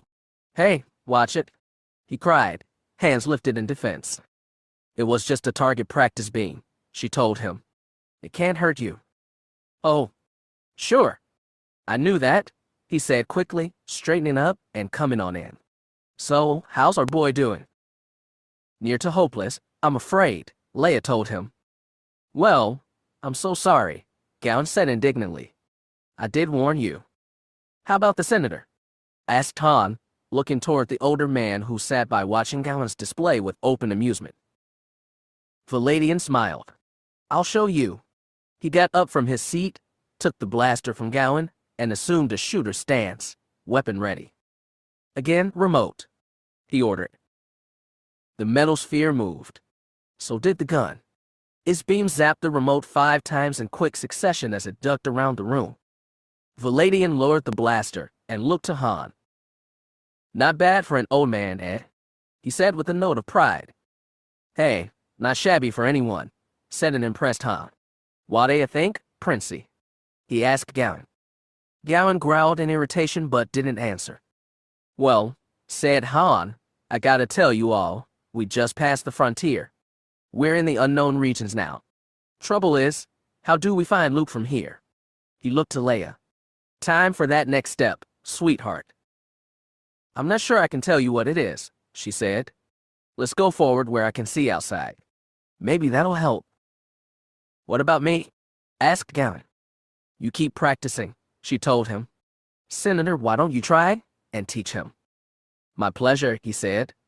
And, as Han and Leia went out, they heard Valadian begin the lesson in a lecturing tone. All right, my boy, just relax now. Try to lead your target a little. Think he'll ever catch on? Han asked her as they went up the corridor. She shook her head. I doubt it. Well, maybe if a squad of stormtroopers stood right in front of him, he might hit one. Or, maybe with his great diplomacy skills, he can convince them to kill themselves, he suggested. With a blaster, I don't know if he'd be a bigger threat to them or us. They came into the cockpit. Chewbacca was alone at the controls. Okay, Chewie, I'm back, said Han. How's it going? The Wookiee gave a terse all right snarl. We're just staying on a straight heading right into it, Han explained to Leia as he settled into his seat. But that ain't gonna get us anywhere unless we're the luckiest fools in the galaxy. So, what about it, Leia? Where do you think we should go? She dropped down onto a seat behind him, but she didn't reply. After a minute, he repeated, anything. No answer. Leia, he said, looking around. Leia. She sat stiffly on the seat, eyes open and staring fixedly ahead. She seemed almost to be in some form of trance. Chewie turned and looked around at her too, then barked a question. Quiet, Han cautioned him. I think she's got something. He and the Wookiee watched her expectantly for several moments. At last she blinked and shook her head, coming back to life. Let me take the controls, she said determinedly to Han, standing and moving up to him. You want to fly? He said in surprise. If we want to find Luke, she said, yes. I'll have to steer us by feel. You can feel him then. Just faintly. And it comes and goes. She met his gaze with an oddly intense one. Han, there's something else out there. Something big. Luke's headed for it. You sure? Pretty sure. It's got to do with the Force, that much I can sense. I may not be able to stay with him, but I can certainly home in on it. It's almost like I can hear it. She hesitated, struggling with the vague concept. Like something calling me. Okay, he conceded, getting up from the pilot's chair and offering it to her. What have we got to lose? Luke, she said grimly, settling into the seat. All right then, Captain Thatch said to his chief work droid he nicknamed Mac. Just check the power converter and the primaries over good. Make sure there are no leaks. Can't afford to be losing any more energy. Aye, Captain, the droid replied snappily, then turned and flashed out through the bridge door. Is there anything else I can do to help? Offered Luke. I'm pretty good with engines. No, the Ewok said. Not a good idea here. That HK engine's getting pretty old. A bit too much loose radiation in that core for the likes of us. Leave it to Mac. He'll check it out all right. I don't think there's any damage. Still, I also didn't think the run-in with that cruiser would deplete the primary cells so far. Sorry. Nothing to be sorry for, Luke assured. But you're positive we can still make it safely and get back. The power generator will handle that easily, so long as we keep our speed at a quarter sublight. You're certain you wouldn't rather turn round and find a spot to recharge? If we don't need to, yes I am, Luke said decisively. It would take longer to do that than to go on, no matter how slow. Besides, he added, looking intently out into the space ahead, I'm too close now. The pull of whatever's out there is very strong. I've got to find out what it is. I've got to get this finished. You'll have no argument from me, mate, said the Ewok. He consulted his navigational instrument readouts. And you're right. We are getting close to that spot of yours. We've come near half the distance from that fleet of vagabonds to your coordinates. He looked to Luke. Are you certain you want me taking you all the way in now? What about this great secret you said it was? It doesn't seem to be much of one anymore, does it? Luke said. No reason for you not to know about it too. But I have to go to the actual place by myself. It would be dangerous for you? I'm quite content to let you go alone, that's assured. Well then, might as well settle back for a while and rest. He glanced at the rather tense-looking Luke and smiled. Or, rest as much as you can anyway. I can't wait, said Luke, visibly forcing himself to relax. He even smiled a little in return. After all, it's not like anyone's chasing me. High Admiral on the bridge. A junior officer announced as Tharus stepped onto the deck of the warship's control room. What is this news that drags me from my sleep, Captain? He asked irritably, striding out to the front view windows where Vasker stood. I thought you'd want to know at once, sir. We've completed the final calculations from the new data. We pinpointed the exact location to which Skywalker is heading. I've had our own course plotted for it. Can we get to this spot in time? Demanded Tharus. Most certainly we can now, Admiral. Of course we've only been able to use limited hyperdrive in this uncharted region of space. Our astrogation charts are vastly incomplete and the risk of collision is too great. Still, at sublight we should have no difficulty. Then make it so at once, Captain. Set course. A junior officer approached to interrupt. Excuse me, Captain. We've picked up the blips of a great many ships. Hundreds, in fact. Hundreds, said Vasker in surprise, turning to him. Who are they? We've no idea, sir. The ships are mostly small, but quite densely packed. They've formed up in a screen right across our course. They'll be coming into visual range in a few seconds. At that same moment, aboard the Baja ship, a loud voice was speaking up, echoing about in the dome from loudspeakers on all sides of it. Sky Pilot, are you there? The leader and a group of his followers seated at meditation in the central ring of stones looked up, their concentration broken. The Sky Pilot raised his voice to call back. Yes. What is it? Control room here. We've had word from some of the ships. Their sensors are picking up a vessel. Is this Skywalker ship coming back? No. Another one. Much larger. Wait, it looks like an Imperial Star Destroyer. Star Destroyer, said Storm. Could they finally be coming in here after us? Be calm, the Sky Pilot advised. After so long ignoring us, why would they wish to do that now? The war has ended, remember.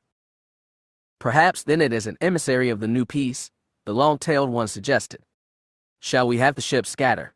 The voice from the speakers asked. No, said the leader. As children of peace, I think we should meet them. On the Star Destroyer, Tharus was now peering ahead through the bridge window. The sparkling dots of the many ships were now becoming visible against the black, so thick, they seemed like a summer night swarm of fireflies. Order a full stop, Captain, he ordered. Let's not do anything rash. At Vasker's command, the Star Destroyer slowed to hang dead in space. They were close enough to the strange fleet for individual ships to be discerned now, and Tharus stared out at the gaudily painted craft curiously. Why are they marked that way? He asked. Have we stumbled into a restricted zone for the insane? He pointed out the flower-shaped one right ahead. Look at that monstrosity. Wholly unsuited for deep space. Message coming in, High Admiral, said an officer at the communications console. Tharus and the captain stepped to him. They listened as a voice came over the speaker. Hello, Imperial ship. We welcome you in the name of the new peace.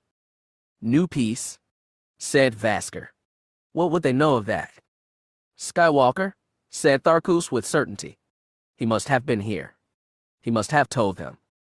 His vessel's not with them, sir, the captain pointed out. No. He's gone on and left this barrier in our path. But just who are they? There could certainly be more than enough firepower on a fleet that size to give us a hot fight. As if in direct answer to his concerns, the The voice spoke again. Imperial ship, please respond. You have entered a realm that is not part of the Empire, our alliance. You will not be harmed. Those of us who live here are conscientious objectors from across the galaxy, seeking only to live in peace. Why, they're damn shirkers, Tharus declared. Cowards hiding away out here. Now they think they can come to us and beg our understanding. Sensor reports coming in, High Admiral, said another officer. They are unarmed. What? All of them? Asked an unbelieving Tharus. Yes, sir. We can't detect a single weapon on any ship. Impossible. No, sir. There are some which would likely have carried armaments, but even they have none. It seems likely they were stripped. Pacifistic fools, Tharus spat out contemptuously. They've left themselves defenseless. Imperial ship, we welcome you, the voice came again, if you've come in peace. Otherwise, we recommend that you depart back to Imperial space. Captain, the High Admiral said tersely, we've no time to waste here. Wipe that useless vermin from our way. On the bioship, the sky pilot and the group of his followers with him looked out through the dome to the stationary wedge of the big battleship. Something's wrong, said Storm uneasily. They're still not acknowledging our transmissions. I feel something dark from them, said his leader, looking to the ex-warrior in alarm. Storm, they're not here for peace. They mean to destroy us. They are after Luke, after the Force itself. Get our ships out of there. Control room here, the amplified voice boomed across the dome in its urgency. Sky pilot, they're bringing weapons to bear. Control room, shouted Storm, tell all the ships too. The intended warning was too late. A torrent of fire erupted from the man of war as all his batteries unleashed a simultaneous salvo. The bolts of emerald turbolaser fire flashed into the massive ships packed so close together that almost every shot was a hit. A score of the painted craft exploded, some taking out others' clothes by with their swelling balls of flame and debris. The warship's fire continued furiously. The small ships, taken off guard, stayed put for fatal, long moments as more and more were hit. The whole zone of space became a brilliant fireworks display of bursting fireballs. On the bioship, they looked up through the dome in horror at the chaos all around them. Why are they doing this? The sky pilot cried out in agony. We wouldn't have harmed them. My people, my children. Overcome by the shock, he dropped to his knees. Sky pilot, we can't stay here, Storm called to him, with no effect. He dragged the man up and shook him, trying to get through. Sky pilot, we've got to get way. I was mad, the broken man said, heedless of him. I was mad to think that there could ever be any peace with them. A turbolaser beam slammed into an outer pedal. It took out the entire segment in a single explosion, sending a dense plume of container shards and shredded foliage spurting away. The stricken vessel was sent spinning wildly, careening through the rest of the fleet out of control. Another of his pedals sliced into a small ship, ripping away the sections in as it destroyed the vessel. Atmosphere, plants, ground, water, animals, all were sucked away. The broken blossom of the bioship spun on, sweeping out of the fire zone and away into the black. Behind it, the rest of the ships still able were finally scattering. They shot away in all directions, leaving the debris and broken hulks of hundreds of vessels drifting in space. The batteries of the man of war fired on for a time, methodically blasting any ships which still looked intact into blazing particles. Then they fell silent. All targets still within range have been destroyed, sir, Captain Vasker reported to his High Admiral on the bridge. Very good, Tharus told him. Did any of them escape? A few dozen, sir. No more. No matter, the High Admiral told him haughtily. Their time will come too, Vasker. When we control the galaxy, we will not leave one of such weak-minded beings alive. Now, take us ahead, Captain, he ordered. We have a rendezvous. Chapter 26. The Millennium Falcon picked its way carefully through the wide scattered field of blasted ships and drifting debris. Luke certainly didn't do this, said Leia, still at the Falcon's controls. No, said Han from the co-pilot seat. He was consulting their sensor readouts on the wrecks. This whole bunch couldn't have been much of a threat. From the scans, I'd say most of them were pretty small ships. Whatever did this had him way outgunned. In the seat behind him, Chewbacca gave a sharp bark and pointed out the window on the right. "What's that, Chewie?" said Han, peering out. "Oh yeah, there's something a lot bigger over there. Leia, go that way. But be careful." She skillfully guided the ship through the obstacle course of debris, closing in on the spot. As they drew close, they could see that it was a large, blossom-shaped craft with a clear dome at its center. Two of the petal-like outer sections had been badly damaged. Several others were cracked or had fragments torn away. Around this wounded craft clustered a few score of other, small, brightly painted ships, looking most forlorn now. They were the only survivors of the once huge refugee fleet. At the approach of the Falcon, many of these fled abruptly like startled fish. A few boldly stood by the larger ship.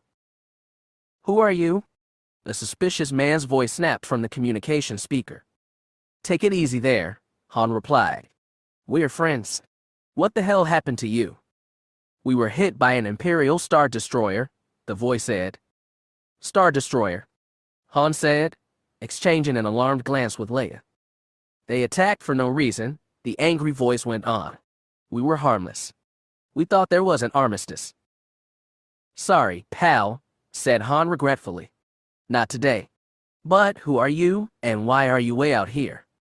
"We came here to escape the war," the man replied, giving a short laugh of irony. "Funny, huh? My name is Storm." The speaker was now in the bioship's main dome, responding to Han's voice over the comm system as he looked out toward the hovering Falcon. At the same time, he was kneeling beside the form of the sky pilot. The elderly man, seemingly asleep, lay with his head cradled in Aislin's lap. A few other survivors of their group stood watching, attended to fellow beings hurt in the attack. The bodies of several more had been placed in a neat row. Most of the damage here had been done by the violent spinning the bioship had gone through. Much had been torn loose and hurled around. Two of the large center trees were canted over sharply.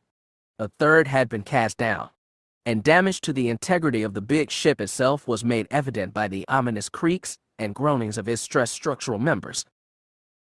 "Look, Storm, we'd like to help you," came Han's voice, "but we've kinda got an urgent job of our own.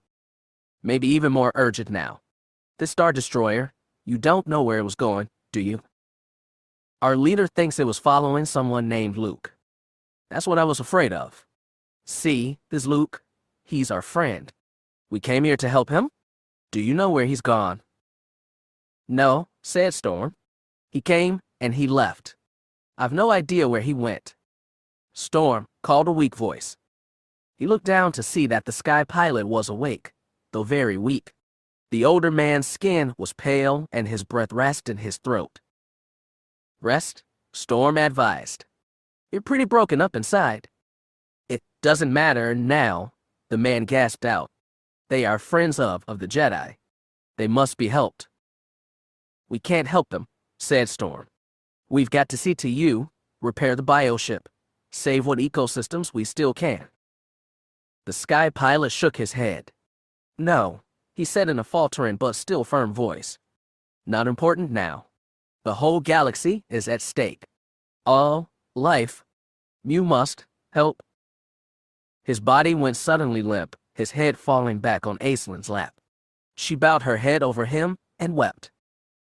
Storm gently folded the dead leader's hands upon his chest. Then he arose, speaking out resolutely to Han. "Luke headed to a planet strong in the Force. It's not far from here.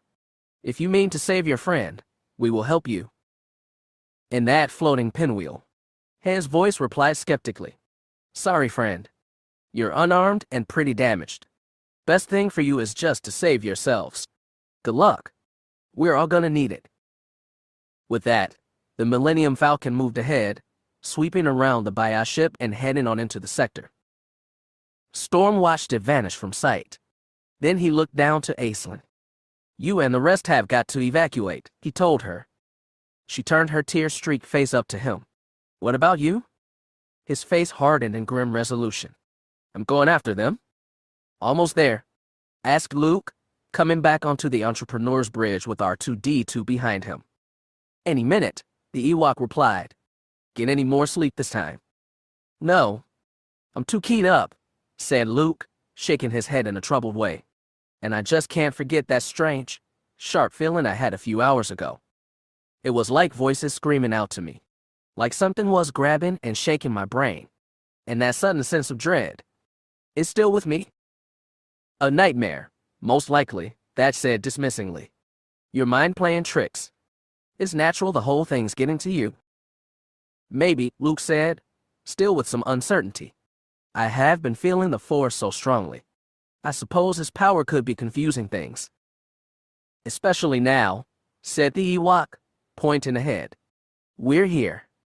The salvage scow was just sailing in a wide curve past a smallish yellow sun and swinging in toward a single planet that hung in space beyond it. From a nondescript grayish pebble it swiftly grew and resolved to what looked like a gleaming marble of blue swirled across with white. As they came yet closer, the true nature of the planet could be seen. Angorothea, Luke breathed in awe, all other concerns forgotten. At last. Looks to me like you might have just a bit of trouble landing there, mate, was Captain Thatch's more practical comment. For Angorothea appeared to be a water planet. Nearly all of the world's surface was covered by a single great sea of deep blue-green. It was a smooth and clean and sparkling surface, save where the lines of moving white clouds and the grayer bands of storm fronts marked it in swirling abstract designs. At first, those observing from the approaching salvage scow saw no signs of land.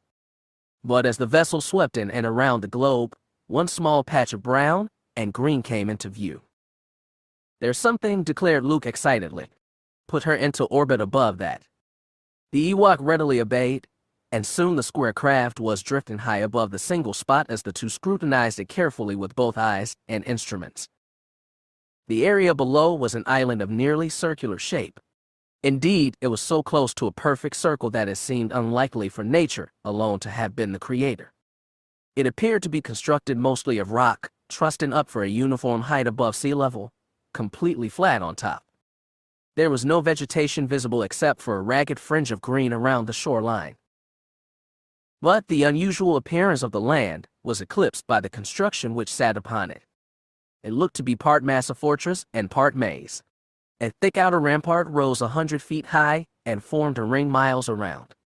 Within the space enclosed were several other concentric bands of wall, each of these broken at irregular intervals around its circumference by openings. This created a vast labyrinth about a single, central feature. From high overhead, that feature appeared a quite primitive artifact. Its construction was simple. 4 huge, flat slabs of stone had been appended, with another larger one laid over the top as a roof. Surrounding this structure, and forming the inmost ring of the entire complex, was a circle of 12 tall and monolithic stones. Just like the Sky Pilot's ring, Luke murmured to himself as he looked at this. He must have sensed the shape. The heart must be there. Heart, said Thatch. That's the name of the place where I'm supposed to go, Luke said vaguely, still preserving the secret of the heart's power. It's got to be down there. Well, it's safe enough for you to go there, planet-wise, said Thatch, consulting his instruments. Breathable atmosphere.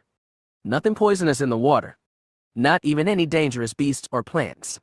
Only sea life, so far as I can tell. He peered down again at the huge structure. Wonder what became of the ones who built that thing. I have a feeling they never lived here, said Luke. Well, I might as well go down. Behind him, R2-D2 squeaked and whistled to get his attention. What, R2? He said. No, I don't want you to go. I don't want you to get hurt. At this the little droid tootled and bleeped adamantly. There was no mistaking his ire. What did he say then? Asked the Ewok. That if I'm going to be killed, then he's going to get killed too. He is coming along this time, and I can't stop him. Remarkably strong streak of stubbornness for a machine, Thatch observed. Yes, and a friendship too. I guess he's earned the right to have his way. He patted the droid. Okay, R2. You come along. And thanks. Within minutes afterward, the Scout shuttle was sailing down toward the planet, this time with the droid beside Luke as he piloted them in. There seems to be one beach-like area, Luke noted as they dropped closer to the island. Down over there, on the south side. It's the only place that looks different. And look, I think there are ships parked there. Better check that first. He spiraled the shuttle in and brought it to a gentle touchdown just above the sands of a wide beach. He and R2 went out of the craft and stood, looking around. They looked inland first. Some 200 yards across a stretch of the brownish rock loomed the high, curved, outer wall of the structure. From where they were, it seemed to be unbroken. Between it and the beach were scattered half a dozen other small spacecraft. From the heavy weathering effects on their outer hulls, they were clearly long abandoned. Must be the ships of the other ones the pilot told us about, said Luke. He turned to look at the beach. It was both wide and deep, sloping gradually down to the lapping waves. Its pink-white sands were very fine and absolutely pristine. No speck of refuse, no smear of oil, not even a footprint marked it. Well, I'll sure bet there's no civilized world with a beach this clean, he said. That was right. Nobody could be living here, R2. A sudden, high, chattering sort of sound caught his attention. His eyes went to its source. Something had broken surface in the waves just off the shore, and it appeared to be some kind of head. The head jerked rapidly up and down, and he heard more chattering. Though it was only unintelligible noise, Luke found the sense of it sounding in his head like spoken words. Welcome to Angorthea, came clearly to him in soft, polite, cultivated tones. I understand you, Luke said aloud to the head. More chattering came from it, and he heard, of course you can. The power field here allows for that, but only for one such as you. Luke strode down the beach to the water's edge. He looked curiously out at the creature. He could see from there that the head was smooth and rounded, covered with shiny, gray-blue skin. Tiny dark eyes showed on each side of a long, blunt snout. A lipless mouth beneath the stretched back and up in what seemed a grin, showing him rows of small teeth. Then it spoke again. It has been long since anyone has come here, Luke heard. You have the Force strong in you? Who are you? He asked. See, it said. It suddenly vanished, but a moment later reappeared, shooting up full from the water in a spectacular leap. A sleek, fish-like body glinted in the sun. Luke glimpsed the broad tail, side flippers, and top dorsal fin, which were its propulsion. Then it splashed back into the waves.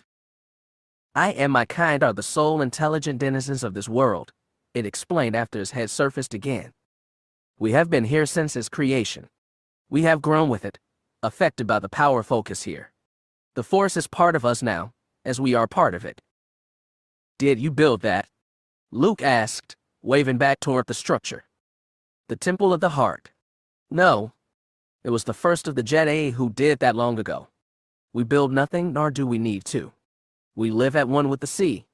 It supplies all our needs. We have no interest in the land. But you know why I'm here, he said. Of course. You seek the heart for answers, as so many others have before you. Can you tell me how those others got in? Only your own heart can open the doorway for you.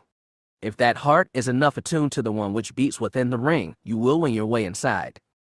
If not, I'll fail, Luke finished. Do you know what happens to those who fail? No. They come. Some we talk to. They go to the temple. Some even manage to get inside. We have observed that the portal remains open after they enter.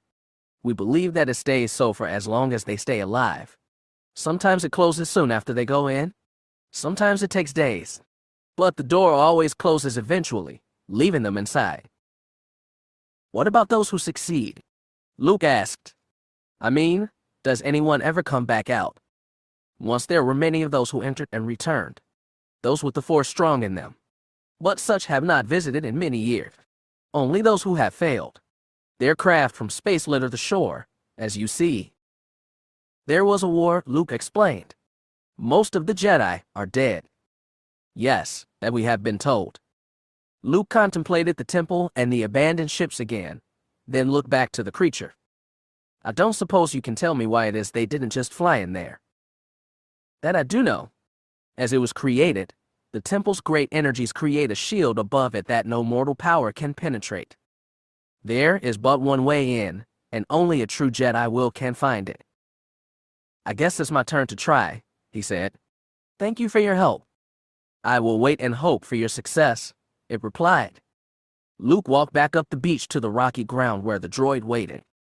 Come on, R2, he told it, and marched determinedly toward the temple, the droid rolling behind. He reached the high blank wall.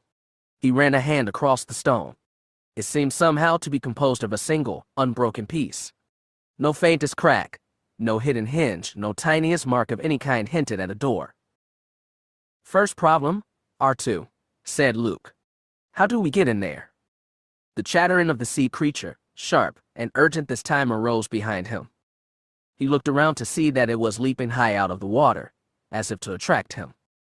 Then it suddenly darted away, diving beneath the waves and vanishing completely. In the place where it had been, something peculiar was happening. Bubbles rose to the surface in swiftly growing quantities, until they roiled to a white froth. Then something broke through the water, rising upward into view as the waves fell away on all sides. The object lifted 30 feet of his form clear of the sea to reveal a vast, rounded back, like that of a mechanized turtle with an armored shell of metal plates. From his front end protruded a broad, head-like section, squared off and angular. The twin barrels of a turbolaser turret protruded from the top of his flat skull. The bulging eyes on the head sides were the windows of the machine's control compartment.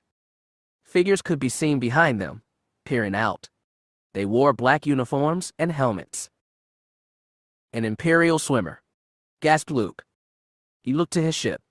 It was now closer to the heavily armed Imperial monster than to him. He looked left and right, checking desperately for another avenue of escape.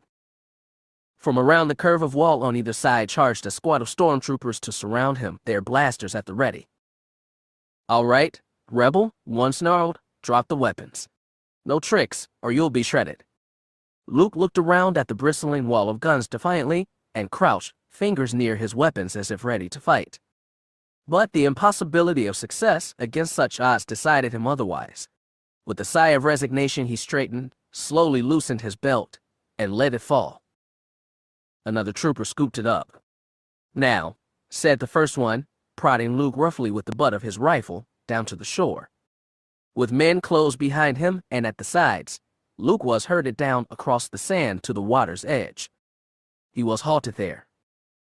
The modified, submersible, that Luke had called a swimmer, sat just offshore, its broad head hanging close above the surf.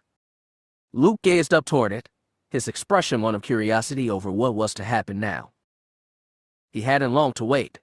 A hatch on the head's top cracked and swung wide open. A figure emerged, climbing up to stand on a small platform high atop the crown.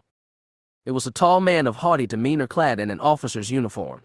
He stared down at the helpless figure of Luke with a grin of supercilious triumph. Well, Jedi, he made the words sound like something obscene. So we have found you at last. Who are you? Luke demanded. My name is High Admiral Tharus, he supplied. And just what are you doing, High Admiral? Asked Luke. There's supposed to be a truce. Tharus gave a condescending laugh. Poor boy. I'm afraid that little hope of yours has been doomed by me. And once I have finished here, the Alliance will be finished as well. Of course, for that we should thank you. After all, you led us to this place. Led? Luke repeated in disbelief. No, that's impossible. You couldn't have followed me. How naive you are, Tharus said, shaking his head. Of course we could, with a bit of help. He gestured down at the open hatch. A second figure emerged, its furry ears and broad head appearing first, then the chubby bear-like form as it clambered up onto the platform. Thatch, Luke said in shock. The Ewok figure spread its arms. Instantly, an azure glow rose around it, obscuring its squat shape in a bright cocoon of absorbed energy. Within the light, the shadowy form grew elastic, stretching taller, growing thin. Seconds later, the light was fading. A scrawny humanoid of translucent flesh, and blue-white coloring now stood there. He smiled down at Luke. "My real name is Pollux," the being said. Chapter 27. A turbolaser bolt burst against the outer wall of the Jedi Temple. It came from one of 2 squad portable weapons that had been set up near the wall. Crews of specially armored stormtroopers were directing individual shots against the stone under the direction of General Cantos. He stepped up to examine the wall after the last shot. Though it was seemingly constructed of ordinary rock, no slightest chip or scorch mark indicated that the massive energy impact had had an effect. He shook his head and stepped back to the crew. Still nothing. "Try a bit higher," he instructed, "and boost the power." Down on the shore, standing below the looming head of the inept swimmer, Tharus watched the work with Luke and the being called Pollux. A dozen more stormtroopers stood around the young Jedi with ready guns. The High Admiral was taking no chances. "I can't believe you were the Ewok," a still dazed Luke said to the blue-tinged being. "And a Yawa, and a warrior of the Sand People, and even one of your own pilots," the strange man added with some glee. "Oh, it's all manner of things I've become in my pursuit of you. Quite a challenge you were. One of the best I've ever had." There was another explosion at the temple as a new laser bolt went home. A shapeshifter. Luke examined the translucent skin with its visible arteries, and the purple mass of the heart pumping within the narrow chest. "I've known one of your kind before." "Perhaps, but I doubt you've met the Dioscoroi," Tharus commented. "Very rare, though very useful beings they've been to me over the years. Never so much as now." "What happened to Captain Thatch?" Luke asked Pollux. "Or was there ever one?" "Alas, yes. Poor fellow," Pollux said with mock regret. "I desperately needed a way to follow you from Tatooine. I was afraid I'd lose you then. You were in such a hurry to get a ship and leave." "Too reckless," Luke muttered, angry with himself. Yoda was right. "What was that?" asked the being, not clearly hearing this. "I say I was foolhardy to do it that way," Luke told him. "Rushing off alone. But it turned out well for me," Pollux gloated. "While you waited for your sporter to be prepped, I hunted swiftly through the port for some way to follow. Then the salvage ship with its droid crew popped up. It was ideal. I realized I could stay with you best by having you with me. So I took on the Yawa's guys to sabotage your ship. I'm expert in that. I then used the scout to rescue you. All quite easy. My master stroke was to make Thatch an Ewok." "He wasn't one?" "No. Humanoid like you. But a coarse and nasty type. Not suitable at all. I had to gain your trust at once, you see. I thought, what creature more lovable, more helpful, more sincere than a furry little Ewok? Especially for you, their friend. And it worked. A fine role for me," he added pridefully. "One of the best impersonations I've ever done." "Diabolical, isn't he?" said a pleased Tharus. A turbolaser fired again. The sound of the explosion was yet louder this time as Cantus cranked up the weapon's power. "But I don't understand why you destroyed that patrol ship," said Luke. "You wiped out hundreds of your own men." "A necessary sacrifice," the being said dismissingly. "You see, I was actually the one who signaled them to stop us. I had to secure your fullest trust to ensure that you would let me bring you on here." He grinned. "What better way to prove my loyalty to you? The noble little Ewok, risking himself to fight the Empire." "Then you're a murderer," Luke said in revulsion. "I'm a soldier," Pollux retorted. "I do what I have to do to win. That is the only rule in war. So I suppose all the other beings you've impersonated have died too." "Not always. Only when I've had to assume an existing identity. And don't be too disgusted by my ability, Jedi," he added indignantly. "It saved you several times. Without that man in the Mos Eisley bar, the troopers would have had you. Without that most accommodating bantha, you would have lost your head." "The bantha? That was you too." "As I told you," Tharus said, "the devious talents of these beings are immeasurable. He even managed a way to slow you down so that we could beat you here." A much louder blast drew all their eyes back to the wall. "Ah," said the High Admiral, "they are upping the power yet more. They should break through very soon." He looked to Luke. It seems we've no more use for you, Jedi. Are you so sure it'll be that easy? Luke challenged. Of course, Tharkus answered. This one obstacle can't stop us now. The Force will soon cease to aid the Alliance, and so will you. What then? Then I will take delight in crushing your so-called New Republic and making the Empire the sole power in the galaxy again. With yourself as new Emperor, Luke shrewdly guessed. Tharkus eyed him piercingly. Why not? He boldly said. Once I had no such grand ambition for myself. But the idea has been growing stronger as I've grown closer to success. Twin blasts hit the wall this time as both turbolasers fired. Cantus went to examine the effect. He then strode down to join them on the beach. I don't know what that wall's made of, he told Tharkus, but those turbolasers don't have the power to break through it. Recommendations? Snapped the High Admiral. That we try the bigger guns on the submersible. Very well, said Tharkus. See it done. Cantus went up a ramp lowered from the bottom of the machine's head section, vanishing inside. Soon after, the huge guns thrust in out over Luke, and the others shifted position to bear squarely on the wall.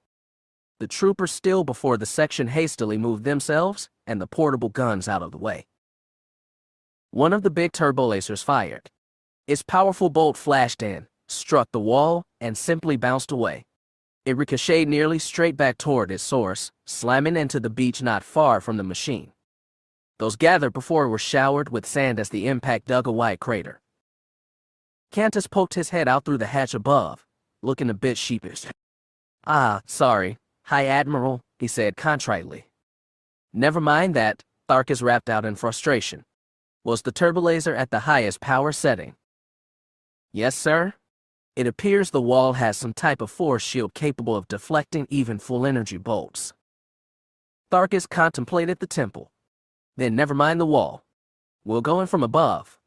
Send up a fighter to scout the way. In moments, a large door was sliding open at the apex of the submersible's metal shell. A TIE fighter was lifted up by its repulsor lift drive from the bay beneath. When high enough, it activated main engines and screamed away. It soared around and over the temple several times in examination. Finally, it stopped, hovered a moment, and dropped slowly down toward the interior. But some 20 feet above the top of the temple's wall, the ship suddenly rebounded as if from a solid surface. The ship bounced back upward, momentarily out of control. The pilot recovered, lifted, flew around to another spot, and tried again. With the same result. The next time, at the High Admiral's command, the TIE fighter strafed the temple several times from above. The shower of laser bolts was deflected by an invisible barrier in every place tested. Another energy shield of some kind, Tharkus growled. I guess it won't be so easy after all, Luke said with a smile. This drew Tharkus' hard gaze to the young man. It seems we still need you after all, he said darkly. For what? Luke asked. To take us in, of course. Luke laughed outright. Do you really think I'll help you? I think you will, eventually, Tharkus said in an ominous way. It just takes the correct persuasion. He signaled the stormtroopers. Seize him, he brusquely ordered. The soldiers swiftly closed in around Luke. The Millennium Falcon came into the planet's atmosphere on the far side of the orbiting Star Destroyer. It shot straight down and turned to skim close above the water, all but slicing through the crest. I only got a quick look before we ducked out of sight, explained Han, now piloting the ship across the wave tops. I think there was some kind of landing party on the south side of that one island. So we come in from the north and hope they don't notice us. Sounds risky, said Leia. You got a better choice, he countered. She shook her head. Around the watery curve of the planet, the Falcon soared at high speed, finally picking up the line of land ahead. He slowed as they approached it. Here the shoreline was uniformly steep. He flew on in, dropping the ship down on the rocky ground beyond. The landing ramp dropped and Han ventured out, blaster in hand. An armed Leia followed. They looked carefully around. There was only the barren island, the empty sea, and the temple's high wall inland. Looks safe enough, he said. Of course it is, she said. They're there. We're here. The question is, How do we get there? Walk, he suggested. All those miles around. On this ground? Do you know how many hours that would take?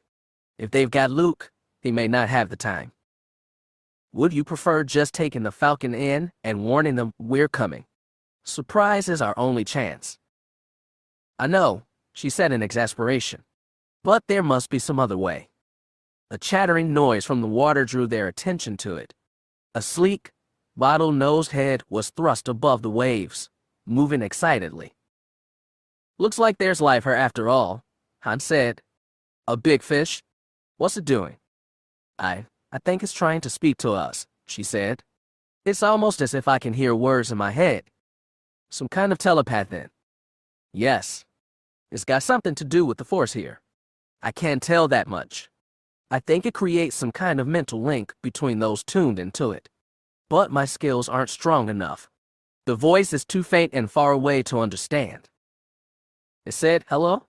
Welcome to Angorothea, said another voice from behind them. They turned back toward the ship to see C-3PO coming down the ramp. The droid had been reassembled and was walking again, if even a bit more stiffly than usual. Chewie accompanied him. 3PO, Leia said with delight. You're together again? Can you understand what it said? Certainly. I am fluent in over 6 million forms of communication, it droned mechanically. This speech is a variation of that used by the great Walleners of Iskalon. Sorry, said Leia, her momentary joy fading at the impersonal sound of the voice. I forgot he's only a walking computer now. For a second. Never mind, said Han as Chewie helped the droid out over the rough ground to them. He's still useful to us. 3PO, talk to the fish. Ask it if it knows anything about Luke Skywalker. But before the droid could ask, the creature gave vent to a long, emphatic speech. It says I have no need to convey your words to her, 3PO translated.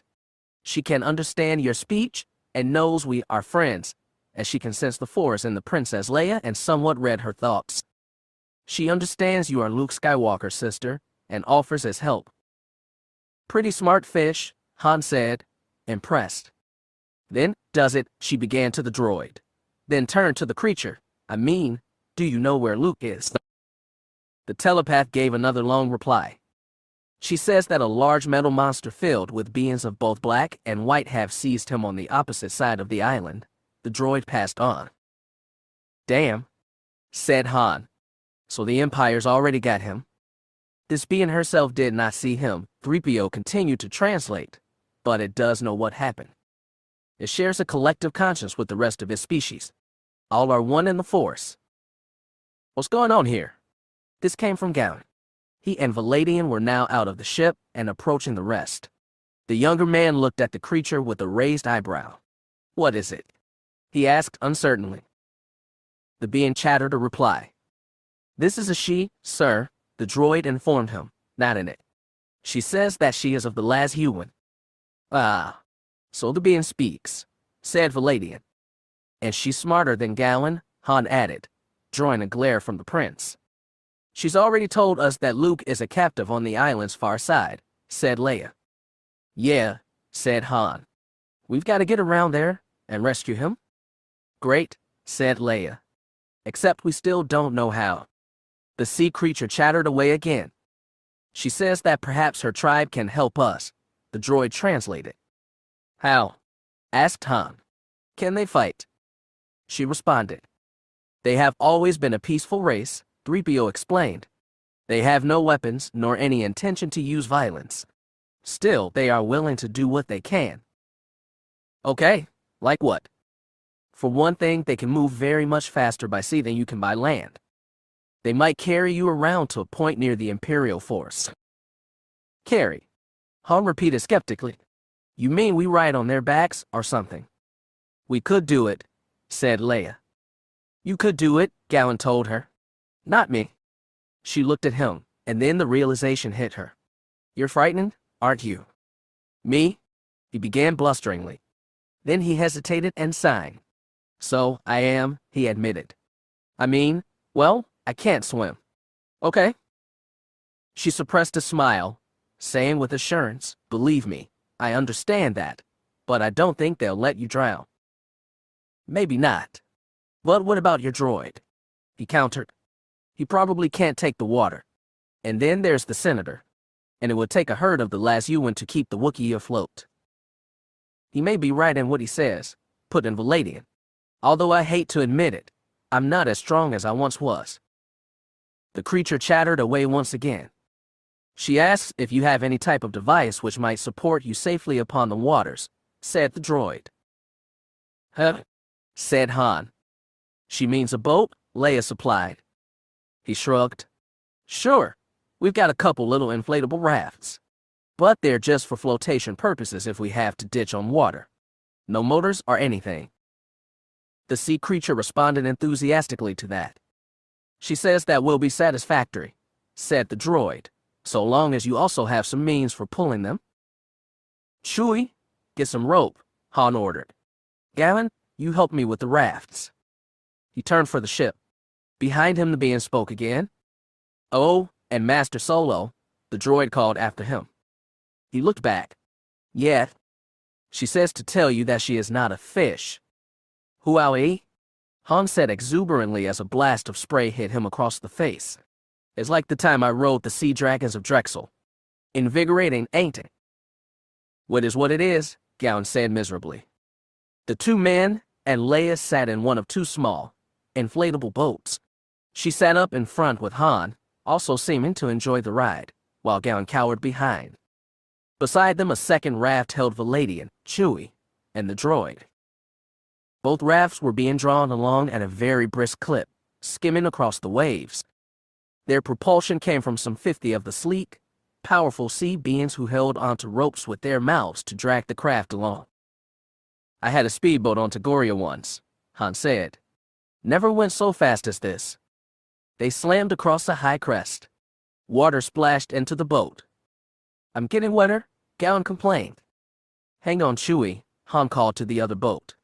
Be sure that the purfacer don't bounce out. The Wookiee took a tighter grip on the droid. Beside him, Valadian seemed to be enjoying the ride as well. I haven't had so much fresh air in ages, the senator called back. They sped on around the curved coast of the island for some while before the creature's pace slowed and they turned in. Not long after, the inflatable boats were bumping against the rocky shore. Several of the obliging beings held the boats in place with their noses while the passengers clambered onto the land. Chewie hauled 3PO out bodily and set him upright. One of the creatures made a long speech to them. He says that the Imperial force is not far ahead, the droid reported. We must be careful from here. They will stay about to watch and render assistance if they can. He, said Han. That's not the same one as before. No, Master, 3PO told him, but it doesn't matter. Their minds are all interconnected, as I said. Well, thanks, Han said to the creature. Although I don't know what else you can do to help. It made a reply. He says you might wish to hurry, sir, said 3PO. It appears Master Skywalker may be in some distress. Han turned to his companions. All right, folks, looks like this is it, he said grimly. We'll move on and scout out the situation. Everybody got their weapons. I'll save the droid showed him a blaster, Gowan most reluctantly. Then, let's go. As they started away, the sea being submerged and vanished. The odd little band of would-be rescuers was left alone to make its way along the rocky coast. When they caught first sight of the Imperial swimmer looming from the sea, they went prone amidst the rocks. They crawled forward cautiously to where they could observe the beach. Below the head of the metal monster was a large-sized group. A solid ring of stormtroopers enclosed a circular area. Inside it were some black uniformed men. One of them, a pudgy, elderly man with gray goatee and thinning hair, was attaching wires from a squat machine to the extremities of a figure hung suspended between two poles. The figure was Luke Skywalker. Oh no, gasped Leia. What are they doing to him? Mind transmogrify, the voice of 3PO droned, his round eyes fixed on the familiar form attaching the wires. The doctor there is very good at that. We have to stop it, Leia said anxiously. I can feel Luke's rising anxiety. Strategy first, sweetheart, Han told her. We can't just charge into 100 of them. Why don't you and Gowan and the senator try to get around and open fire from the other side? Chewie, and I'll sneak in and get him. Simple. Not a good idea, Gowan said with conviction. It can't work. You an expert now? Han asked him. Why can't it? Gowan shifted his blaster's muzzle to touch the side of Leia's head. Because if any of you try anything at all, I'm afraid I will have to shoot her, he told them. Chapter 28. The rotund little man completed hooking up wires to Luke and moved back to his sinister bank of equipment. Doctor, said Tharus, observing the preparations, you are quite certain this, device of yours will not kill him outright. It should not do so, the man absently replied, fiddling with dials and levers. Should not. What do you mean? The doctor looked up to him. Oh, well, the humanoid adapted version of my mental transmogrifier has not actually been tested yet on an organic being. I have been seeking a proper subject. He looked to Luke in glee. This one should be perfect. Such strong will. Yes, well, it will avail me nothing if you destroy him and breaking that will, Doctor, Tharus said doubtfully. At lower power levels it will certainly not do that. The other short. Some minor cell damage, maybe. A few burst small capillaries. Nothing crippling. And at higher levels, if his resistance is strong enough to require them, well, yes, there is more danger. I don't know about this, Tharus said with yet more doubt. What other choice is there, High Admiral? Ask Cantos. No ordinary means will overcome a Jedi's powers. Tharus sighed in reluctant acceptance. Very well. He waved the doctor on. Proceed. The doctor smiled with pleasure. He eagerly snapped a switch. The hum of rising power sounded from the machine. Tharus stepped close to Luke. You heard all that, he said. We will not relent until you are broken. You must agree. No, Luke said. You have to know I'll die before I'll help you. Then you will die, Tharus said flatly. He lifted a hand to signal the doctor to start, but paused as a voice called out. There's a group coming in. He turned alone with the others to look toward the approaching band. First across the beach toward them strode Han, Chewie, Valadian, and the droid. Behind them moved Gowan and Leia, the man urging on the rest, with the blaster to her head. Leia, said Luke in anguish. Han. Senator Valadian, said Tharus with surprise. Just what is it we have here? Take their weapons and cover them. Cantus ordered a squad, and the stormtroopers moved out to surround it and disarm the little group as it came up to the war machine. They were going to try a rescue, High Admiral, Gowan explained smugly. They followed you here in the Millennium Falcon. So you escaped after all, said Tharus, and Valadian with you. He looked to Gowan. And who are you? You know, sir, the young man said. In an instant, light enveloped his body. In a few more seconds he was another cadaverous being of bluish, translucent skin. Castor, said Tharus. My brother, said the other shapeshifter joyously, moving up to embrace his twin. Gowan, said Leia, who with her comrades had watched the transformation in horror. What's happened to him? Probably dead, Luke said. Indeed so, said the being called Castor. I intercepted the young Prince of Galvoni III when he first arrived at your new base. It was Castor's idea to go there, said his brother, patting the other pridefully. To provide some alternative plan should the droid fail. The prince provided the perfect disguise, added the twin. Not a difficult identity to assume. Really a very shallow man. The precaution was rewarding for us too, as you survived the ambush on Pelkator. It put me in the ideal spot to guarantee you wouldn't interfere. But you could have been killed with us in the attack, said Leia.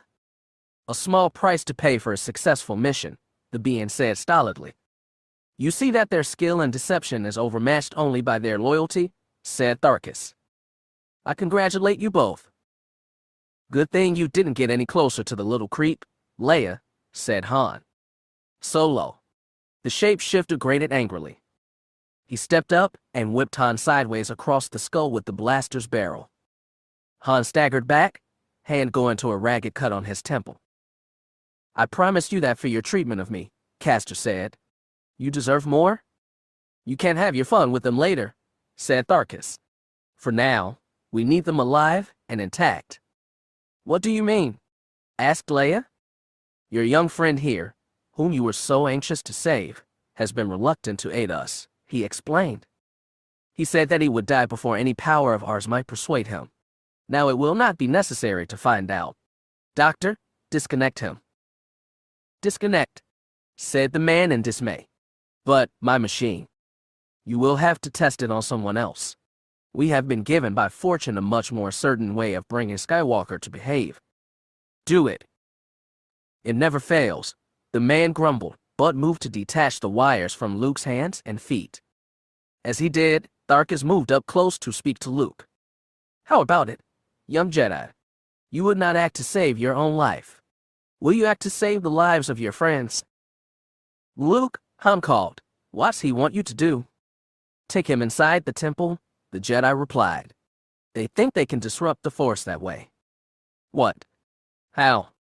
There's something in there. The heart of the Jedi is called, Tharus supplied.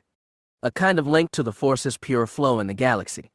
Soon it will cease to flow to your rebel cause. Pure Force, said Leia. No wonder I've been. She cut off abruptly, clearly realizing she might reveal too much of her own powers. But Tharus still picked up on it. You felt his influence too, he said. So have I like the charged air before an electrical storm. It seems to heighten the senses. Most exhilarating. Would you really hurt them if I don't obey? Asked Luke, purposely drawing the man's attention from the Force and his sister back to himself. You believe that I would bluff you? Asked the High Admiral with a smile. If you could see the wreckage drifting not far from this planet, you would not doubt my ruthlessness. We saw it, said Han. You wiped out hundreds of unarmed ships. The refugee fleet, said Luke, aghast. That's right. Plus, he slaughtered a bunch of his own senators. The whole peace committee. Except for Valadian, said Tharus thoughtfully. You are more tenacious than I first thought, old man. Yes, the senator said boldly. Your trap missed me. Your scheme has failed. On the contrary, the other countered. It's gone quite well. He turned and strode to the ring of stormtroopers as he went on. At this very moment, the rumor is spreading that it was the treacherous rebels who tricked our poor and misguided senators just to massacre them. He stopped before a trooper, his back to the prisoners. A renewed war fever is no doubt becoming quite rampant now. Except that I know otherwise, said Valadian. Yes. Tharus spun around with the trooper's blaster in his hands. Unfortunate you pointed that out for you. He fired once. The bolt struck Valadian squarely in his chest, jerking him back as it pierced through to erupt from his spine. The senator toppled limply, dead before he hit the sand. Leia gasped in horror at this swift, brutal murder of an old friend. Han and Luke were clearly also jolted by the callous act, staring in stunned disbelief. Even the Wookiee gave out a sharp bark of surprise. Do you have any more doubts of my sincerity? Tharus asked Luke. He swung the blaster's muzzle across the rest. Or shall I demonstrate further? Luke, you can't let him get to the Force, Han said. Let him kill us, said Leia staunchly, her anguished look for Valadian giving way to a resolute one as she steeled herself again. Stopping the Empire is the only important thing. Luke's agonized gaze went from them to the hard-faced High Admiral. He hesitated, and then nodded defeatedly. I'll take you in. Let him down, Tharus ordered. Troopers moved in to release him from the poles. Once he was free, Leia ran to him. Oh, Luke, she said desperately, you shouldn't do it. As long as there's some life, there's still a chance, he murmured back. Troopers yanked her away and roughly pushed her back to the group. Han threw a protective arm around her, and Chewie snarled warningly. The troopers swiftly backed off. I'll need my lightsaber, Luke said to the High Admiral. I might have to use it. Nice try, Tharus said with a smile. But I'll just carry it along for you, in case it shouldn't be needed. What about them? Luke asked, nodding to his friends. They will be taken onto our transport here and confined under guard, quite safely tucked away awaiting the outcome. You will promise to release them afterward. Once I have dealt with the Force, why not? Tharus told him. They will be powerless to stop me, as will your fledgling New Republic.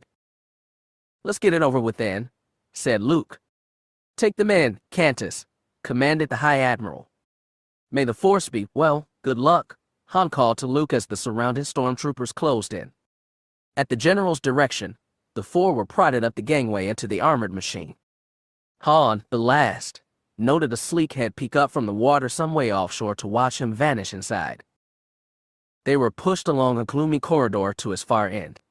A heavy hatch was open. They were shoved into the bare, metal wall cell beyond. The door clanged shut. Han, still holding his bleeding head wound, looked around the room. It was deeply shadowed except for a round patch of illumination in the center from a single ceiling light. Nice, cheery place, he said. Let me see to that cut, said Leia, lifting hands toward it. Hold it, he said, grabbing the hands and stiffening. What's that? He looked into a dark corner. From it a small beeping sound came. Then a cylindrical form rolled out into the light. R2, said Leia. It tweetled and squeaked excitedly. It says that it came here with Master Luke, C-3PO translated. At his voice, the little droid gave a squeal and rolled to his metal friend, twittering happily. I am C-3PO, human-cyborg relations, the gold droid said in his monotone, looking down at R2. What unit designation are you? I'm sorry, R2, said Leia. Some awful thing of the Empire wiped his personality clean. I'm afraid he doesn't know you. At this, R2 gave a low, long keen of grief and put his round head up against his side. Luke led Tharus, the twin shapeshifters, and a dozen stormtroopers to the wall of the Jedi Temple. Luke's lightsaber now dangled on the High Admiral's belt. Very well. Now what? The High Admiral said. Have you some form of key? I don't know, Luke told him truthfully. It's only the true Jedis that's supposed to allow me to get in here. I may not have it. For your friends' sakes, I hope you do, Tharus said curtly. Try something. Well, this worked before, Luke said. He sat down cross-legged before the wall. As the others watched, he concentrated his full effort on the smooth surface of stone, face drawn in hard lines as he tensed, body quivering with strain. Within his mind an image of Yoda came, a memory of a past talk. Does the Force control your actions? He heard himself asking. Yes, but it also obeys your commands, the Jedi Master replied. Then Yoda's face became that of Obi-Wan saying gravely, Never doubt the Force, Luke. Never doubt, the young Jedi repeated in his mind. He lifted both hands toward the wall, spread wide. He concentrated his full will upon the smooth and seamless surface before him. A section of the wall began to waver, becoming filmy and insubstantial, like an image glimpsed through a heat haze. Then, as if it were a mirage on the desert, it simply vanished away. In the place of the piece of solid wall was now an arched portal, both high and wide, apparently cut neatly from the stone. They all moved forward to examine it curiously. Tharus looked up at the pointed arch 50 feet above him and at the 20-foot thickness of the wall as he led the way on through it. The twins walked side by side just behind him, with Luke and the guarding troopers bringing up the rear. As Tharus stepped into the temple, he recoiled and stopped, his look shocked. The others moved up behind to see what he had seen. A humanoid skeleton in the tattered remains of clothes lay stretched on the ground before them, bony arms stretched out before it as if in supplication. What happened to him? Asked one of the shapeshifters in revulsion. I'm not sure, said Luke. It could be he was strong enough in the Force to open the doorway, but not strong enough to keep it open after he was inside. So he got trapped. Then the Force killed him, said the other twin. The Force doesn't act aggressively against life, Luke told him. This one killed himself trying to achieve something he wasn't entitled to. He looked to Tharus, adding pointedly, Are you certain you want to continue? I may not be strong enough to keep this door open myself, and if something happens to me, it's pretty sure you'll never get out. I'll take my chances, Tharus said firmly. Move on. Luke gazed carefully around him. A wide, curved corridor between walls curved away out of sight in both directions. To the right, another opening leading on into the temple was visible. Luke considered, standing rock still, head cocked as if listening. Then he nodded. All right, he said, and pointed to the left. That way. I can't see an opening the other way, said Tharus. The wrong way. But. Hi, Admiral, you have to trust me, Luke told him. Do you want me to lead you in or not? Very well, he acceded. Let him go ahead, he ordered the troopers. But not too far. And keep him well covered. Luke began to walk along the corridor. The others closed behind. Some looked back to see the doorway into the forbidden place vanish behind the bend. Others looked up at the sheer, unclimbable walls looming high above. Another wall appeared some way ahead, blocking the corridor, forming a dead end. But before reaching it, they came upon another opening leading to the interior. The young Jedi led them through it. There are lots of blind alleys, Luke commented as he turned left along the new corridor.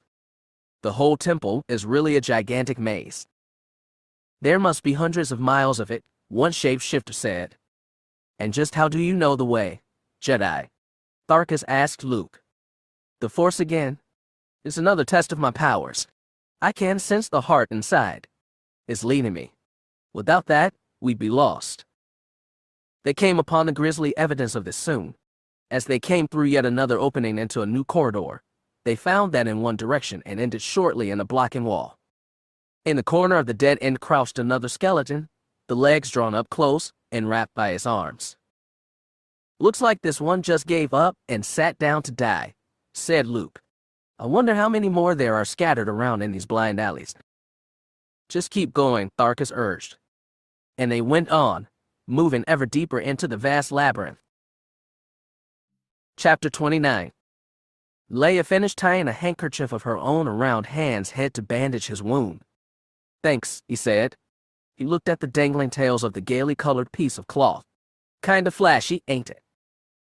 I think it makes you look rather dashing, she said, and leaned forward to kiss him hard on the lips in a no-nonsense way. What was that for? He asked. For luck, she said. Yeah, well, we're sure gonna need it this time. He got up. How's it going, Chewie? The Wookiee was closely examining the door. He shook his head and growled dejectedly. No good, huh? Said Han. Look, let's try some good old Force. And I mean the muscle kind. He and Chewbacca strained and grunted as they tried to push the hatch open. It didn't budge. Han stopped abruptly, putting a hand to his lower back. Ow. I think I hurt myself, he said. I'm getting too old for this. Squawks and a tootling sound came from R2. They looked around to it. The little droid had thrust out one of his many maintenance appendages and was preparing to insert the jack at his end into an outlet on 3PO's back. What the heck's he doing? Han asked the Wookiee. Chewie could only scratch his head in a puzzled way. The jack went home. A high-pitched hum came from R2. The lights in the golden droid's eyes flickered, went out, and then came back on stronger. The little droid removed the plug and withdrew the rod. A faint chuckling sort of sound came from 3PO's mouth. Then his voice spoke, but with a much different, more anxious and familiar tone. Oh dear. What's happened to me? Where am I? His head swiveled as he looked nervously around.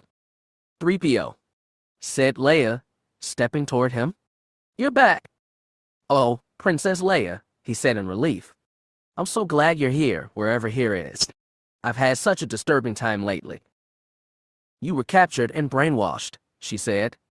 I'd say I'd had a nightmare, he went on, if droids could have such things. I feel oddly, he cut off and did a double-take in realization. Did you say captured? Brainwashed. The Empire did it, Han said, looking amazed by the recovery. We thought it was permanent. We thought we'd lost you forever, Leia said, hugging the droid. What happened? How did R2 fix you? It's quite simple, Mistress Leia, he said. R2 is my counterpart. We share everything, including our cognitive modules, in a manner of speaking. Should an emergency rise and damage either of our vital systems, each of us carries a backup set of the other's memory banks and programming. He only had to load them back into me to restore my higher thought functions completely. Though I must admit there are some gaps in my memory. Has anything been happening? Not really, Han said dryly. 3PO, said Leia, it's too much to explain now. What, we've been captured by the Empire, and are prisoners in one of their seagoing armored transports. Oh my, the droid said in some distress. I hope my own little aberration wasn't the cause. No more than any of our mistakes, said Han. The Empire's been playing us all for saps, and we're gonna do something about it. Luke's in danger, Leia explained to the droid. And the whole balance of the Force may be too. We have to find a way out of here. Master Luke, said 3PO. That is serious. Do you suppose we might? He cut off as a faint vibration shook the ship. What is it? Asked Leia. There came more. Like small impacts against the hull from outside, quickly increasing in frequency. Something is hitting us, said 3PO. Quite a number of somethings, in fact. No kidding, said Han. Leia's face had taken on an odd, faraway expression. I can't feel it, she said. I can't hear it in my mind. It's those sea creatures, the Lasuen. They are swarming around the ship. There are hundreds already, and more coming. Great, said Han. But what can they do? In the now shaking control room of the armored swimmer, General Cantus was at the moment also asking, what can they do to us? I don't know, said a junior officer at the command console. There must be over 1,000 out there. They've surrounded us. Look. Cantus moved up beside him to peer at a bank of monitors. External cameras showed various images of bodies solidly packed in around the AT-AT, whipping the water to a white foam with thrashing tails as they thrust noses hard against the ship's sides. What's making them do that? He asked. Some type of feeding frenzy, maybe, the officer suggested. They might believe we're food. Brilliant guess, Cantus said sarcastically. Well, let them bang away all they want to. It can't do us any harm. But even as he said this, the vibrations of multiple strikes altered to become a more even shuddering, and then a rhythmic rocking sensation. General, they are acting in concert now, the officer said in amazement, pushing back and forth on each side alternately. Acting together, Cantus said. They're just fish. They can't be. Look for yourself, the man said sharply. They are. Down in the cell, the prisoners were also well aware of the new rocking motion. Are they doing that too? Asked Han. Yes, said Leia. They're working together, using the combined powers of the Force as one. They're moving the whole machine. That still doesn't get us out of here, he said. We might be able to use the distraction to escape, though, if we could open the blasted door. But I can't rewire its locking mechanism unless I can get inside it. Oh, I believe R2 can't take care of that for you, Master Solo, commented 3PO. Han looked in surprise at the droid. He can't. Well, why didn't you say so before? You didn't ask before, was the simple reply. Didn't ask, Han said, advancing angrily on the droid. Why you clanking collection of?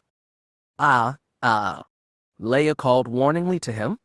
Where is our new, kinder Han? Oh yeah, he said, abashed.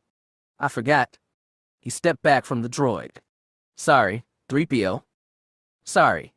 The golden being echoed in surprise. Master Solo, isn't that rather unusual of you? We've all been through a lot of changes, pal, he replied. Now R2, get to work. The rocking was swiftly growing worse. In the swimmer's control room, the crewmen were holding on to anything to prevent being thrown from their feet or seats. This is intolerable, Cantus raged. Send some stormtroopers out on top. Shoot a few of those things. That should chase them away. The order issued, white armored troopers clambered out through a hatch high up on the metal shell back. They moved down the railings around the edge, only yards above the water, moving with difficulty because of the slope and the rocking.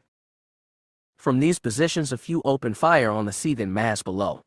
Blaster bolts tore through the bodies of the sleek creatures. Motionless, floating carcasses began to drift away. Still the rest persevered, making the craft rock all the harder. A new volley of shots was fired, this time in greater volume. But this time there was a response. A long, tapered form leapt from the water, gleaming in the sunlight. The powerful, agile sea creature arched high in its graceful move, sweeping up past the edge of the war machine, striking a trooper's shoulder with his nose before it dove into the sea. He was knocked back, his feet sliding out from beneath him. Before he could grab on, he was shooting under the rail, plummeting down to crash into the surging water below. Another and another creature made the leap. 2 more troopers were knocked into the sea. Then several attacks came all at once. Some missed the now warned men, but 2 more struck home. The harried troopers tried to shoot them, but the leaps were too unexpected and too fast. With uncanny accuracy, the sea beings kept striking, knocking more troopers off. And the rocking continued. Inside the AT-AT, R2 rolled back from a hole it had cut in the bulkhead by the door. A bundle of wires and connectors had been exposed there. "Now," said Han, examining them, "if I can just cross the right 2, these?" He pulled 2 wires loose and crossed their tips. The bolt of the door's heavy lock clicked open. "Okay," Han told the rest. "Now everyone stand back." He cautiously pushed the door open a tiny crack and peeked out. An armed guard just outside was all but being bounced back and forth in the corridor, trying vainly to hold on. Han waited until the man was well off balance and turned the opposite way. Then he threw the door full open and dived out. A tackle brought the guard down. Before he could struggle or cry out, Chewie was on him, knocking him out with the sharp thump of a fist on his head. Han took the guard's blaster pistol and got up. The others moved out to join him. "Which way?" asked Leia. "Let's try up," he said. In the control room, Cantus and his crew watched monitor images of both the fight atop the swimmer and the continued attack of the beings in the water. The numbers of Lazuans seemed to have doubled by this time, and were still increasing. They were making the machine heave with great violence, heeling farther over on each swing. "The troopers are having no effect," General, an officer reported, "and we're losing a lot of men. Trapped here against the shore, there's not much more we can do," said Cantos. "Take the craft out where we can maneuver." The order was passed. Huge underwater exhaust vents at the craft's rear coughed gray-black fumes into the clear waters as massive propeller screws began to turn. Inside, the escapees climbed up a ladder to another corridor. Chewie and Han bodily rested R2 up through the hatchway. "You putting on weight, droid?" said Han, panting from the effort. "One more level," said Leia, pointing to another hatch above. "I think it'll get us out." "Hold it," said Han. Clattering footsteps sounded from up the corridor. 2 stormtroopers suddenly charged into view. They pulled up sharply when they saw the others, then moved swiftly to bring their weapons to bear. Not swiftly enough. 2 shots from Han knocked both to the ground. Leia went at once to fetch the blaster carbines from the downed troopers, tossing one to Chewie. Then she led the way up the next ladder. She paused as the steady sensation of the rocking was broken somewhat, the ship jerking more spasmodically. "What now?" asked Han. "The swimmer's trying to get away," said Leia. "It's pulling out to sea." "Then let's get moving faster," he said. The ship's powerful screws were churning through the water at full speed now, dragging the heavy vessel back through the swarms of creatures. Its bow cleared the shallows near the shore, and it began to turn. The rocking sensation faded more as the craft pulled free of the bulk of its attackers. But a new vibration began, as if from the engine itself choking and sputtering. In the control room, the crew consulted instruments and monitors. "What's happening this time?" snapped Cantos.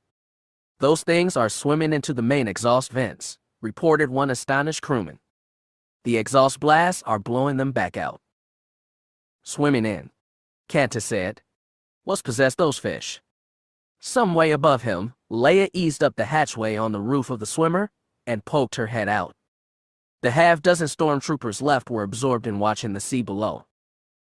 She threw the hatch wide and climbed out, crouching with gun ready. 3PO came up behind her, then Han, dragging R2 while Chewie pushed from below. They had just heaved the little droid up onto the outer shell when a trooper spotted them. His hasty shot went over their heads. Leia's return bolt jolted him backwards over the rail. Other troopers opened fire, and the air was suddenly knit with crisscrossing bolts. "Down to the side," said Han, pointing to one area free of troopers. "We gotta get over." They began to move cautiously down the sloped surface of armor plate, exchanging fire at the same time. Chewie also struggled to hold onto the helpless R2. 3PO, with only metal toes and fingers to grip with, lost his purchase first. "Oh dear! Oh goodness!" he cried, sweeping down the incline as if it were a slide. "And oh hell!" he screamed as he flew under the rail and sailed far out beyond the ship before splashing into the sea. Chewie and R2 went next. The big Wookiee took out a post of the rail as he went through it and belly flopped onto the waves. R2 shot outward like a fired bullet before arching into the water. The image of the little band's struggle on the vessel's top side was meanwhile being observed on a monitor below. "General, the prisoners have escaped," the watching officer reported. "Never mind that," another man said sharply. "General, those fish are really jamming themselves into the vents now. The combined strength of them is fantastic. They're dying, but their bodies are plugging the holes." "Let them die," Kenneth said callously. "You don't understand," said the other more urgently. "They're backing up the exhaust. The engine pressure's building." Values were already blowing, filling the engine compartment with fumes and smoke. Crewmen were beginning to scramble madly for safety as the pressure indicators rose toward the danger zone. On top of the sea-going transport, Han and Leia had safely reached the rail. "The last Ewan," she said. "They're sacrificing themselves to stop the swimmer. They're plugging his exhaust vents." "That'll blow the engines," said Han. He ducked a blaster bolt and returned a snap shot that picked the man off. "We gotta get off this thing." In the control room, an officer cried, "General, the pressure's reached critical. We have to." An explosion shook the machine hard, throwing Cantus down.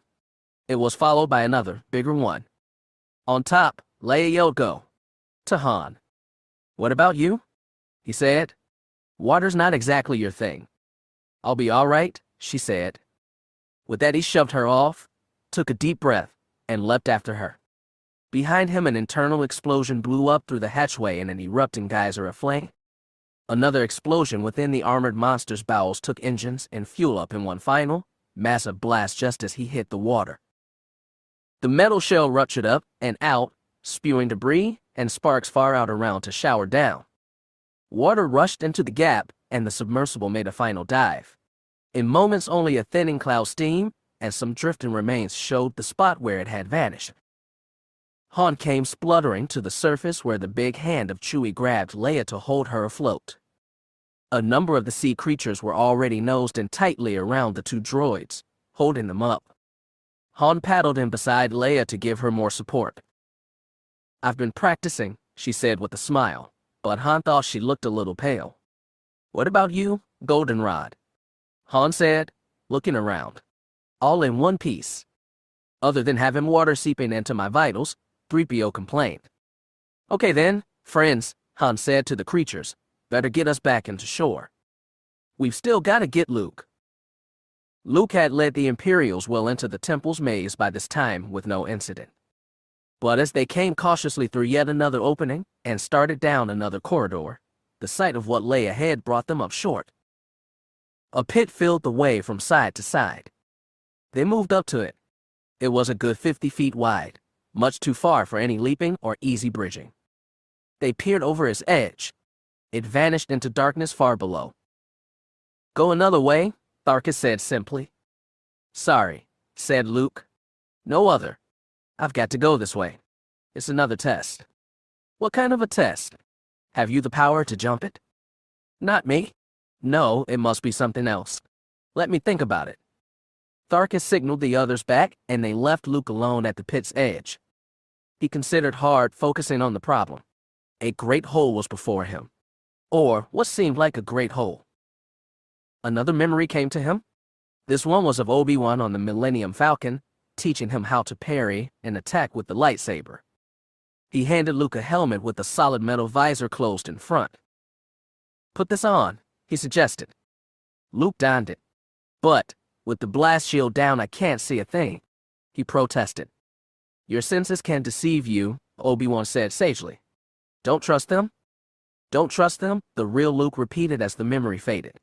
"Trust the Force." He stepped to the very brink of the pit. He closed his eyes, lifted a foot, and put it out over empty space. "He's going to," one of the twins began, starting forward to stop Luke. Tharus pulled him back. "Let him go. It's his test." "Trust the Force," Luke said again with full conviction. He shifted his weight forward. His foot went down and stopped as if on hard ground. Another step, another, and he was striding out across seemingly thin air. In moments he had safely reached the far side. As he did, the hole simply vanished like another mirage, leaving the solid rock floor of the corridor. Tharus stepped up to where it had been, gingerly put a foot down, and then drew it back. "Well, are you coming?" asked Luke. "Troopers first," Tharus ordered. The first one to the spot hesitated, and then stepped out. The ground stayed solid. He went forward, the rest following. "How much farther?" the High Admiral asked Luke as he reached him again. "Not far enough," said Luke, eyeing the lightsaber swinging on Tharus' belt. Tharus noted the look. "You'd like a chance to use this, wouldn't you?" he said, smiling and patting it. "Just don't forget, that won't help save your friends." "Don't worry," Luke said darkly. "I won't." Chapter 30. Han, Leia, and Chewbacca moved through the still-open portal and headed into the Jedi labyrinth at a run. R2 rolled at his fastest speed to stay with him. 3PO brought up the rear, loping awkwardly along, sea water still draining from the crevices of his metal body. "This is most difficult and most uncomfortable," he complained. "I'll probably be rusting in a day. This time tomorrow I won't be able to move or speak." "That'll be a relief," Han called back in his old sardonic way. "Just hurry up, Professor." The droid nearly crashed into the others when Leia paused as she came through the opening into a new corridor, and they pulled up with her. "Which way now?" Han asked. "Just a minute," she said, concentrating. Then she pointed left. "That way." "Are you sure you're doing this right?" Han asked as they started on again. "Yes," she said definitely.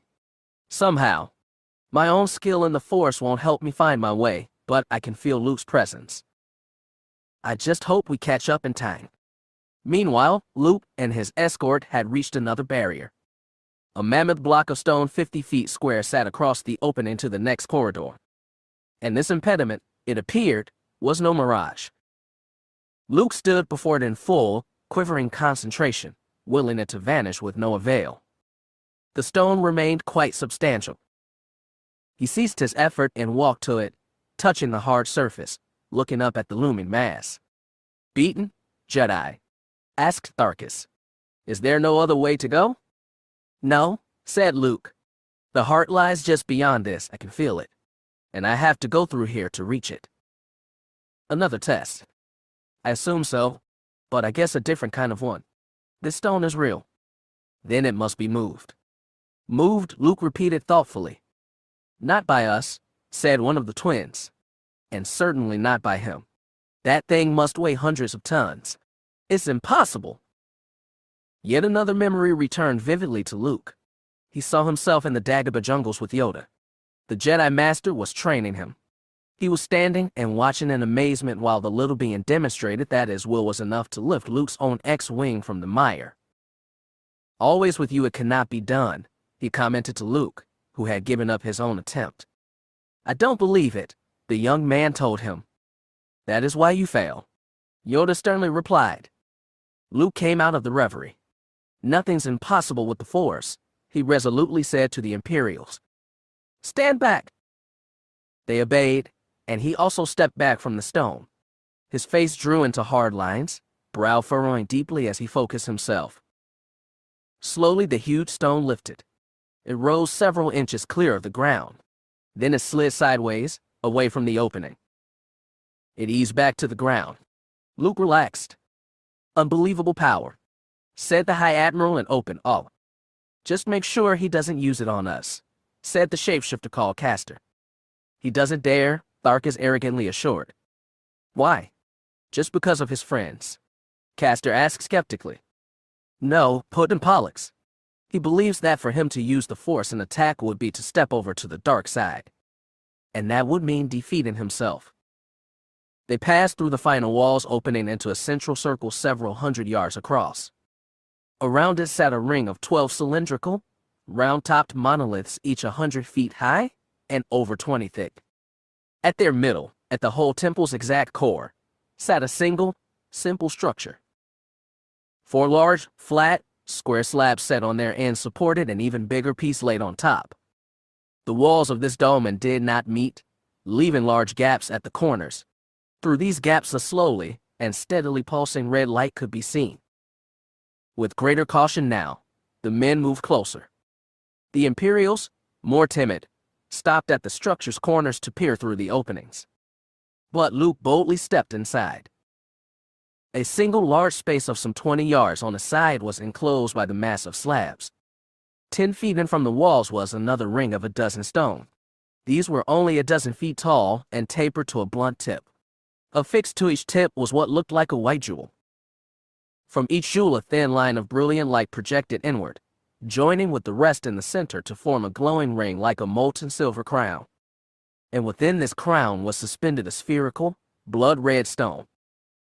It had the clarity and translucence of a giant ruby formed into a polished ball. From deep within it a soft but still strong light rhythmically throbbed brighter. The heart of the Jedi, Luke breathed. Beneath the floating stone was a round platform high enough to bring a man within arm's reach. Luke stepped toward it. We'd better go in too, High Admiral, one of the twins suggested. It seems safe enough. But as he started forward, Tharkus pulled him back. Wait, the High Admiral said. What's that?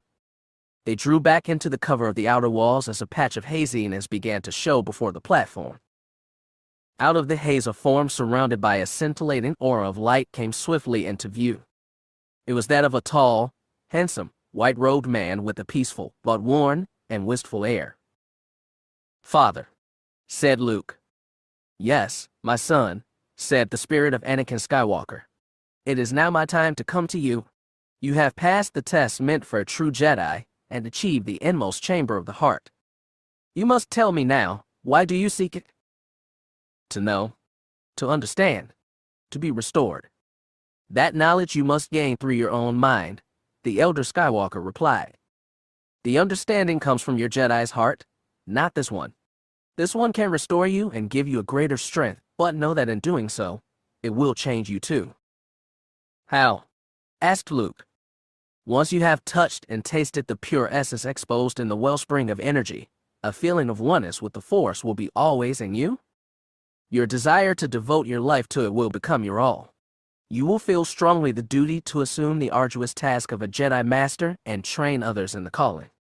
This is an especially critical thing, as you are vital to reviving the Order. So there can be no mistake. That is why the final choice must be yours. Are you prepared, my son?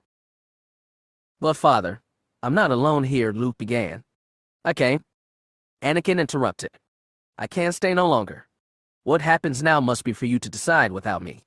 Goodbye, Luke. His form began to fade. Don't leave, Luke called after him. The heart is in peril. But he was gone. High Admiral Tharus strode grandly into the chamber behind him, flanked by the twins. The stormtroopers followed them in, spreading out to cover Luke. So, it's the power to become a master which lies in that rock, said the High Admiral, a greedy glint in his eyes as he gazed on it. The power to use the Force. Luke turned to him. Only for a true Jedi. Not anymore, Tharkus said. This time I will be the one to gain it. Luke looked at him with a sudden realization. You want it for yourself? Why not? The other admitted arrogantly. To be the greatest power. To eclipse even the Emperor. To order things as I see fit. Even if you could somehow control it, Luke argued, the Force wasn't intended to be used that way. You don't understand. It was meant only for good. If you tried to turn it to aggression and destruction, the dark side will overwhelm you, just as it did the Emperor and my own father. Don't speak that weakling's drivel to me, Tharus said harshly. I've heard all about its supposed shining qualities. It binds. It helps. It fills every rock and insect and flower. It's harmony and love. Garbage. The only truth is in who wields the greatest power. And if I can't turn your Force to doing that, I'll sweep this heart, this temple, this whole planet from existence. I won't let you do that, Luke told him. Tharus laughed scornfully. You can't stop me. The heart of the Jedi is in my hands. The last Jedi Knight is about to die. Any further hope of using their powers in the rebel cause will be extinguished. Mastery over the galaxy will belong to me alone. Guess again, said a voice behind him. He willed to see Han and his companions coming through an opening. Kill them. Tharus ordered the troopers, but Han, Leia, and Chewie fired first. Their shots took out 3 stormtroopers and sent the rest scrambling for cover. As blaster fire erupted on all sides and began to burst against the stones of the room, Tharus ran for the shelter of one of the encircling monoliths. But as he moved, Luke's beckoning hand shot out toward him. The lightsaber was ripped free of his belt and flew back to slap into the Jedi's palm. Then Luke too was diving away from a blaster bolt and rolling into the cover of the central platform. His companions had by now found their own shelter behind stones. Leia and Han had one, Chewie another. The 2 droids huddled together behind a third. The laser fire crisscrossed the ring. Luke looked around at the combatants. He looked up toward the ruby stone hanging above. It had to be protected. Yet, the superior firepower of the Imperials was pinning his friends down. He made a decision and rose to charge a stormtrooper's position. Fire from the 2 behind the stone was parried by rapid swings of the saber as he crossed the open space. He fell upon the armored men, and 2 quick cuts of the glowing blaze struck them down. The twin shapeshifters, behind another stone, saw his move. We must stop this, said Castor.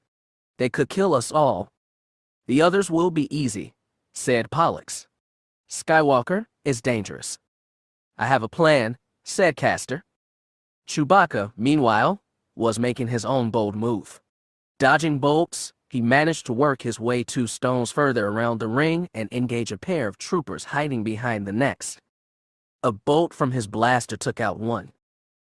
Good work, Chewie. Han yelled at the Wookiee while he and Leia exchanged fire with more Imperials opposite. A snapshot of hers hit one as he leaned too far out to aim. Neither of them noticed a serpent-like creature slither swiftly into the open ground from the stone next to theirs to come up behind them. It pulled itself into a tight coil, flat head lifting high, glistening eyes fixing on the pair. Luke attacked again, rushing to the next monolith to strike at a stormtrooper there. The man tried to use his blaster rifle to knock away the laser sword, only to have his weapon sliced in half. Luke's return swing took him down. 4 stormtroopers were left, and Chewie improved the odds even more. He charged the remaining man at the next stone, firing rapidly. 1 bolt clipped the man from cover, and the next went into his chest. But when the Wookiee tried to fire on the pair at the stone beyond, no bolt shot forth. He shook the bowcaster hard and howled his frustration. His gun's jammed, said Han. Seawater. The stormtroopers saw it too. One signaled the other and they both attacked Chewbacca. Leia fired. The range was long, but her shot went home, downing one man as he rushed across the open space. Chewie dodged the fire of the other, ducked around his stone, and brained the trooper with his useless weapon as the man rounded it. Good old Chewie, said Han to Leia. As much muscle as brains. Behind them, a glowing chrysalis rose to surround the coiled serpent. Its shadowy form within the glow swelled rapidly larger. Across the ring, Luke was preparing to charge the final trooper when he heard a voice call him. Luke. He looked around to see a form approaching. It was that of Anakin Skywalker. Father, said Luke in astonishment. You're back. You must not do this, the figure said sternly as it strode closer. This is a Jedi temple. A sacred place. There can't be violence here. Lay down your sword. Luke lowered it part way. But, Father, he said, sounding momentarily confused, we have to defend ourselves and protect the heart. No arguments, my son, Anakin said firmly. You are a true Jedi. You must obey. Drop the sword. The lightsaber dropped further. Anakin eyed it approvingly. One hand moved into his robe. But then the remembered voice of Obi-Wan sounded warningly in Luke's mind. Don't trust your senses. Luke shook off the confusion and focused hard on the advancing man. He saw there, superimposed on the form of Anakin, a swiftly shifting montage of ephemeral shapes that included an Alliance pilot, a Yawa, a Tusken Raider, a leathery flying creature, and an Ewok. Luke also saw the blaster pistol hidden inside the figure's robe. Not this time, mate, he said, and swung the saber out in a flat, hard stroke. It slashed through the neck of Anakin, but as the head flew off and rolled away in a spray of sparkling purple blood, it transformed into that of the twin called Pollux. Likewise, the toppling body shrank back into the being's true, cadaverous form. While Luke was thus distracted, the last stormtrooper tried to make a break for an opening in the outer walls. But a shot from Han stopped him before he made it. That takes care of him, Han said with satisfaction. Not quite, said a gruff voice behind him. Both he and Leia looked around. The serpent form had now transformed to that of a reptilian beast, a deadly rogue Madger. It squatted on massive haunches, huge clawed hands thrust out on sinewy forearms. Atop 12 feet of scaled and muscled body loomed an oval head with wide, tooth-lined jaws. It lunged at the startled pair. One hand shot out, knocking Han back to slam against the rock. Stunned, he slid to the ground. The beast's other hand swept the blaster from Leia's hands, and then it grabbed her, enclosing her torso in a fist. She cried out and pounded futilely at the entrapping claws. Her voice alerted Luke, who looked across to see them. He started across the circle at a run.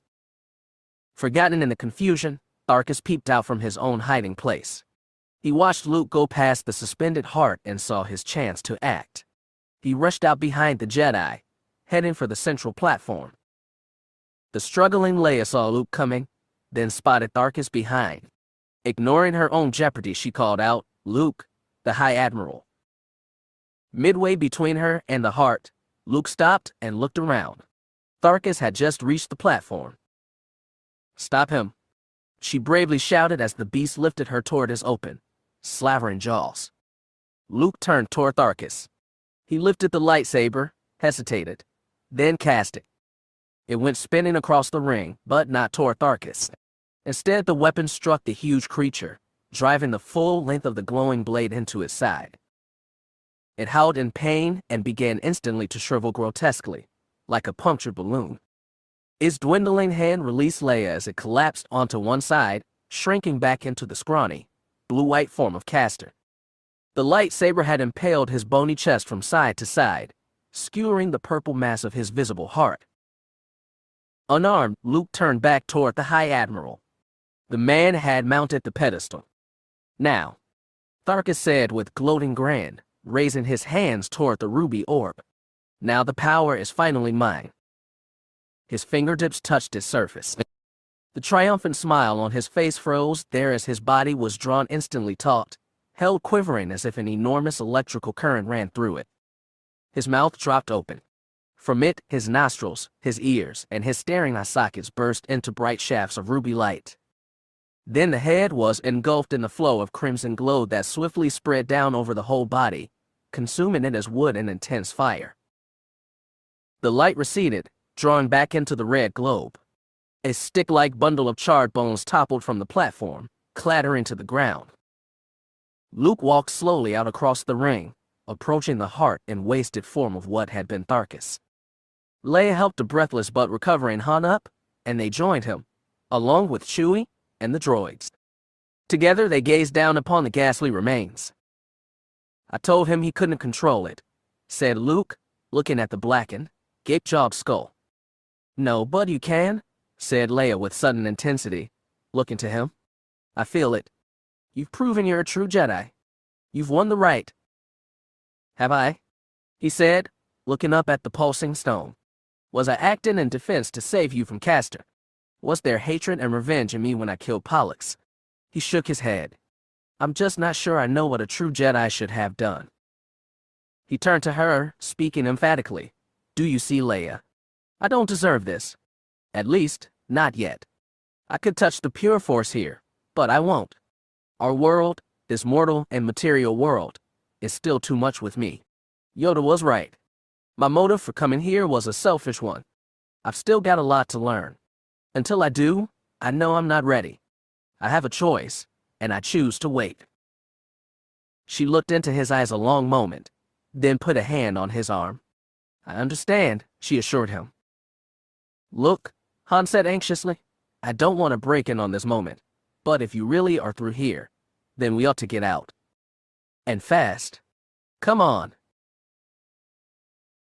Chapter 31. There's still a Star Destroyer up there, Han reminded his comrades as they made their way out of the labyrinth at a run. Sooner or later, it's gonna figure something's wrong. Then it's gonna send more men down here. Up on the Imperial battleship, Captain Vasker was at the moment being forced to consider just that. The aide named Voss approached him. Captain, there's been no contact with the High Admiral or the General for some time, Voss said. I think we should land another party. I was given no orders on that, the captain tersely replied. The High Admiral took only personally hand-picked men with him. He has kept completely secret the purpose of his mission here. I propose we wait. I, for one, do not intend to draw his wrath with unnecessary interfering. But, Captain, began Voss. I say we wait, Vasker said with more force. At least for a short time more. So they waited, while below Luke and his companions made their way back through the corridors and finally left the Jedi Temple. As Luke, the last of them, came out through the portal, it reclosed behind him. Without the will of a Jedi to maintain it, the opening healed up to become a solid wall once more. Good, said Luke, looking back to it. The heart is protected again. Never mind it, Han said sharply. We've got to make a getaway before a flock of TIE fighters starts buzzing us. Could be any minute.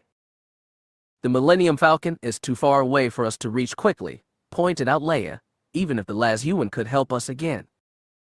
We can't take my shuttle, suggested Luke, pointing to it. I hate leaving the old girl behind, Han said regretfully. But there doesn't seem much choice right now. Come on. Han, what about that Star Destroyer? Luke asked as they ran for his ship. It could still attack the heart. It could bring back a fleet with enough firepower to wipe out the whole planet. Why don't we worry about salving ourselves first, kid, Han said practically. Let's just get off this pond. They reached the Scow's little shuttle and crowded inside. In moments it was lifting off. On the orbiting dreadnought, a bridge crewman noted the ship's sudden appearance on his sensor monitor. Captain Vasker, he called, a small vessel has just taken off from the planet. I make it to be the Entrepreneur shuttlecraft. You see, Voss said emphatically. I told you. Something must be wrong. Very well, the captain conceded. He turned to another officer. Ready a landing party, he ordered. And prepare to fire on that shuttle. First bolts from the man-of-war's turbolaser batteries flashed by the tiny craft as it lifted through the stratosphere. I think they spotted us, said Han. I'll use the scow for cover, said Luke. He piloted the ship on upward, skillfully evading more shots, to bring it behind the square mess of the salvage ship. But soon the laser bolts were slamming into the hapless scow. Great, said Han. What now? This hulk's only gonna last a little longer. Then we'll just have to chance making a run for it, Luke answered, preparing to boldly fly them out of there. Wait, what's that? Cried Leia, pointing to an object on another monitor. Something was flying in toward them from deep space. It appeared to be a disk. It's the bioship, Luke told her. Quickly he got on the shuttle's subspace radio. Hello, bioship. What are you doing? I've got no weapons, a familiar, resolute voice returned. So I'm gonna ram that thing. Storm. Luke identified. You'll kill everyone. Only me, friend. All the rest evacuated. Don't worry. I'm fine. This is my choice. I won't sacrifice others, but I'll gladly sacrifice myself for the greater good. On the Star Destroyer, another monitoring crewman called to Vasker. Captain, I'm picking up another ship coming in from her port. What? Said Vasker absently. All his attention was on the scow to starboard. It was much riddled by now, but its thick plate was still stubbornly standing up to the heavy fire. Another ship? The man repeated more urgently. A large one. Circular configuration. That Blossom ship. Vasker said in astonishment. It can't be. We destroyed it. Apparently not, sir. All right then, Vasker snapped impatiently. What's his bearing? The man consulted his readouts and then looked up to Vasker in alarm. Sir, it's heading straight for us. Evasive maneuvers. Vasker ordered in a shout. Turn all guns to port. Full fire on it. Warning klaxons blared. The ship began a turn. A few batteries came around to bear and opened fire. They were not enough. One bolt struck the Baja ship, blasting off a pedal. It began to spin but continued straight on in. Storm watched the big warship through the dome with a grim smile. Here's one for all the children, you murdering scum, he said as he struck home. The flower-like ship slammed vertically into the center of the man of war. The rotating disc of it was like a buzzsaw chewing into a log. It sliced into the control tower, ripping it open. Vasker and Voss died instantly. A vast explosion engulfed both vessels. It annihilated the fragile Baja ship, destroying its last ecosystems and the courageous Storm. It blew the Star Destroyer apart, sending the pointed bow spinning away into space and the broad stern streaking down to burn in the planet's atmosphere. The few surviving remains of it rained down to be swallowed by the sea. So much for the Empire, Han said. And Storm, Luke added sadly. One more sacrifice to stop the Imperial threat. And there'll be a lot more before it's over. I know that now. Why don't we go get the Falcon, Han suggested. And say thanks to the last UN, put in Leia. They made a great sacrifice too. The Millennium Falcon soared upward from the Temple Island, carrying the band of friends away from Angorothea. Han and Chewie sat in their usual seats at the cockpit's front, Leia and Luke behind them. So, what about all this, Luke? Han asked as he steered them way into space. I mean, you're coming here. Was that all a bust? No, the younger man said thoughtfully. I wanted knowledge. I got that coming here. I was looking for an identity, and I found one for now. He looked to them and spoke slowly, earnestly. What I've got to do is help you, help the Alliance, until we're sure the power of the Empire can never be restored.